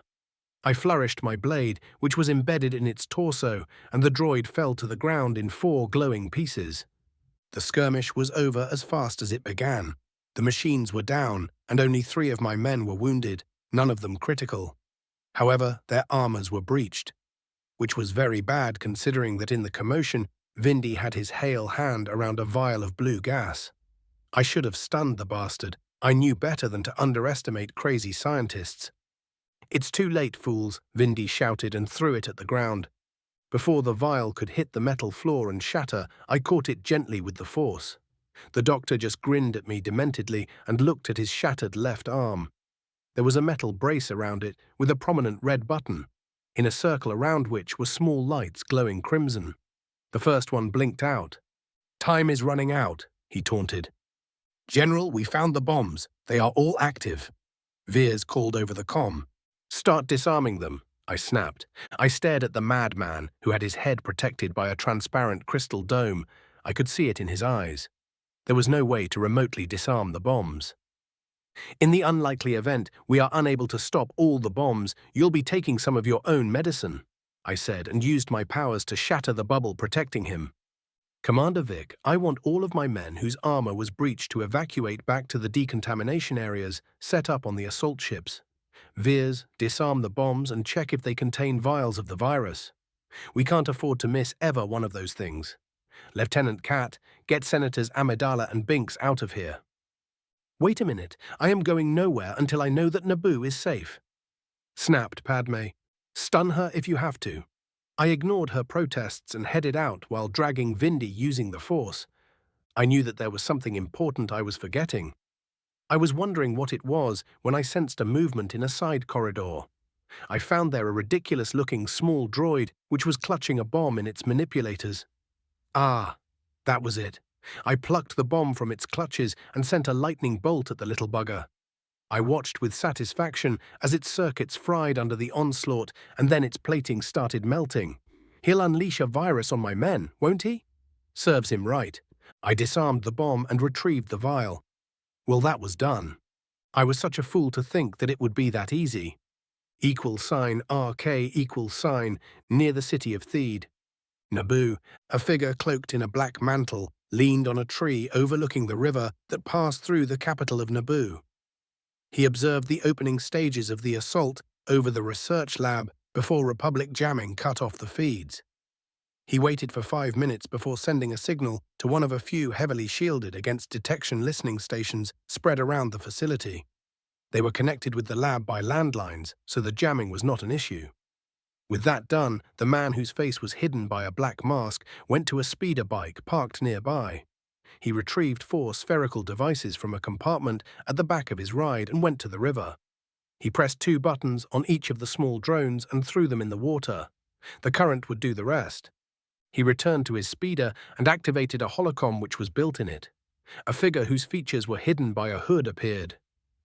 "Phase 1 is done, my master," rasped the man on Naboo. "Well done. We shall have our vengeance." The man was long gone by the time the drones detonated on the outskirts of the city. Soon Theed was engulfed by a blue mist. He never knew he was a mere pawn serving 2 very different masters. =RK=, CIS Bioweapons Lab. Eastern Marshes, Naboo. I was near a Elat landed on the surface above the enemy base, along with my captive.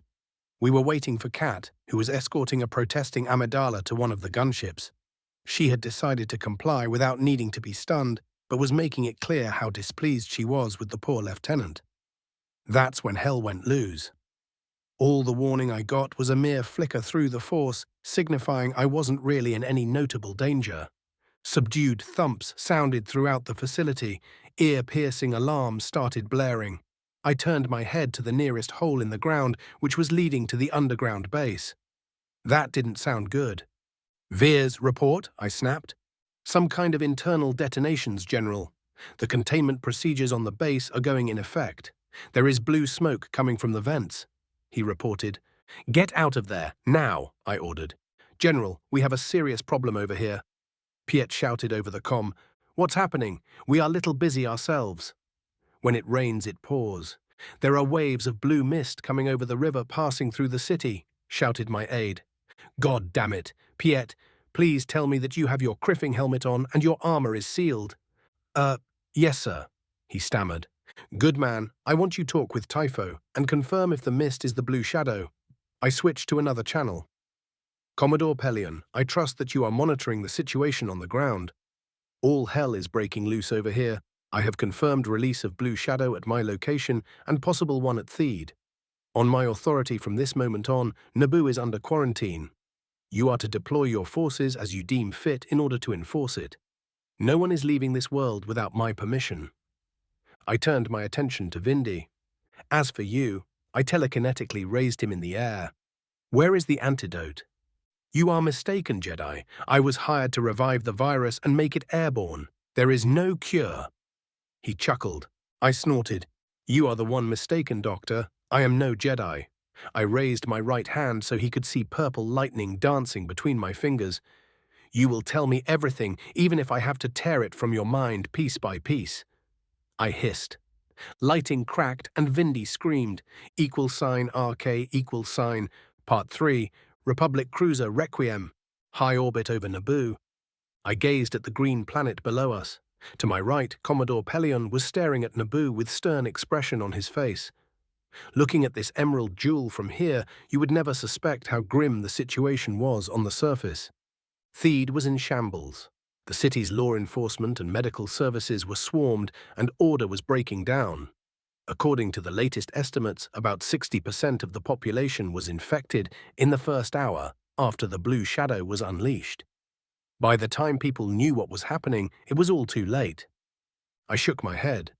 You'd expect that a capital city in this day and age would have some measures to combat a bio-attack.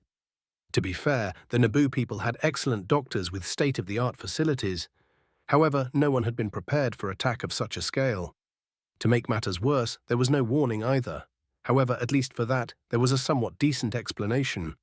Not to spook any CIS agents who could have warned the lab, for all the good that did. From my point of view, there were few good news. First, most of the craft which had a reasonable chance to run the blockade were under the control of the local defense forces and were kept under lock and key. For now, at least. Second, the general populace actually mostly listened when I ordered the quarantine, which meant that people were getting away from the affected regions and the officials controlling the dams down the river passing through Theed, I probably should have remembered its damn name, were doing their best to close them so the spread of the virus could be slowed down if not contained. The best news was the outcome from my conversation with Palpatine, select senators as well as Yoda and Windu. My thoughts drifted to that chat which took place 5 hours ago. $RK, Flashback. The holocom sparkled to life with a short hiss of static. 6 blue-tinted figures appeared over the low holographic projector. I nodded at the senators who were introduced to me, Gran Mo, Gram Ben Iblis, and Bail Organa. Multiple eyes glared hard at me. General Vale, explain your actions. Organa fixed me with a hard stare, which I returned calmly. I've been stared down by professionals who had not only the power, but the willingness to flay my skin for the fun of it. The good senator's glare was not even remotely impressive. I did what is necessary to ensure the security of your worlds and the Republic as a whole, senators. Would you want to explain to your people why their loved ones are choking to death on the Blue Shadow when a potential galactic pandemic could be stopped easily by blockading one world? It was hard not to sneer at the naive man. Instead, I kept my voice quiet and reasonable. That's not, spluttered Organa. General, what is the situation on the ground? Ben Iblis's calm voice interrupted him. The virus is spreading towards the eastern swamps. Theed is covered with the stuff after charges containing Blue Shadow were detonated in the river passing through the city. The resulting mist contained both the standard and airborne variants. Before anyone knew what was happening, a significant percentage of the populace was infected. The last estimate I saw was about 50% of Theed's citizens were exposed. It's too early to say how many of them had caught the virus.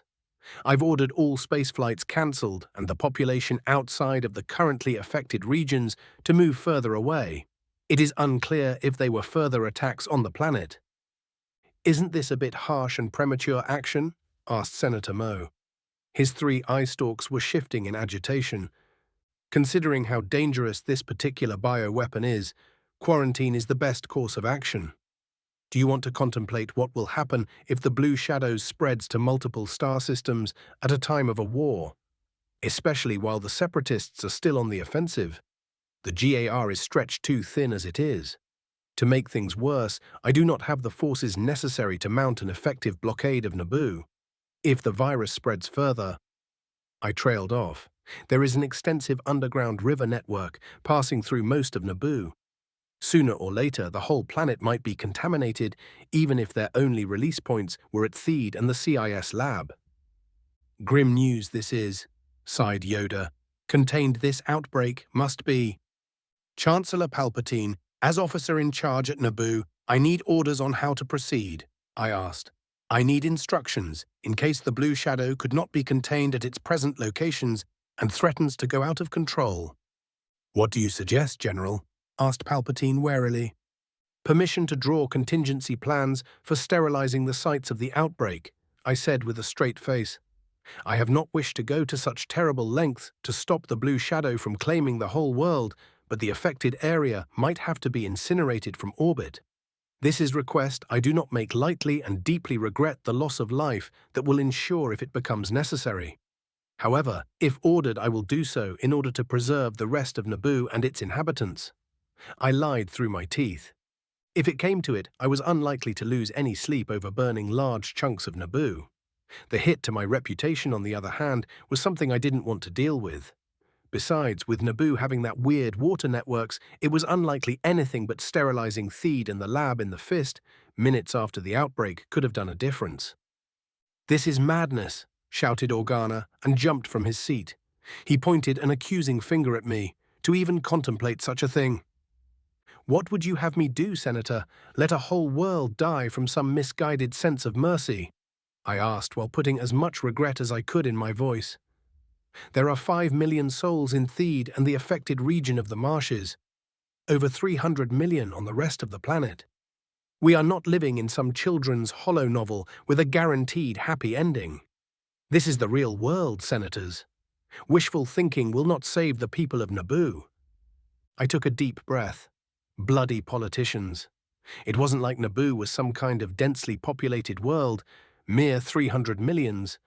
That wasn't even a drop in the bucket. On a large world as Coruscant, you could misplace a few billions at least within the daily population fluctuations.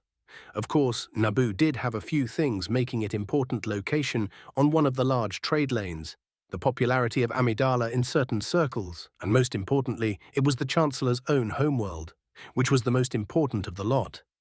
I have the man who created the airborne strain of the virus in custody and interrogated him. He modified the blue shadow for easier spread and to be viable for hours out in the air. The only good news is that the death rate is down to about 80% of the people infected with it from the original 98. However, depending on how much of the virus got into a person's bloodstream, the criffing thing could have an incubating period of up to a week without the sick man showing any symptoms. That's another thing we have to thank Vindy about. I do not need to tell you how far someone could travel in such a span of time, all the while they're spreading the virus. I succinctly explained the scope of the problem that dropped in our collective laps. That's a dire news indeed, muttered Windu. He was frowning, and judging by the look in his eyes, the Jedi Master was deep in thought. What about a cure or vaccine? Asked Ben Iblis. Last time I heard from Captain Typho in Theed, they had leads to a possible cure, but I have not received anything more concrete yet. Even if cure is found, it will take some time before it could be manufactured in sufficient quantities and distributed. Not to mention that it will be at least months until all traces of the virus are erased, and the quarantine of Naboo could be safely lifted. Vindy hadn't bothered to even attempt creating a cure, or research how the blue shadow had been largely dealt with in the first place. I had no idea either. It all happened after my accident above Korriban. We need to create a commission which is to investigate what is happening on Naboo, declared Senator Mo. Emperor cursed politicians. The whole mess would be resolved one way or another before some kind of a commission could do a thing. Senator, I chided, This is the same thing you proposed when the Trade Federation invaded Naboo all those years ago. We all know how that endeavor ended. Don't you think that the situation is radically different? What would you do if a shipload of people from Theed reaches your homeworld? The consequences of those people disembarking in one of your largest spaceports and mingling with the crowds will not be too big a problem, will it? After all, this could not be such important and time-sensitive issue. Not when you suggest that a commission which would take months, perhaps years to do anything, must handle this crisis. Too bad that the inhabitants of Theed would be dead by then. I couldn't help myself. I've never had patience for dealing with politicians. Back in the good old days, things were somewhat simpler. At least they were once I had to directly enter the political stage. Because by that time, I was a powerful Sith in my own right and still had the backing of Baras. That solved a lot of issues. You dare mock me in such a way? The Gram roared. Gentlemen, enough. Palpatine had to raise his voice to calm down his crony. My apologies, Chancellor. I have a low tolerance for fools who are disconnected from the real world. What are your orders concerning the situation on Naboo? I asked calmly. I'm pretty sure I just made an enemy, but found it hard to care. Who had the bright idea of making that imbecile their senator anyway? Maintain the quarantine, General. I will dispatch additional forces to assist you. Find out if there is a cure, and if there is, make all possible efforts to ensure that it is produced and distributed among the infected, Palpatine instructed. Yes, sir. And if the virus could not be contained? I asked innocently. Palpatine looked at the people in his office, then at me. That is to be determined at later date. Carry on your duties, General. Flashback end. $RK=$. To be fair, that went better than expected. Making an enemy from one of Palpay's bootlickers was of no concern to me. The animosity from Bail Organa might be somewhat problematic down the road. I needed the Republic, if I decided to keep it around, to be highly militarized. That, however, meant that most of the more pacifistic senators would eventually become my political enemies. While that was a problem which I would have to tackle after this war was resolved, I might have to look into opportunities to weaken the peace faction within the Senate. At least some of Palpy's supporters too. Perhaps even the Senate as a whole, in case working with the Republic in the long term didn't prove beneficial. Admiral Yularen's fleet should be here any moment, sir. The bubble of silence that had descended upon us was shattered by Pelion's quiet words. Excellent. We are leaving towards Iego as soon as I speak with the good Admiral. Few hours ago, Captain Typho contacted us with not only an update of how bad was the situation on the ground was, but with the news that they had determined what was the key ingredient of the cure for the Blue Shadow, an extract of a Rieska root which could be found only on one place. I recalled that there might be some kind of a trap waiting out there, so I decided to go there with a, at least, Venator cruiser. However, that in turn meant that in order to preserve the thin blockade, I needed to wait for Yularen and his ships. A Jedi would have probably rushed there with whatever flying thing he could get their hands on, but that was not the case with me. It's been a very long time since I might have done something equally foolish. I was observing a pair of torrent fighters which were returning from a patrol when big shapes jumped out of hyperspace. The familiar triangular shapes of Republic cruisers and assault ships were a welcome sight. Contact Admiral Yularen's flagship and prepare for hyperjump. Look alive, people. We have work to do, I ordered. A holographic display popped to life in front of the window through which I was looking. That reminded me. As soon as possible, I should get myself in a position to influence the warship designs.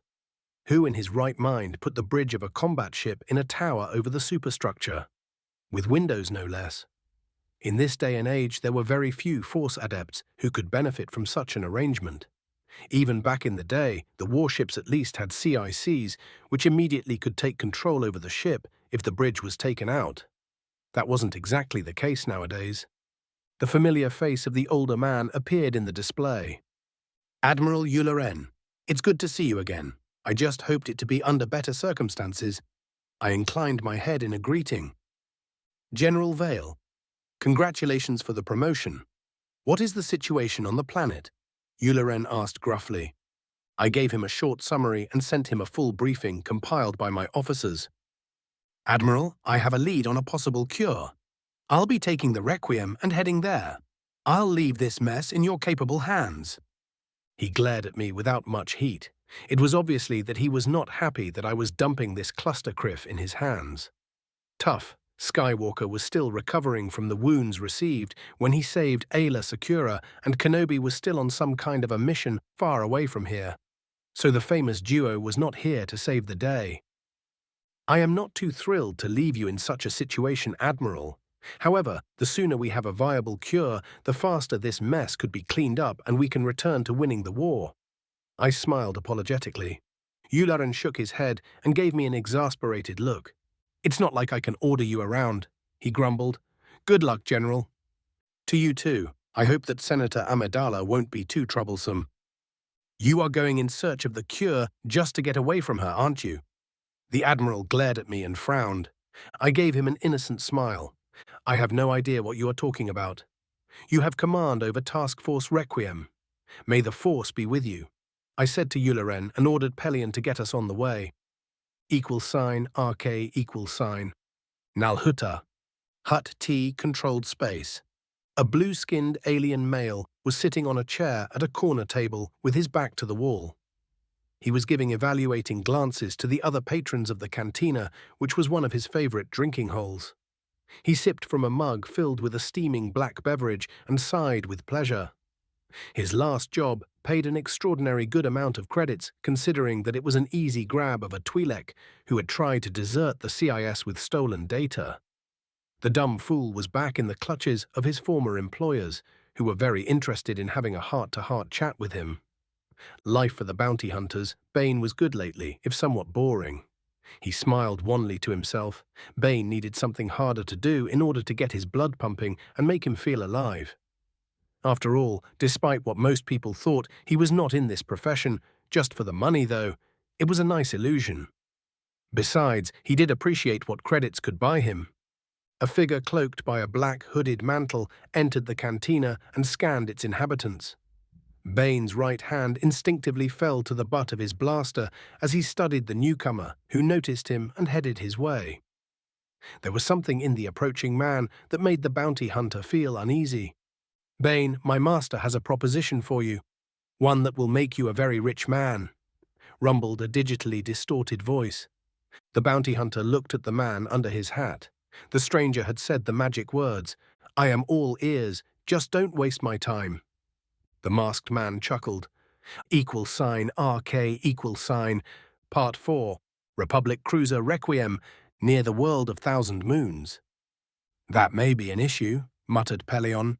He was watching warily the multiple moons, asteroids, and the shattered remains of dozens of ships orbiting Iego, which created a veil around the planet.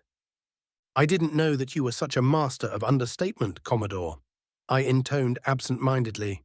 Don't worry, I have no intention of taking the Requiem into that mess. I'll go with a couple of LA-80s and a squadron of fighters as escorts. Get a cap running. I hope that whatever had done in those ships is not around. We don't have time for such complications. That's true, sir. My XO agreed. =RK.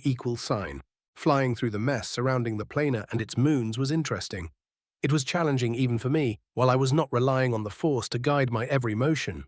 That gave me new appreciation about the skills of the clone pilots accompanying me. 2 LA-ATs and 6 fighters were the contingent I was taking down to the planet. The rest of Raider Squadron was on patrol around the Requiem, with the remaining small craft ready to launch at a moment's notice. On the way through the asteroid field, which was filled with shards of destroyed ships, we could see a lot of bodies belonging to scores of different species, frozen solid in the void. It took us 5 minutes of careful piloting to pass through the ring of debris before we could fly reasonably fast again. I frowned under my sealed helmet. The Force.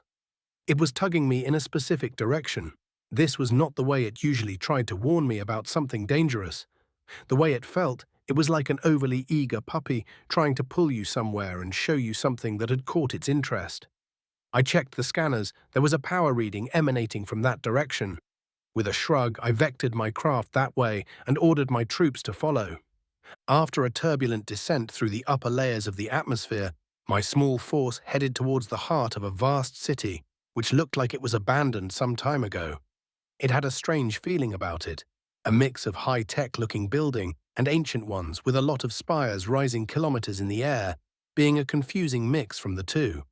I landed my LAT on the platform towards which the Force was guiding me, followed by the second troop transport. The fighters circled lazily above us, ready to pounce at the first sight of trouble. I got out of the cockpit and joined the 20 clones who were already out and securing a perimeter around our transports. Half the clones were carrying blaster carbines, with the rest armed with a mix of heavy weaponry missile launchers, laser cannons, and heavy blasters. "Sir, we are ready," said the sergeant in command of the clone troopers. "Good, let's—" I trailed off. We heard sound of the marching feet of a lot of droids coming towards us, and I congratulated myself for insisting that my men break out the big guns. The clones took what little cover could be found on the landing path and prepared for combat with me in front of them. The fighters were ready to provide air support. Then the clankers appeared from the shadows. B-1 droids marching in a perfect square formation. I could feel a force sensitive approaching from behind them. What was curious was the lack of danger I was sensing. "Is this some kind of a joke?" exclaimed one of my men. It was a sentiment I shared when I took a good look at what was approaching us. Was this some kind of an elaborate trap? Who had the gall to send a bunch of failing apart droids against us? The phalanx of machines were carried the sings of being rebuilt multiple times with whatever spare parts were lying around. One of the B-1 had a left hand of a supper battle droid attached to its torso. Many others showed parts which were colored differently from the rest of their bodies, darker or lighter depending on how old they were. The machine leading the procession had its head painted in yellow, showing it was a command model. "Welcome to Iego," they started chanting. "Do we blast the clankers or what?" asked a clone. "It will be a mercy," added another. "Hold your fire," I said while looking warily at the two vulture droids in walker configuration moving behind the square of B-1S. This was getting weirder by the second. I walked to the front of the machines and asked, "To what do we own this reception?" The command droid tilted its head to the left and looked at me. "His Excellency Jabo wants to meet with you." "Is that so? Then by all means lead the way." I made a sign for a squad to follow me while the rest remained back under the watchful eyes of our air support. Who was this Jabo? I didn't recall anyone important with that name. The machines moved with a precision that showed that their condition was not as bad as it looked like and parted, leaving a way in the middle of their group. I could see behind them that there was a hammock suspended between the legs of the two vultures. A short, red-haired boy was sitting on it and looking at us with interest. "The Jedi are goddamn idiots," I grumbled. I could vaguely recall this scene from a cartoon I watched so long ago, back in my original dimension. It was obvious that this Jabo was Force-sensitive, and I was equally sure the Jedi didn't take him in for training when they came here for the bloody route. Probably because he was too old. If the kid was really responsible for all these droids, it showed some frighteningly good tech abilities for someone so young and potentially self-taught. Leaving him behind might be an utter waste. I removed my helmet and took a deep breath of cool, clean air. "Hi there." I cheerfully smiled to the boy. He ignored me and glared at the droids to his left. "Ahem." The boy cleared his throat loudly. "Oh, yes, roger that." The machine stammered. One of the droids, who was carrying a fan mounted on a pole, began waving it at the kid. Another came near the hammock carrying a tray with dried fruit, and a third, which was made into a walking radio, started fiddling, searching for something decent to play. The kind obviously liked his creature comforts and did his best with the resources available. I could work with this. "This a nice setup you've got here. You have a good taste," I said and nodded towards the wall to the right, which was covered with posters of scantily clad women from different human-like species. "Where did you get the clankers?" I inquired. "The Separatists left a whole warehouse full of the things. When they left, it wouldn't do to let poor things rust away, would it?" came the cheeky response. "You erased their memories, probably with a macro protocol, and reprogrammed them to serve you. Not bad for someone so young." I thought aloud. It was one of the more simple ways to do what I was seeing. It still required interfacing directly with each individual machine, but it cut down the time for reprogramming them significantly. It had its downsides, like making the droids much dumber, which was saying something in the case of the B-1S. "Are you a Jedi?" he asked and pointed at my lightsaber, which I had started wearing on my belt, with another I built after finding myself in the future stashed in the secret compartment in my armor. "Nope." "What gave you that idea?" I denied. Jabo snorted in amusement. "Lightsaber and clones who appear to be under your command." He deadpanned. Well, it was a reasonable conclusion. It was a bothersome one too. I was no fricking Jedi. I do use the Force, however, I am most definitely not a Jedi, kiddo. We are looking for Rieska roots. Do you know where we could find some of those? I patiently explained. Here, there, everywhere. He shrugged in a disinterested manner and laid back into his hammock. I can pay you to lead us to the roots. Might let you hitch a ride with us back to the civilization if you wish. No use. This system is cursed, or so they say. No one can leave. The last one to try was a friend of mine. He did not make it far. Jabo frowned sadly. I know what shoots down the ships trying to get away from here. There is a weapon array on one of the moons.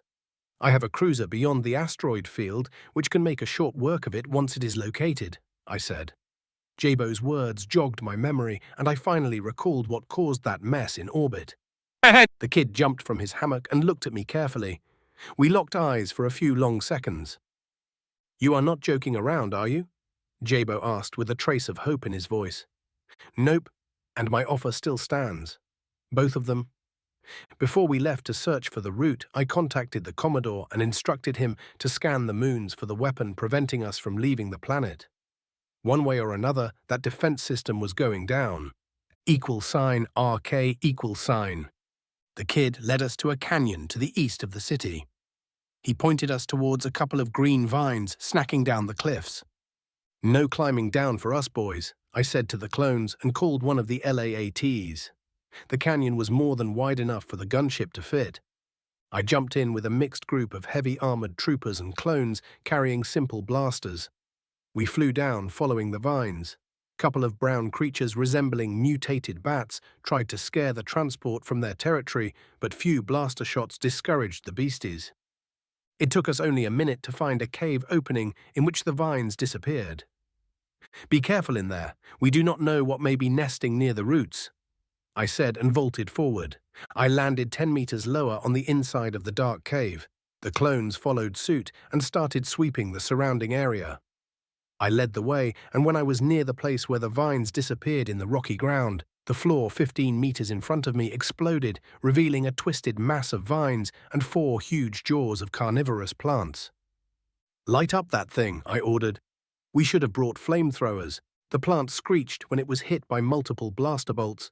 2 rotatory cannons sliced into it with like a huge saw blades.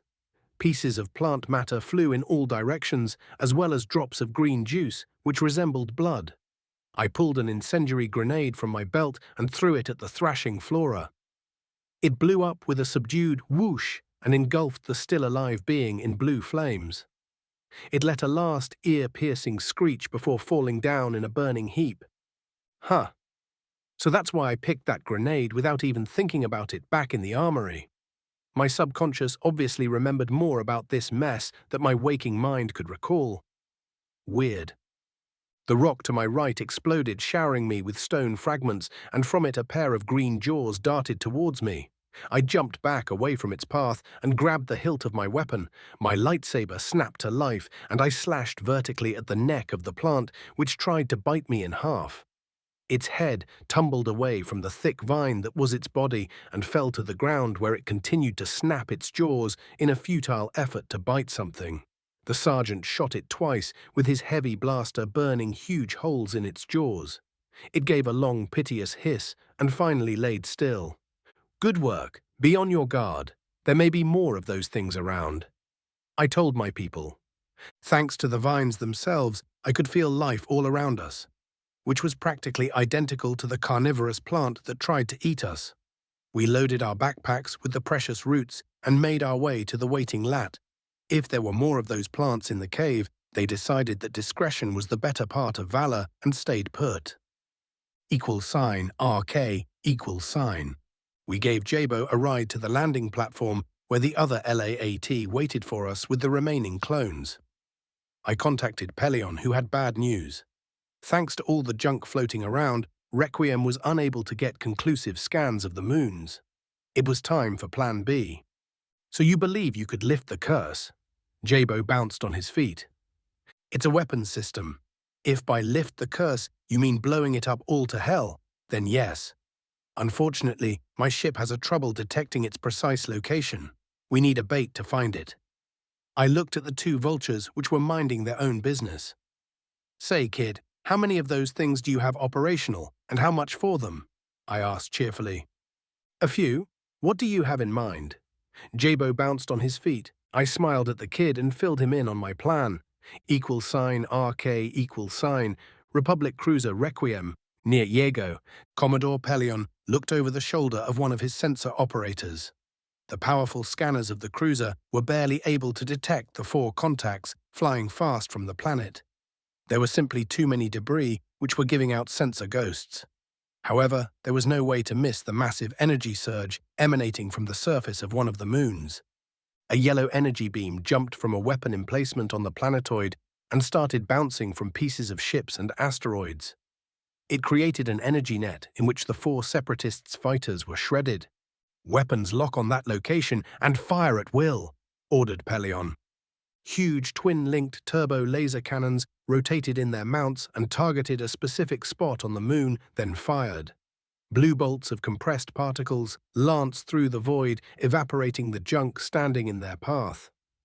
It took Requiem nearly 3 minutes to blow a hole through the asteroids and debris before its guns could strike straight at the moon.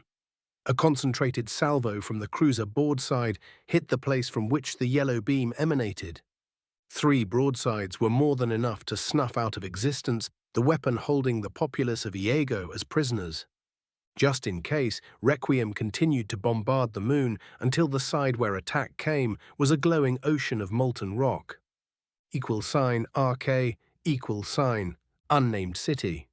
Iego. I watched the fireworks with a smirk on my face. Many of the people stranded on this planet were outside watching the light show in orbit. They were talking excitedly when they saw the invisible From Here Requiem BDZ, one of the moons. "And that's that kid, no more ghost," I declared. I went in front of Jabo, who was looking at the heavens through a binocular. I knelt and floated my lightsaber over the palm of my right hand. That got his attention, and for the moment he forgot the fires in orbit. "That's so cool," the kid exclaimed, looking at my hand with huge eyes. "Please tell me, Jabo, has some strange things happened around you, items moving by themselves? Have you felt that sometimes you see things before they happen?" I asked him quietly. "Nay." He looked away from my eyes and muttered something I could not understand. "What was that?" My lips twitched in amusement. "Sometimes when I work on the droids, a tool I need floats to my hands," he murmured. "It's nothing to worry about, Jabo. That is just a sign that you could use the Force if you receive training." He perked at that, and a huge grin appeared on his face. "Does that mean that I can become a Jedi?" he exclaimed and looked at me with star-filled eyes.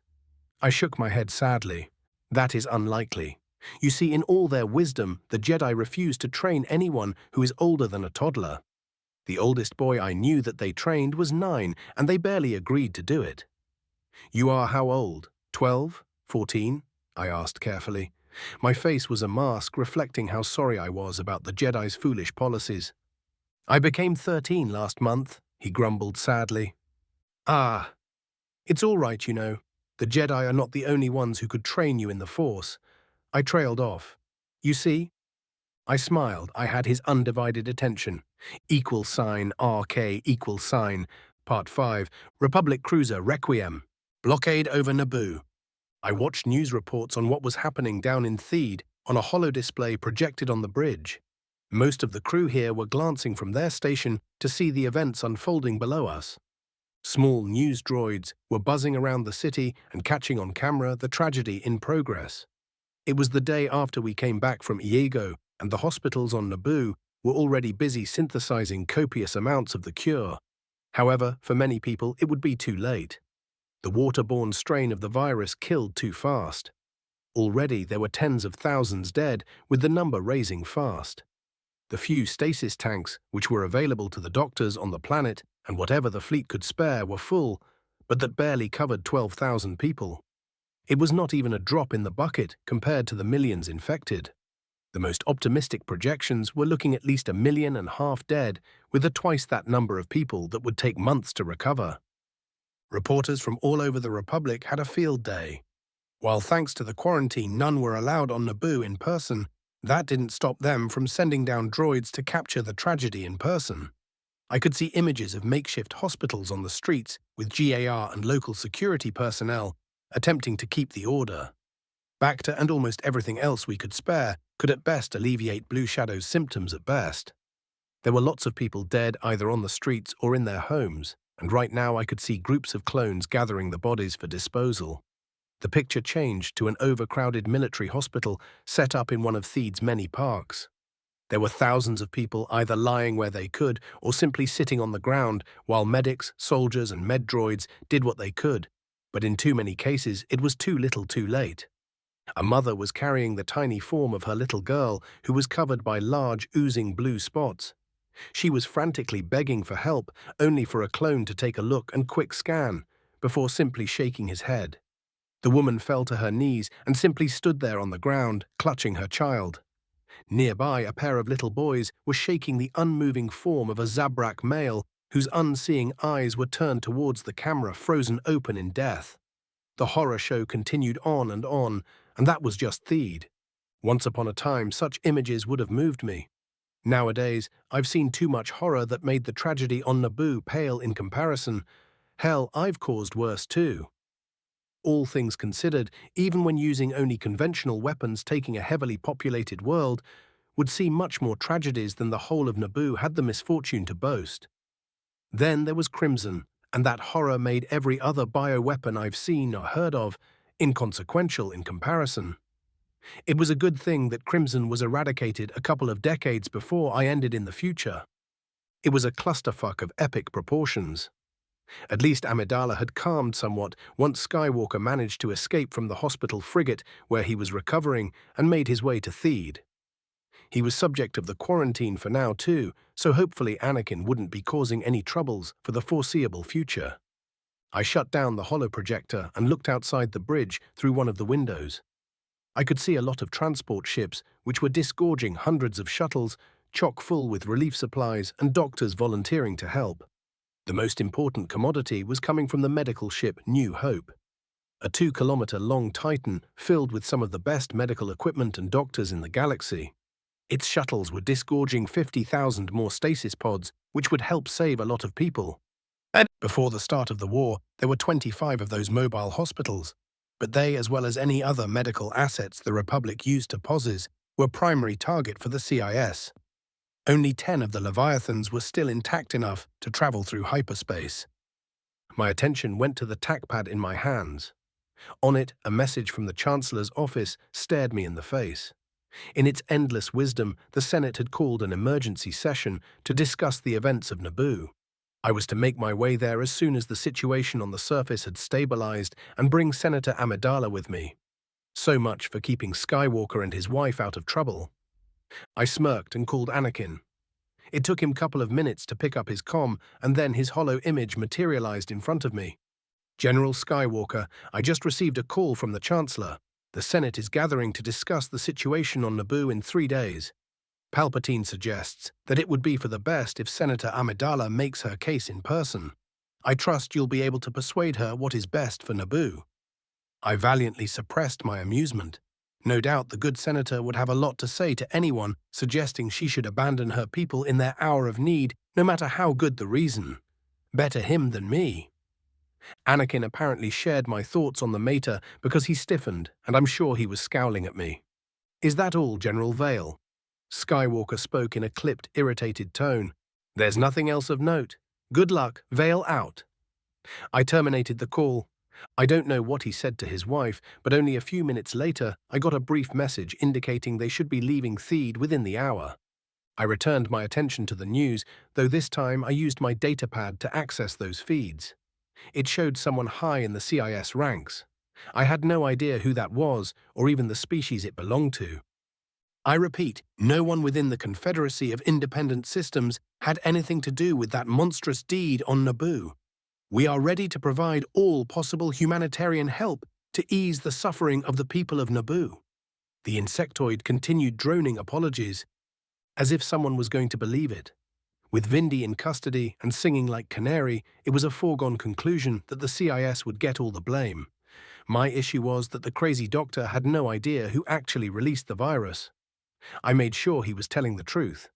I did dispatch search parties to scour the areas surrounding the river for kilometers upstream. Had other teams checking all cameras within Theed too, along with scouring for witnesses, though the latter was a very long shot. Even if someone saw something, there was no guarantee they lived long enough to share it. As far as I could remember, there wasn't supposed to be such a massive outbreak on Naboo. What Vindy knew supported my fragmented memories. How the hell did my presence cause this mess? What other surprises were waiting for me? I spent a couple of hours pondering those issues without reaching any useful conclusions, then went to check up on Jabo after the Skywalkers were through decontamination and tests to see if they caught the virus. With both of them clean, I ordered Pelion to get us on our way and left the bridge. $RK=. I found my apprentice in one of the hangar bays, buried into the mechanic guts of a LAAT's engine. Most of said propulsion unit's innards were strewn on the deck next to the gunship. I could see 4 technicians around Jabo. They were looking at what he was doing and giving him suggestions on how to fix the craft. The kid was fast becoming the technician's mascot. When I brought him on board the previous day, Jabo had taken a long bath and a warm meal before heading to find something mechanical to tinker with. He had ended in one of the hangars where the mechanics had adopted him like a mascot. My musings were terminated by the arrival of a certain furious senator who stormed towards me with a single-mindedness common for a guided missile. When Amidala was close enough, her right hand snapped in a perfectly executed motion to deliver a slap on my face. I caught her palm in my armored fingers and rolled my eyes at her antics. "Senator, you've spoken with your friends on Coruscant, I see." I deadpanned. Behind her scowling face, I could see Skywalker hurrying to catch up. He was not too pleased either if his thunderous expression was anything to go by. "You wanted to bomb Theed," Amidala screeched in a distinctly unladylike way. I do not think that she ever lost her composure in such a way in either the movies or cartoon. Definitely. If the cure turned out to be a bust and the blue shadow could not be contained, that would have been the prudent course of action, Senator. The last time I checked, you represented the whole world of Naboo, and not only the capital. Would you endanger all inhabitants of your homeworld instead of doing what is necessary if the worst happens?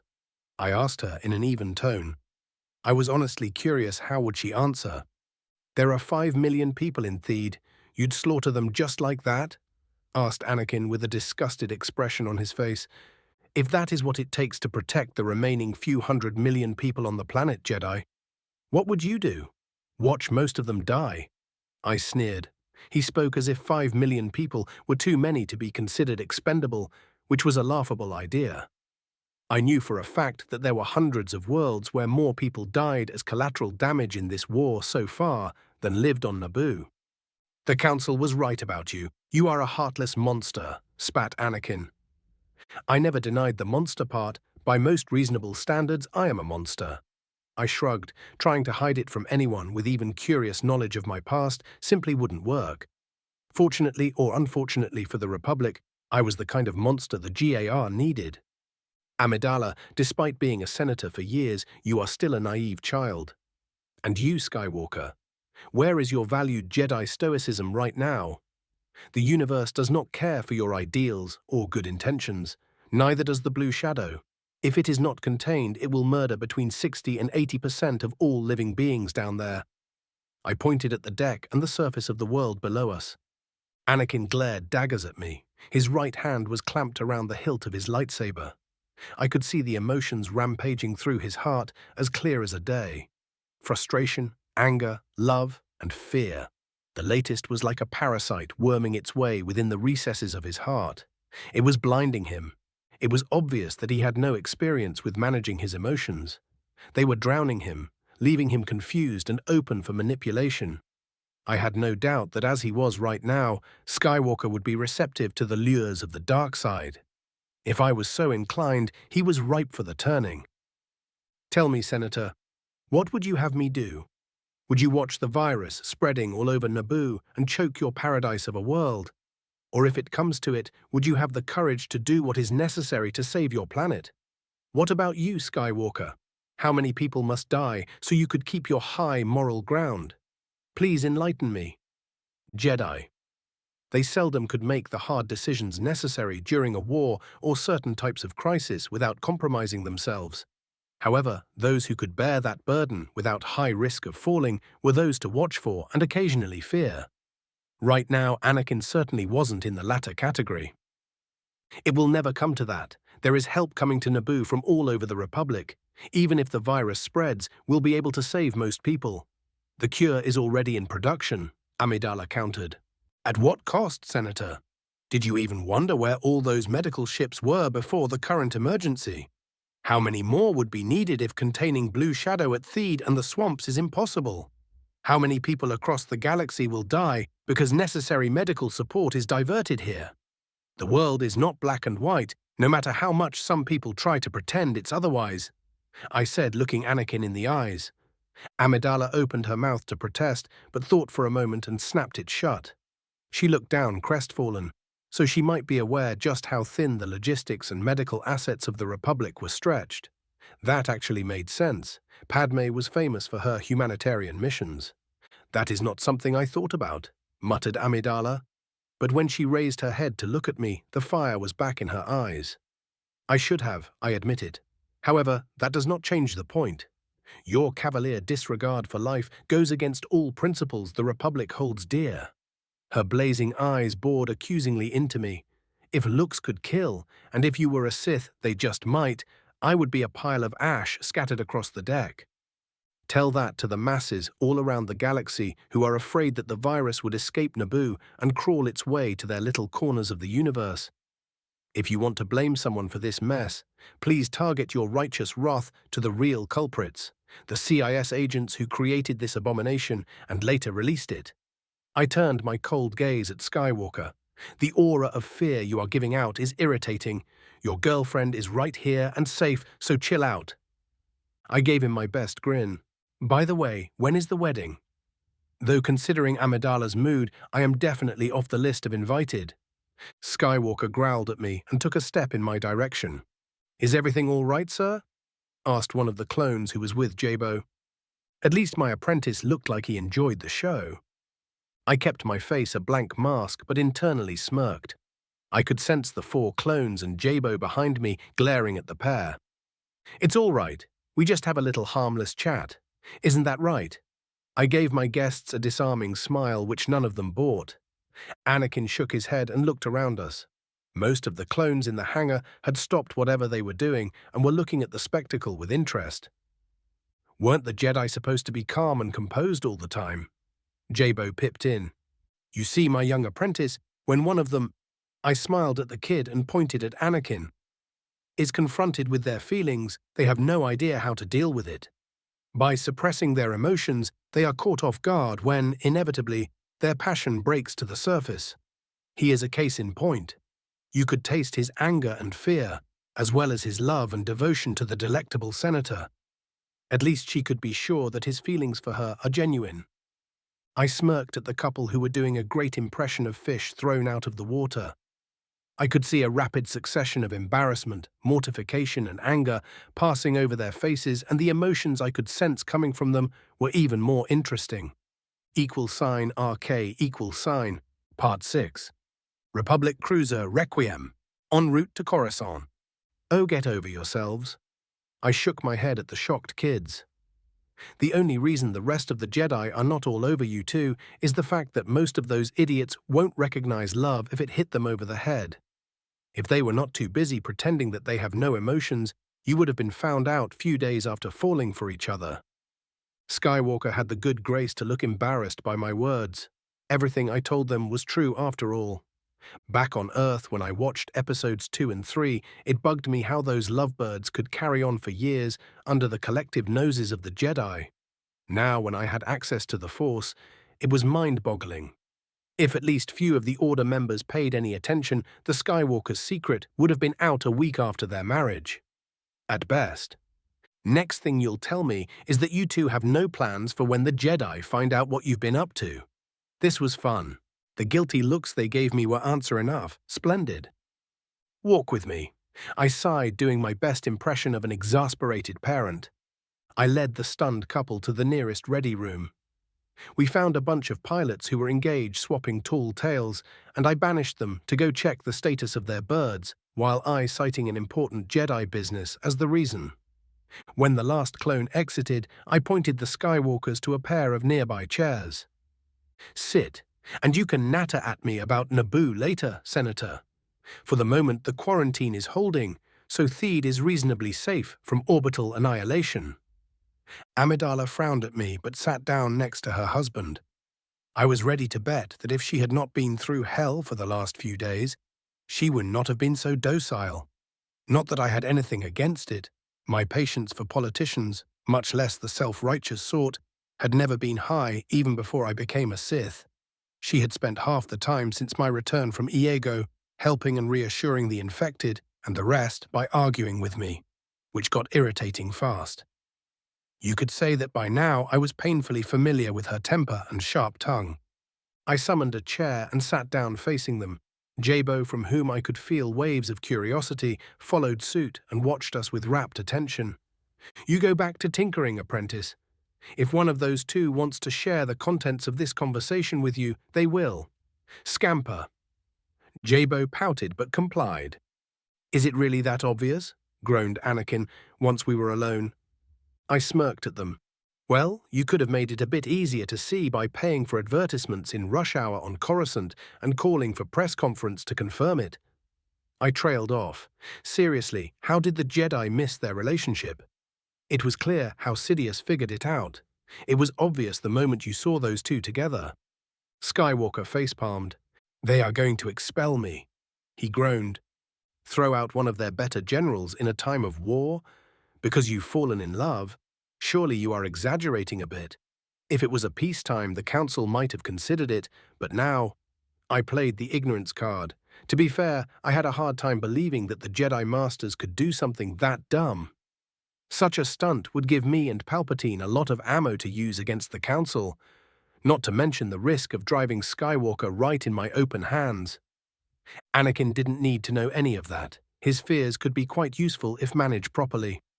They will either throw me out or make me choose between the Order and Padme, Skywalker moaned. Oh, Anakin, muttered Amidala and placed a hand on his shoulder. Am I wrong to presume that won't be too big a setback? I asked.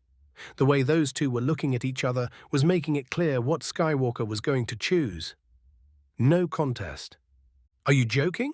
Grumbled Padme. That will destroy Anakin's life. Being Jedi is who and what he is. Thanks, but I am more concerned what it would do to you. I am sure that the people in the Senate would use that to attack you, not to mention the reporters. Those vultures would have a field day. Anakin groaned. That was surprising. The Chosen One actually was using his head for a change, and he was right about the circus in which their relationship would be turned by the media. The reporters would have a field day with it. On the other hand, when the secret was out, if the news got handled in the right way, it could become a PR coup for the correct people and unmitigated disaster for the Order. I gave the married couple my best friendly smile. Skywalker, by expelling you from the Order, the Council will do more harm to its credibility than anything else. Anakin, even if the GAR is forced to strip you of command because you could no longer be a Jedi General, I can assure you that by the end of the day, there will be a lot of people offering you to accept a commission with equivalent rank.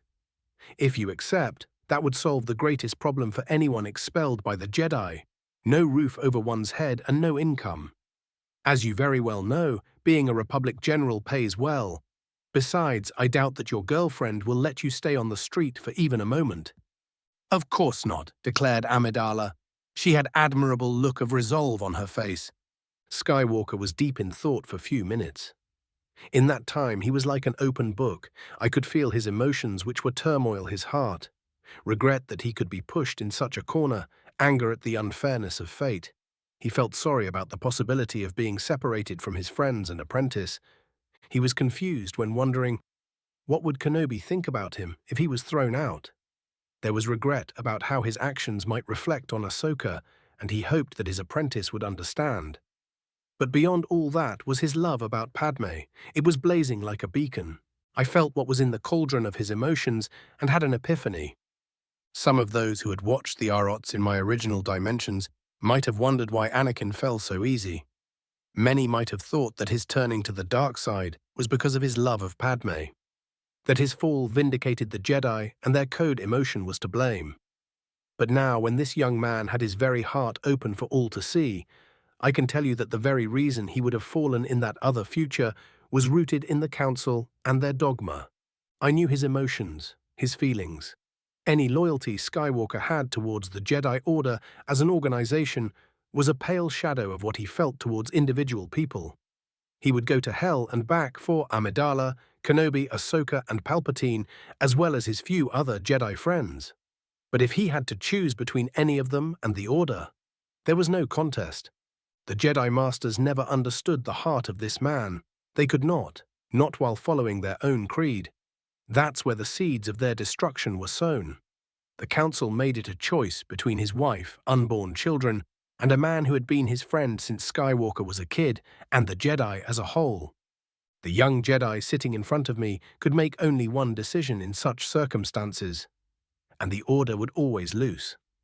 Bloody fools! I watched the turmoil in his heart subduing.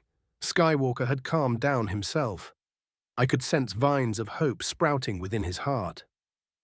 Anakin took a deep breath before grinning impishly at me. You know, I've never thought about it in such a light. I'd hate to be exiled or made to choose between my Padme, and being a Jedi, but he trailed off and gave a fond look to his spouse. If it comes to that, it is the easiest decision that I've ever made. Apparently, that was the right thing to say, because he was engulfed in a rib-cracking embrace by the senator. Amidala had thrown all thoughts about appropriate behavior and was busy sticking her tongue deep in Anakin's throat. Ah, young love. At least you still got all your clothes on. I smirked. You might want to get yourselves a room. I knew that once Amidala had at least few hours of uninterrupted sleep, she would be back to her composed self and likely continue to be a pain in my ass. Back to her much more vocal self too, which would not be an improvement. After days with little to no sleep, stuck into a hazmat suit, and watching Theed go to hell thanks to the virus, Padme was not acting exactly as the senator I've met back on Coruscant. Eventually the Skywalkers had to come out for air. After the display, both of them were flushed more scarlet than Shakti's skin. Anakin, am I to judge by that slip of the tongue that you two managed to get married already? I asked gleefully. What? No, that's not how it sounds. Skywalker hastily denied. Definitely not. Suddenly, Amidala was a perfect picture of affronted indignation. Their immediate reaction to my question was a lot of spluttering denials. I rolled my eyes and waited for them to calm down a bit. Just don't go complaining to me when Kenobi or worse Ahsoka come asking why they were not told earlier. Or invited. I grinned at the couple. Skywalker winced at that. One of these days, he'll have a very interesting conversation with his former master. One with the little Spitfire that was his apprentice too. He glared at me, then smirked. Well, at least I won't be the only one in trouble with the Council. Taking an apprentice to restore the Sith, are we? Amidala frowned at that thought. I guess she was not too pleased to have disregarded what Jabo's presence meant until Anakin spelled it out. I could positively feel her self-recrimination because she had not paid attention to her surroundings when she came to once again accuse me of being an unrepentant monster. Should I be concerned? Asked Anakin. It was obvious he meant Jabo. I knew what confused him. No trace of the dark side upon the kid, though that shouldn't be surprising at any rate. Even if I intended to train him to be a typical Sith, I did get the kid just yesterday, and I've been quite busy since then.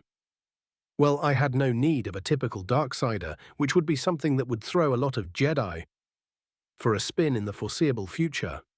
I was not going to teach Jabo much about the darker aspects of the Force until he had the basics up to par, and he knew much more about the source of our power and himself. He needed the right mindset to make falling to the dark side unlikely too, and crafting that into him would take time, perhaps more time than I could spare before the end of the war. About what? I asked innocently. Another Sith trying to cut off pieces from me. Anakin deadpanned. Don't worry, if Jabo cut something off you, I am sure you would deserve it. I smiled at him. Amidala rolled her eyes at us. I'm going to have a chat with the kid, she declared and marched out of the room, undoubtedly to begin interrogating Jabo. I had no illusions that she would soon convince him that it was his idea to tell the pretty lady everything she wanted to know. It was no problem. The kid knew nothing of note anyway. Where did you find him anyway? What do you intend to teach him? Anakin asked. I found him on Iego, where I went for the key compound of the cure. It was obvious that he is force-sensitive and he wanted to be trained. I believe it's obvious what the Council would think about training him as a Jedi. However, now that he is my apprentice, they might make an exception and try to get him away from me. I snorted in amusement. Anakin got a faraway look in his eyes and nodded. I was 9 when Qui-Gon brought me in front of the Council. They told me I was too old. If it wasn't for Obi-Wan's insistence, I would not have been trained either, he admitted. And he is much older than you were. I agreed. I will reserve judgment until I see what you are teaching him. Anakin took a deep breath. You deserve the benefit of the doubt. He sighed. I guess. Skywalker being level-headed and using his brains, that was something that would take some getting used to. A shiver went through the Force. It was the echo heralding that the thread of a possible future had unraveled. Whether that would be for the better or worse remained to be seen. When Padme finished her chat with Jabo, Skywalker had to carry her to their quarters. She was too exhausted to walk there by herself. Anakin did not look too good himself. I had to remind myself that he was still recovering from injuries received during his last mission. I would not see them until we exited hyperspace. It did not take premonition to know how they kept themselves busy during the journey. =RK=. I took Jabo to the mess hall for a light lunch before leading him to a large training room which I had made for my use. It was time to start with his training in earnest. I sat cross-legged on the training mat in the center of the compartment and waved him to follow suit. The Force. It is what gives us our powers. She is our greatest ally and our most vicious enemy. I began lecturing. I stretched my right arm forward and showed my apprentice an open, empty palm. Watch, I ordered. A mere thought, and with a quiet crack, bluish lightning arched between my fingertips. Wow, that's so cool, Jabo exclaimed. I chuckled at him. Rule 1 of being a good teacher: make things interesting and keep the attention of your student. Concentrate. Until now you've used this power unconsciously. Feel the Force. It has always been there, just beyond your grasp, like a sound you could almost hear. Open your mind and embrace it. Jabo looked at the electricity dancing in the palm of my right hand with hooded eyes.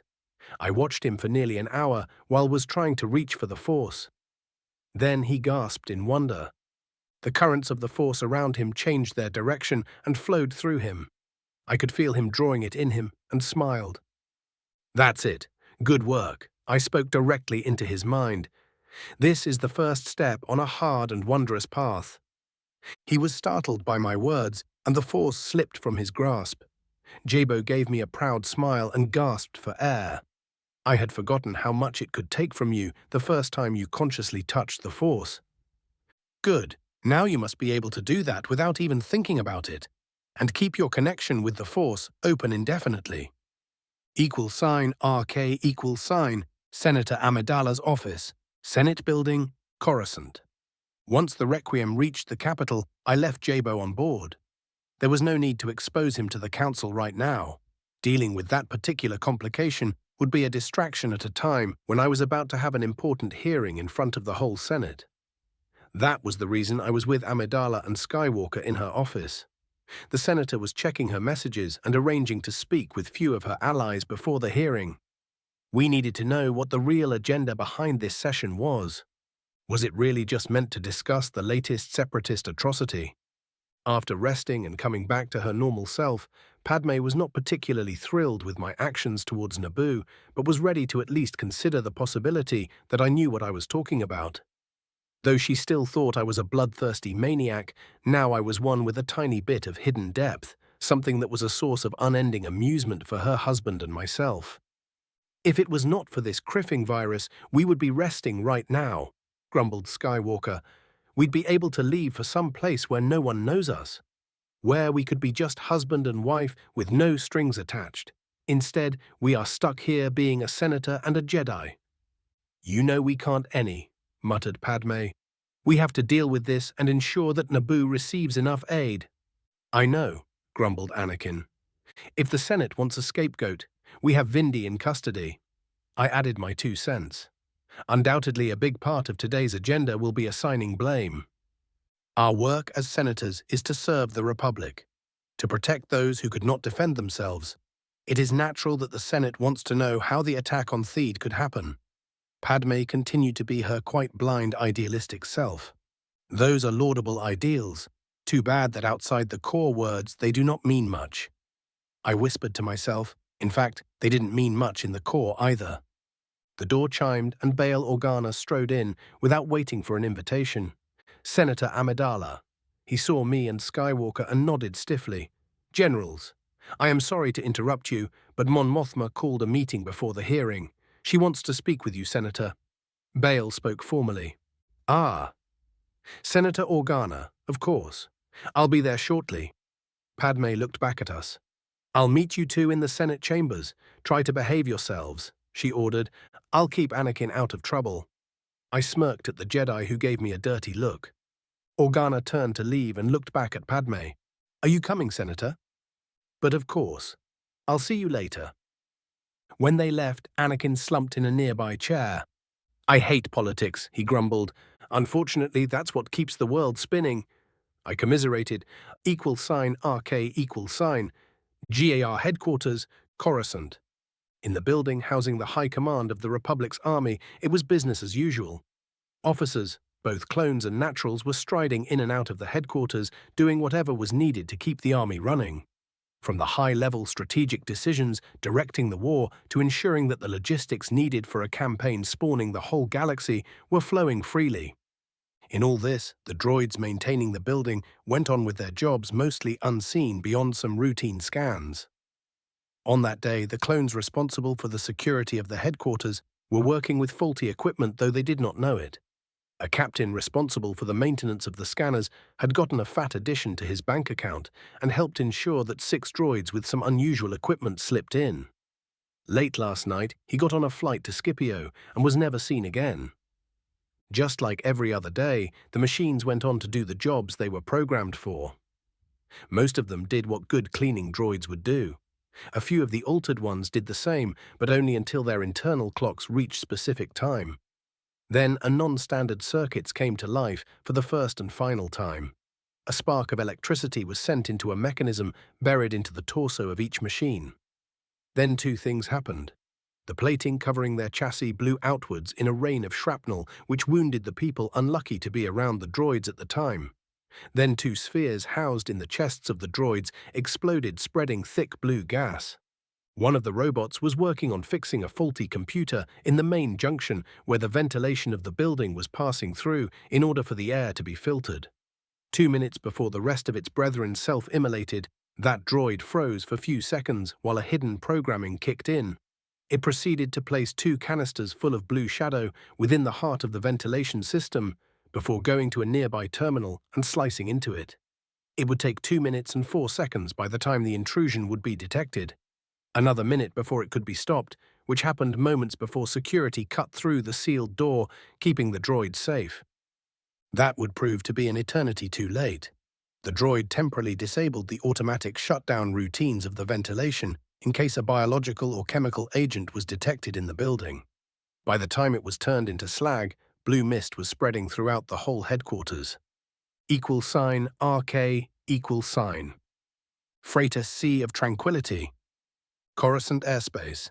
Ferroc Lauren was captain of one of the countless trade ships delivering the supplies needed for the survival of a planet turned into one giant spawning metropolis. At a first glance, his craft was nothing to look at twice. The scans it suffered prior to entering the atmosphere showed nothing out of the ordinary. Just a small complement of crew and a holds full with droid parts. After that ordeal, he had chuckled nervously. He was in. It was time for those criffing Republic murderers to pay. The Tranquility's cargo was in fact much more sinister than its manifest or any cursory scans could show. In Lauren's opinion, it was great that on surface scan, there was now much difference between parts for various robots and deactivated commando droids hidden among those components. The freighter was one of 3 that managed to slip through the Republic's Navy umbrella over the capital. 2 headed for the GAR bases closest to the seat of the Republic's government, and the last flew towards the biggest spaceport nearest to the Senate. Sea of Tranquility veered sharply off its course and headed straight to military base Pelor. Its crew, who were hand-picked from people whose colonies in the Outer Ring had suffered from mistakes caused by the Republic's forces, disregarded the frantic calls of various controllers and multiple warning about entering restricted airspace. The freighter came in screaming low over the buildings surrounding the target, which it used to take cover from the surface to air weapon emplacements planted around the base. By the time fighters were scrambled and reached the descending transport, it was too late for its mission to be stopped. "Raise shields," calmly ordered Lorak. "Head towards that row of warehouses. Blow the underside of the holds the moment we are over the base." The human male smiled contently. Soon he would join his family, who were murdered by an accidental orbital strike. As if he was dumb enough to believe it. You do not wipe a peaceful village by mistake. Shields too powerful for a mere freighter snapped to life and absorbed the few volleys the weapon emplacement had time to unleash before the ship was over the base. Pelor's own shields were just a heartbeat too late in coming to life, and the freighter slipped through, its own defensive field held long enough, despite not having enough time to charge to full capacity before coming into fire. The underbelly of the craft was sundered by a series of well-placed charges which opened it, spilling 200 commando droids. Yet the machines raining all over the base were merely an afterthought. It was the 4 big spheres which detached from the freighter and blew up 500 meters over Pelor which were the real danger. Their payload covered the base with blue mist. =RK=. The same scene unfolded over the 2nd military base near the Senate as well as at the nearest spaceport. Ferroc withdrew a small silver locket from under his shirt and opened it. He smiled contently at the hollow image of his murdered wife and little daughter. He was still looking at their faces when his ship's nose cleaved through the roof of the first warehouse, chock-full with military equipment. The last act of the freighters attacking the bases was to crash land straight in the motor pools of the military installations. At the spaceport, the transport attacking it was turned into a burning wreck by the guns of an acclimator, which was preparing to launch. Its crew wasted no time, zeroed on the approaching intruder, and unleashed all weapons that could bear on the freighter. However, the Republic assault ship was in the atmosphere above a friendly spaceport. It simply couldn't afford to use the full power of its weapons in fear of causing more collateral damage than the incoming freighter could do itself. The firepower raining upon the approaching ship was not sufficient to fully stop its deadly descent, and it crashed in the command pylons of a defenseless Venator. The resulting explosion crippled the cruiser, and waves of blue mists washed over the spaceport. Moments later, the airwaves over Coruscant were filled with calls of distress and pleas for backup by beleaguered Republic forces. =RK=, Senator Amidala's office, Senate Building, Coruscant.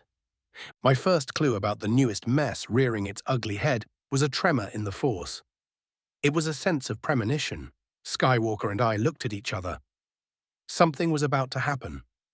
It was going to be bad. Very bad. I turned my head towards the window. I could see 5 big vehicles, basically flying buses, break from their lanes and head straight towards the Senate. Considering that those were just the ones I could see, there probably were 4 or 5 times more altogether. I jumped from my stool and activated my comm.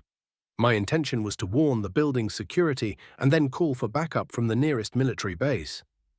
I did not believe for a second that what was happening was something harmless, like another anti-war protest. My and Anakin's comm came to life before my call could go through. "This is General Valentra, identification Besh Delta 395, code midnight. I repeat, code midnight.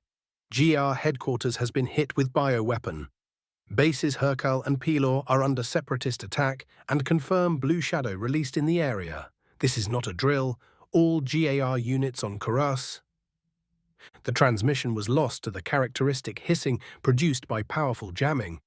Skywalker, get your wife and as many of the senators as you can out of the building. I'll try to meet with the Senate Guard and slow down those bastards, I ordered. For once, there were no protests from the peanut gallery. =RK, Republic Cruiser Requiem. High orbit over Coruscant. All GAR units on Coruscant implement plant winter. For few precious seconds, Commodore Pelion stood frozen by the unbelievable orders coming from GAR headquarters. The sheer audacity displayed by the CIS with attacking targets on Coruscant while simply bypassing was stunning in its sheer audacity. With sheer act of willpower, Pelion shook himself out of the stupor and started barking orders. Battle stations. Raise shields and power up weapons. I want all fighters launched yesterday. Assume that this is combined space and ground attack, and the SEPs crift the timing until we know better. Find out who is in charge of our forces in system. I want what little ground forces we have on board to be ready for deployment on the surface ASAP. The Commodore turned to Piet, who was still struggling with the sheer impossibility of the situation. Ensign, do whatever you can to contact the General. Move it, people. =RK. Senator Amidala's office, Senate Building, Coruscant. We just exited Padme's office when the lamps cut off, only to be replaced by subdued red emergency lights. The floor shook lightly when a flying bus struck the building. Then again and again. I counted at least 6 impacts nearby. Skywalker darted along the right corridor, undoubtedly tracking Amidala's force signature. I ran to the left. Before I reached the corner, I could hear the subdued sounds of battle. At least for now, there were guards who were still alive and fighting. I ran towards the sounds of gunfire and a minute later reached a corridor where one of the doors along the left wall was blown out. A bunch of commando droids were exchanging fire with a dwindling group of men in distinctive blue armor. I vaulted forward and jumped at the backs of the CIS Special Forces. Their first clue that I was amongst their ranks was my lightsaber vertically bisecting a black-colored droid. A reverse strike sliced in two a machine to my right, while I sent 2 others at the wall on my left with a telekinetic push. Before that pair could recover, I picked them up and threw them at their brethren. My intervention raised the morale of the Senate guards, who intensified their fire. Caught from the both sides of the corridor and with no place to take cover or escape, the only thing the droids could do was to perish. Within moments, the commandos were dismantled, but not before they managed to gun down 3 more of the blue armored guards. "Thank you, sir. If it wasn't for you, we'd be goners," said an old gruff NCO who was the senior of the surviving guards. Only 2 of them were left combat effective, with a small group of wounded laying on the floor. "You are welcome. The comms are jammed. Any idea what is the best way to call in the cavalry?" "If you go to the computer control room, there are landlines connected with the nearby GAR bases, or one of the antennae arrays near the rooftop. You should be able to boost your signal enough to cut through the jamming." "Thanks, Sergeant." I helped them move their wounded to a nearby guard room which had basic medical facilities as well as a lot of guns, while they gave me directions both to the roof and the control room. Considering that I was about to speak in front of the Senate, the only weapons I had on me were my lightsaber and dart launcher. I used the opportunity to take a pair of blaster pistols and few thermal detonators. You could never know when you'd need the firepower. =RK. Anakin made his way to a parapet overlooking a large room where 70 or 80 senators and their aides were herded in. The men and women were surrounded by 20-odd droids and few mercenaries. Skywalker hissed angrily. A tall man, wearing dark brown duster and a large hat which hid his face from the position where the Jedi was, had Padme caught by the chin. He was both proud of her bravery and pissed off because she was endangering herself again, damn it. She was telling the terrorist that the Senate would not negotiate with such as him, which made him laugh at her. Anakin could sense that the man was amused and had no care in the world. He was either insane or knew something that neither Skywalker nor the senators knew. Padme somehow saw Anakin and their eyes met. The man holding her noticed it and spun around. His weapon moved in a blur and unleashed a hail of laser bolts at Skywalker's cover. The Jedi rolled away from the opening and ran down the corridor. "It's Skywalker! Get him!" shouted the terrorist. As he ran, Anakin made another futile effort to raise someone on his comm. "This is useless," he grumbled and turned around a corner, only to find himself face to face with a pirate, armed with a pistol and a droid carrying a long-barreled blaster. Before either of them could shoot him, Skywalker had his lightsaber in his hands and had it ignited. He deflected their first shots at the walls, and then the man fell slowly to the ground with most of his brain and the back of his head missing. The droid was made by a sterner stuff because few deflected shots did little to slow it down. That prompted Anakin to advance towards the machine. With an economic slash, he cut the barrel of the droid's gun and with the backstroke took off its hands. The machine's distressed whine was cut off by a blue laser blade applied to its head. =RK, Chancellor's Office, Senate Building, Coruscant. "Sorry for disturbing you, Chancellor," said a holographic figure that was projected in the center of Palpatine's cabinet. Judging by the smugness in his voice, the man did not regret it at all. "I already have control of the eastern part of your building, and 50-odd senators.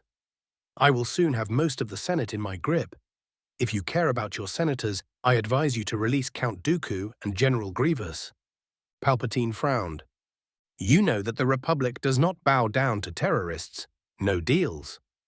What just happened to two of your nearby bases should be an object lesson about my abilities. If my demands are not met, I will release Blue Shadow, not only in the Senate, but across Coruscant." Palpatine stood still at hearing that. Getting the virus released around the planet was not part of his plans. He narrowed his eyes dangerously at the mercenary. 8. Chapter 8. Phase 08, Crisis, =RK, Part 1, Senate Building, Coruscant. My hopes to find more alive Senate guards were dashed when I reached the main guard station for the eastern part of the building. Its door was blowout, and over its twister remain laid the body of a man clad in scorched blue armor. I did not need to be clairvoyant to figure out what had happened to most of the guards. The stench and smoke coming from the room were more than enough. When I glanced inside, I could see pieces of men and armor splattered all over the walls and ceiling. Most of it burned beyond recognition. It looked like a thermal detonator had blown up in the midst of about 20 to 30 people. It was not a pretty sight. The smell was even worse. So much for that plan. It was time for improvisation and calling in a couple of thousands clones to clean up the mess. If I was lucky and Palpatine was sealed in the Senate, that would give me few interesting options. But I had a decision to make first. Getting out of the Senate and calling in the cavalry will give me free rein to deal with the situation. With the GR headquarters and the nearby bases hit, I was one of the highest-ranking officers on Coruscant who could clean up, take command of the situation. On the other hand, once I left, getting back in could prove problematic. That is, if I cared about the welfare of the hostages. However, the only value most of them had was as obstacles to Palpi getting even more power. Decisions. =RK, Skywalker found himself near the rooms where the mainframe of the Senate was located. The door leading to the computer complex slid open and a short bluish alien sauntered out. The being gave one glance at the Jedi, screeched and darted back inside. Anakin ran towards the door and hit the button to open it with his fists. It beeped angrily, but the entrance remained barred. He shrugged and activated his lightsaber. Whatever that fella was doing there was not good. He was about to slice open the door when he heard someone approaching. The Jedi turned around and groaned. 12 commando droids had sneaked up to him, and 2 of the mercenaries were approaching from the far ends of the corridor.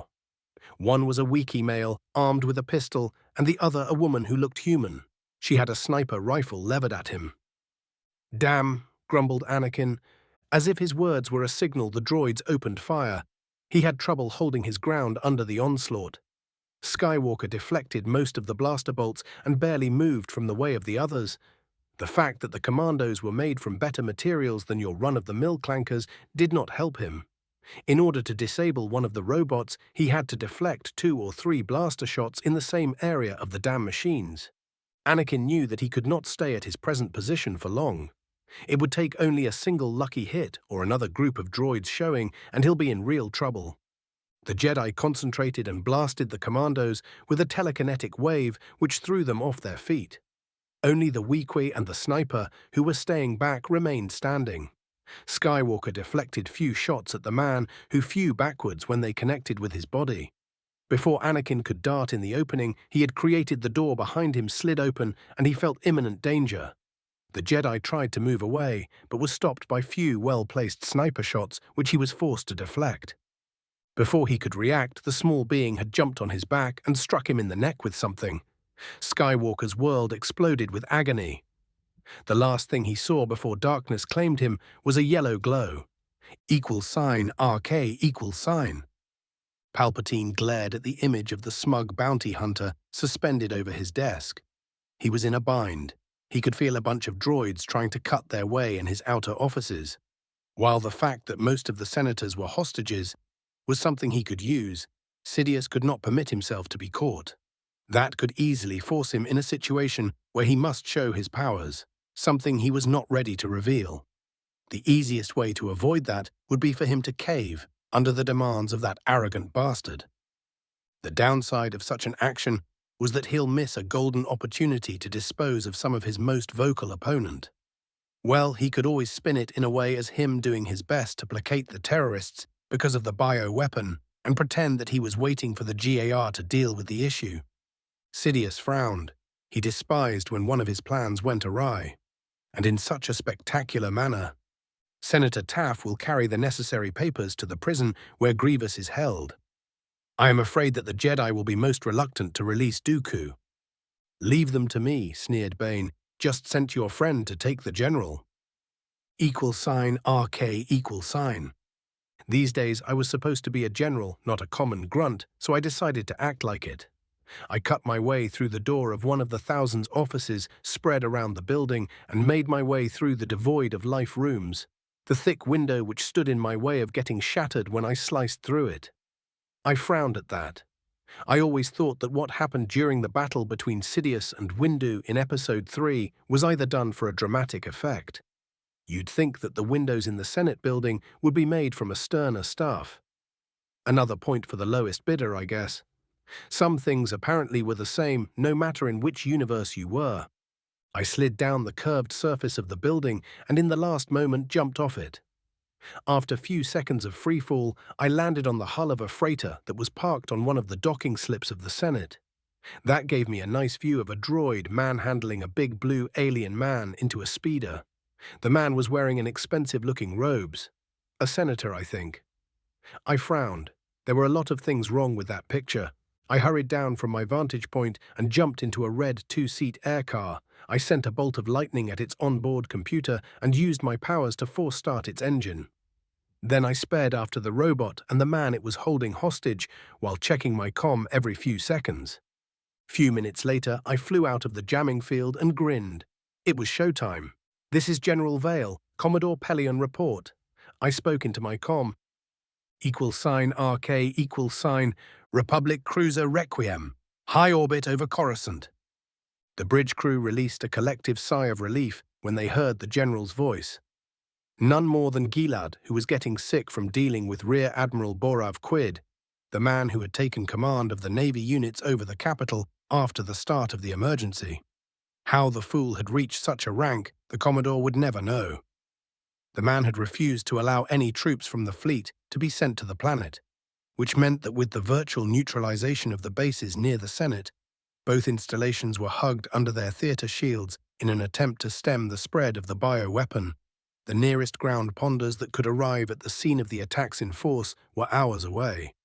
But the Rear Admiral was afraid to do anything without orders from the HQ, the same high command that was sealed after a bio-attack and under heavy jamming preventing communications.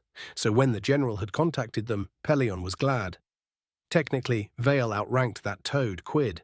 The question was if the Admiral would, and most importantly, his subordinates would agree. The Commodore hurried to give sitrep to his commander, for all it was worth considering how little hard information they got. Criffing bastards, cursed Vale. Those attacks were only distractions. There was an attack on the Senate. Most of the building is under enemy control. I can confirm that there are dozens and perhaps hundreds commando droids crawling all over the building. Assume that the Chancellor and all senators in there are either dead or under duress.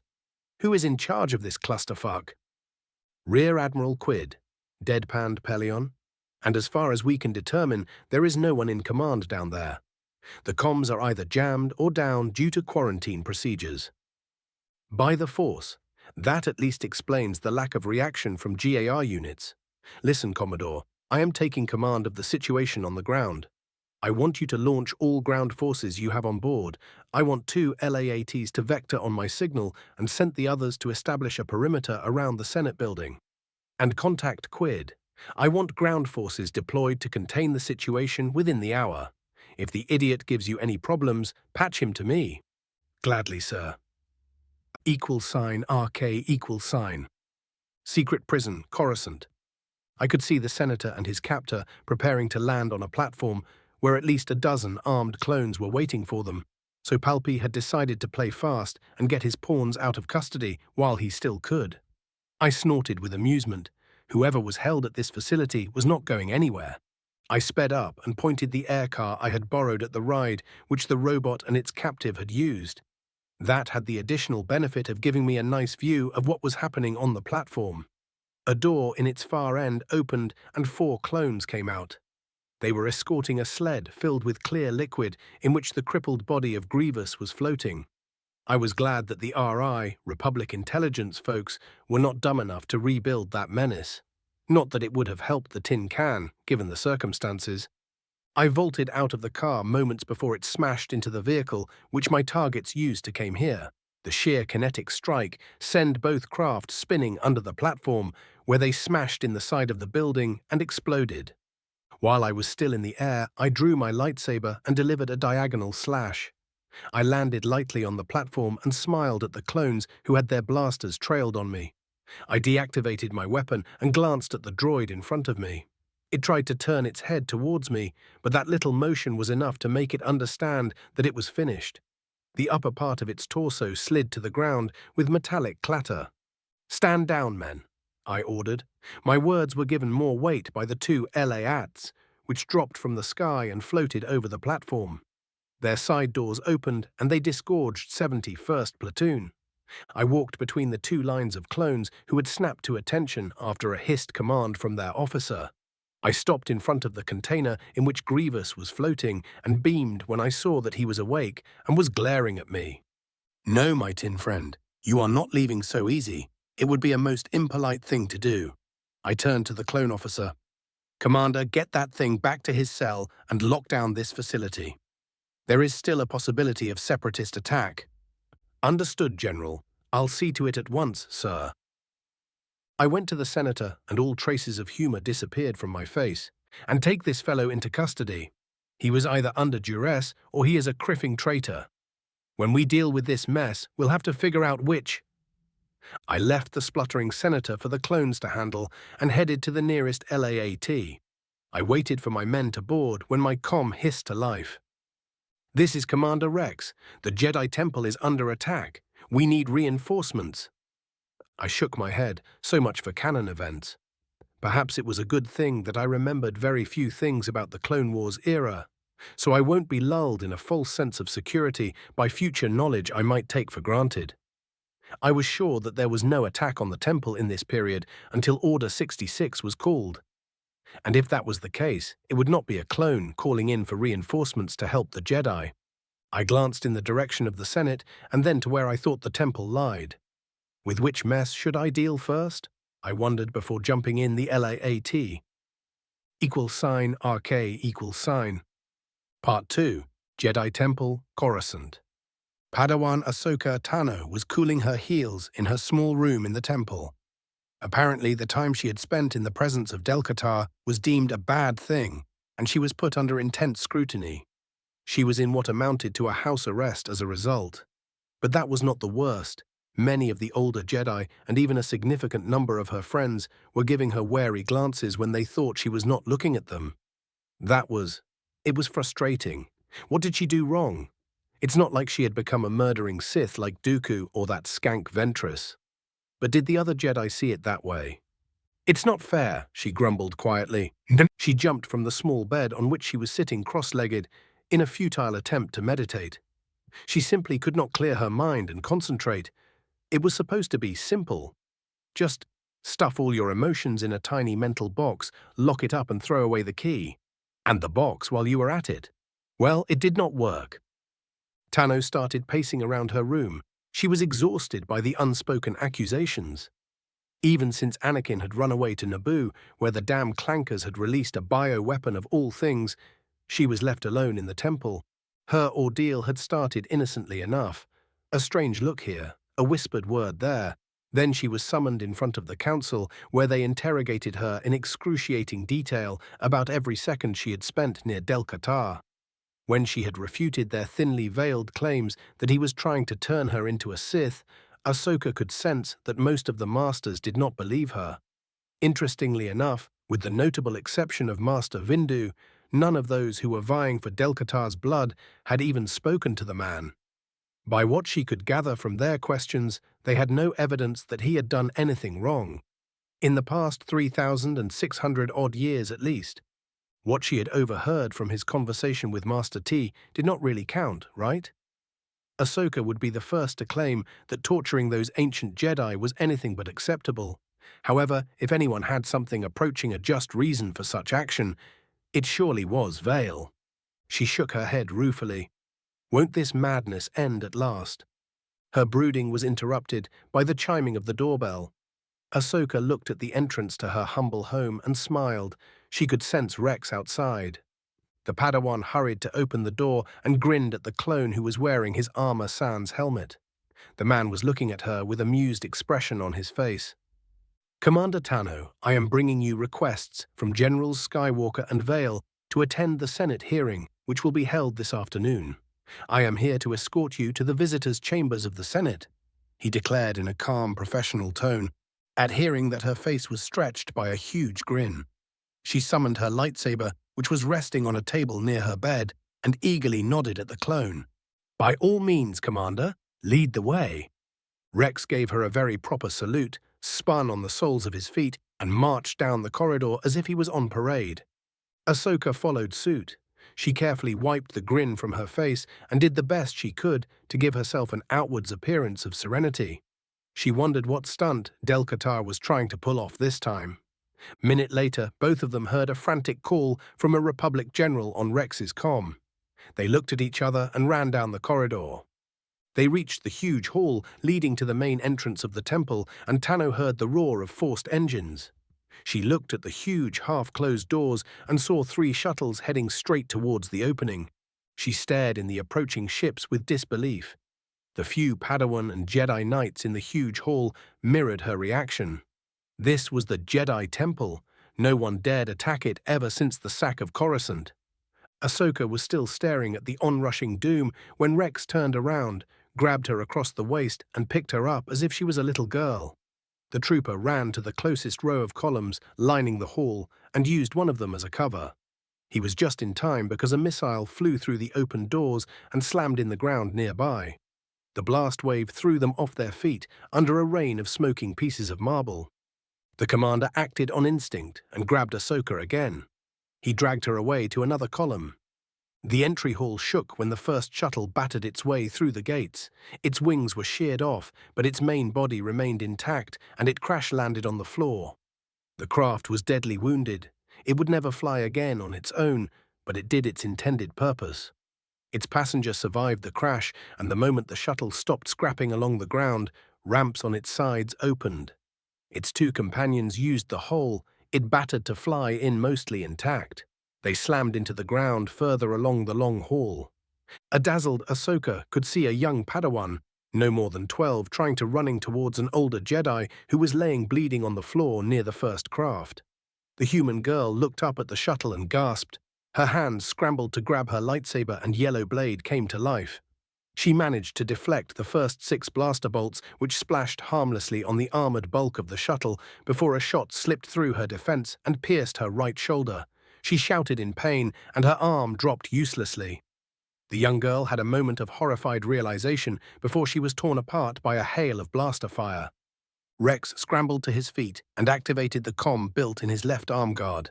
He asked for help, but did not hold much hope for reinforcements arriving anytime soon.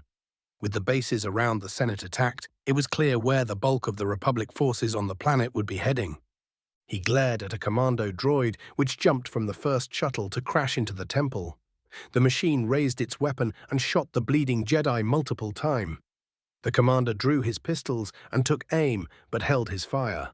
More clankers were exiting the wrecked shuttle. Amongst the machines were two figures wearing black cloaks, one male and the other female, judging by the curves of their armors. Those two activated blood-red lightsabers and looked up. 6 masked Jedi, wearing light brown robes and light armor underneath, jumped in front of the droids and their leaders. Each of the Order members had a saber staff, which when activated revealed short yellow blades.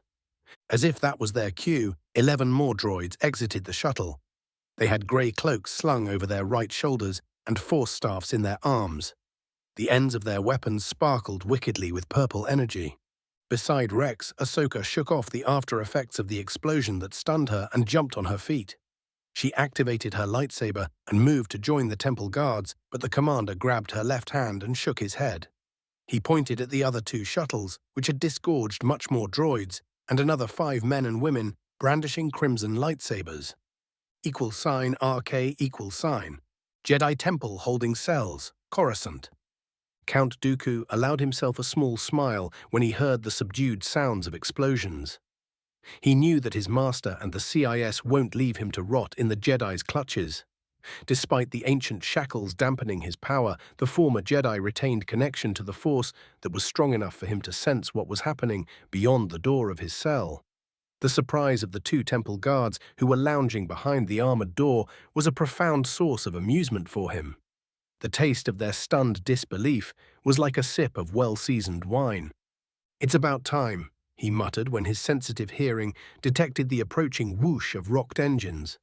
That was followed by the snap hiss of activating lightsabers and rapid blaster fire.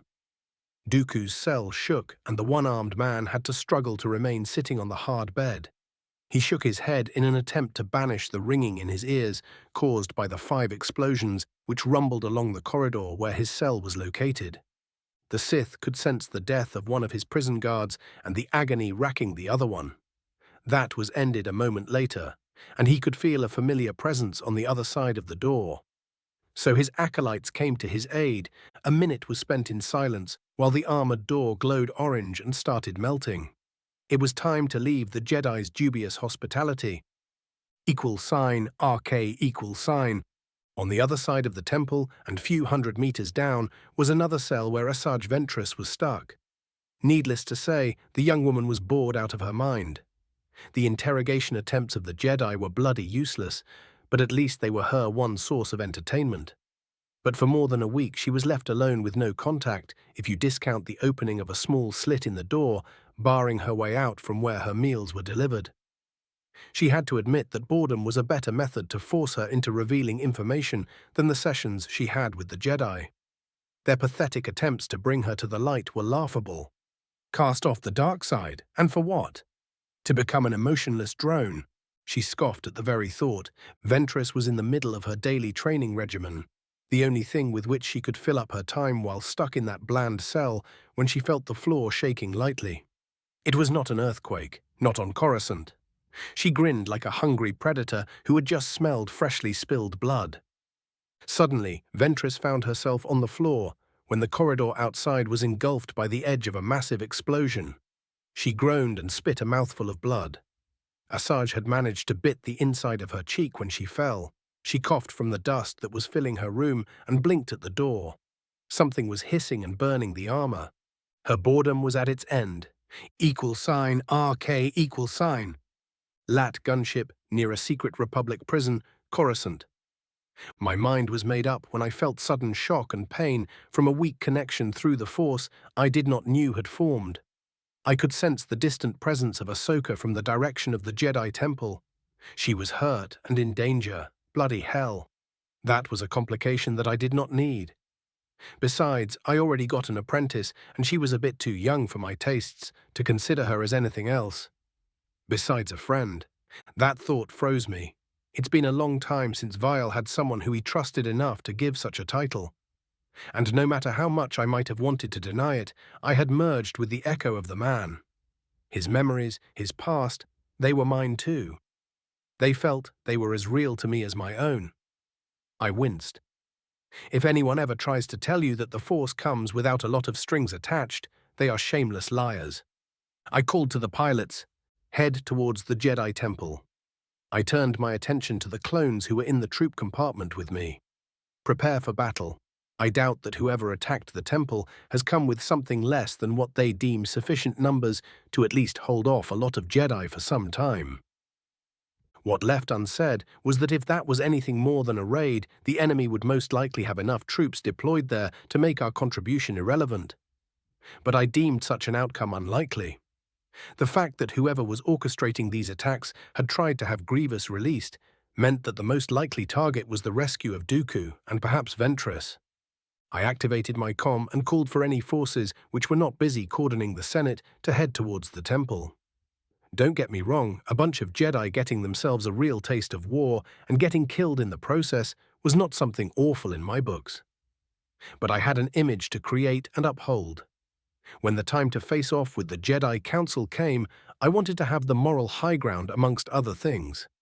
Me coming to their rescue would be remembered by the Jedi who were not too far gone thanks to the Order's indoctrination. Besides, I did like the kid. It would be a damn waste if Ahsoka got herself killed. =RK Part 3 Great Hall, Jedi Temple, Coruscant. Rex was trying to pull back Ahsoka, who was grimly standing her ground. That delay let them have a front-row view of the fate of the 6 guards. The commando droids ignored the Jedi and moved away, leaving them to their melee-armed comrades and the pair of organics with lightsabers of their own. First to attack were the 11 Magna Guards, who charged the Jedi with their staffs, spinning in tight circles around their bodies. They were closely followed by the 2 Force wielders, who reeked of the dark side. That skirmish was short and vicious. For the first few seconds, the 6 men held their ground by working as a team. The wave of droids literally bounced from a wall of lightsabers, leaving one of their numbers on the ground in a smoking heap. Yet that was only a probing attack. What followed was an all-out charge which was about to overwhelm the Jedi. The 2 guards in the center of their line used the Force to push away 6 of their foes. That, however, bought them just a moment. The droids flied back only a couple of meters before being stopped in mid-air and hurled back at the Jedi. The 2 dark acolytes had waited for something similar to happen before engaging in combat. This surprised the Jedi, who were caught off position in an attempt to overwhelm the remaining robots. That's when the droids slammed into them, Force staffs first. One unfortunate man landed on the ground hard, with 3 of the machines on top of him. Before he could recover, one of the robots grabbed his head in its metal fingers and twisted. The Jedi's corpse convulsed once and laid still. Another was a bit luckier, if such a term could be used for a Force user. He managed to interpose his weapon between himself and the 2 droids which hit him. He hissed in pain when the sparkling tip of a Force staff connected with his left thigh. However, that was a small price to pay. The droid that hit him on the right side ran headfirst into his blazing blade. That was one clanker that wouldn't bother anyone again. The second one tried to use its machine strength to overpower the Jedi, but ended being thrown in the air and met a whirling of yellow blades when it fell. The last of those 3 Jedi managed to slice through the waist. The droid that collided with him, but not before his face was struck by a staff. His mask shattered, revealing a middle-aged human man who was knocked unconscious. The other 3 temple guards were not that lucky.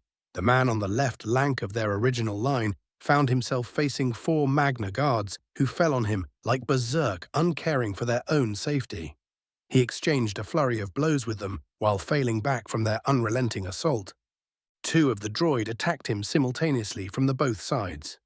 He managed to interpose the blades of his saber staff between their weapons, but that pinned him down for a moment. A third of the elite robots landed a crushing blow in the middle of his weapon, shattering both it emitters and the Jedi's right hand. The man's pained scream was cut short by multiple bone-breaking blows from the other 3 droids. On the right flank, the other 2 Jedi had it much easier. For about 5 seconds. In that time, they were facing a single droid each. The temple guards knew that only seconds remained before additional enemies engaged them, so they went on the offensive. That caught the droids by surprise, and they were forced back under an unrelenting assault. One of the Magna Guards was not fast enough to reposition his staff to parry a diagonal slash, and his staff was sliced in two. That was followed with a short upward cut, which melted through the lower torso of the machine. While not immediately disabling, the damage slowed it down considerably, and the Jedi took the opportunity to cut it to pieces with few precise attacks. His partner was still busy with the other droid when the two acolytes chose to attack. They darted from both sides of the robot and struck simultaneously. The Temple Guard managed to throw away the droid with a force push and met the attack from the right with one of his blades, but was not fast enough to intercept the slash from the woman on his left side. He grunted when her crimson saber cut a fiery line through his chest. His legs refused to support his weight, and he fell to his knees. He saw a flash of red, and the world rolled madly. The Jedi blinked in confusion at a kneeling, headless body before his eyes closed for one last time. Meanwhile, Ahsoka was slowly stepping back under the onslaught of multiple commando droids who were shooting rapidly at her. Behind her, Rex was returning the favor with his two pistols. They watched helplessly how the Temple Guards were taken out one after another. It was worse for the Padawan, who could feel them dying through the Force. And they were not alone. Of the 30-odd Padawan and knights in the hall prior to the beginning of the assault, only 8 were still alive. The Magna Guards concentrated on the Jedi that had taken out 2 of their numbers, while the Acolytes attacked the last of the Temple Guards. Both battles were over within the seconds. The man facing the droids was simply buried under an avalanche of swinging Force staffs. The Jedi attacked by his dark counterpart fared a bit better. He was retreating under a rain of slashes and jabs, expertly delivered by his opponents, until the woman used the Force to pull him towards her. He tried to counter her technique, but to his horror found out that he was simply not strong enough. She sidestepped a desperate attempt by the Jedi to impale her and surged forward. She cut off the left hand of the man at the elbow and sent his staff flying away. In the next moment, her fellow acolyte finished the Jedi by plunging his scarlet blade in his chest. =RK Council Chambers, Jedi Temple, Coruscant. Both Yoda and Windu, the only 2 Jedi Masters currently on the planet, had made their way to the Council Chambers when they felt a strong disturbance in the Force. Unfortunately, their sight of the future was even worse than usual, so they did not know what to expect besides being aware that it would be bad. For all their experience and supposed wisdom, or perhaps because of it, neither of them could have imagined what was happening. They stared at a hollow image from a security camera showing the Great Hall. What prompted them to check what was happening there? Was the barely heard sound of explosions, and even worse, the Jedi deaths they felt? "Dark day this is," muttered Yoda. He had a sad frown on his face, and his ears had drooped in a sign of regret. "Distraction this is," he said. Windu nodded. They both sensed Jedi dying from both east and west sides of the temple, far from the site of the main attack, but where their Sith prisoners were held. "I'll go after Dooku. Undoubtedly he is their real target." "That you must. Greet our uninvited guests, I should." Before they left towards their targets, they called the younglings caretakers and ordered them to take the children deeper in the temple, where they should be reasonably secure, as well as ordered additional guards sent to protect them, as well as the archives. All other combat-ready Jedi were ordered to converge upon the Great Hall. The Jedi Masters ran in different directions. One who did not know better would be surprised at how fast Yoda moved, by jumping from the floor and walls more often than not. =RK, Great Hall, Jedi Temple, Coruscant. If it was not for the Jedi Knights and Padawan joining the battle in constantly increasing numbers, Ahsoka doubted that she or Rex would have lasted much longer. The clone commander was taking cover behind a column, and she was holding her ground in front of him, facing a semicircle of commando droids who were trying to shot them to pieces with mechanical precision. "Hey, Soka!" exclaimed a voice which was all too cheerful, considering the circumstances. A short Myrialan woman sprinted from a side passage and joined Tano in deflecting the storm of blaster bolts. Her midnight blue robes were a stark contrast with the lighter colors that most Jedi preferred to wear. "You know me, Barriss. It appears that trouble finds me no matter where I am." Ahsoka chuckled despite their situation, which had become grimmer. The two dark acolytes noticed them and headed their way. The only silver lining was that the commandos decided to go search for other prey, but the remaining Magna Guards from the first shuttle moved their way. "This is going to be unpleasant." "You think?" asked a new male voice. The Padawan glanced behind and grinned at the young Mon Calamari male who had joined them. Nadar Veb gave the girls a rueful smile and activated his blue lightsaber. The new Jedi Knight, he had been promoted mere weeks ago, looked with disapproval with the 6 droids marching towards them and their dark masters. The sheer audacity of those CIS people frustrated him. They had the sheer gall to attack the Jedi Temple itself. The Jedi Knight strode forward and took position between the Padawan. =RK=, Part 4. Holding cells, Jedi Temple, Coruscant. The melted remains of the armored door barring Dooku's cell were hauled out with the Force, and the aging Sith saw a brown-skinned Zabrak woman on the other side. She gave him once over and looked him in the eyes critically. "Cadrian, it's nice to see you again." The woman bowed to her master and walked towards him. He waved with the stump of his left arm at the metal belt to which his remaining hand was chained, and his part-time bodyguard cut through his bindings with her blade. Dooku stood up and stretched. Once the artifact binding his powers was sliced open, he could again bathe in the full presence of the Force. Suddenly, he looked a decade younger.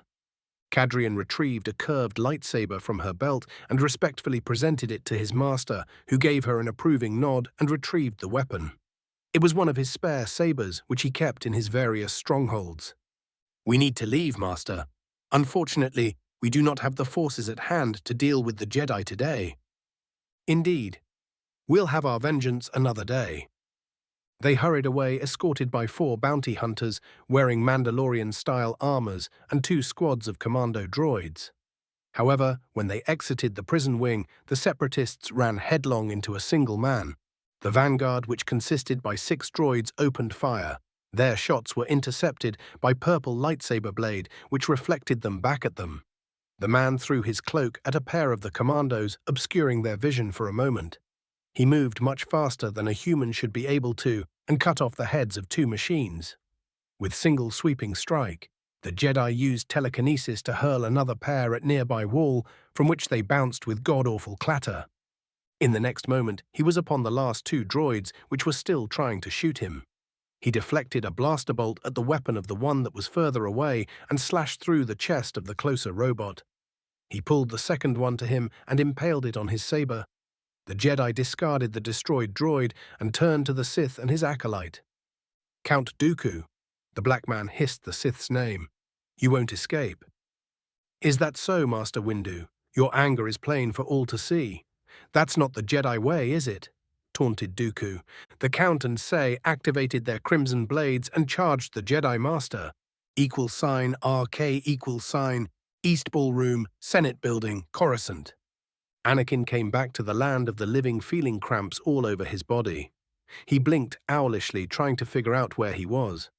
On the bright side, he found out that his head was in Padme's lap. That was the only good news. He looked around and saw a bunch of senators with few aides. They were all gathered in the center of a large, round room. Around them, he could see a cage made of visible laser beams, which emanated from charges placed on the walls around them. "What did I miss?" he quipped at his wife, who looked at him with relief in her eyes. "That your Chancellor does not value your lives." Bane deadpanned. The bounty hunter had tried to contact the droid he sent to retrieve Grievous, but for the last few minutes that was unsuccessful. He drew one of his blaster pistols and shot a couple of senators in the head. The rest of the politicians huddled together like a herd of scared cattle, all but that pretty senator from Naboo who was tending to Skywalker. Bane smirked and aimed his gun between the woman's eyes. The Jedi jumped on his feet and shielded her with his body. Bane's hand twitched and he pressed the trigger. "Anakin!" shouted Padme. =RK=, lat en route to the Jedi Temple / Great Hall, Jedi Temple, Coruscant. We were minutes away from the battle, and I was treated with something I dreaded. It was a surreal experience, like being in 2 places at the same time. On one hand, I was in the hold of the gunship and was looking outside at the space scrapers flashing by us. Yet, through my connection with Ahsoka, I perceived what was happening in the temple. It was like the nightmarish memories of Vale on Shiley. I could only helplessly watch what was happening. In the Great Hall, Rex opened fire on the advancing Magna Guards as the Jedi charged them. He was able to hit few times the rightmost droid in the head, but that only slowed it down. The Mon Calamari Jedi twirled his saber in his hands and struck it in the ground. A wave of telekinetic energy flew from his blade and moved under the droids, then exploded upwards. The Magna Guards were thrown straight in the air. Ahsoka and Barriss jumped at the momentarily helpless droids, but were intercepted by the two acolytes. Nadar let the Padawan to face the Dark Jedi for the time being, and he jumped at the closest airborne robot. He sliced the machine in two, and before landing threw his lightsaber at another. Rex used this opportunity to unload shot after shot at the momentarily disabled Magna Guards, and managed to take out one of the droids. The machines crashed on the ground, and before they could recover, Veb and Rex were upon them. Concentrated blaster fire destroyed another droid, leaving the last two to face the male Jedi. They were behind the rest of the combatants, so the clone commander did not have a good shot at them. Barriss was holding her own against the male acolyte, but Ahsoka was not so fortunate. The woman she was facing was something else.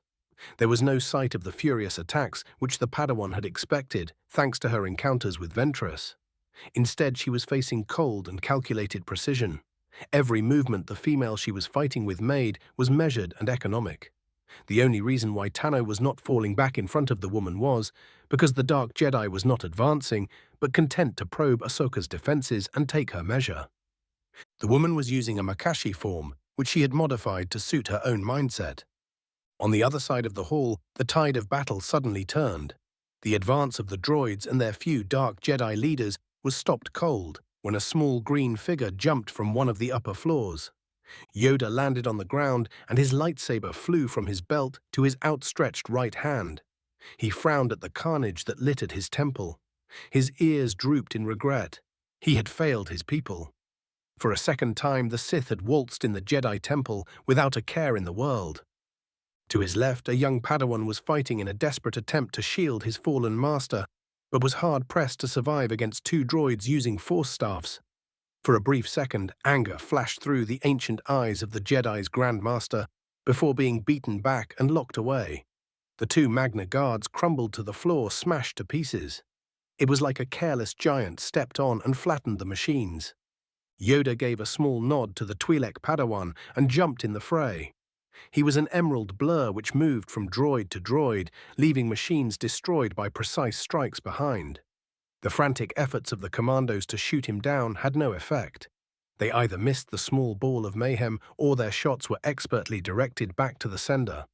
Only the Magna Guards lasted a moment or two longer because they were simply a bit sturdier. And Yoda was not about to exhaust himself when he did not know if those were the only forces he'll have to face that day, so he did not go all out. He had turned over 30 droids into scrap metal when two of the Dark Jedi darted in his way. The look of determination on the small Jedi's face never wavered, and he jumped at his new attackers. Yoda parried a slash by one and rolled over a sweeping strike from the other. Before landing for a split second, he tried to cut the left side of one of his adversaries, but the man managed to interpose his saber in front of the attack. The Jedi touched the ground and slashed at the legs of the same man, only to be forced to jump away from an overhead strike by the other.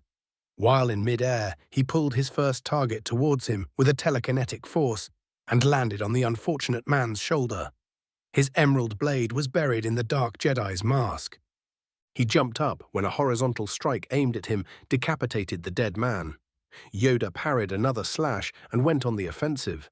He was jumping and spinning around the remaining fallen Jedi, who was desperately trying to parry or avoid slashes coming from all sides. The man had to jump when Yoda found himself at his feet and tried to cut him off at the knees. The Grandmaster grabbed the airborne man in a solid force grip and slammed him in the ground hard enough to crack the marble. The broken man expired with a lightsaber blade struck through the top of his head.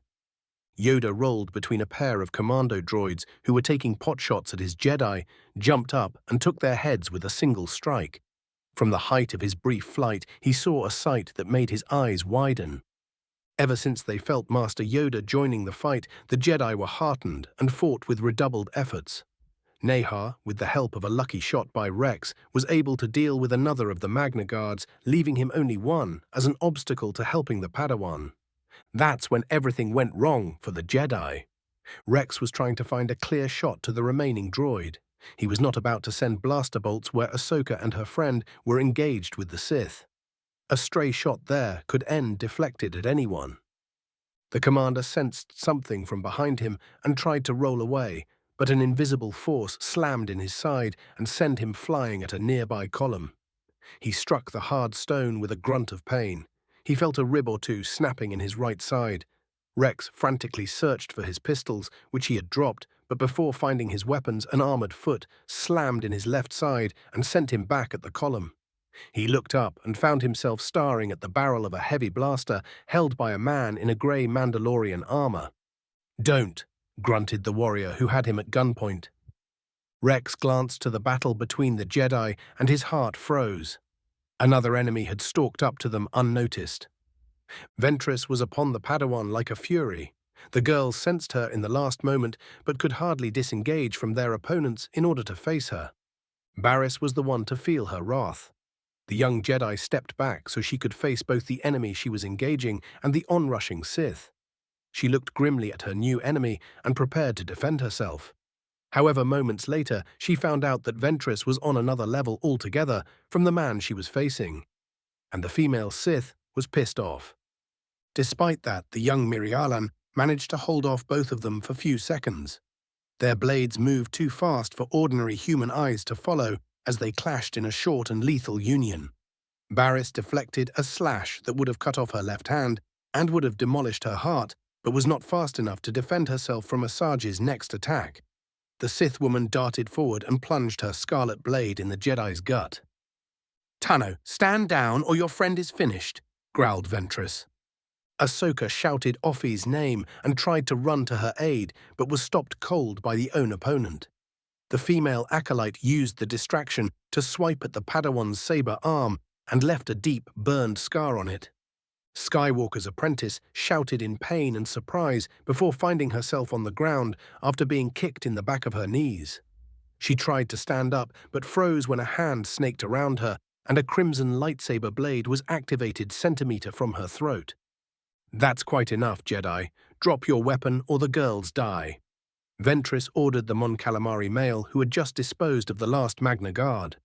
Veb glared at the Sith, but after seeing the condition of the Padawan, nodded sullenly and deactivated his lightsaber. He glared at the Dark Jedi and let his weapon fall to the ground. Nadar cursed when he was yanked hard by a force pull and found himself lying on the ground next to Barriss, who was clutching her abdomen and moaning quietly. Ahsoka grunted when she was thrown to nearby on the floor, and the woman who had kept her at lightsaber point turned around and spoke through a voice amplifier. She could be heard over the rumbling sounds of the battle. "Master Yoda, unless you want to see more of your Jedi die, you will stand down now." As if those words were a predefined signal, the droids and remaining acolytes disengaged and jumped back from their enemies. The Grand Master of the Order stared at the Dark Jedi who apparently led this attack. The woman nodded at one of her men who raised his red lightsaber over the prone form of Ahsoka Tano. "Drop your weapons now, or more of you will die." She nodded at the acolyte. Many of the Jedi in the Great Hall could see how the Dark Jedi's lightsaber arched towards the young Togruta, who was laying stunned on the ground. "Not again," I hissed through clenched teeth. We were close, damn it. Only 20 more seconds and the LAAATs could fly straight through the demolished doors of the temple. My right hand shook while gripping a handhold so hard that the metal under my fingers groaned. I could see through Ahsoka's unfocused eyes, the crimson blade falling for the kill. =RK=, Part 5, East Ballroom, Senate Building, Coruscant. Anakin did not flinch when the blaster bolt flew centimeters from his side and hit Senator Ben Iblis in the stomach. However, he stiffened when a scared Padme shouted his name and engulfed him in a frantic embrace from behind. Her hand were busy roaming all over his front, searching for injury, before it dawned to her that he was not hurt, and she composed herself. Skywalker glared at the smirking cutthroat who had sheathed his blaster and was grinning at them. If eyes could kill, Bane would be a stream of scattered atoms by now. The Jedi could feel his anger and fear bubbling in him, trying to gain control. The whispers of the dark side, which was out there, just waiting for him to reach for her, was not doing anything good for his state of mind. Before meeting Vale, Anakin would have tried to suppress his anger, put it in a small box, and lock it away. To disregard the dragon which lived deep within his heart. There is no emotion, only peace. Right. Try telling that to my anger. He mentally snorted. His feelings were real, not something that could be simply disregarded or discarded. All the wonderful ones, and those leading to a particular kind of madness and self-destruction. For first time in his life, instead of trying to deal with his emotions the Jedi way, which had never worked for him, see the wife who was embracing him from behind, or stumble in the dark, grasping for a way to deal with his feelings, he decided to do something different. Anakin followed an advice given to him by Del-Katar and let the anger flow through him. Instead of fighting it all the way, Skywalker channeled his emotions, used them with a purpose. For a moment he saw red and was terrified. If it was not for Padme holding him and her presence acting as an anchor, he probably would have lost it and went berserk just like that time on Tatooine. But she grounded him and gave him the strength to rally himself so he won't be controlled by his anger, which was about to turn into pure fury. Just as fast it had come, the perceived lack of control was gone and he was in charge again. Ah. Yeah. Suddenly, Anakin felt the need to bash his head into the nearest flat surface. Del-Katar had warned him not to try this stunt for the first time without someone to monitor him, because after a life when he was trying to suppress his feelings, they might overwhelm him if he let his emotions run mostly free. He let those thoughts go. This was not the place or time for self-blame. Padme was here and was in danger. That was the important thing. Anakin looked around the ballroom with new eyes. He could feel the Force rushing through him like an unchained river which until now had been barred by a dam which was no longer there. Its rejuvenating power coursed through his veins, and he felt more powerful than ever before. His eyes stopped at each of the charges and the laser emitters attached to them, which created a crimson spiderweb around him and the senators. His glanced at the 24 commando droids surrounding them and the few bounty hunters lounging around Bane. How was he going to get his wife, and preferably the senators too, from this mess? $RK =. Near the holding cells, Jedi Temple, Coruscant. Dooku and Cadrian separated, moving to flank the Jedi Master. That gave a clear firing lane to the bounty hunters and the remaining droids, 2 of which were Magna Guards. The only survivors of a group which had dealt with a bunch of Jedi who had tried to reinforce the prison guards. The remaining commando droids placed their blasters on clamps built in their backs and drew vibroblades. Both machines and bounty hunters waited for a sign to attack. The Force users looked at each other for a moment, then they exploded in action. Windu sent a wave of Force energy at the woman, staggering her in the middle of her charge, and turned to his left side, where he met the former Jedi turned Sith Lord head-on. Purple and crimson blades crashed with tremendous force, and Dooku was forced to step back in an attempt to keep his balance. His missing arm not only halved the power with which he could swing his blade, it also disrupted the balance of his body and would take him time and training to become accustomed to it, or to the changes a prosthetic would bring. What was worse, in his opinion, was the slightly diminished connection he had with the Force because of his lost limb. So the first clash of blades was enough for the Count to conclude that he won't be able to win a one-on-one battle with Mace. It was fortunate that he did not have to face the Jedi Master alone. Windu was forced to jump back and to the left to avoid being attacked from behind by Cadrian, whose blade swept through the position where the black man stood. Dooku sent a concentrated lance of telekinetic energy at his former comrade, who was surging at Say's flank. Windu blocked the attack by creating a half-dome of Force energy in front of him, before the spear of invisible power slammed into him. A whoosh of displaced air could be heard. The clash of energies could be actually seen as attack and shield collided. Mace remained unharmed, but his charge at the Zabrak woman was disrupted, and she could recover from her failed attempt to slash him in the back. Windu faced the 2 Sith who moved in tandem, leaving enough distance between themselves so they did not get in the way of each other, a typical mistake of people who had not trained to fight as a team. On the Jedi's left, Dooku was advancing behind his stabbing lightsaber, which he used as a rapier. In his current condition, the old man had no intention to enter a contest of strength with his younger and hale adversary. On the right, Mace was confronted by the powerful strikes and slashed, which were emblematic for the D-Gem So form. For all his skill with lightsaber, Windu was hard-pressed to defend himself when confronted by this two radically different styles at the same time. In order to counter the woman, he had to place significant strength behind his parries and strikes, which slowed him down a bit. Dooku's insistent attempts to skewer him required different approach, unless he could concentrate only on the traitor. The matter was not made easier by the inherently offensive nature of his own Varpad style. Windu could not cut loose against those two, not when he had to keep them between himself and their criffing droids, or risk to either be shot, stabbed, or bludgeoned and shocked. He glanced at the bounty hunters. At least two of those had flamethrowers mounted on their arm guards, or fired. Where were the Jedi? He was definitely not above asking for help when he needed it. When all was said and done, neither the Order nor the Republic had much use for dead heroes. Not that he saw himself as such. Windu had always done what he believed right for the people he was responsible for. As a Jedi Master that included most, if not all, other Jedi and the Republic as a whole, that's why he had to stop Dooku from escaping. He was a former Jedi who was a living proof that letting people leave the Order and go on their own was a monumental mistake for which everyone was paying, even before the end of the war. The only thing he felt towards a man he once saw as a kind of a mentor was pity, and determination to stop him at all costs. The Jedi Master's thoughts ran in similar way as far as that other Sith was concerned.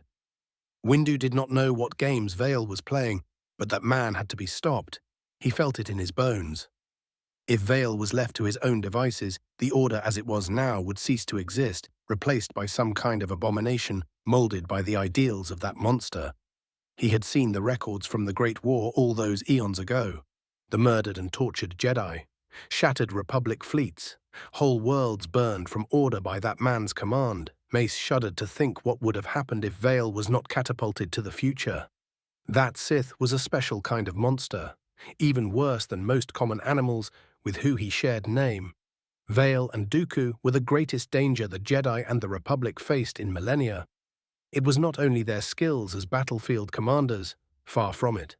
Their ability to use honeyed words to corrupt their enemies as well as their patience.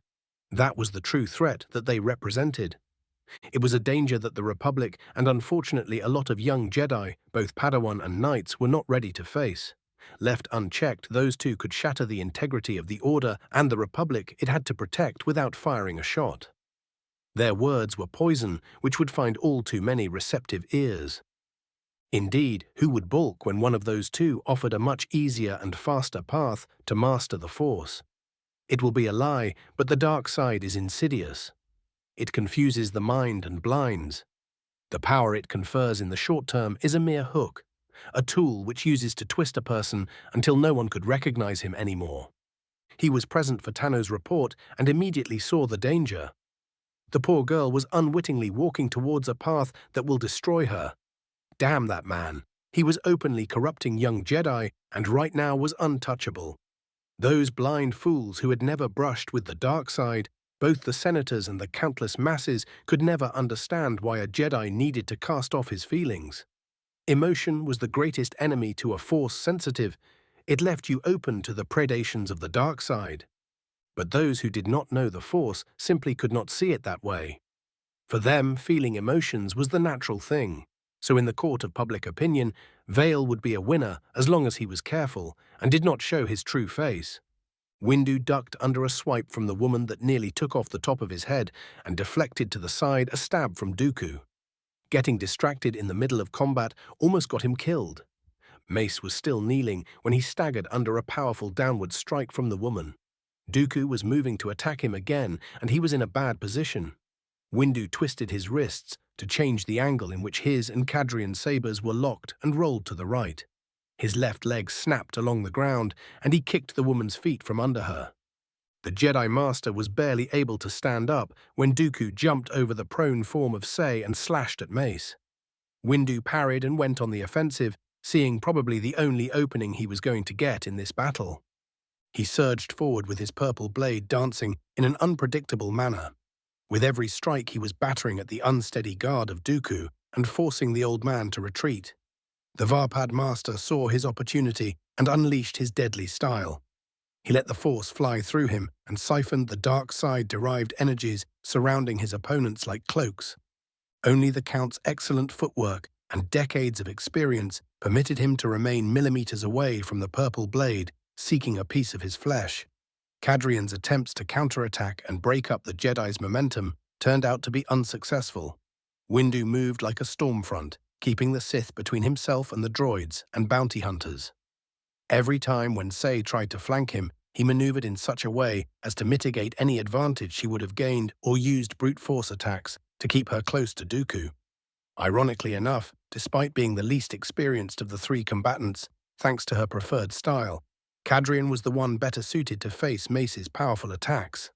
But considering that Windu resembled more a whirlwind of purple blades than a man at that time, it was largely irrelevant. Enemy reinforcements just entered the temple. Vale is on one of the LAATs. The comms worn by the bounty hunters came to life with the voice of one of the scouts watching for the Republic's response. Dooku swore and nodded at the mercenaries and the droids. It was time to leave. The Sith wasted a moment pondering the look of anger that flashed over Windu's face when he heard about Vale's arrival.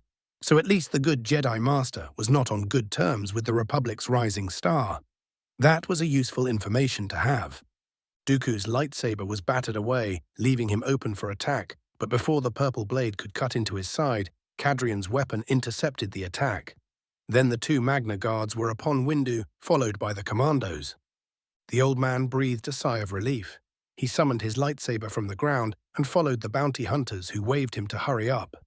Windu used a massive wave of force to throw the droids out of his way and jumped after the running Sith, only to have to scramble back when 4 flamethrowers bathed his way with hellfire. Before the bounty hunters stopped feeding the wall of fire, the droids were back on their feet and fell on Mace like a pack of starving dogs. The Jedi Master raised his blade over his head and charged the machines. RK, Great Hall, Jedi Temple, Coruscant. Yoda glared at the Dark Jedi who had 3 of his people on their mercy, a concept that those fallen to the dark side lacked. 2 of the acolytes were blocking his way. He could easily blow through them, but not in time to save young Ahsoka, or his other 2 Jedi. The lull in the battle gave an opportunity to most people present in the hall to watch the unfolding tragedy. The Grand Master fought the urge to look away. Ahsoka was another child he had failed, just like all other Jedi lying dead in the hall. This was the one building in the galaxy where his people should have been safe. The ancient being's eyes widened. He could see it through the Force moment before it happened. So he acted. The 2 Dark Jedi facing him were blown away like a twigs on the way of a hurricane, as well as the droids who were nearby and could stop him. Nadar used the Force to reinforce his body to the breaking point and beyond. He knew that any direct attack would be sensed and stopped before it could do anything, so he went another way.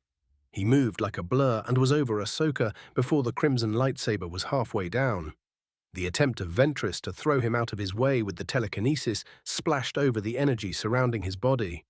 He was in front of the swinging lightsaber and made a pushing motion with his arms discharging the force he had gathered. He could feel the power racing to his hands and smiled. The Mon Calamari blinked in confusion when he felt the force dissipating, with only a fraction of it pushing the Dark Jedi stumbling a couple of steps back. Something caught his attention, and he looked to the right. The masked woman had her saber arm outstretched, and her weapon was not in sight. Nadar looked down, and his smile became sad. There was a still active lightsaber sticking to his right side. Veb had a moment to wonder why it did not hurt, before slowly toppling to the ground like a centuries-old tree. Ahsoka's sight cleared, and in front of her horrified gaze, the spark of life departed Nadar's eyes. She was oblivious to the man who had tried to execute her actions. He snarled and jumped forward, ready to impale her on his blade. The shocked Padawan felt a tug and was hastily pulled away from the descending blade which stabbed the marble floor. That was the last help Yoda could give her because he was attacked by a mixed group of Magna Guards and commando droids. One of the dark Jedi he had thrown away had recovered enough to join the fun. "You should have stood down, Jedi," muttered the masked woman. She made an intricate motion with her left hand, and Ahsoka froze where she stood. She could feel a cocoon of force, which felt sickly sweet, twisted around her body, preventing her from moving. The masked man stood up and walked towards her. "Third time is the charm, little Jedi. You are out of luck." Ahsoka frantically grabbed at the Force with all her will. She was desperately trying to either free herself from this captivity or somehow stop the Dark Jedi. Her blue eyes widened in fright when his blade arched towards her head for the third time. =RK Lat Gunship, Jedi Temple, Coruscant. I could kiss both that brave boy who sacrificed himself to protect Ahsoka and the little green troll who was dealing havoc upon the CIS forces in the temple. That thought flashed over the rage I was feeling. With every close call Ahsoka had while I was helpless to help her fed my fury. If I had a mirror, I bet that my eyes right then would have been sickly yellow. The LAT flew through the smoking remains of the main temple gates. Moments later, I used the Force to propel myself forward. I threw my lightsaber and used my mind to guide its flight. It ignited in mid-air, with its crimson blade emanating the bloodthirst I felt towards those who dared to hurt Ahsoka. I am not really sure how or when it happened, but there was a part of my mind that saw in her something of the person my unborn daughter could become. I had not thought about the way I felt about her. The only way I could describe it at the time was a strong affection and overprotectiveness akin to something you could feel towards a younger sibling. The fledgling Force connection only made those dormant feelings stronger. It was an excellent food for my fury. After I jumped from the LAAT, the world moved in slow motion. I could see my lightsaber spinning lazily in the air. Ventress, who was oh so slowly moving towards a female Jedi laying on the ground, and a masked woman who was turning towards the gunships. I twisted mid-flight so I could land on my feet, while I gathered Force-fueled lightning in my left palm. My lightsaber hit the blade of the man trying to cut down Ahsoka mid-swing, with enough force to push back his weapon and make him stumble a step back. My armored boots hit the ground hard and sent a pulse of Force energy which collided with the two female Dark Jedi. They were thrown off their feet but managed to use their powers to land safely few meters away. The man was not so lucky. I sent a torrent of lightning at the bastard trying his best to kill Ahsoka. A part of my brain noted that she was kept in Force-induced stasis and filed that tidbit of information for later digestion. I was too busy frying an idiot who wanted to be Sith without knowing what that truly was and guiding my lightsaber back to my outstretched right hand. The screams of the masked man was music to my ears.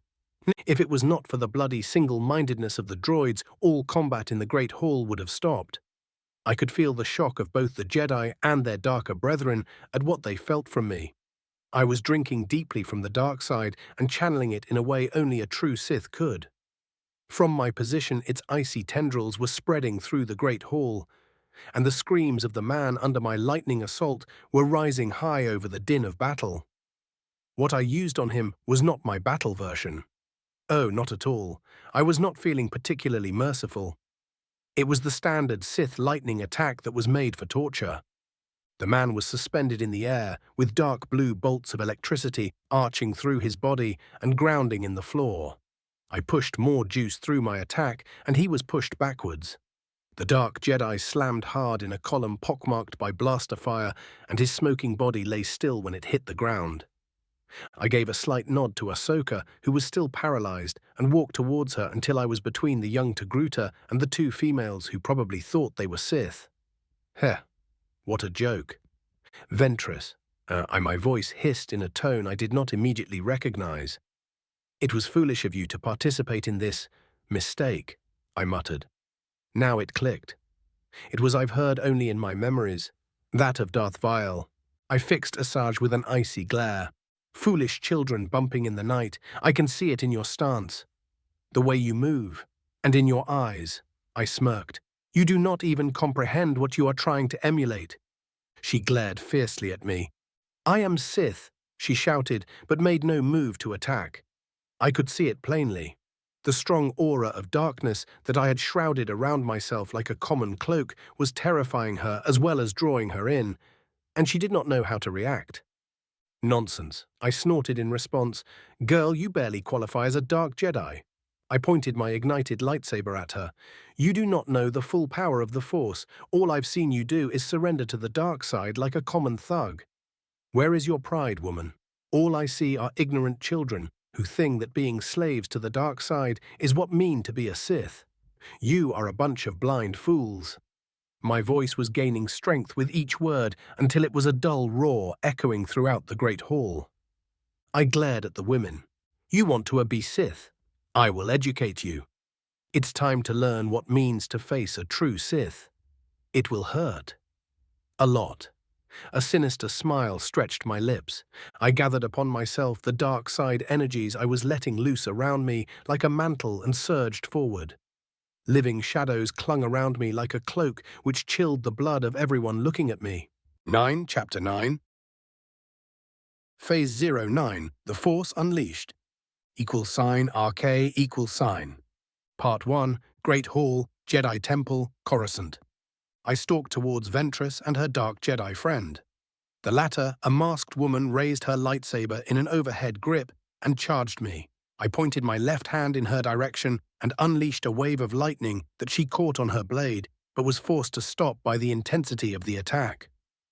My eyes never left Asajj's face, who looked at me with apprehension. She summoned another lightsaber to her left hand from the blackened corpse of the man I fried and prepared to face me with her two weapons. Her spine stiffened, and I could see determination shining in her dark eyes. I smiled thinly. So you do have spine, then? Splendid. I ceased my lightning assault at the masked woman and sent a nearby piece of shuttle's wing flying her way. Behind me, the clones were deploying and opening fire on the remaining droids. The weapon pods mounted on the gunships were making mincemeat of any concentration of enemy forces that was sufficient distance from the Jedi fighting in the hall. The woman jumped over the smoldering piece of metal that flew her way just as I expected her to do. She was slammed backwards by a telekinetic wave that I sent at her. She flew back and bounced off one of the columns lining the great hall. I returned my attention to Ventress, who was running at me with raised swords. I faced her with bloodlust roaring through my veins. The dark side was whispering to me that my enemies were at my mercy and I should take exquisite joy in destroying them. For once, I agreed with its seductive suggestions. I called to my empty left hand the lightsaber of the fallen Mon Calamari Jedi, the plain hilt rising from the ground and floating to my open palm. I think that the kid would have approved that his weapon be used one last time against those who slew him. The azure blade, the color of virgin sea, came to life, and I pointed it at the heart of Ventress, who was nearly upon me. My crimson lightsaber battered aside the sword in her left hand, and the Jedi's weapon I held parried a diagonal slash aimed at my heart. In the first moments of our battle, Asajj's torso was left wide open. I grasped the opportunity, and I kicked her with my right leg like a battering ram. The sole of my foot connected with her midriff. My kick knocked the air out of her lungs, sending her tumbling through the air. I absent-mindedly slashed behind me with the Jedi blade and deflected a scarlet lightsaber thrown at my back. The masked woman was back in the fight, and she too had acquired additional weaponry. The Dark Jedi's own lightsaber was in her right hand, but her left was gripping one of the saber staffs of the fallen temple guards. While she was sprinting my way, she ignited the three blades. Her dark cloak and grey armor were illuminated by crimson and emerald glow. The masked woman attacked me with sweeping strikes, which I either parried or sidestepped. It was almost easy. The way she was wielding her weapons was awkward. She had let herself fall under the influence of the dark side. While her attacks were powerful, they were erratic, lacking precision. If I paid attention, I could dance around her the whole day without receiving a scratch. I was not in the temple for dodge training, though. The strength behind my strikes increased as I stopped testing her technique, which was lacking, and not only because she was letting her anger blind her. I started cursing Darth Bane and Darth Sidious in Hutters. Properly trained, the woman I was facing would have been something to watch. As she was now, a mere initiate in Korriban's academy could fight with her and prevail, despite her strength in the Force. Both Jedi and the so-called Sith of this age were soft, weak. However, there was hope yet for them. The war was young. There would be enough time for the survivors of both sides to be tempered and reforged. The flames of the Clone Wars would see to that, and if I had anything to say about it, neither the Jedi Order or the Sith would continue to exist as the corrupted abominations they were in this day and age. I was advancing against the masked woman. My weapons were stabbing closer and closer to her body while she was desperately trying to interpose her blades between my attacks and herself. I rotated to the left, avoiding a clumsy counterattack, and used my momentum to batter aside her single-hilt lightsaber. She stumbled to the side under the force of my attack, and I twisted around once again and crouched under a weapon thrown by Ventress as she returned to the fight. My left leg swung parallel to the ground and struck the masked woman in the back of the knees, sending her tumbling to the ground. I aided it with a telekinetic push, thanks to which she was thrown away, bouncing off the floor. I felt Ahsoka's distress through our bond and threw the Mon Calamari's saber her way. I acted on instinct, not even realizing what I did before the azure blade was spinning through the air. A damaged Magna Guard had made its way to the still paralyzed kid and was about to crush her skull with its force staff. Nadar's blade flew true and was buried into the machine's torso, held in place by my will. I tugged at its hilt with the force, and the saber moved erratically, slicing the droid to pieces. I could feel Ahsoka's relief and gratitude. I gave her a small nod. Ventress used that minor distraction to cross the distance separating us and attack. If she expected to surprise me, the woman was delusional. Her dark presence was like a delicious morsel to my senses. Our blades clashed with the unique sound of touching lightsabers, and I locked our weapons together. A deft twist of my wrist was all I needed to push her saber to my right. My left fist darted through the air and struck her right cheek. I felt bone snapping under the impact of my armor-clad hand.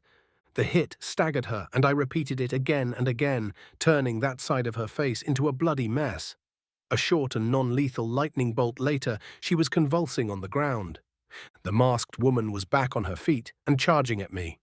You know, the definition of madness is doing the same thing again and again, expecting different results. I quipped at the dark Jedi attacking me.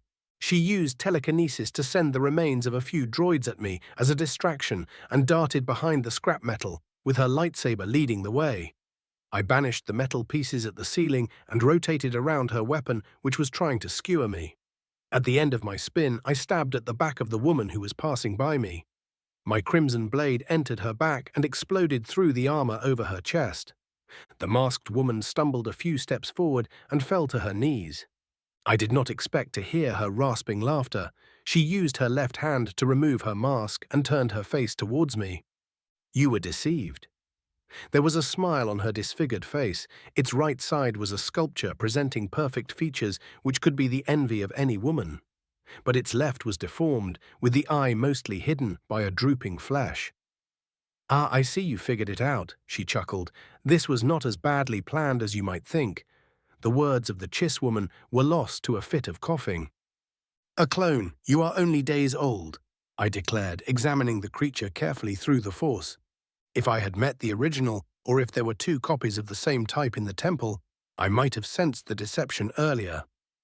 As it was, there was nothing to tip me off besides her bad training, yet she was too powerful for a mere clone with no time to be trained. How? My eyes widened. I remembered a game I played back on my Earth. It felt ages ago. The Valley of the Jedi, I declared. Sidious had found it, and now everything made sense. All this was a distraction merged with a test. I had no doubt that unless the Jedi had their collective heads out of their asses for once, Dooku was getting away right now. My attention snapped back to the dying clone of the Chiss woman. I could feel Ventress's confusion. She was on the ground a few meters behind me and was staring at the clone. Well played. I congratulated the soon-to-be corpse. She gave me a stiff nod. I have no regrets.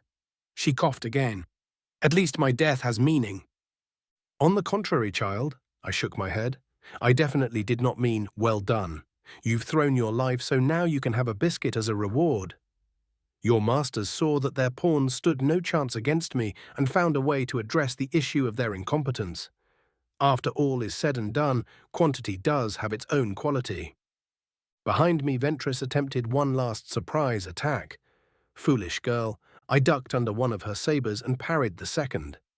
Our eyes met. I grabbed her left wrist before she could attack me again with the lightsaber in that hand. I drew power from the dark side to summon a lightning in the palm of my left hand, the same one holding Asajj's arm. The Dark Jedi shrieked as energies born from the dark side itself coursed through her body, lighting her nerves on fire. Her shouts were cut short when I buried my blade deep into her chest. Our eyes met, and I saw the spark of life leaving her. Then something unexpected happened. I could feel a bit of power flowing from her corpse into me as the force in her body started dissipating. I shook my head. That was something to think about later. I released my hold on the remains of what, until a moment ago, has been Asajj Ventress, slide to the ground in a boneless heap, and returned my attention to the dying clone. I could feel the life force leaving her with every heartbeat. I knelt in front of her and gently lifted her chin so I could look her in the eyes. Black and green stared back at me. Around us, the battle was ending. With Yoda cutting loose on the few remaining enemy clones and my troopers added to the mix, the remains of the CIS forces did not stand a chance. As the Chiss woman was weakening, so did the stasis field surrounded Ahsoka. The kid finally managed to cut through her bindings and stumbled to her feet. "Thank you, Del Qatar," she mumbled with a sad smile and ran to the other wounded Padawan who had been lying abandoned on the ground. "Always, kid," I smirked at her and returned my full attention to the dying woman in front of me. "Such a waste," I muttered to her. "Is this what you truly desire, child? To throw away your life before you had a chance to experience it?" Inside, I seethed with fury. What the Republic was doing with its clone army was bad enough. The Force cursed separatists, and that prick Sidious had gone a step further. This woman was a slave sent to die as a damn test, and she did not even know it. That was something that I wouldn't permit. "Look at me," I ordered. Her hooded eyes met mine. She was weakening fast. "Tell me, what do you wish?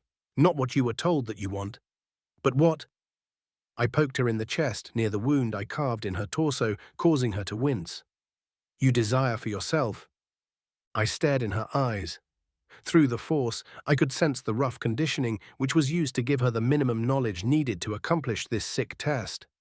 The same incompetent butcher had carved a geass in her mind, convincing her that dying to accomplish her mission was all she could ever look up to. Whoever did that had just won a special fate when I got my hand on the bastard. Now she got my undivided attention. With no real training or experience to speak of, she had fought splendidly against the Jedi. That was something I had seen through Ahsoka's eyes. Her crude attacks were not a sloppy form or because of a lack of talent. On the contrary, during her battles, she had drawn instinctive knowledge from the Force about the fundamentals of lightsaber combat. It was a rare talent that I had not seen in a very long time. I used a scalpel of pure Force to cut around the crude mental programming that was imposed upon this unfortunate woman who was made to simply be sacrificed. I sliced through dark tendrils that represented the conditioning and subtly used my power to remove them. I carefully withdrew from her mind and looked at her eyes, which were already clearing. "Oh, what did you do?" She pouted like a little girl. "Set you free, little bird. Now answer me. What do you wish?"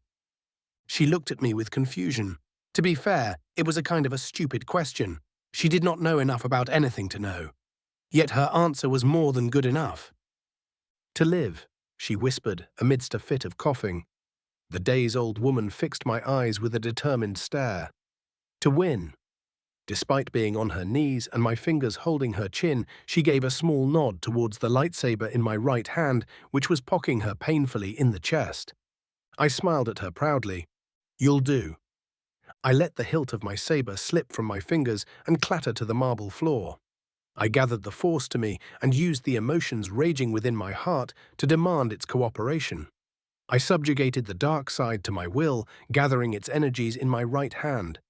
The power of the light side flowed to my left palm, I placed both hands on the chest of the expiring woman. Her mouth opened in a wordless "oh," and her eyes widened when the unleashed power of the Force blazed into her body. I could sense the Jedi gathering around us and felt their eyes upon me. Ahsoka was shouting something, but I could not afford to listen. I was literally holding the life of this woman in my arms. What little was left of her life force was gripped in my metaphysical fingers and held in place only by my will.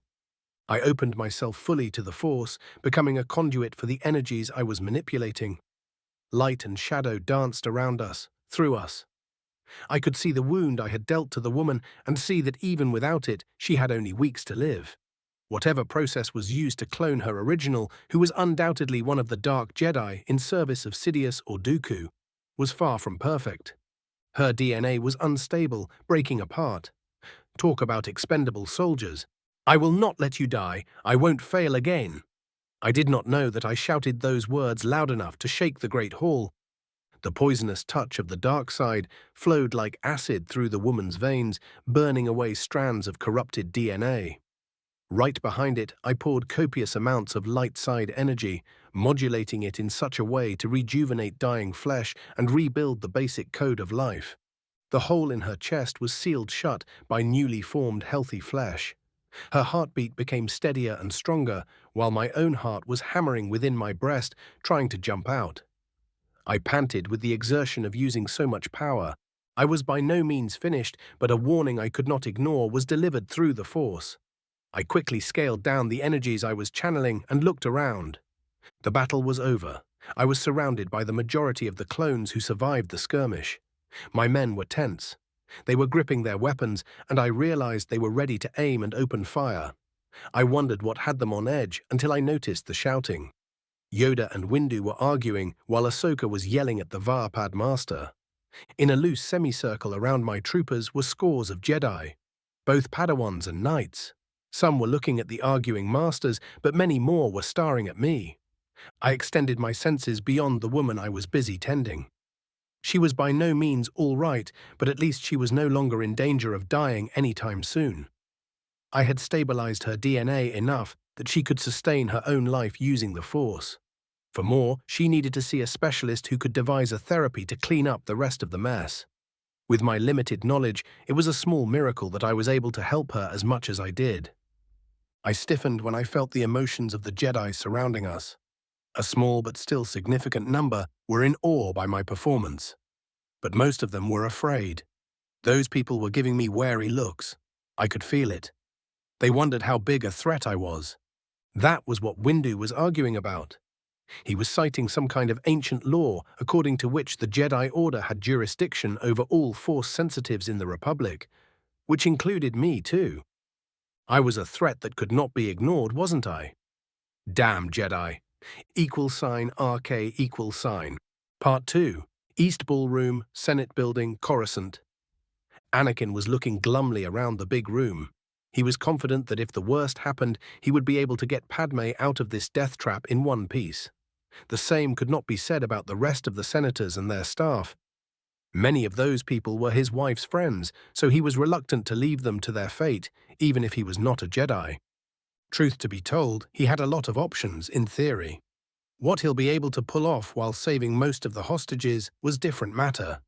He could use telekinesis to deal with most of the droids and mercenaries, temporarily, but such an act was likely to set off the charges around the room. It would be very easy for one of the enemies hurled by such an attack to cross one of the laser beams, keeping the hostages secure. After what happened on Master Secura's flagship not too long ago, Anakin was convinced that he wouldn't be able to use the Force to erect a force field around himself and the senators to protect them from the explosions. At best, he'll be able to save few people. At worst, even with the Force raging through him, now that he used his emotions to fuel its power, they all would be turned into pieces. Skywalker thought about trying to use what most people called the mind trick to influence Bane, but disregarded that idea almost immediately. Such a thing worked only on the weak-willed, and the bounty hunter was anything but. Failing in such an attempt was guaranteed to get people killed. If he had his lightsaber, he could have cut through the floor, provided there were not so many prying eyes. But that idea was not entirely without merit. He could use the Force to do it. It would not be fast, but he might be able to weaken the thick metal enough without being noticed, so one massive strike could cave it in. At least some of the senators had a good chance of getting away. Yet, if he messed up, he could shake the room and blow them all up to the stratosphere. It all came back to the criffing bombs. If they weren't there. Anakin perked up at that thought and looked at the charges. He did not know how much explosive was in there or what kind, but he could see only the laser tripwires. He closed his eyes and concentrated on one of the charges.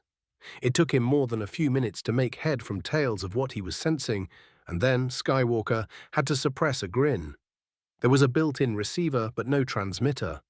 The bombs were not linked by comms to detonate if one of them was tampered with. If they were, his plan would have gone down in flames. Anakin admitted there was no way he would be able to disarm all the charges at the same time. By the Force, he would only be able to work on 2 or 3 at the same time, at best, and there were nearly 80 of the things. He concentrated on one of the charges with intangible fingers and traced its internal mechanisms with the Force. Skywalker needed to sabotage the bomb in such a way that the enemy would remain unaware. It was a conventional explosive device, which meant that there was a detonator in the compound that was meant to be blown up. After a minute of careful probing, his fingers found it. Then a second and a third. Whoever built the thing was a firm believer in redundancy. With great care, Skywalker traced the wires that connected the detonators to separate power sources and thought about the best way to disable the device. It took him minutes of painstaking work to ensure that the bomb thought it was still armed and ready to go off. However, there would be no energy racing to the detonators. The charge was little more than expensive wall ornamentation now. One down, too many left to deal with. Anakin hoped that the damn bounty hunter didn't decide to shoot more senators before he had disarmed most of the charges. Minutes later, he had dealt with 4 more bombs when he sensed a disturbance in the Force. Anakin paled, and his head snapped to where he was hearing the death cries of Jedi. It was the temple. Bane noticed his reaction and chuckled. So the rumors are true. You Jedi can feel it when a number of your kind dies. The bounty hunter nodded to himself as if this was just a confirmation to something he knew. What have you done? Growled Anakin. Me. Nothing besides what you see around you. Tell me, Jedi, do I look like a fool? We always knew you wouldn't release Dooku, so steps were taken to release the good Count. The CIS wants him back. Skywalker stared at the mercenary's eyes and shivered. He was mistaken about the aim of the attacks. He could see it in the man's eyes. Bane had no intention of letting any of them go. Oh, Anakin knew that rescuing Dooku and Grievous were high on the Sepp's priorities, but in the end it was a secondary goal. Skywalker was a Republic general, so he was painfully familiar with the strategic situation. The CIS held all the cards because GAR needed at least 6 more months to be truly ready for a war of this scale. Naturally, their enemies were not inclined to give them the needed time. The nightmare on Naboo was siphoning precious naval units for the blockade. With the consequences of the attack on Coruscant, the Republic was in an even worse situation. If the bastards managed to kill enough senators, the army was likely to be paralyzed while the remaining politicians scrambled to organize. If the political crisis became bad enough, the CIS could force peace on their own terms. A devastated Senate was unlikely to be able to resist, at least not with the GAR put on the defense upon all fronts as it was at the moment. Either that or the Chancellor would be forced to take even more power to clean up the mess.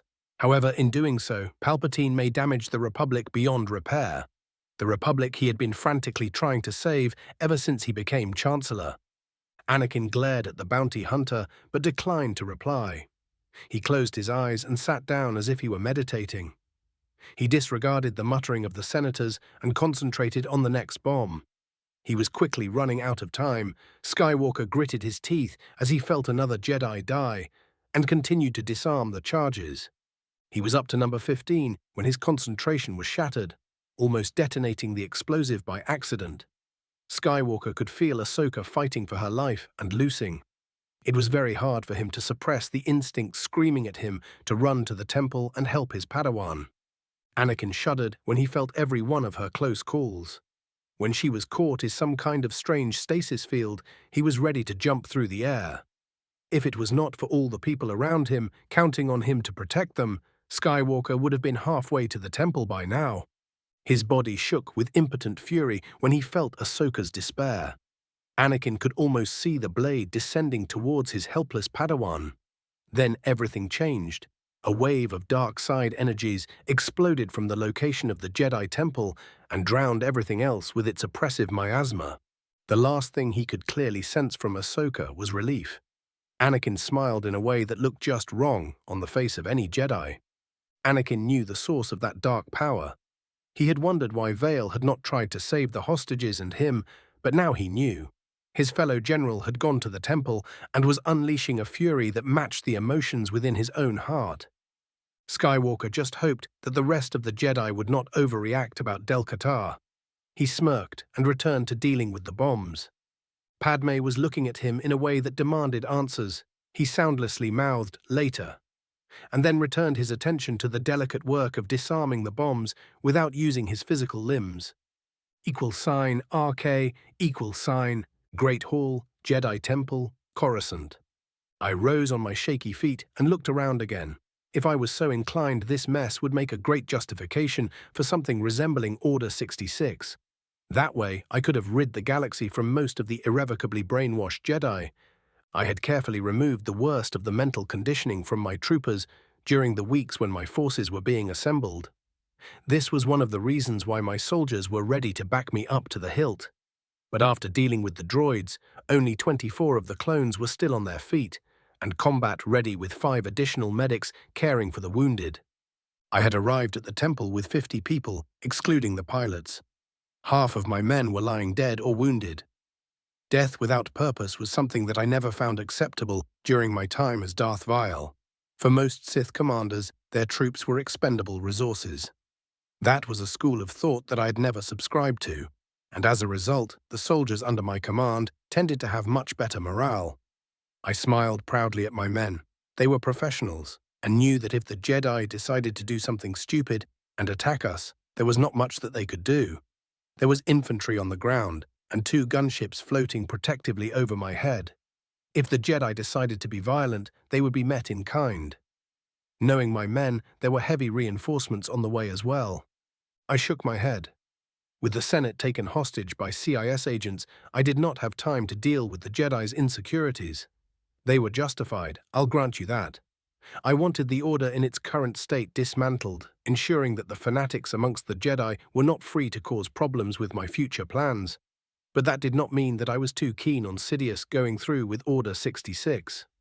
There were some good people in the organization who I would prefer to be reformed under the ancient Jedi creed, or as Sith, under my teachings, and not under the dogma from any of the sects that existed in the Empire. Or even worse, this rule of 2 abomination. I swayed with exhaustion, and one of the nearby clones grabbed my left arm to help keep me upright. "Thank you, Corporal," I muttered quietly. I gathered some of the ambient force energy drowning the temple and used it to rejuvenate myself a bit. It did not make me even close to 100%, but it took the edge off the weakness I was feeling. I stretched and heard my bones creaking. I needed to rest, damn it. But there was no use in hoping for something I knew I would not receive anytime soon. I strode slowly towards the arguing Jedi. At the moment, I was in charge of the whole clusterfuck on Coruscant, but I was out of communication with either ships in orbit or the forces investing the Senate for the last 15 minutes or so. I prayed that the building was still standing, or if it had fallen, I prayed Palpatine had died with it. I may have missed his death while preoccupied.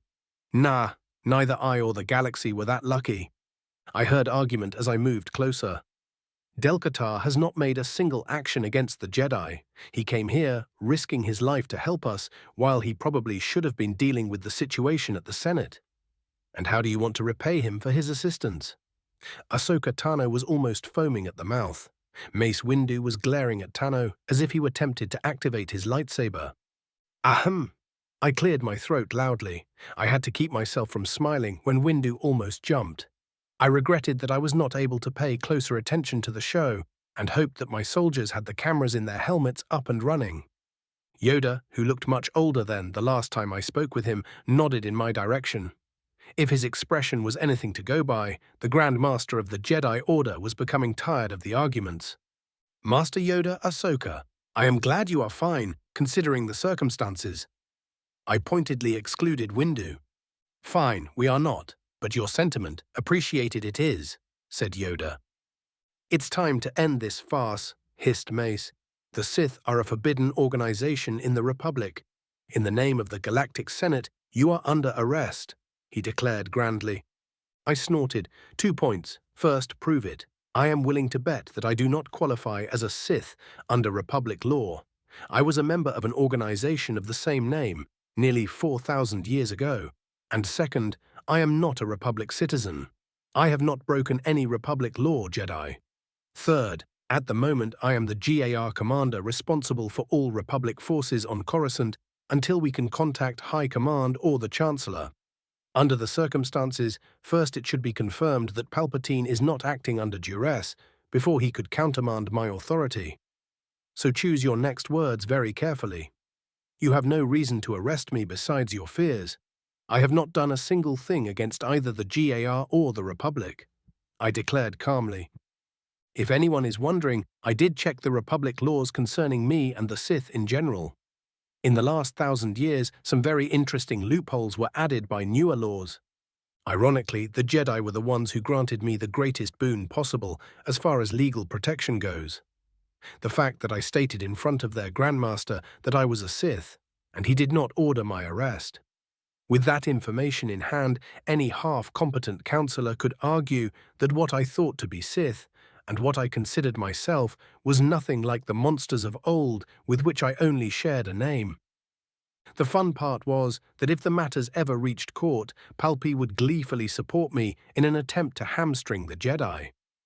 After all, I stood as an example for a staunch defender of the Republic, a successful and popular general. All the while, the Jedi were unable to keep in custody the engineer behind the CIS, a former Jedi to boot. Lawyers and politicians are such fun people, to a Sith. Let's leave the courts to decide, Sith, Windu spat. I could see that he prayed for me to resist. That would permit him to attack me in my weakened state. As we all know, history is written by the victors. With me and my clone troopers out of the picture, the Jedi would be free to spin whatever outlandish story they wanted. You can't just arrest him. Del-Qatar has done nothing wrong, protested Ahsoka. Padawan Tano, be silent. One more word and I'll see you expelled. The Togruta teenager glared daggers at him. She looked between me and the Varpad Master. Hasty such an action is, Master Windu, said Yoda in an attempt to defuse the situation. Our argument was put on hold when 6 LA-ATs flew through the remains of the shattered main doors. The gunships flew over us, and from them rappelled scores of heavily armed clone troopers. A Jedi Master I knew jumped from the leading troop transport and hurried to join us. I could feel the turbulent emotions of the newcomer. I was sure the reason for that was one of my contingency plans in place, just in case some of the Jedi decided to make fools from themselves. Windu was a case in point. The Jedi who surrounded my troopers and I looked uneasy when the clones who just arrived moved to face them. Yoda looked around with a sad expression on his face while Windu gave me a satisfied smirk. Now you all see the truth. The Vapad Master pointed at the clones. The Sith is about to show his true colors. I shook my head in exasperation. I knew that Windu despised me for what I was ever since he laid his eyes upon me, but this was bloody madness. He was about to screw over the Jedi in such a way that even Sidious would be envious. You see, the LAATs which brought me to the temple had various cameras. What was happening here was streamed live to the various GAR commands on Coruscant, which were not jammed, as well as to the fleet in orbit. =RK=. Part 3, Republic Cruiser Requiem, high orbit over Coruscant. Commodore Pelion, who under orders from General Vale had assumed command over all Navy forces over the capital, watched with trepidation the live feed from the Jedi Temple, the revelation about what his commander truly was, not as much a shock as one might expect. Gilad was not blind. While it was easy to see that Vale was a Force user, he was nothing like any of the Jedi the officer knew or imagined them to be. When Pelion saw the Jedi Temple under attack, he was torn. Oh, the Order members had great reputation, one they managed to keep mostly intact for nearly 1,000 years. However, for most people, the Jedi were just a myth. Even with present-day speed of travel, the explored galaxy was enormous. It was not surprising that only a very small percentage of the population had actually met a Jedi or seen them in action. That was all changing with the onset of this war. Truth to be told, as a kid, Pelion had admired the Jedi and the tales about their incredible achievements, something that had not really changed as he grew up. But then the war started, and the Jedi were immediately given the ranks of generals and commanders without any military training. As a ship's captain, Gilad was privy to a lot of confidential information. Thanks to his lover, who was an RI agent, he knew even more. Both GAR internal after-action reports and the rumor mill painted a grim picture. While as warriors, the Jedi were superb, excelling in relatively small battles, where they could have a great impact on an individual tactical level, the performance of most of them as commanders was sorely lacking. The list of bloody ground battles and shattered ships thanks to their mistakes was horrendous. The fact that most Jedi now outranked men and women with decades of actual experience in the army and navy just acted as an additional point of friction. Gilad shook his head. This whole war was dragging the Jedi Order through the mud, and they couldn't even realize it. There were times he wondered if most of the Jedi understood the rest of the galaxy. While his respect for the Jedi as individuals was still there, that of the Order as an organization had gone down the drains when the Jedi Council had taken the offered command position for the Jedi with barely a notice and sent unprepared boys and girls to lead troops in battle. He did not blame too much the Jedi who fought and died with their soldiers, but their leaders who had put everyone in such a position without a second thought. The Commodore stared grimly at the holo display showing the live feed from the temple. Vale, who for some reason had healed the Chiss woman he had impaled with his lightsaber, rose up swaying, and one of the clones helped steady him. Pelion watched grimly as Master Windu declared that he was placing the general under arrest. From the corners of his eyes, he could see his aide and some of the clones working on the bridge wincing. When GAR reinforcements arrived on the scene, Gilad and the crew who were watching felt relieved. The medics from the second flight of LAATs to arrive were already spreading through the former battleground and helping the wounded, while the clone troopers were taking defensive positions around their still-standing brethren, ready to protect the general. In the long term, it did not matter how the situation was resolved. The Jedi had just taken a hit to their credibility that they would spend decades recovering from. Right now, the Republic was in a grey area. With the Senate, the Chancellor, and the GAR headquarters out of communication and presumed either destroyed or under duress, General Vale had taken charge and had a very good case for being the acting Supreme Commander of all Republic forces. At the very least, he was in command of everything in the capital system. Trying to arrest the general for what amounted to trumped-up charges during such a crisis was madness. Or treason, added a small voice in the back of Pelion's mind. As far as the Commodore knew, Vale had not done a single thing against the interests of the Republic. Just the contrary, in fact. In a few skirmishes, the general had won great strategic victories for the GAR, more than the Jedi combined could boast so far. He knew that the stunt pulled by Windu was not going to go well with the troops. It was obvious that the Jedi was banking on the revelation that Vale was a Sith to carry the day. However, the Sith were little more than a half-forgotten story, told to scare children into behaving. Gilad was ready to bet anything that the general had done his homework and knew what he was talking about when he stated that he could not be considered a Sith under Republic law. That would be enough for a lot of people, especially when combined with Vale's record so far. To be fair, Dooku, the man who forged the CIS and was leading them until his capture, was a former Jedi turned Sith. Pelion found it deliciously ironic that another Sith was now on the side of the Republic to balance things. He only hoped that Dooku was still in custody. That bald woman Vale killed was supposed to be in prison too. Letting the Count escape would be another nail in the coffin of the Jedi's reputation. The Commodore cursed quietly. They had more than enough problems to deal with without the Jedi making additional problems. He glared at the screen where a close-up of Windu's smug smile could be seen. Pelion hoped that the Jedi who had just arrived at the temple could help cool down the explosive situation, but that was not something he could afford to count on. "Comms, give me a line to the fleet. I want half of the reserve ground forces heading towards the Jedi temple yesterday. Those fools aren't taking the general without a fight. Make sure that the boys know not to start anything, but if the Jedi down there are foolish enough to start something, we will finish it," the Commodore declared. The final straw was Windu's declaration that the Jedi would leave for the Senate to debate Vale's fate. Under the circumstances, that was madness. For all anyone knew, the senators might be all dead already. Pelion was not going to allow one of the Republic's best generals, not to mention his acting commander-in-chief, to rot in prison for months, or if they were really unlucky years, until the Senate managed to sort itself out and be able to deal with the Jedi's accusations. At least that was what he would say if anyone asked him. But there would be something else he would leave unsaid. Gilad knew that there were some senators that were too close to comfort to the Jedi Council. If some of those survived, it was likely that, guilty or not, the general would find himself in a tough spot, without having done anything wrong.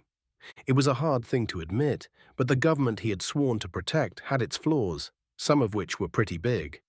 He would have had to be blind to not be aware of the rampant corruption within the Senate. Gilad knew that the Chancellor was doing his best to clean up the monumental mess, but the man's efforts were often not enough. If he looked at it objectively, Pelion knew that the systems making the CIS often had legitimate grievances and reasons to secede. However, that did not mean he agreed with the way they went about it. Criff it all. He hated being placed in position where he had to deal with politics. Pelion nodded when he received reports that the Navy ships in orbit had acknowledged his orders and were executing them. Now he could only wait and see how the crisis on the ground was resolved. =RK=. Great Hall, Jedi Temple, Coruscant. Obi-Wan had felt the disturbance in the Force before his command ship exited hyperspace near Coruscant. However, the truth about what was happening was much worse than his greatest fears. GER High Command attacked and silent. The Senate, with most of the government in attendance, in enemy hands. The bases near that building attacked and under lockdown, and even the Jedi Temple under assault. The Jedi General had wasted no time to act. He sent Cody with the bulk of the troops on the Negotiator to join the cordon forming around the Senate, while he left to aid his fellow Jedi. He was informed by Commodore Pelion, one of Vale's protégés, that the general had taken command of the situation and was already on his way to the temple. That was a cause for a bit of relief. After all, the general knew what he was doing. But it had lasted only until the LAATs with Kenobi's acquaintance reached the temple and activated cameras relaying to all GAR units in the system what was happening. To say that Obi-Wan was appalled by the destruction and the death toll he was seeing with his own eyes would be an understatement. Yet the Jedi Master was glad that Del-Katar arrived in time to save at least the two girls. Anakin's Padawan, who, just like her master, was pursued actively by trouble, and was that Luminara's apprentice lying wounded on the ground. While he did not approve of the blatant use of the dark side powers displayed by Vale for, Obi-Wan's fears that the man was going to lose himself in the dark turned out to be unfounded. Del-Katar even saved one of the women he fought after killing Ventress. He idly wondered what was that about Valley of the Jedi they all heard, but decided it could wait. Thanks to the audio pickups mounted on those two LAATs, Kenobi and all other people receiving the signal could hear what was being said in the Great Hall. Soon things turned out for the worse. Windu had appeared and started to argue with both Yoda and Ahsoka Tano. It was inevitable, really. From the beginning, Obi-Wan knew that once the true identity of Vale was known to the rank and file of the Order, there would be hell to pay. Unfortunately, most Jedi were not as open-minded as himself. He knew that the Order was far from perfect, but still believed that it was the best way to keep Force sensitives from the corruption of the dark side. Yet now, after some long conversations with Vale, Kenobi's faith in his Order's teaching was wavering. It was hard to argue with Del-Katar when Windu was showing for all to see some of the worst failings of the Jedi Order as an institution. That this display was made by one of the most respected Jedi Masters made it even worse. Obi-Wan was praying that the gunships could travel even faster. He could see the clones who had arrived with Vale ready to resist the Jedi if they attempted to arrest their general. He glanced at the men in the troop compartment with him. Their helmets did not give any hint what they were going to do, but he doubted that they would stand against their brothers. Most likely the clones would follow the military regulations, and the troopers knew that Vale had assumed command of all GAR forces. Kenobi prayed that he would be able to defuse the situation. Anything less, and his actions would just add to the body count. =RK=. The good news was that Obi-Wan arrived at the temple before the situation exploded in everyone's faces. He jumped from the hovering transport after ordering the medics he had brought to take care of the wounded. He frowned when he saw his clone troopers joining Vale's men and taking defensive positions. This had the potential to become very ugly. Kenobi did not know if his fellow Jedi were aware that everything was going live, but considering what he felt from Windu and some of the men and women facing the clones, he doubted that they would care anyway. How did we end like this? Wondered the Jedi Master. Obi-Wan walked between Del-Qatar and Mace, who were glaring at each other.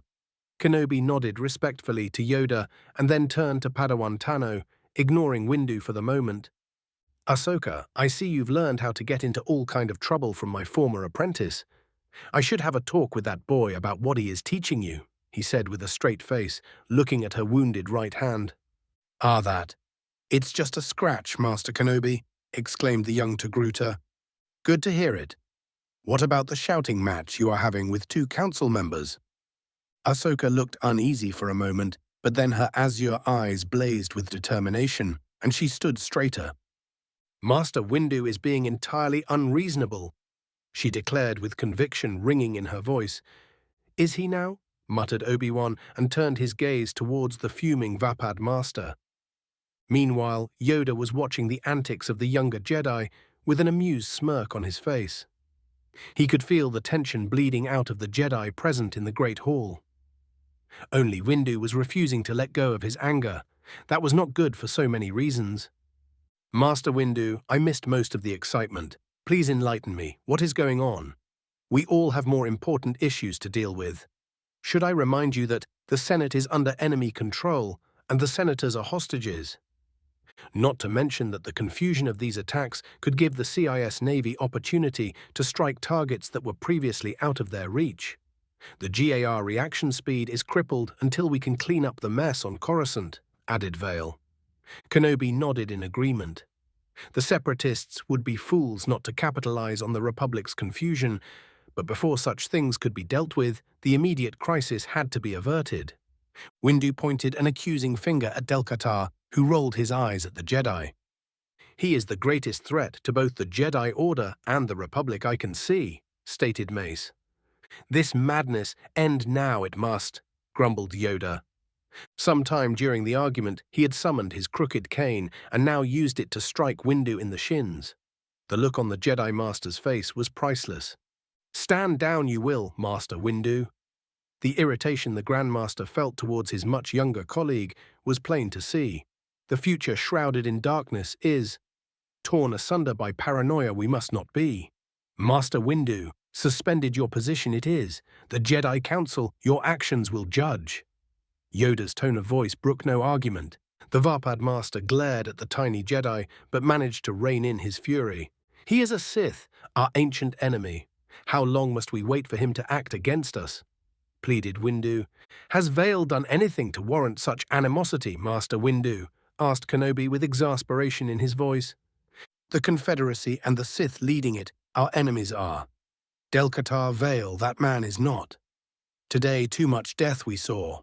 More bloodshed your actions would have caused, Master Windu. Yoda pointed his cane Del-Qatar's way. Shown hostility towards the Jedi, he has not. The Grand Master of the Jedi Order glared at Mace. Master Windu, when the current crisis over is, explain your actions to us all you will.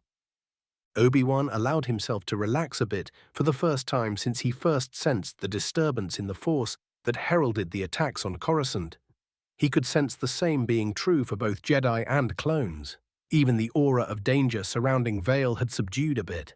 That had been much too close for comfort. Kenobi knew that the consequences of Windu's stunt would be grave, though he was mentally thanking the Force that the worst did not come to pass. Master Yoda, I hope that at least Dooku remains in custody. Vale asked almost innocently, but Obi-Wan could see that the question was anything but. Yoda looked at Mace Windu with interest, and soon everyone who was not too busy tending to the wounded turned their heads towards the Jedi Master, who looked uncomfortable with the attention. Obi-Wan had a sinking feeling in the pit of his stomach. 10. Chapter 10. Interlude 1. A vision of a possible future. Location, Base Camp, Sakura, Imperial Jungle Training Grounds, Felucia. 12 years post-Yuuzhan Vong invasion. He was once known only as a designation, CC 2224, but those times were long past. For decades, he'd proudly carried the name he had chosen for himself. Cody's upper lip twitched with amusement as he watched an uncomfortable-looking reporter trying to sit calmly across his desk. He was familiar with her, the black sheep from a family he considered friends. She was creating a series of holovids about the conflict that shaped the galaxy as it was today, the Clone Wars. He took a sip from a steaming cup of caf and gave a brief nod to a small tray covered with refreshments prepared by his frighteningly efficient aide. "Help yourself, Miss Solo. When you manage to calm your nerves, you can begin with your questions." She flushed. "Before you ask, no, I am not nearly as bad as your father claims me to be. How's the old pirate, anyway?" The veteran wondered aloud. "He's fine, General," exclaimed the girl. "My father sends his regards." "I really doubt that he used exactly those words, Miss Solo, but we digress. You wanted to know about the Clone Wars from someone who had been in that conflict since its beginning.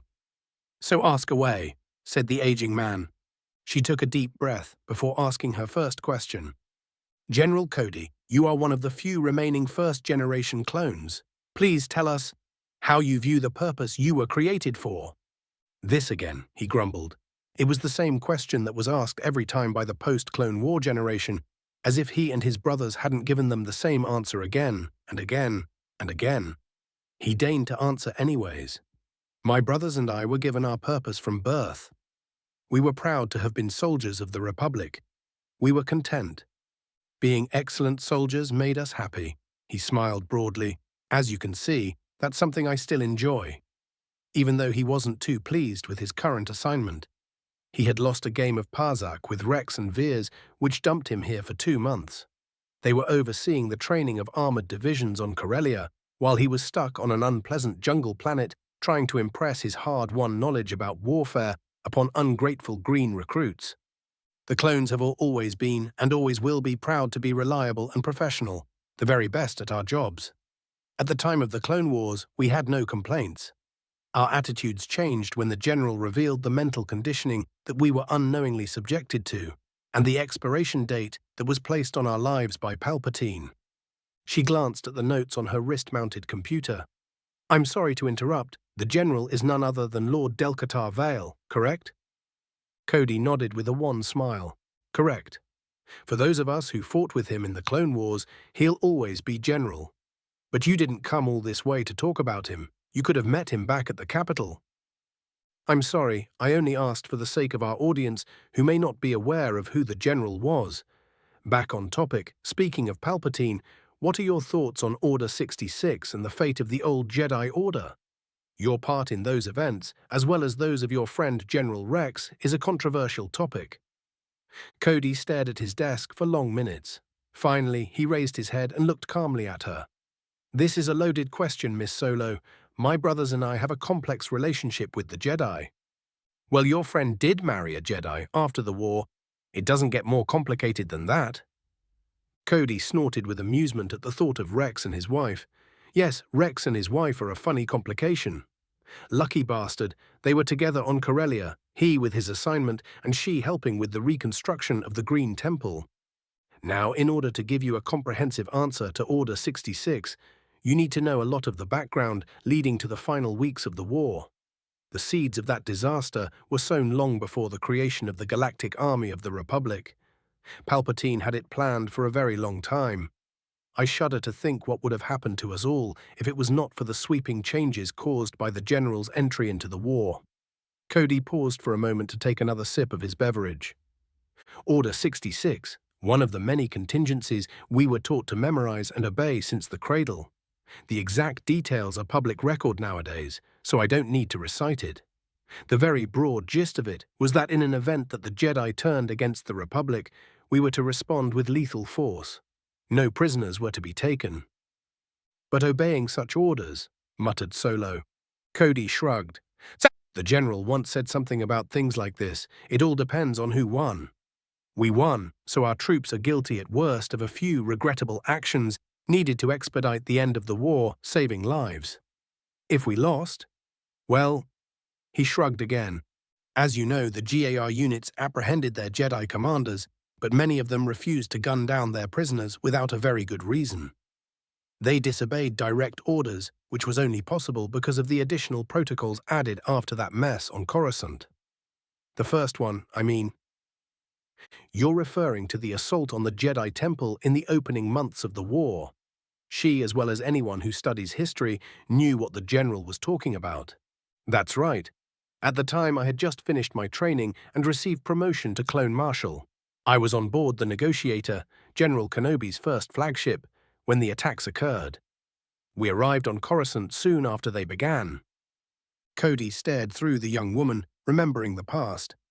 It was a criffing mess, the Senate under enemy control with most of the governing body inside, attacks with Blue Shadow on a spaceport, 2 military bases, as well as GAR High Command, and of course the event that changed the outcome of Order 66.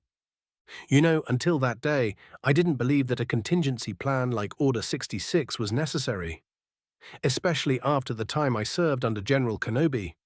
Within days of talking with him, I knew that if the rest of the Jedi were anything like Kenobi, there was no way in the 9 Corellian hells that the Order would ever betray the Republic. Cody took a deep breath and smiled sadly. Now we all know that what I believed was naive. Given the circumstances, the General was the acting Supreme Commander of all Republic forces. What Windu, Cody spat the name, tried to do that day was the catalyst for what was to come. I remember that moment clearly even today, more than 6 decades later. I was on board one of several Larties, along with most of the Negotiators' ground troop complement, flying towards the Senate building to help establish the cordon around it. We knew virtually nothing about what was happening at the time, except that at least a few hundred commando droids had taken residence in there. I was rechecking the plans, thinking on how to storm the damn building if it came to that, when one of the men I had left to monitor the situation in the Jedi Temple got my attention.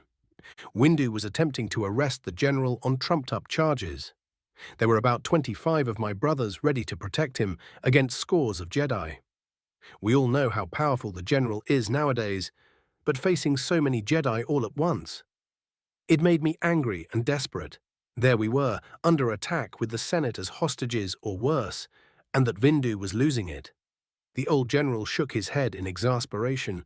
By then we knew that the Jedi were nothing like the near-divine beings from the stories that were told around the galaxy. We fought and died with them, mostly died in those awful first months. I know that it isn't fair to place all the blame for their blunders on their shoulders. Both the Chancellor and the Senate wanted them as generals and commanders, despite the fact that they had no military training whatsoever.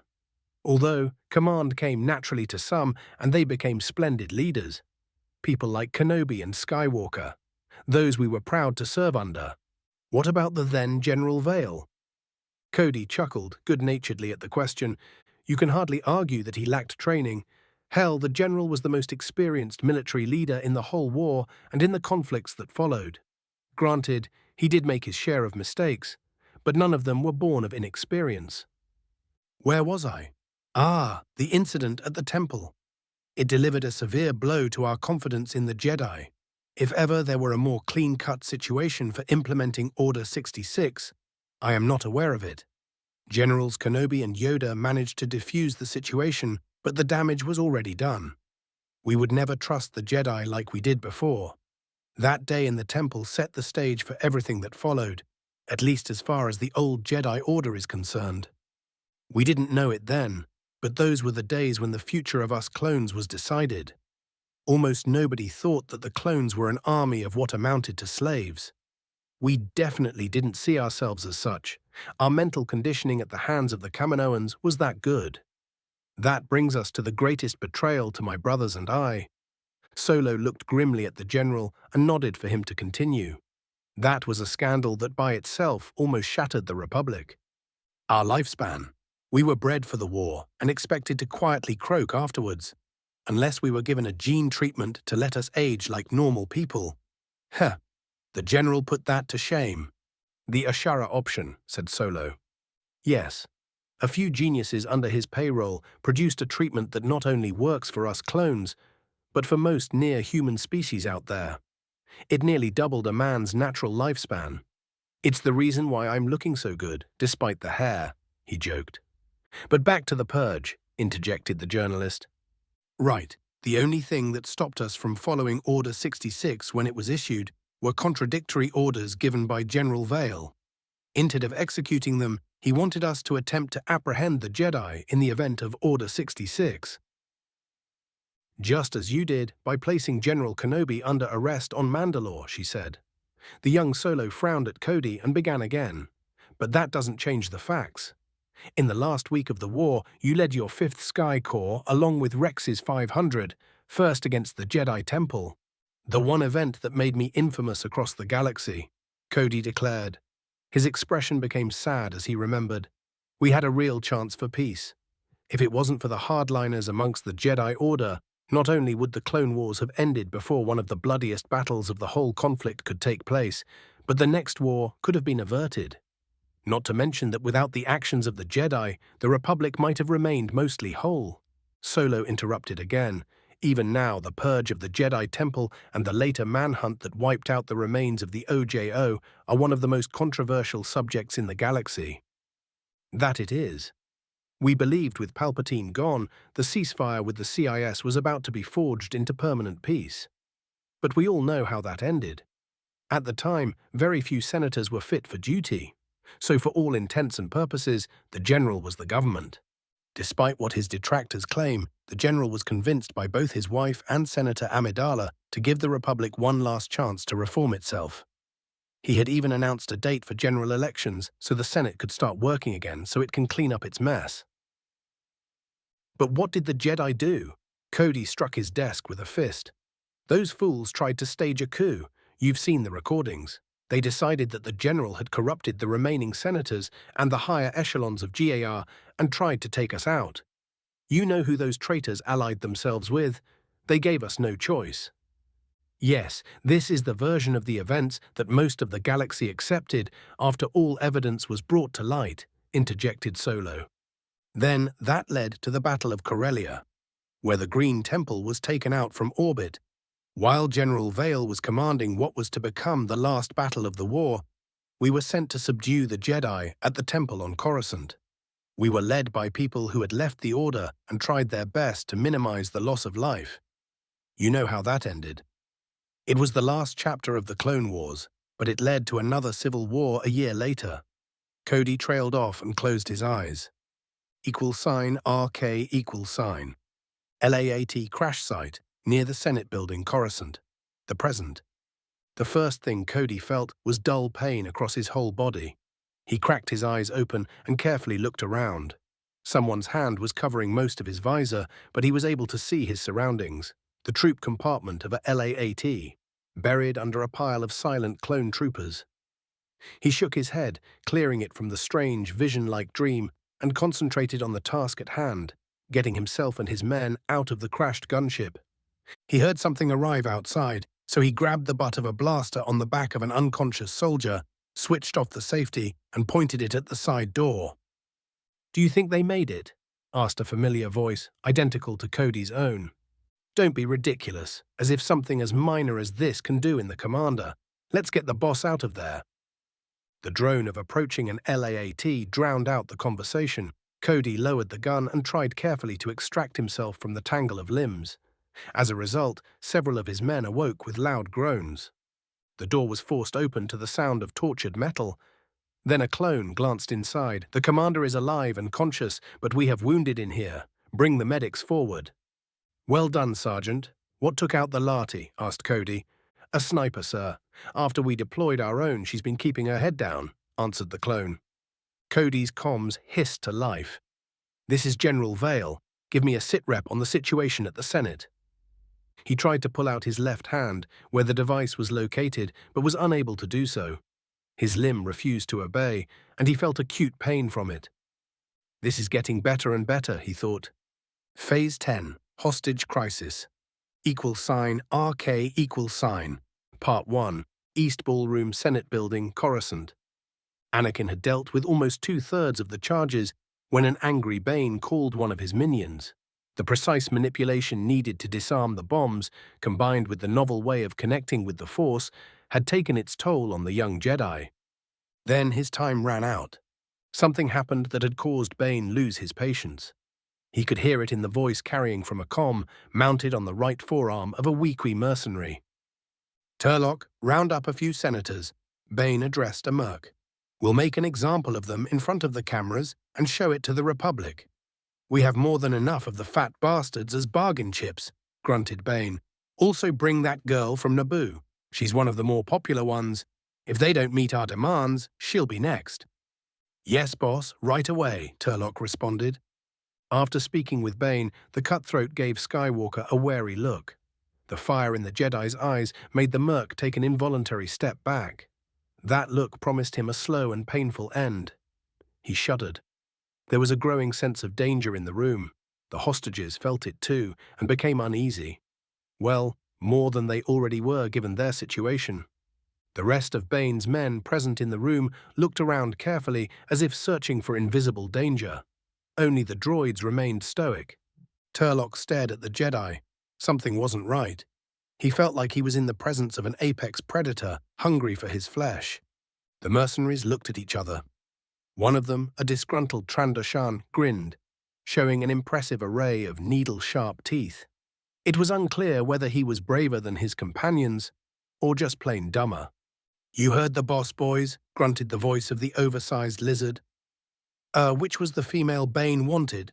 he asked after glancing in the direction of the senators, where Mon Mothma and 2 other women had gathered around Amidala. Turlock wasn't thinking straight. He pointed at the correct senator. Too late, he figured out that doing so was a mistake. The last one that he'd ever make. The Jedi gave him a disturbing smile. RK. Anakin's body had frozen rigid the moment he heard Bane's words. On the outside, everything but his eyes was a mask of serenity. Inside, however, it was another story. The passion with which Skywalker was channeling the Force was going wild. Pure rage seethed deep within the Jedi like a raging sea. "Make an example of my Padme." The single thought ran rampant through his mind, putting everything else on the back burner. He won't allow it. None of these wretched fools would lay a finger on her. But he didn't have a lightsaber. What would happen to Padme if he were cut down by blaster fire? His fears and his anger. They strengthened him. The look in Anakin's eyes became cold and harder than Durasteel. If there were someone present with the ability to see, one could watch as the Force itself pulsed angrily around him, his emotions made manifest. For the young Jedi, it felt strange, similar to what happened at the Tusken camp where his mother died. He was aware of the darkness surrounding him, of the anger feeding it, but this time he didn't go into a mindless rage. He could feel Padme standing behind him. She blazed like a beacon in the darkness, threatening to engulf his mind. She was the anchor that let him retain control in the face of the emotions to which he had fallen prey to once before. The dark side. It offered him the power to save Padme. He only had to let go of his control and drink deeply from its tainted well. Anakin struggled with his passions, the emotions he was taught to ignore ever since he joined the Jedi Order. He was supposed to lock them down and throw them away, as if they were something worthless that he should be ashamed of. In that regard, he was a terrible Jedi. But he didn't care. His wife, the woman he loved more than life itself, was right there, next to him, in mortal danger. The same wife he was prohibited to marry, just as he was forbidden to love. But that wasn't something he would ever accept. Padme was his light, one of the few things that made his life worth living. So he decided, or perhaps Skywalker only acknowledged the choice he had made, when he heeded an advice by a man from the past. When one of the mercenaries pointed straight at his Padme, he smiled grimly at the man. Anakin's mind was made up, and for the first time in ages it was clear. Skywalker decided to stop hiding and acknowledge the truth. His fellow Jedi would do whatever they believed to be right, and he would do the same. There was no longer a doubt in his mind where his future lied. Next to his wife, Anakin felt the Force shift. The dark side was surrounding him like a warm cloak, whispering seduction he no longer paid attention to. Instead of letting go of his control, he grabbed at it with all his will. A tremor went through the Force when he consciously commanded the dark side for the first time. The power he felt was incredible, tempting, but he fought to keep his mind clear. "I will not lose control again," he snarled so quietly that no one heard him. The raging sea within his heart roared to life again. This was only the second time he had ever felt this. This time, Anakin was the one ruling his emotions. Skywalker surged to his feet, and the Force rose with him. Turlock was the first to feel the Force unleashed. He felt an almighty fist snap his bones, a sensation that might have been pain, and finally nothing as his body crunched against a wall. The people stood bewildered as the droids raised their weapons at the clustered senators. The Republic's governing body was terrified by the oppressive feeling of doom and furious with General Skywalker for risking their lives, and yet hopeful for rescue. Senator Amidala simply trusted Anakin. Skywalker knew nothing of their thoughts. In that instant, his mind was in overdrive. He was channeling an immense amount of the Force and knew that if his plan didn't work, they were likely dead. Thanks to Vail's suggestions, Anakin had more power at the tips of his fingers than ever, but was untrained in its use. He'd be exhausted soon, so he wasted no time and acted. The mercs and droids were slammed by powerful telekinetic waves. While the machines were sturdy enough to remain mostly intact, the men pulped against the walls. Anakin groaned as he drew even more of the Force to himself. He threw a barrier of Force energies between the hostages and the remaining active explosives. He was just in time. Debris wildly scattered through the laser tripwires attached to the bombs. The world ended in light and thunder. Skywalker screamed when his barrier was hit by the focused power of 32 shaped charges. The explosion was far greater than the one he had shielded against on Aayla Secura's flagship. Anakin would be dead without his new strength. He was able to stop the blossoming explosions. Mostly, his shield buckled and was partially breached in the few places where blasts from multiple charges met.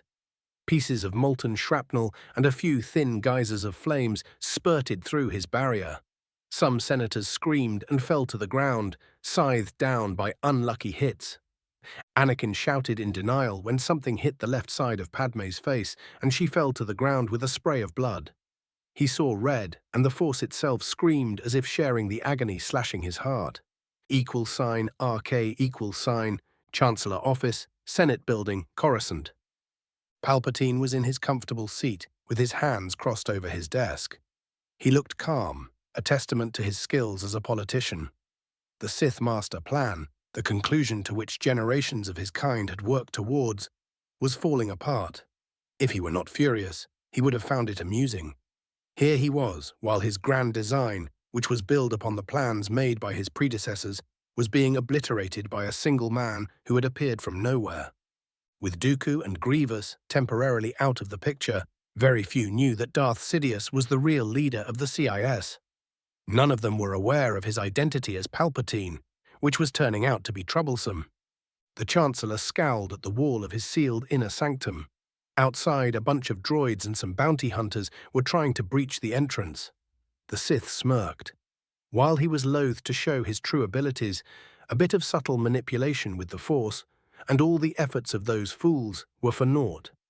He drove the insects clawing at his door out of his mind and thought about how he could salvage something of this mess. With his two most important pawns within the CIS out of the picture, Palpatine's plans were unraveling at the seams. The last thing he heard before all comms were jammed was that those fools had used the blue shadow on Coruscant. The city planet was the worst possible place for such a virus to be unleashed, but the number of casualties was not important. What mattered was how the war was going to escalate. Oh, that would give a myriad of opportunities for someone as devious as him, but it would at the same time sow too much chaos in the conflict. Sidious always knew that despite being in charge of both sides, he wouldn't be able to control everything, even before these new complications were added to the mix. The future was uncertain for even someone like him. Sidious relaxed and let his senses wander. He felt Skywalker diving deep within the Force and using his passions. The Chancellor smiled. At least on that front, his plans were going strong. It was good that the Jedi of this day and age did not know how to handle a young boy. They were the ones who sowed the seeds of Skywalker's eventual fall. Palpatine merely nurtured those thorny vines like a patient gardener. Then his attention carefully drifted towards the Jedi Temple, where he could sense men and women dying. Splendid. The raid to release Dooku was underway. It was all he could do not to cackle madly. The plan of that attack was straight from the legends of Darth Magnus, the man who pillaged that damn temple many years ago. Sidious sat contentedly, drinking the wine that was the essence of Jedi suffering, when a wave of darkness like no other he had ever felt exploded from the temple. He jumped from his seat and started pacing. What was this? It felt powerful, familiar. Sidious closed his eyes and took a deep breath. He concentrated on the cause of the dark side maelstrom centered upon the Jedi Temple. He had to fight his way through the layers of shadows that blocked his sight until he was able to glimpse the source of the dark side energies drowning the Jedi Temple. To his total lack of surprise, it was Delcatar Vale. But of course, that man had to be in the center of his problems. He looked more carefully and frowned before the shadows gathered around the man, and his sight was occluded again. However, what he felt in the last moment before his observation was interrupted was something quite shocking. That man was not merely an exceptionally powerful and talented dark Jedi. On the contrary, Sidious was certain of it. He knew one of his kind when he really looked at him. Delcatar Vale was a Sith. For one of handful moments in his life, Palpatine was truly confused. This was a development he had not planned for. For 1,000 years there were only two Sith, no more and no less. Today those two were himself and Darth Tyrannus. That was all. Sidious had kept a close eye on his apprentice in order to avoid such a thing. He was reasonably sure that Dooku had not been the one to train Vale. Did the man find an ancient Sith holocron? It was the most plausible explanation he could think of, and if it were true, then this new element was an unknown. That was dangerous, especially to a man such as Sidious, who was accustomed to near omniscience. Palpatine sat down and pondered his options. The best outcome was that the attack on the Senate removed many of the senators, preferably those who were opposed to him, such as Skywalker's wife, he thought with distaste. True Sith were beyond such weakness. At least the troublesome girl would prove a splendid tool for turning Skywalker to the dark side, she and the Jedi in their blindness. Thanks to Skywalker's secret marriage, he would soon be alone and paranoid about anyone learning the truth. Once he was in such a state, the boy would be in a deliciously vulnerable position, perfectly ripe for conversion. But what to do about Vale? The younger man was powerful, there was no doubt about it. He had obviously learned a few tricks about disguising his true nature, just as Sidious had. However, the real danger was the shadow thrown through the currents of the Force. Somehow, Vale and Sidious had no doubt that was him, had robbed the Dark Lord of the Sith of his insight into the future. While a sign of admirable amount of skill and power, this was not something that could be borne in the long term. One way or another, Vale had to be dealt with. Palpatine wondered, with Dooku losing an arm, this was a good time to go searching for another apprentice. Perhaps one day, he could have Skywalker and Vale fight for that honor. To the death, of course. Palpatine's eyes widened and he bolted up. He was nearly deafened when the Force itself screamed in pain. $RK=$, Part 2. Lat gunship en route to the Senate building, Coruscant. I was resigned to the fact that the Jedi would be a major thorn in my side. Yoda slapped Windu down, but there were a lot of knights and Padawans in the Great Hall that shared his sentiments. Their numbers were less than half of those still standing, and yet that was too many, considering that I just fought a battle to help them. I was going to give Yoda and Kenobi, as well as the moderate faction amongst the Jedi, a chance to clean up their mess before taking action. Unless I was provoked again. My patience for hostile elements of the Order was running thin. At least I was able to send the Chiss woman I saved back to the Requiem. I expected her to be out for a few days. The healing I performed would have taken a lot of her. I glanced to Ahsoka, who was riding in the same LAAT as me. The distraught Padawan had a glum expression on her face. Yoda and Obi-Wan, while supportive of her attempts to dissuade Windu from making the biggest mistake in his life, were not too pleased with how she went about it. A Padawan shouting down council members was apparently a big no-no. At least they were not expelling her. Yet. Perhaps it was because Windu had admitted that Dooku had managed to escape, and instead of going after him, the Varpad Master decided that I was the real threat. The looks that Yoda and Kenobi gave him were priceless, and now immortalized on holovid. If the sum of the Jedi were not turning against me, it would have been easier for me to admit that they had a very good case, especially Mace. What happened in the temple was a delicious irony, one which would warm my heart for a long time. After all, the Grand Master of the Jedi Order himself had supported me against my most vocal Jedi opponent. I did not have to do a thing to manipulate the little green fella either. To be fair, I am a Sith, whose long-term plans would see the Jedi Order in its current form dismantled. I had not decided what to do about the Republic in the long term, but it was a very real possibility that it would not serve my purposes and would have to go. Time would tell what I would need to do. I smirked. The Jedi were incredibly lucky that some other Sith was not thrown in this time. If another of my kind was propelled forward in time and they had actual mastery over concealing their true motives with the Force, it would have been trivially easy to infiltrate the Republic military and subvert it from within. Hell, it's what I did, but I was able to control my grudge against the Jedi Order. I was not going to destroy them unless they gave me a very good reason to do so. Windu almost did. I stared through the sealed door of the transport with unseeing eyes. My mind had drifted elsewhere. The Jedi may never know what a bullet they dodged. Darth Vile, the Sith, whose memories and powers I had. If he woke up in the past without me, he would have given them no mercy. The part of me that came from Darth Vile was baying for their blood. What happened a few short minutes ago was a powerful reminder that the Jedi Order as it existed today, and my kind, could not coexist in the long term, not unless their worldview changed dramatically. But I was not sure that even Yoda's power within their organization was strong enough to force such a thing. I had to step up my plans where the Jedi were concerned, and I had to find a way to persuade the people I found worthy of conversion, away from the deeply flawed teachings of the Order. But all that had to wait. Dealing with the mess of epic proportions at the Senate came first, and with the fallout of the CIS stunt a close second. I looked at Tano and smiled at her. Ahsoka, thank you for standing up for me back in the temple.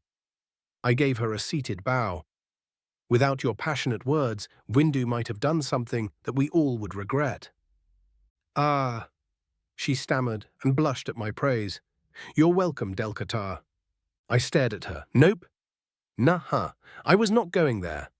What is with teenage girls and dark, mysterious strangers anyway? Concentrate on the situation at hand, I ordered myself. Right, the Senate. I activated my comlink and spoke into it.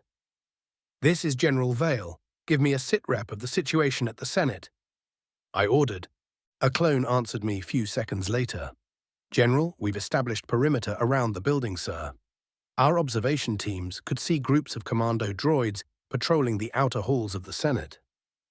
Has Clone Marshal Commander Cody arrived and taken command? I asked. Kenobi told me that he had dispatched his soldiers to handle the Senate. Negative, sir. His transport was shot down. The fuck? How did he manage that? I asked incredulously. I had to remind myself that this was an especially unpleasant day, so I should not be surprised by such stuff happening. His LA-AT was disabled by a sniper before crashing. A rescue party has been sent and should be there any minute now. I shook my head. I had to check the LA-AT's specs. Those things were supposed to be tougher than that. The LA-ATs were able to make orbit-to-ground assaults if needed. The sniper rifle used to down Cody's transport might be something special, in which case I would love to get my hands on it. Or perhaps that particular gunship was not built according to specs. If someone was neglecting or sabotaging my troops' gear, I would have to look into it. I disliked the idea of dying to shoddy construction, and I was not dumb enough to say that the things can't possibly become worse. Either way, the universe decided to prove that point. I was less than a minute from the perimeter around the Senate when I heard the Force itself scream. Moments later, I could feel Anakin's anguish through my bond with Ahsoka. Pain, denial, and surging fury. That was an explosive combination, especially for someone who was not trained to deal with these emotions. "Master," exclaimed Ahsoka, who was feeling the full brunt of his raging passions. That boy was about to lose himself. Having Skywalker go on a rampage in the heart of the Senate was not something that flowed well with my plans. If the worst had happened and he really went off the deep end, I would find a way to use it to my advantage, but I preferred to avoid such a thing happening. I called up the plans my clones were working on and frowned. We did not have information about the enemy composition beyond the commando droids. Their numbers and locations were unknown. We did not know where the hostages were being held either, except Padme, who was obviously at Anakin's location on the east side of the building. This was going to be ugly, but I did not see a good alternative. If Skywalker lost it, the CIS agents were liable to overreact and start killing hostages. "All units, we are going in. Eliminate enemy forces holding the Senate and locate where the hostages are being held. If practical, rescue them, otherwise contain the areas where they are being held. Do not forget to keep your eyes open for ambushes and traps. Go, go, go." I ordered my pilot towards the east side of the building as fast as possible. The whine of the LAAT's engine increased, and it darted towards the Senate. =RK=, East Ballroom, Senate Building, Coruscant. The instant the shockwaves from the exploding charges dispersed, Anakin dropped his exhausted shield. The droids he had thrown at the walls were getting up, and more than a few still held blasters. Skywalker glared at the commando droids and gave them all a taste of what he felt at that moment. All his fear and anger, he used them as fuel to draw even more from the Force. The building itself groaned as deep rents appeared in the metal floor and walls. Droids were torn asunder by invisible scythes, while others were simply wrenched into pieces by giant invisible hands. Within seconds, only the living remained in the ballroom. Anakin glared at his work and smiled thinly. The Jedi's blue eyes showed a hint of yellow. Then Skywalker was on his knees, panting. He could feel the Force slipping out of his grasp. When he tried to hold on to it, Anakin found out that he no longer had the strength to do so. He had pushed himself beyond his limits and was paying the price. The exhausted man crawled next to his downed wife and Senator Mon Mothma, who was kneeling next to her, checking her wounds. "Padme," he slurred the words. Anakin could feel that she was still alive, but that was all. His eyes rolled within their sockets, and he collapsed next to Amidala. The wounded Ben Iblis shook his head at the scene. "Kids these days will do anything to impress a girl," muttered the older man. He glanced at his colleagues, most of whom were milling around, half of them stunned by the display of power, while the rest were trying their best to tend to the wounded. "Stop staring and get armed," he bellowed at the men and women surrounding him. This short battle was sure to have gotten the attention of the rest of their captors, and he had no desire to be shot again, while lacking anything with which to return the favor. =RK=, Senate Building's east side, Coruscant. From this close, it was easy to feel where Anakin unleashed his power. I could sense the disturbed currents of the Force, as well as the echo of the young man's last anger, fueled lash against his opponents, his collapse too. I frowned. Skywalker needed instruction on how to handle using the Force when channeled through his passions, or he would burn himself out like he just did. My LAAT and scores more had made their way to the Senate and used their weapons to blast to pieces any CIS droids that dared show their heads anywhere close to us. Then the transports started unloading troopers on the buildings, or flew next to windows which were shattered by weapons fire. We used the latter method to enter an empty office. I led Ahsoka and 2 squads of clones deeper in the building after using my lightsaber to carve through sealed doors. A few droids tried and failed to slow us down.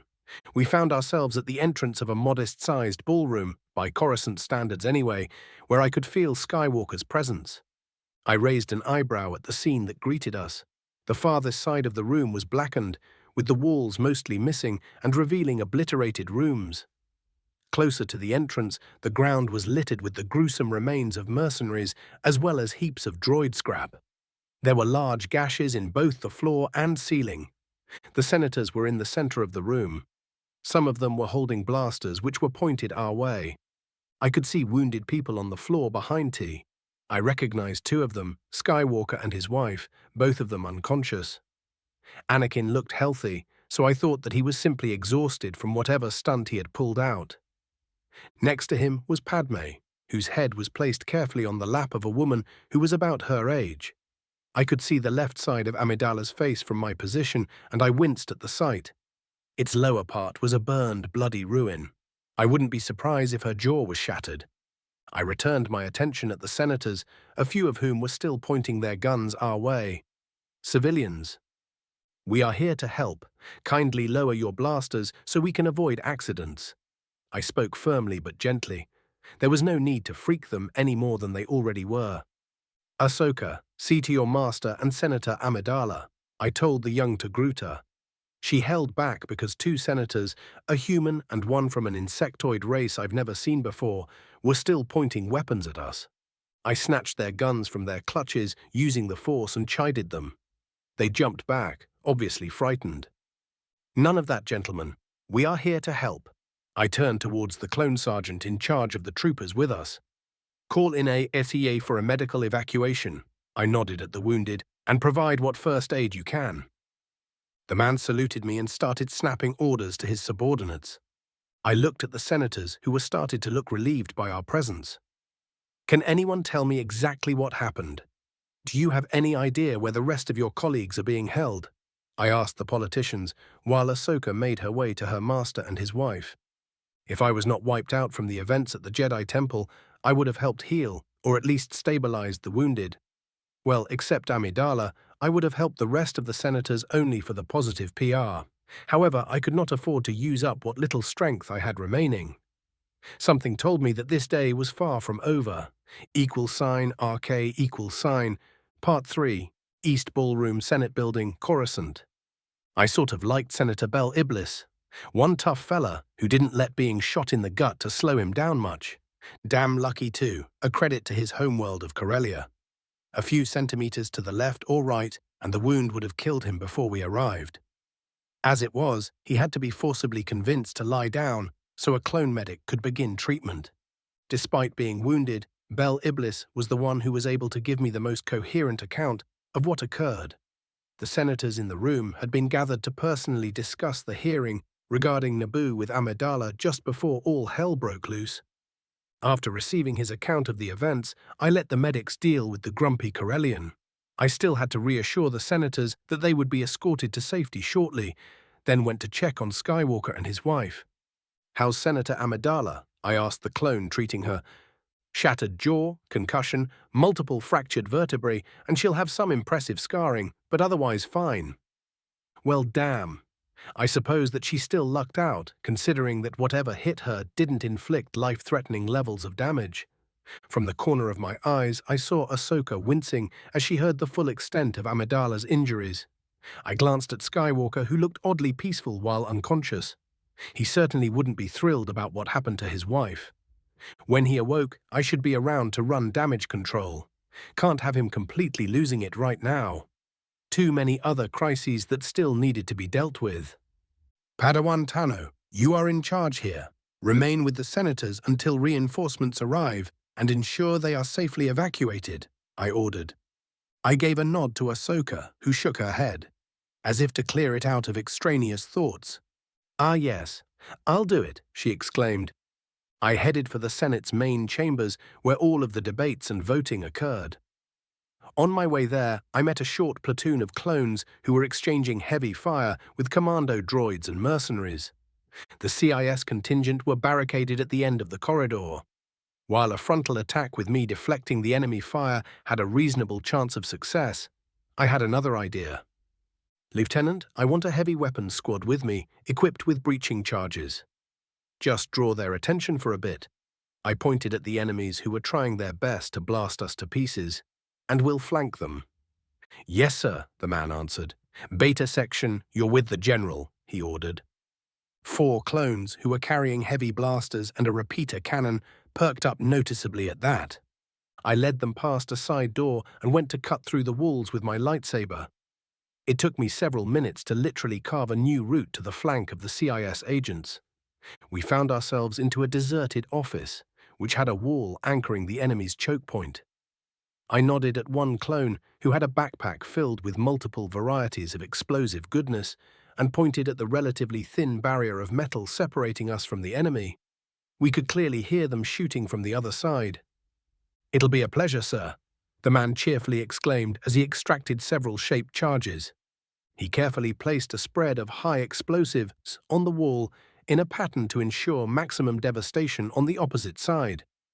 A minute later he was finished as we took cover in a neighboring room behind a desk we upturned with its top side facing the doorway. The demolitions expert turned his head my way, and I could feel his anticipation for the order to be given. "Do the honors, Sergeant." He pressed a button on the computer built into his left arm guard. In a moment, the adjacent room exploded in flames, with the roar of the detonation nearly deafening us. Well, mostly me. The clones had sound dampeners in their helmets. My own was back aboard the Requiem. I should have appropriated one from the wounded troopers at the Jedi Temple, not like they would need them for the next few days. When the rumble of the explosion subsided, I shook my head in a futile effort to dispel the ringing in the ears while jumping over the desk. I activated my lightsaber and charged into the smoke from the explosion, with the clones just behind. The charges turned out to be borderline overkill. The corridor behind where the wall used to be was a figurative charnel house, full of pieces both biological and mechanical, many of them no longer recognizable. The enemy force blocking the way was simply annihilated. The blast wave had utterly shredded them.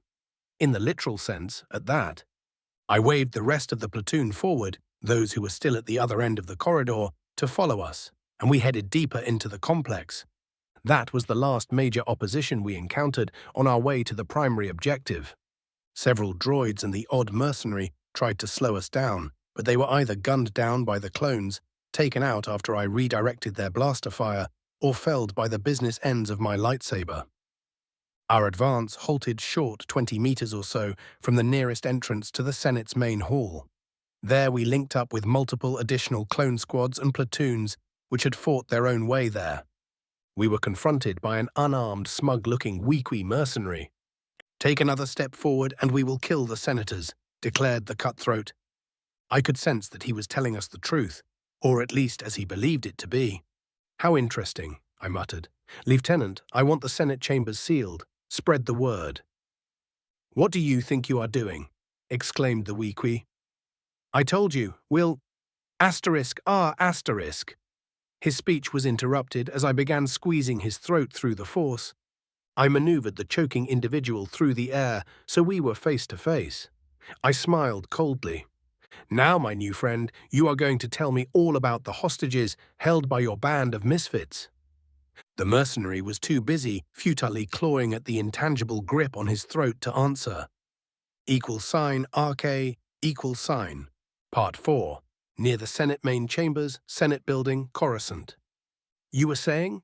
I asked the Weequay I had suspended in the air. He was gasping, trying to get some precious air in his lungs. The merc stared at me with horrified eyes. I could see it clear as a day. It was dawning on him that I could do what I wished with him, and none of the clones would lift a finger to stop me. Hell, considering the crap pulled by the CIS and their pawns the last week or so, I could probably interrogate him on live TV, and a lot of people would approve. For some reason, the average citizen didn't like folks who want to kill them with bioweapons. I wonder why. "The chambers are rigged to blow, both he and Gah," my reluctant informant stammered. "Ah, so you've got chemical weaponry covered too. Do you have a nuke or two squared somewhere close?" I grumbled. This whole situation was starting to stink. It was as if the separatists were doing their best to become the most hated group in the galaxy. Granted, with all the bullshit they were pulling out, it was likely that my revelation as a Sith would fade into insignificance in comparison. However, it simply made no sense for Palpatine to escalate the war to such an extent, even when you took into account the coup I had made with the CIS leaders. The blame could go either way. Palpatine could get his hands on even more power, or get railroaded with the most of the blame for this debacle. After all, as a chancellor, it was ultimately his own responsibility. It did not matter if he actually had control over the situation, something I was starting to doubt, or not. Men, you heard the idiot. Recheck the seals of your armor and pass the word, I ordered. I really should have taken a helmet. As a Sith, I was trained in how to deal with poison gas, so even if the chemical weapon was released, I should be able to last for a few minutes, even if it acted through skin contact. While the clones made sure that they wouldn't drop dead if the mercenaries made complete asses from themselves, I started pumping my captive for additional information. I did not have to give him a single electric jolt before he started singing. So there were commando droids covering all entrances. The senators were at the bottom of the chambers, covered by HE charges and a few gas canisters. The merc didn't know what type of weapon they contained, but he was convinced that the chemical agent would kill at least 2/3 of the hostages. That was nothing to sneeze at. There were representatives from hundreds, perhaps thousands of species. There were few chemical agents that could kill them all, and those would kill the mercs too. I looked at the closed door leading to the Senate chambers. The prudent thing to do would be waiting. The information from the merc was not enough for an assault. The building was still being secured, and the jammers were online. Yet, that gave me the opportunity to act without interference from Palpatine. The big question was, did I want the senators alive? When all was said and done, I did not care about the Republic beyond the way it would affect my still-forming plans for the future. I smirked. When you don't care about the hostages, that opened up a lot of avenues for negotiating. I gave instructions to the clone lieutenant, then I used telekinesis to haul the weakly man in front of me and walk to the sealed door. A wave of my hand directing the force was all that was needed to open it. I strode in and looked around. The chamber was an exact copy of what I remembered from the movies. There were thousands of beings gathered on the bottom levels. Over them, I could see crimson laser beams crisscrossing into an intricate web over the hostages. Over that were floating 4 spherical droids, which had canisters attached to their chassis. Everyone, including the droids, spread to cover the multiple entrances, glanced in my direction. About 100 blasters snapped up and aimed at me and my captive. A woman with pale, almost snow-white skin stared at me in surprise.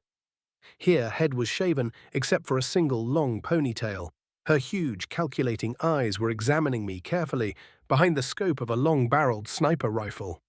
I wondered if she was the one who had shot down Cody's LAAT. I looked around but was unable to see anyone else who I felt that might be in charge.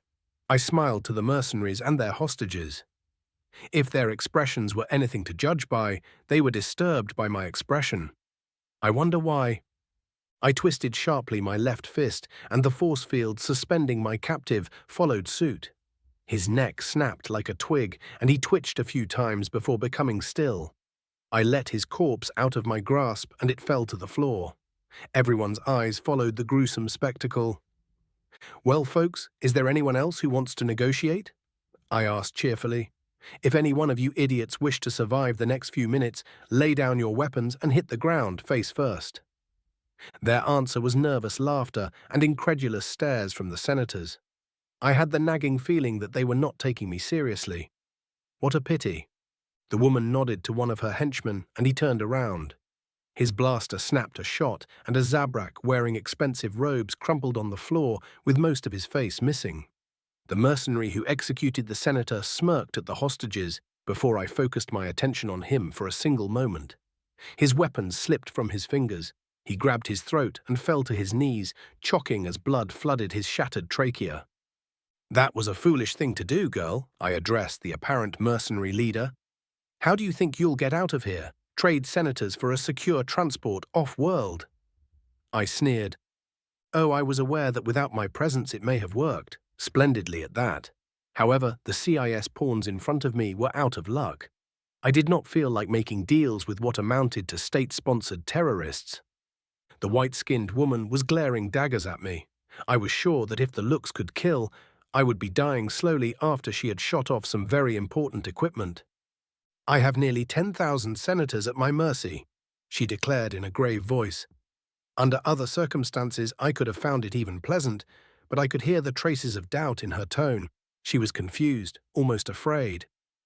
I guess she had never expected to negotiate with someone who did not care for the hostages' lives. Too bad for her. So, I deadpanned. The mercs just stared at me.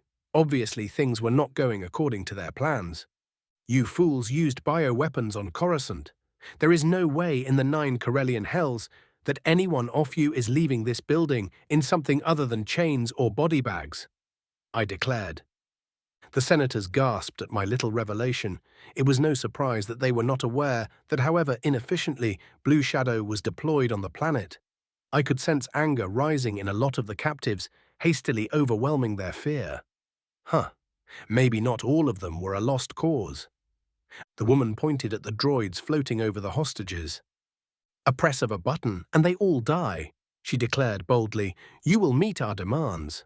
No, by the way, you have 1 minute left, I said in a bored tone. My attention was on the droids floating over the hostages. I did not like what I sensed. She stared in my eyes. The cold, dead gaze of a Sith met hers. She gulped. You are insane, she spat. We'll kill them all if we have to. I tilted my head to the right, barely restraining my amusement. I drank the fear of both mercenaries and hostages. It tasted like a well-seasoned, sweet wine. It's been a long time since I felt something like that. The dark side was stirring around me, pleased by the fuel that it was feeding it.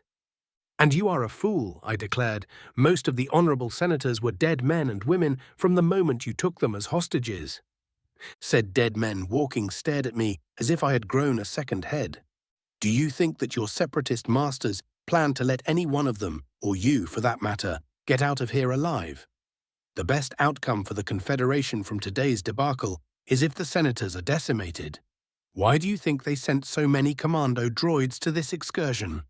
I nodded at one of the said robots, which was studying me dispassionately. Few of the mercenaries gave speculative glances to their allies. The woman was glancing between me and the droids, but most telling were the expressions on May senators' faces. They were experienced political animals who were keenly aware what would happen to the Republic if most of them were suddenly killed. Many of them were in shades that were the equivalent of deadly pale for a human, with some looking in confusion at their esteemed colleagues. The woman's glare intensified. You'll be lynched if these fools die on your watch. She pointed at the hostages. It will be nothing compared to the fury I'll face when the Republic citizens understand that every one of them and their future representatives are turned into targets, and that is precisely what will happen if any one of your demands is met. In the great scheme of things, both me and the senators are expendable for the good of the Republic, I declared. Well, that was a creative editing of the truth. After all, I was a selfish bastard who did not care for the Republic. Yet, from a certain point of view, all I said was true. Every competent GAR general should have made the same decision. The only thing that negotiating with a terrorist did was making your citizens targets. Of course, too damn often the short-term politically expedient thing was to do so anyway, and damn the consequences. Well, I guess that many senators did not agree with me. Their baleful glares were telling. So tell me, do you have control over all those charges littered around the senators, or are they under the control of the droids? I smiled at the woman. 30 more seconds. She frowned and gave a nervous glance at one of the commando droids. Ah, that was going to be unpleasant. The only variant where most of the hostages walked away was one in which the mercs were in control. With the CIS droids holding all the cards, 20 seconds. This was going to be ugly. I drank deeply from the poisoned well that was the dark side. I felt power rushing through my veins like a liquid fire. My senses expanded, feeling the clones taking positions around every entrance to the Senate chambers. There were breaching charges placed on many doors, or the troopers were readying thermal detonators with which to blast a way in. On a few occasions, missile launchers were prepared for that exercise. It was a good thing that there were no senators used as alive shields at the entrances. 15 seconds. I concentrated on the platforms at the bottom of the big chamber. They should do. The female mercenary was scared. I could taste her fear. She was saying something about executing senators, but I paid her no more attention. A lot of the hostages were about to die anyway. 10 seconds. The clones were in place. Those who were carrying concussion grenades had them primed and ready. My attention was on the droids carrying the chemical weapon. I examined them once again. They were interlinked. If one was disabled or tampered with in any way, all would blow up. Those things were shielded too, which made precise work on them much harder, especially when I could not see with my eyes what I had to manipulate. So it was the hard way, 5 seconds. I stretched through the force and tapped the shoulders of various clone officers who were commanding the troopers around the chambers. Those men started snapping orders. Showtime. The doors leading to the Senate chamber blew inward, showering the vast expanse with shrapnel and pieces of molten metal.